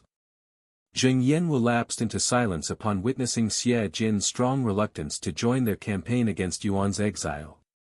Xie Jin was known for his ruthlessness, even willing to slaughter innocent bystanders without hesitation, yet his unwavering determination to avoid the Azura clan was a revelation that left him astounded. Fine, if you don't want to join, I won't pressure you. But I'm going to be a part of this even if I have to go alone. That scoundrel Yuan. He murdered my cousin and wreaked havoc in my family. I won't let him go unpunished. Zheng Yanwu declared with determination. Following Yuan's intervention in the conflict between Bai Lianhua and Zheng Weimin, the Bai family and the Jing family became sworn enemies. Furthermore, the Jing family, which was ranked 5th in the legacy ranking before the drama occurred, was dropped to the 8th place, slapping their faces even further. "You stubborn fool." Xie Jin shook his head and thought, "I will probably have to start looking for a new master soon." Several cities away, Gu Banqiao was having a similar conversation with his exile, who was a pretty lady. "Since we don't know if this exile is truly from the Azura family or not, I won't make a decision until I see her myself. However, until then, I'll cooperate with you and the other exiles. And in exchange for my cooperation, you'll let me have some fun later without any complaints." Gu Banqiao shivered upon hearing her words, sensing a deeper and more ominous implication beneath their surface. "Fine, just don't kill too many people," he sighed. Sometime later, everyone gathered at the round table. "How did it go? Did you guys manage to convince your exiles to cooperate with each other?" Xiong Lu asked them. "My exile is willing to cooperate," Wilson Jr. said. "My exile refused to give an answer until she saw the target for herself," said Gu Banqiao. "Well, my exile has outright refused to cooperate. He wants nothing to do with the Azura clan, or so he said." Zheng Yanwu sighed, and he continued, "But I will continue trying to convince him. Even if he doesn't cooperate, I will do whatever I can to help." "I understand. I'm sure those who are unwilling to cooperate will change their mind once we gather more forces," Xiong Lu said. And he continued, "Now, on to the next matter. Wilson Jr., Zheng Yanwu, Gu Banqiao, I have a crucial mission for the three of you. I want you to use your own exiles to seek out other exiles. If that exile doesn't have a master, inform us so those without an exile can have an opportunity to acquire one. If they already have a master, I want you to recruit them, no matter the cost. Using our exile to look for other exiles, huh? This is pretty genius," Wilson Jr. muttered. "How much time are we going to use to prepare for this whole campaign?" Zheng Yanwu asked. "As much time as we need, but that does not mean we should take our time.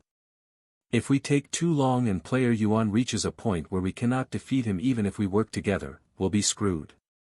If time is of the essence, we can use the 10 great families' power and influence. If we make an announcement about this, we should get a few recruits. Things will definitely progress much faster this way," Gu Banqiao suggested. Xiong Lu nodded in agreement. "That's a sound plan. I'm certain the knowledge of exiles will become public eventually. We should leverage our influence to recruit them before it becomes common knowledge," he concurred. Thus, the following day, 9 of the 10 great families came together and collaborated with each other in a single, massive recruitment, something that had never been done before. They announced that they were recruiting players with an exile, offering immense benefits, such as fame, wealth, and power, something the 10 great families were fully capable of fulfilling. However, they did not elaborate on the existence of exiles, so their announcement also puzzled countless players. Within minutes of the 10 great families' recruitment announcement, hundreds of players began commenting on it, and word spread like wildfire through the mouths of tens of thousands of individuals. "Hey, did you see the latest post on Cultivation Online's forum?" "Not yet." "What does it say?"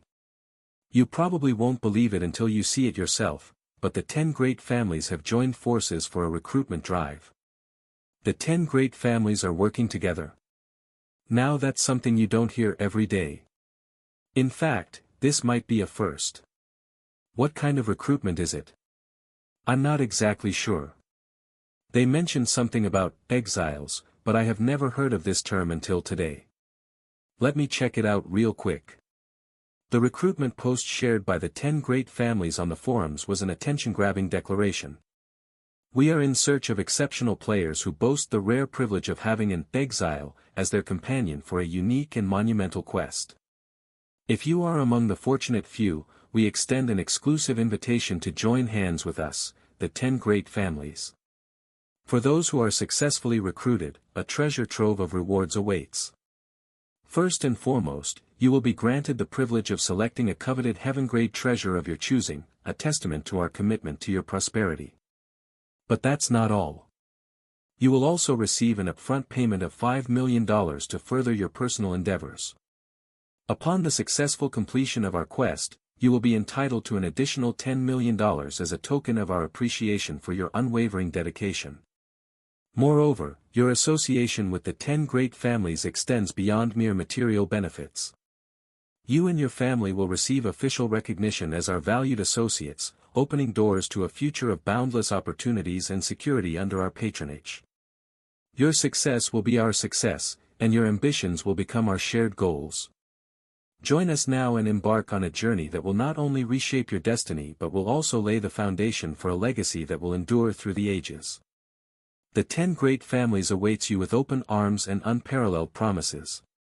Approved and collaborated by Xiong family, Wilson family, Chen family, Li family, Jing family, Huang family, Harris family, Gu family, and Walker's family. The recruitment notice, posted on the Xiong family's official account, carried the signatures of all the other families, confirming its undeniable legitimacy. Holy shit! These rewards are insane. Heaven-grade treasure. $15 million. And arguably the most valuable reward, the 10 great families' recognition and support. The enticing rewards offered by the 10 great families triggered a flood of inquiries from Cultivation Online players. However, a significant portion of these individuals had no understanding of what an exile was, and as a result, they were swiftly disregarded. There were some who tried to fake having an exile, but they were also quickly rooted out with a few questions that only those with an exile would know. As the day drew to a close, Xiong Lu assessed the number of players who might possess an exile and couldn't help but smile with satisfaction. 26 players, and it's only the first day, Xiong Lu remarked with a sense of anticipation for the days ahead. Over the course of the next several days, hundreds of thousands of players reached out to the 10 great families.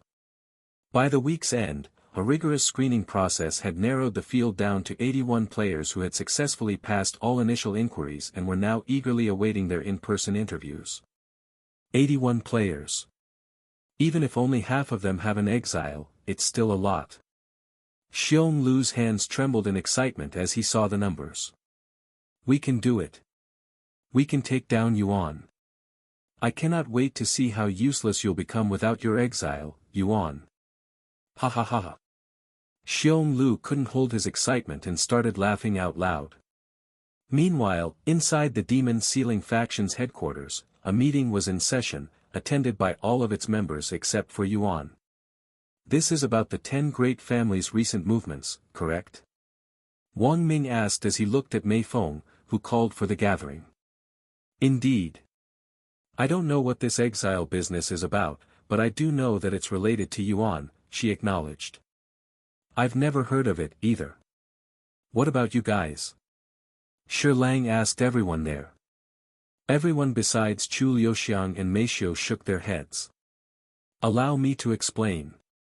Mei Xiu raised her hand and said. In Cultivation Online, there are these people known as an exile. They are essentially criminals that have been banished from the 9 heavens because of a crime they or their family had committed. Exiles possess something known as the Supreme Heaven's Legacy. I'm not privy to the specifics, but it's a means for them to regain their freedom. One of Yuan's companions, Xiao Hua, happens to be an exile. So the 10 great families are gathering these exiles. But for what purpose? Wang Bingbing inquired. Mei Feng then revealed, I had initially intended to wait for Yuan's return to share this information, but it appears that the 10 great families are specifically targeting Yuan and his exile. What? These dirty bastards are working together to target Yuan. Unacceptable. Wang Ming slammed the table in anger. Honestly, I've been anticipating their move, and it took them longer than I expected, Hong Xiuquan remarked. However, I didn't anticipate them collaborating, given their historical rivalry, he added. That just goes to show how much of a threat Yuan poses to them, particularly in terms of their legacy ranking, Shi Murong shrugged. What should we do? We can't simply stand by and allow the 10 great families to target Yuan, Chu Liuxiang inquired with a slight frown on her face. Do we truly need to take action? After all, this is Yuan we're discussing, Li Jinsi stated, and went on, he's already attained a level that's beyond our comprehension. I doubt even the 10 great families, if they amassed their forces, could pose any real threat to him. That's a valid point. No one could dispute Li Jinsi's assessment, and a contemplative silence filled the room.